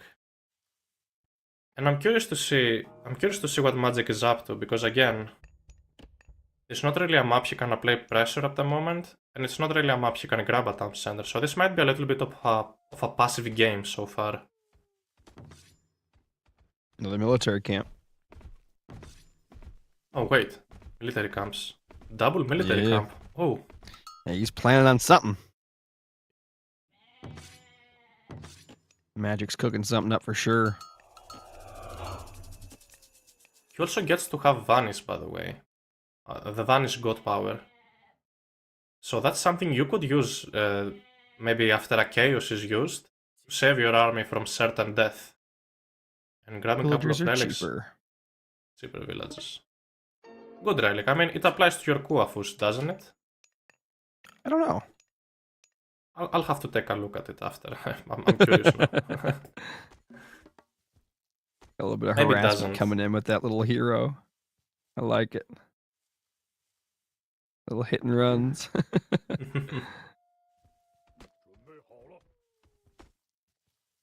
Imagine having most goats. Looks like, oh no, they have a very similar amount of goats. Oh no, he's getting more. He's got more coming. Gonna be 15 and another 3 coming. That's 18 goats. What about Gvoth? How many goats does Gvoth have? Maybe 11? 10, 11. 11. Oh, 11. Wow, look at you. Yeah.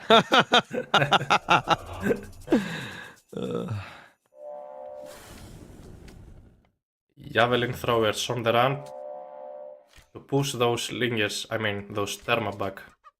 Citizen is being on fire, look at it. This citizen's on fire.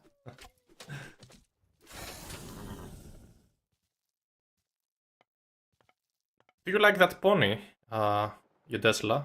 I think it's your favorite myth unit. It looks like your favorite myth unit. Yeah? It heals units back. I think it's a good pony.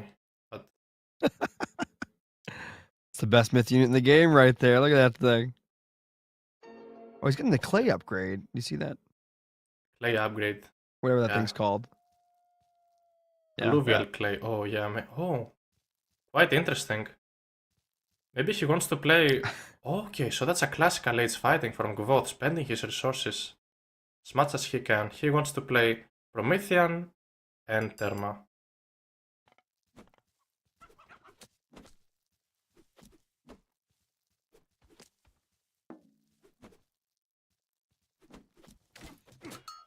Of citizens being harassed. The flaming pony will be there on the rescue. I'm getting towers though, and getting crenellations at the same time? How come? So these towers will be obliterating Therma, having crenellations. Look at the damage they do. That's huge.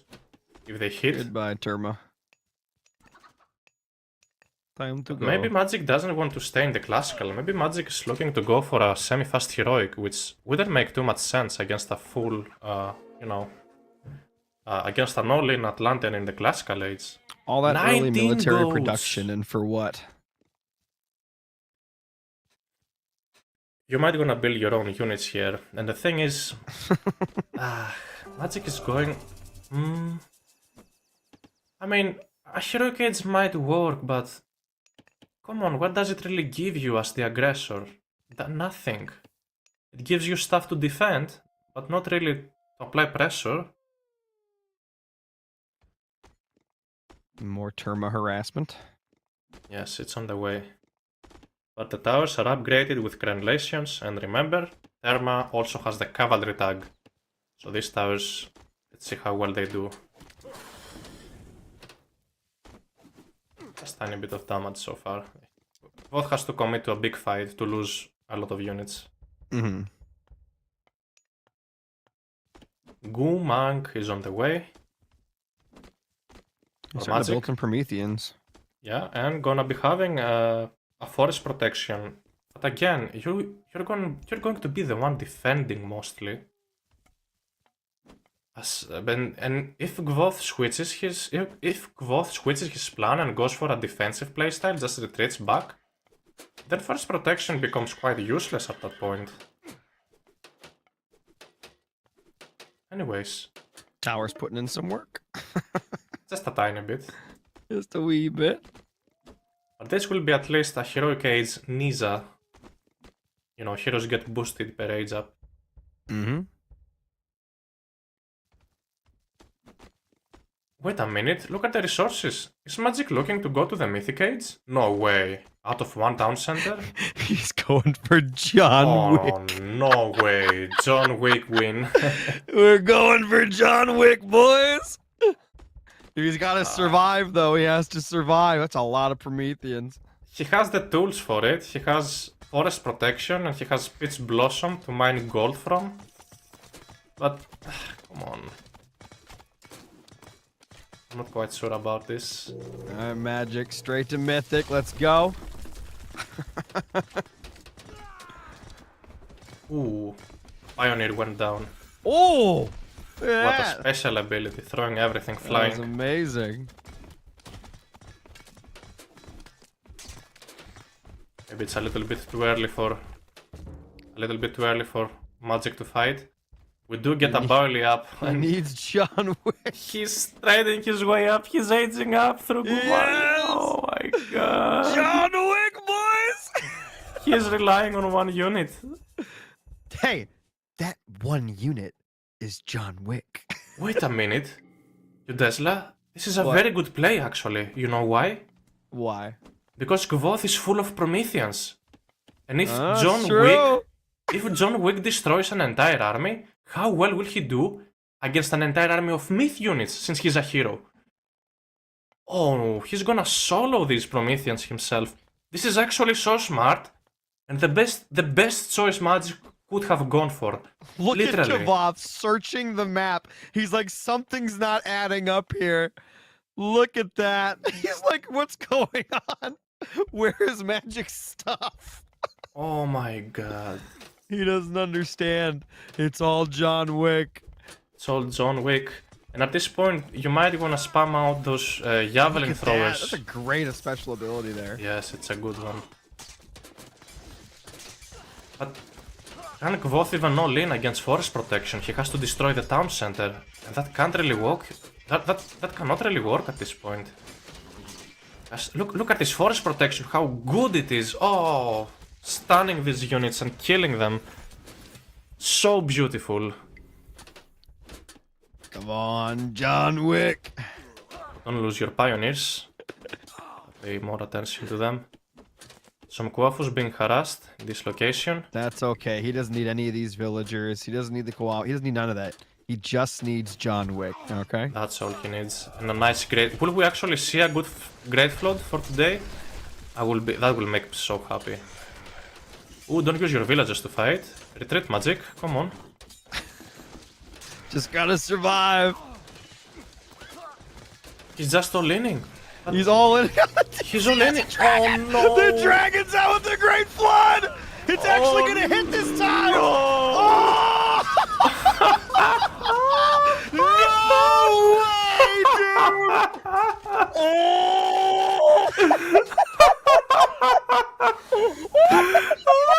Now that is a great flood!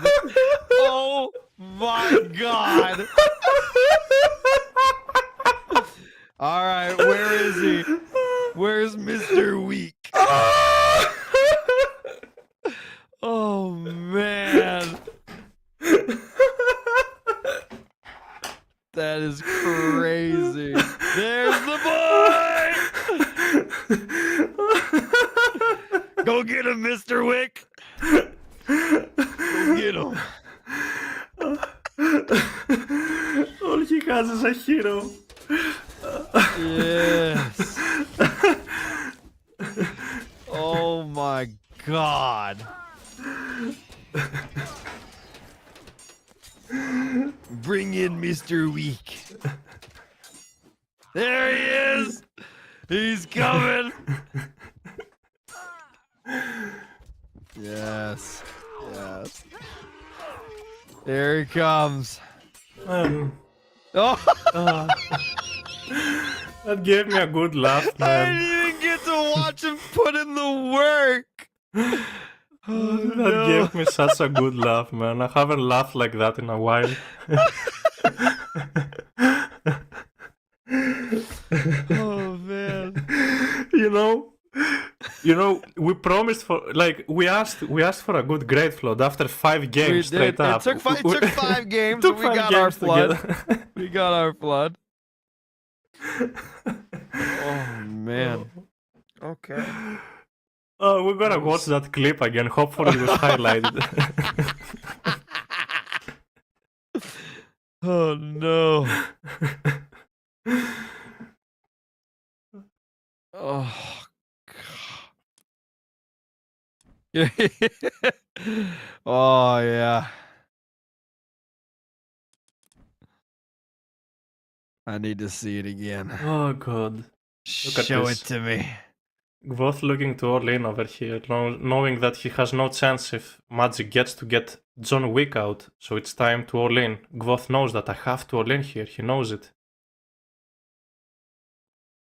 Wait Let that for play. it. It's coming in a little bit.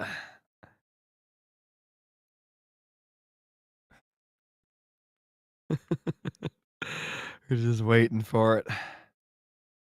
And Kavath runs right in there too. He falls for the bait. Look, he's chasing in. He's going for it. He has no idea. Oh, there it is. There's the dragon. There's the flood. Look at it coming in slow motion. It's all getting washed away, wiped clean. Oh, perfectly balanced, as all things should be. Perfectly balanced right there. Nothing lived. Aterma lived, maybe? Aterma survived. Oh, Wow. man. We got to show Oh, that. Yeah, no, we it's got to watch. Arena. Oh. Yeah, cool. Let's see what gods they're about to draft. So already it's been 2-0 for Magic. What a great start for him. I think it's getting quite late for Gvoth. I think it's like, is it like 4 AM for him? Something very late. Hopefully he still has stamina for the next 3 games. Because I'm expecting this series to go 3-2. You think so? Yes. We saw a lot of John Wick today. That was so fun to watch. Yeah. John Wick. Didn't even get to watch him there. He won with just his aura alone. He didn't even fight. It's just straight aura. Yeah, aura. That's all he needs. Oh, man. His appearance at the battlefield just won the game already. He didn't even get to fight. Yeah, I think it's better on Hirazu. Let's see. What do you think we're going to see here? There's still double Chinese available. This could be a Chinese mirror. No way against Sanon. Yeah.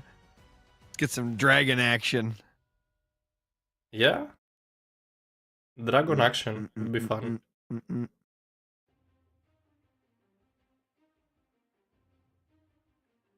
Dragon. Let's see what we got. Players still drafting. What is your guess, Yodesla? What are you expecting to see here? What gods? I have no idea. I mean, I think it'll be a Chinese mirror, probably. Hades, maybe, I don't know. I mean, what's left? So if let's just say Kavath does win this, then he's got to Hades? play on Anatolia and Ghost Lake. So No. Anatolia will be Zeus for Maya Magic for sure. Anatolia Or will be Zeus Kronos, I against guess. Hades, Yeah. obviously. So then Ghost Lake would be Isis. So I guess he has to go Nua here, right? Because well, he's Loki. He has Loki. Has Loki? Loki on Arena? Kavath has Loki. No, I'm just saying. In general, he has it available. Mm-hmm. But I don't. Well, think Loki is a good god here. on Ghost Lake.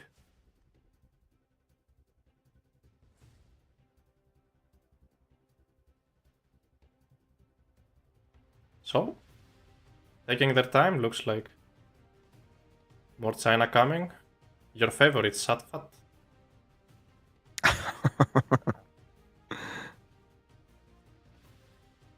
Well, Chinese mirrors are balanced in my opinion, because all Chinese gods are broken. So if they're just facing each other, it's broken against broken. So that's balanced, isn't it? I guess. Well, who's got a better late game between Nua and Shenong? Late game against Nuwe and Senong. I think it's pretty close, but I think I'm going to rate Senong as a better late game. Not because of economy, I think Nuwa has a stronger economy. Oh, it's Senong against Isis. Oh, Because of units. yeah. This is another matchup I believe Senong has a better late game against. It's because it's literally because of units. Senong has one of the best late game units with Freyr and who else?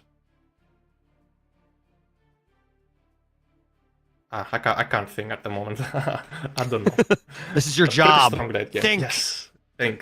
Pretty strong late game, guys. Great units. I didn't expect Isis, to be honest. Maybe both. Because this literally comes down to early Mythic Age, and maybe Isis is decent with Thoth, with some early Mythic Age timing attack. But once you get past that, you no longer have any power spikes left. So we'll see how that goes. Do you think Isis has to do something like in the heroic or early mythic to do something here? Yeah, I would say so. Heroic or Mythic. Hyper late game, Isis doesn't have the units for a hyper late game. Senong does have the units for hyper late game. Mm-hmm. And this map is most likely to go to hyper late game considering how defensive it is. You don't say. Late game. Late game? You love late game? No, I was just saying. I like late game if you get there organically. This map, it's given for free. Yeah, you got a point. Well, hopefully we get 3 more games where every single game goes to hyper late game, Titans and Wonders. Yes. We can cast for another 5 hours. We need to see a Titan rush. That's what we need to see here. That's what I Titan want. Rush. That cannot work realistically, but It could yeah, would be definitely fun. work. You just gotta believe. Come on. You just gotta believe. Okay, man. I will believe. I will trust. Technically, out of all the gods, who would be the best one to pick if you're just trying to Titan rush on Arena? Probably Ra, because You think Ra? because cheap farms, strong economy, all monuments are empowered, so you get that favor easily for the Titan. And on top of that, you get Sekhmet. You get to have a Citadel Center that will research Mythic Age and Titan Gate way faster. So probably I would say Ra is the best god for a Titan race. Interesting. Mm-hmm. But then again, you can just play Fushi and you can get something better than a Titan. You can get John Wick. I'm just saying. I don't think a Titan can take down John These Wick will heroes. just siphon it. John Wick and Nisa. Then we still need a nickname for every single Chinese hero. We gotta think. We will ask the community to make the nicknames. They always have good ideas. I feel like John Wick's the only one that deserves it. That's true. Straight beast. That's true. I've never seen him falling once today. I don't know about you. little bit.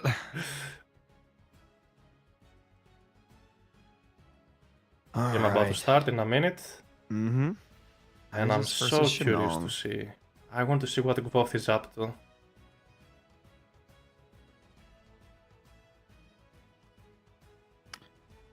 Well, he picked Isis for a reason here, and this is his map pick as well. So, like, he had to have had some sort of thought process going in with Isis and Arena.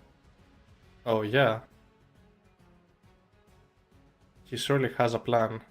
I just don't know if Magic defends well enough and transition to late game. If he goes to that point, then we might see Gvoth losing. But if Gvoth's plan work, if Gvoth make it work,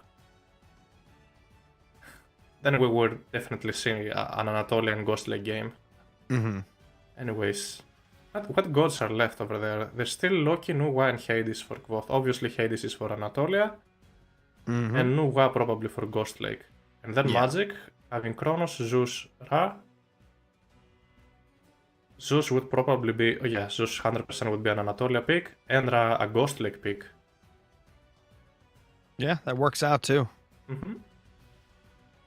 Anyways, game about to start. Game 3. Nice. Let it begin.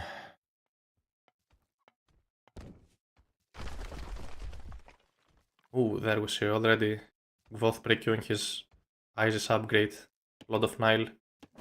And left side of the map in the blue color, we see Magic playing as Senong. And in the upper right, we have Kavath playing as the red Isis. This is Arena. Oh yes, a very defensive map. This is a very aggressive, super exciting, high octane map. You wish. This is a very defensive map with stone walls upgraded already and towers around them already. So this is definitely going to mid game if not to late game, but it always depends on players' movements and game plans. So as we see already Magic connecting Favorland with every single tower to get as much favor income as possible, as soon as possible. Very good macro. And opening a gate over there to get the cows in his base. Very nice. While scouting with a Pioneer.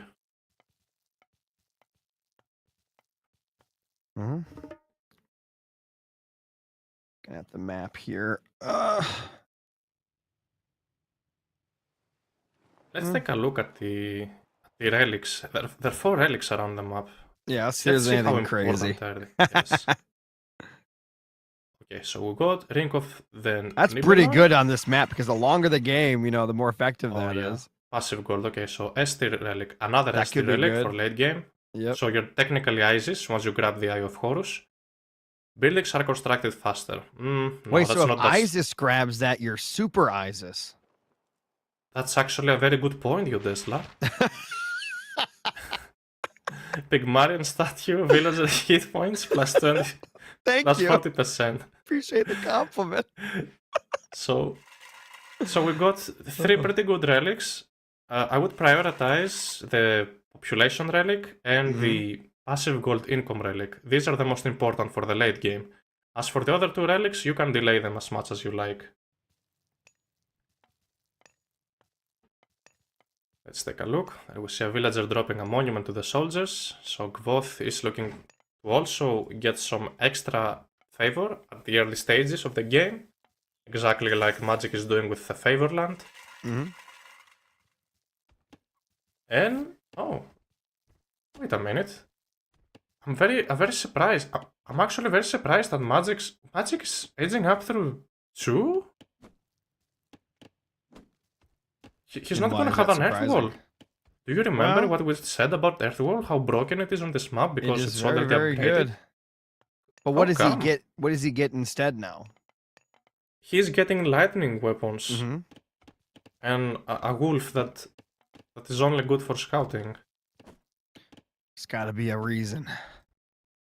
I'm so surprised about Magic.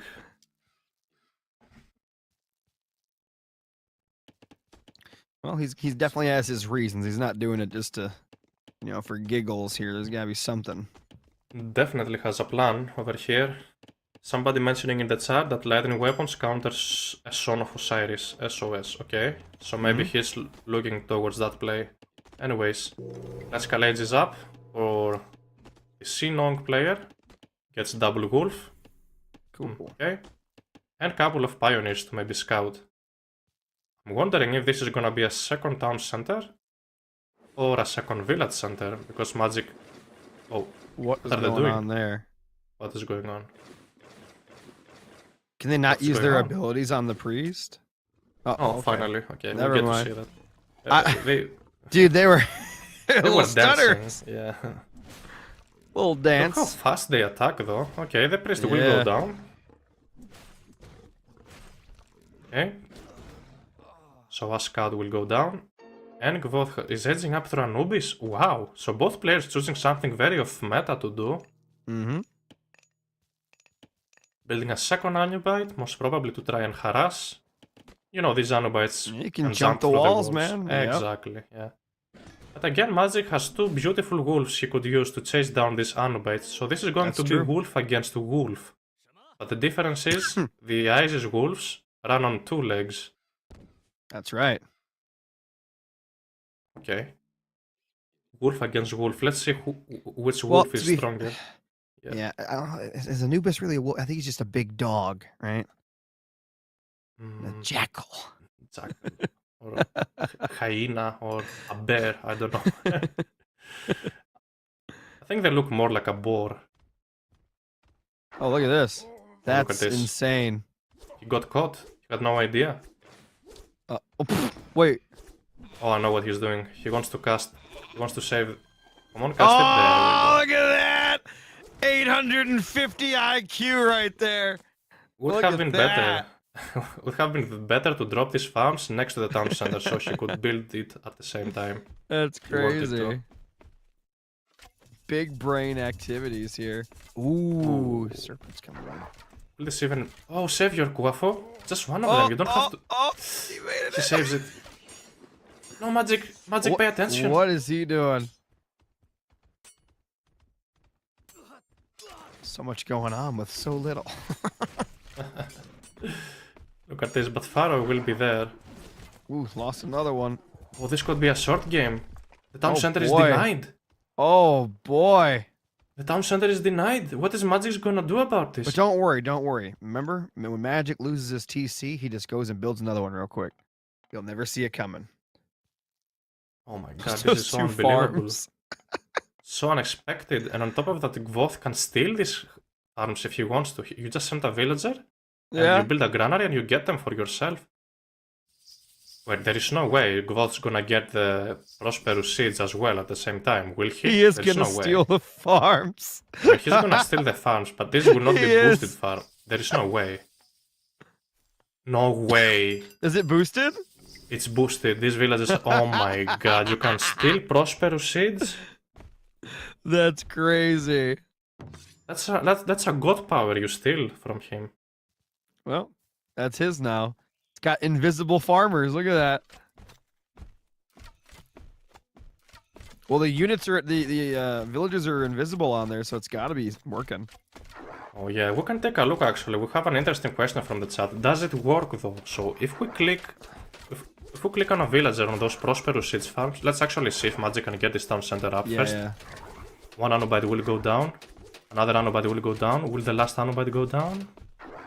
Might go down with some good micro here. Ooh. Yes, it will. The Kuafu might also go down. Kuafu's gonna die, maybe. Wait. If he jumps... Oh, yeah. No way. Gets what the a TC start. up, though. Gvoth is so ahead at this point. So again, let's try and take a look at those villagers. Let's check on these Prosperous Seeds farms. Let's select one of the villagers, the invisible villagers, and have a look at their gathering rate. 0.88, so it looks like it applies. You see there? 0.88 per second. So yes, they do apply. Regular ones are less, I'm pretty sure. Yeah. Way less. So yes, the bonus does apply. That's quite interesting that you can steal these farms. So Magic's had a rough start here, so can't have to work his way back, that's for sure. But That's what Magic is about. Magic loves working his way back. Magic's gotta get some magic. He's gotta work his magic here. Have to play like Magic, be a Magic player. That's right. Yeah. And so that wasn't just a great deny from Gvoth, but at the same time Gvoth is he's just guarding that town center with a couple of serpents at that point. So we're not gonna see Magic grabbing the town center anytime soon at the end of the day. At the same time, Magic is going up to the heroic age. Yep.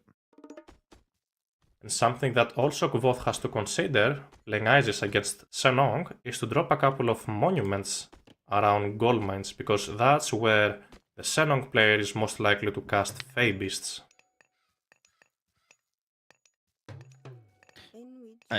Those stolen farms might be the funniest thing I've seen. Like top 3 funniest things I've seen today for sure. Oh, for sure. 2 boosted farms just in the middle of the map. How about that?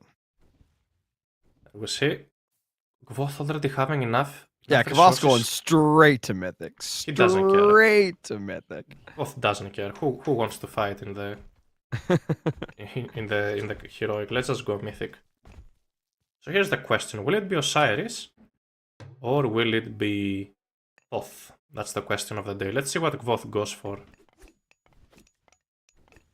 And I don't really like the fact Magic is building units. You don't really have to.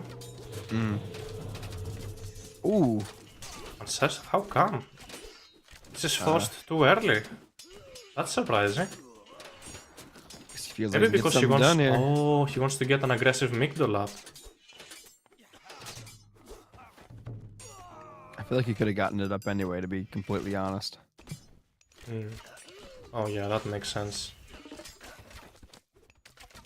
Gonna lose a couple of units. The Flying Tiger will go down. Will it survive?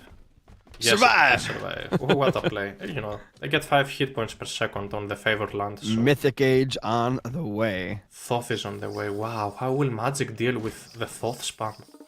And we see a monument over there, so Magic cannot even cast his Fey Beasts here. He has to look for a different location to use Fey Beasts.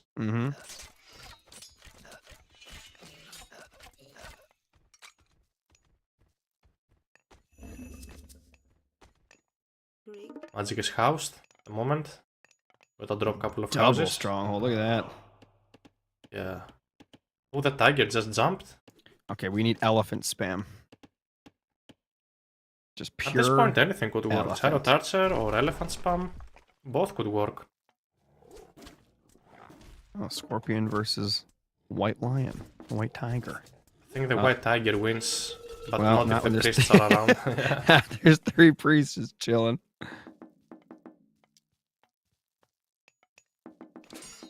Look at that. Ooh, nice attack Casting here. another prosperity. Wow, wait a minute. That wasn't smart from Gvoth. He's not gonna have enough favor to upgrade his Valley of the Kings.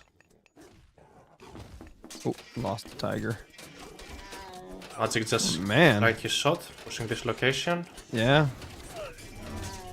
Oh, Fey Beasts are used. It's time. It's garrison time. Where are they going? Garrison time for Gvoth. Come on. You wanna garrison stuff inside the Migdol, you don't wanna lose them to the Fey Beasts. Come on, Magic. Yeah, They're it's losing actually really slingers. good damage from Magic right now. And that's Magic. Ladies and gentlemen, that's Magic.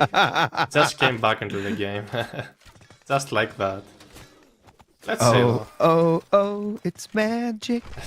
Still, Meteor is very scary, and Gvoth managed to save his Pharaoh, so he's not in that much of a terrible position. Yeah, and Meteor is about to happen. Not sure where, but it will.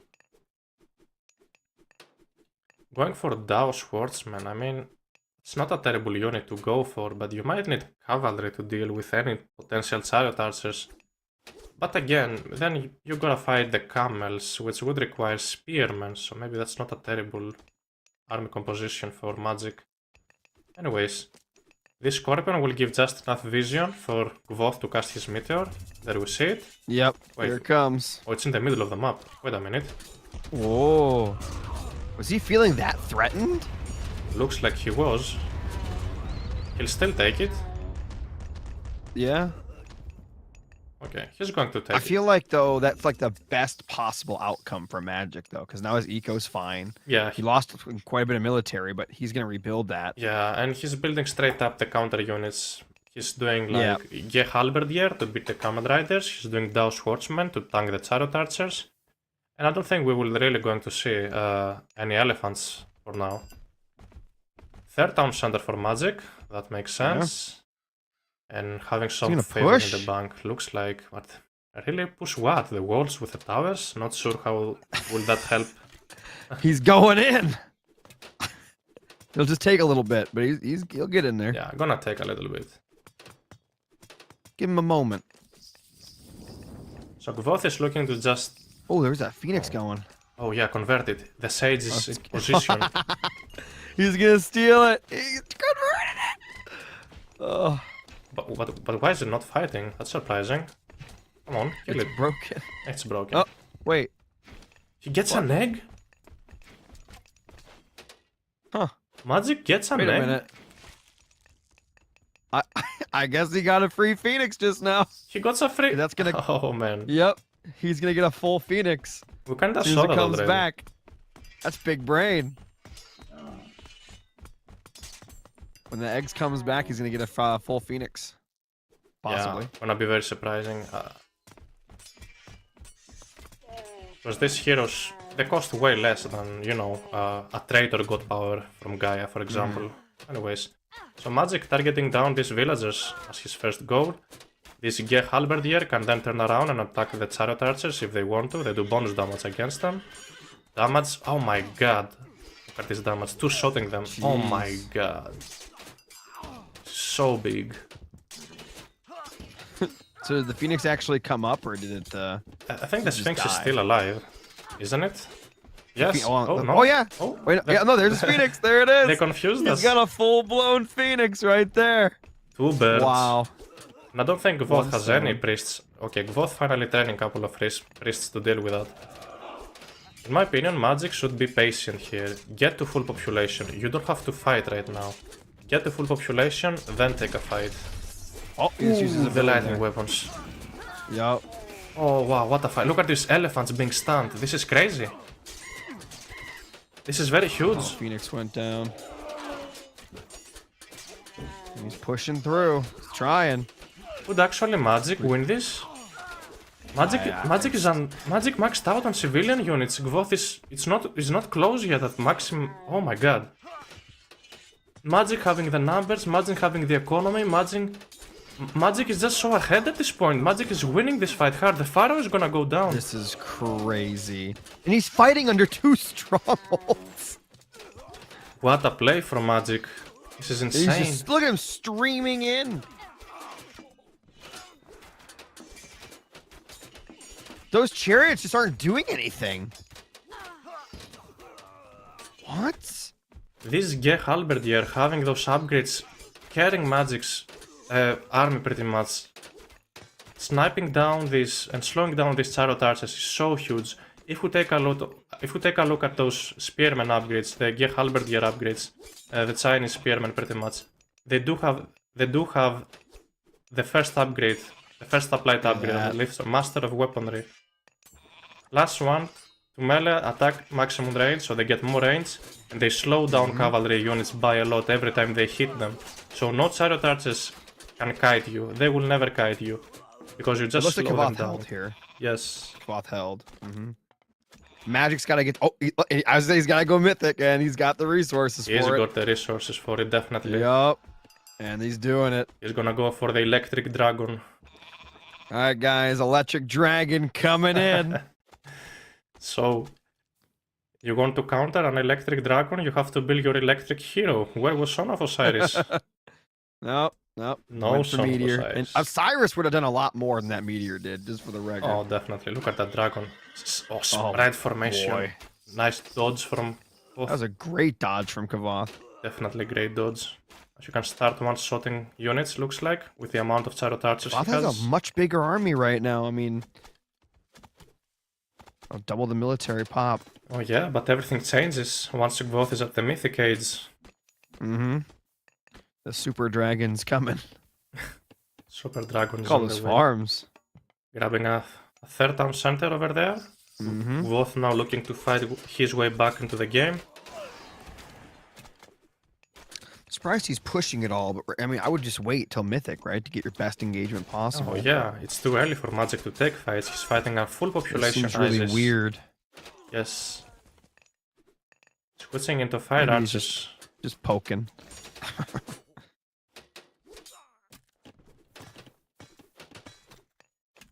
That wall is likely to go down, but doesn't really matter.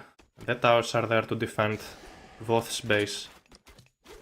Ooh, that's a lot of good damage right there. Yeah, almost. Run, dragon, run!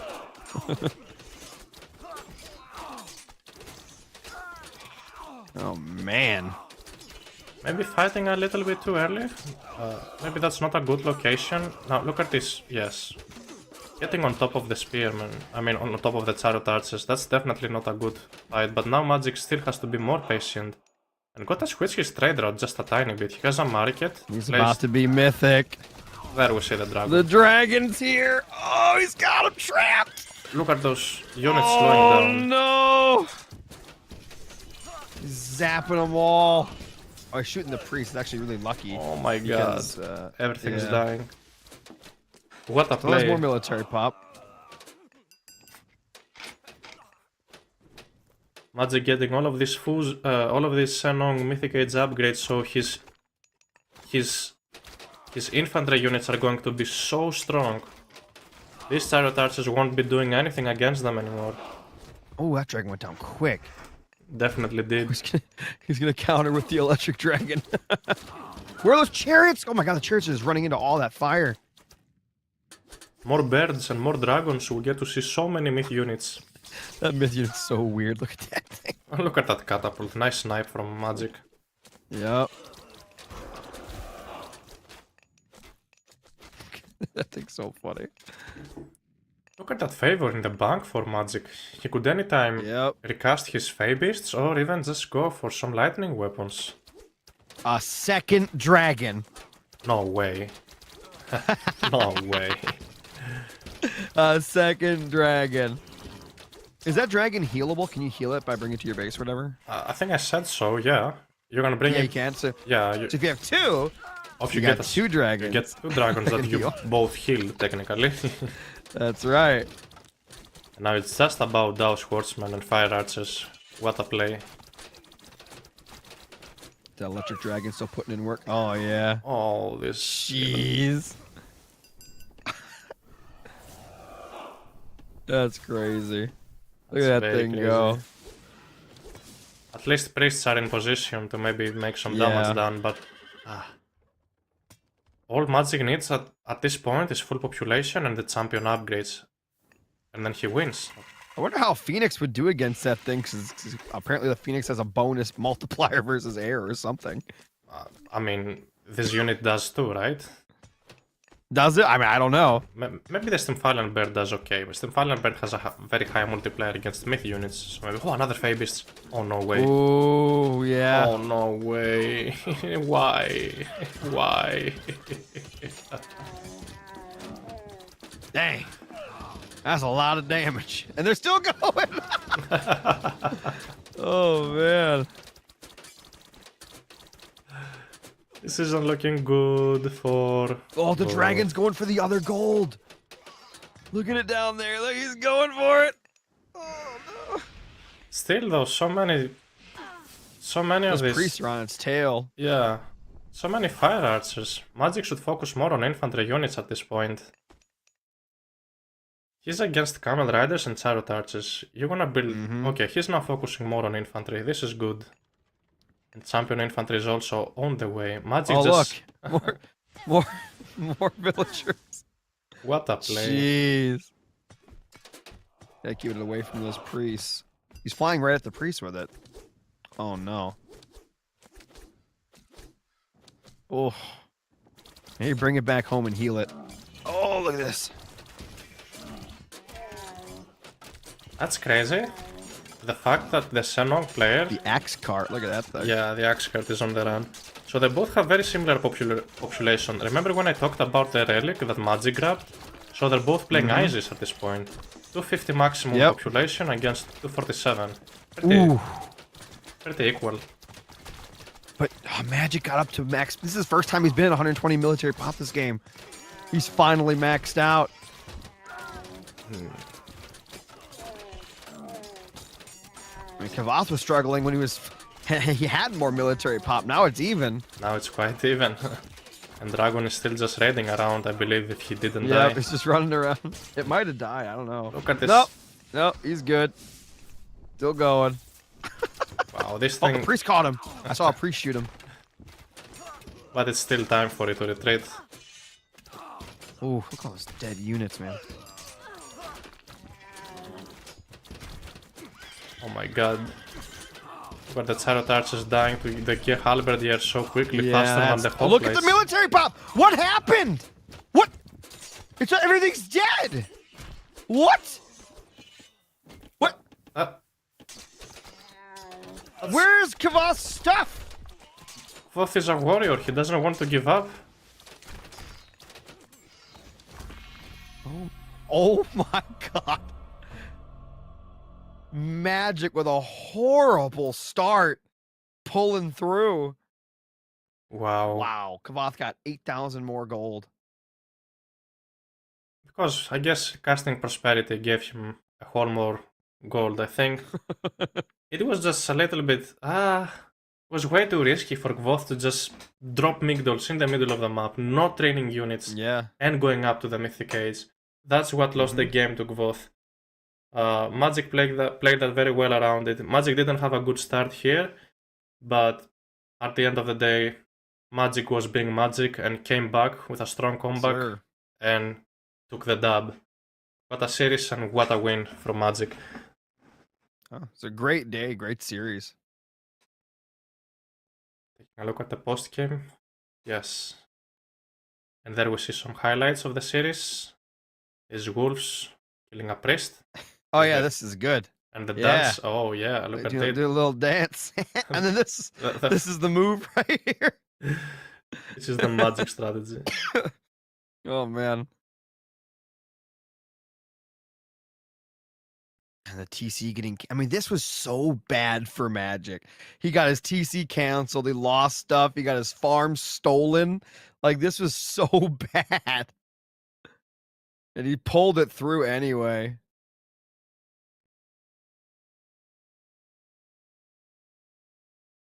Very good calls from Kvoth at this point, yeah. And Magic had to go for another town center on the other side of the map, where he lost one of his Kuafus. Yeah, he ends up losing one here. Still gets TC up, but...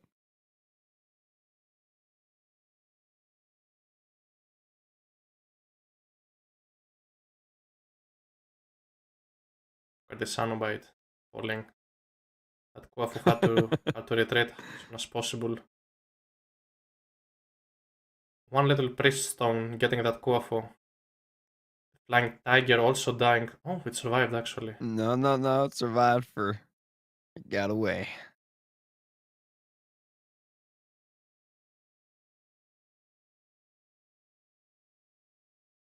Yeah, the minion play was weird. Didn't do a lot, I don't think.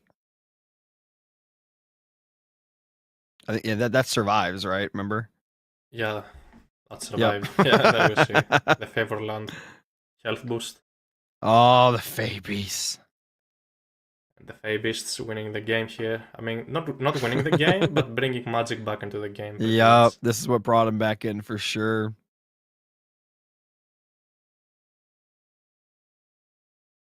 Dang. Wait a minute. We never got to see that Sernong, John Wick. Magic never built that hero. Some players forget about that hero, yeah. Every Chinese has a demigod at the Mythic Age. You wanna use it no matter what.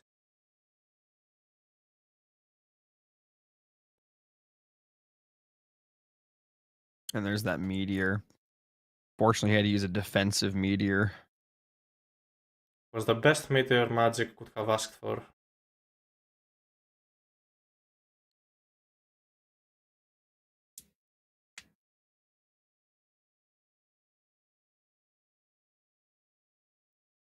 Have to repair the town center at that point and coaching these villagers.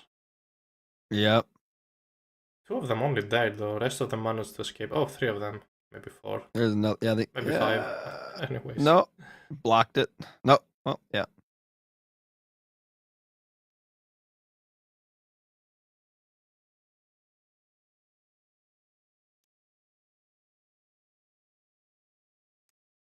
Hmm. The bird then- fights. Remember he stole the phoenix? That was crazy. That was crazy. So apparently you can steal a phoenix. And if it dies It- before its timer runs yeah. out, you get the egg, I think. And if you're playing Gaia or Kronos and have a trader available, you can steal a converted myth unit, unit entirely from the Chinese players. So that's pretty good to know.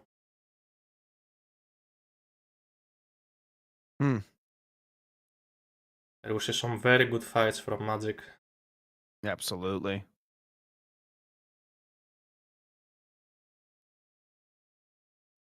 Look at that water dragon looking for blood.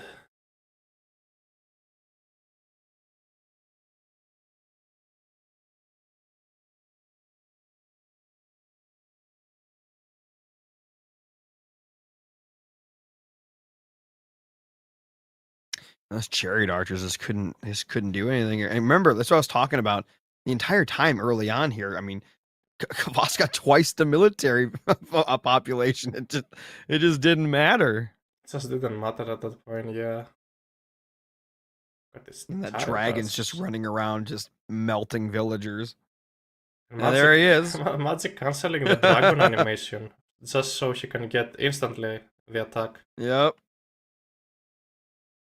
Thanks, Magic. Nice games, man. Thank you, Magic. Nice games to everybody. Congratulations and good luck tomorrow, Magic. Yeah.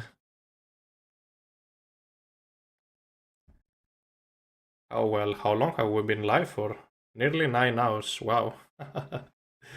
It's crazy, Magic. You had the best and worst god power of the day. Yeah, Magic, how did you do that? You had the best Grave Flood and the worst Grave Flood at the same time.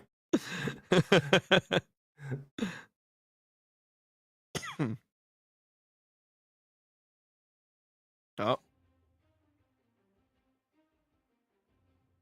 Well, I guess we're back. Yeah. We're having some very exciting series tomorrow. The Mista against Recon in the winner brackets finals. Loser of that series playing against Magic in the losers bracket final. And then the winner of that series, the one who plays against Magic, winner of that series will go over the grand finals facing the winner of the Mista against Recon pretty much. Mm-hmm. Having a long day tomorrow. A really good day tomorrow. Yeah, with plenty of games and very high level. China at peak. I wouldn't be surprised to see a couple of Chinese bans in every series. All right, guys. Well, these games were a lot of fun today. I really enjoyed casting them, and I really appreciate casting with the Rappel. Yeah, it was really fun. I really appreciate being here and casting for the first time at EGC TV. And I'd like to thank you everybody and thank the EGC TV for having me here. I will not be casting tomorrow, but I will be definitely watching and being a viewer and chatting in the chat. It was a long day, but there were so many good games that it was worth it. Absolutely. All right, well, that's gonna be it for us, guys. Thanks for watching. Make sure you tune in tomorrow for more games and more high-level content.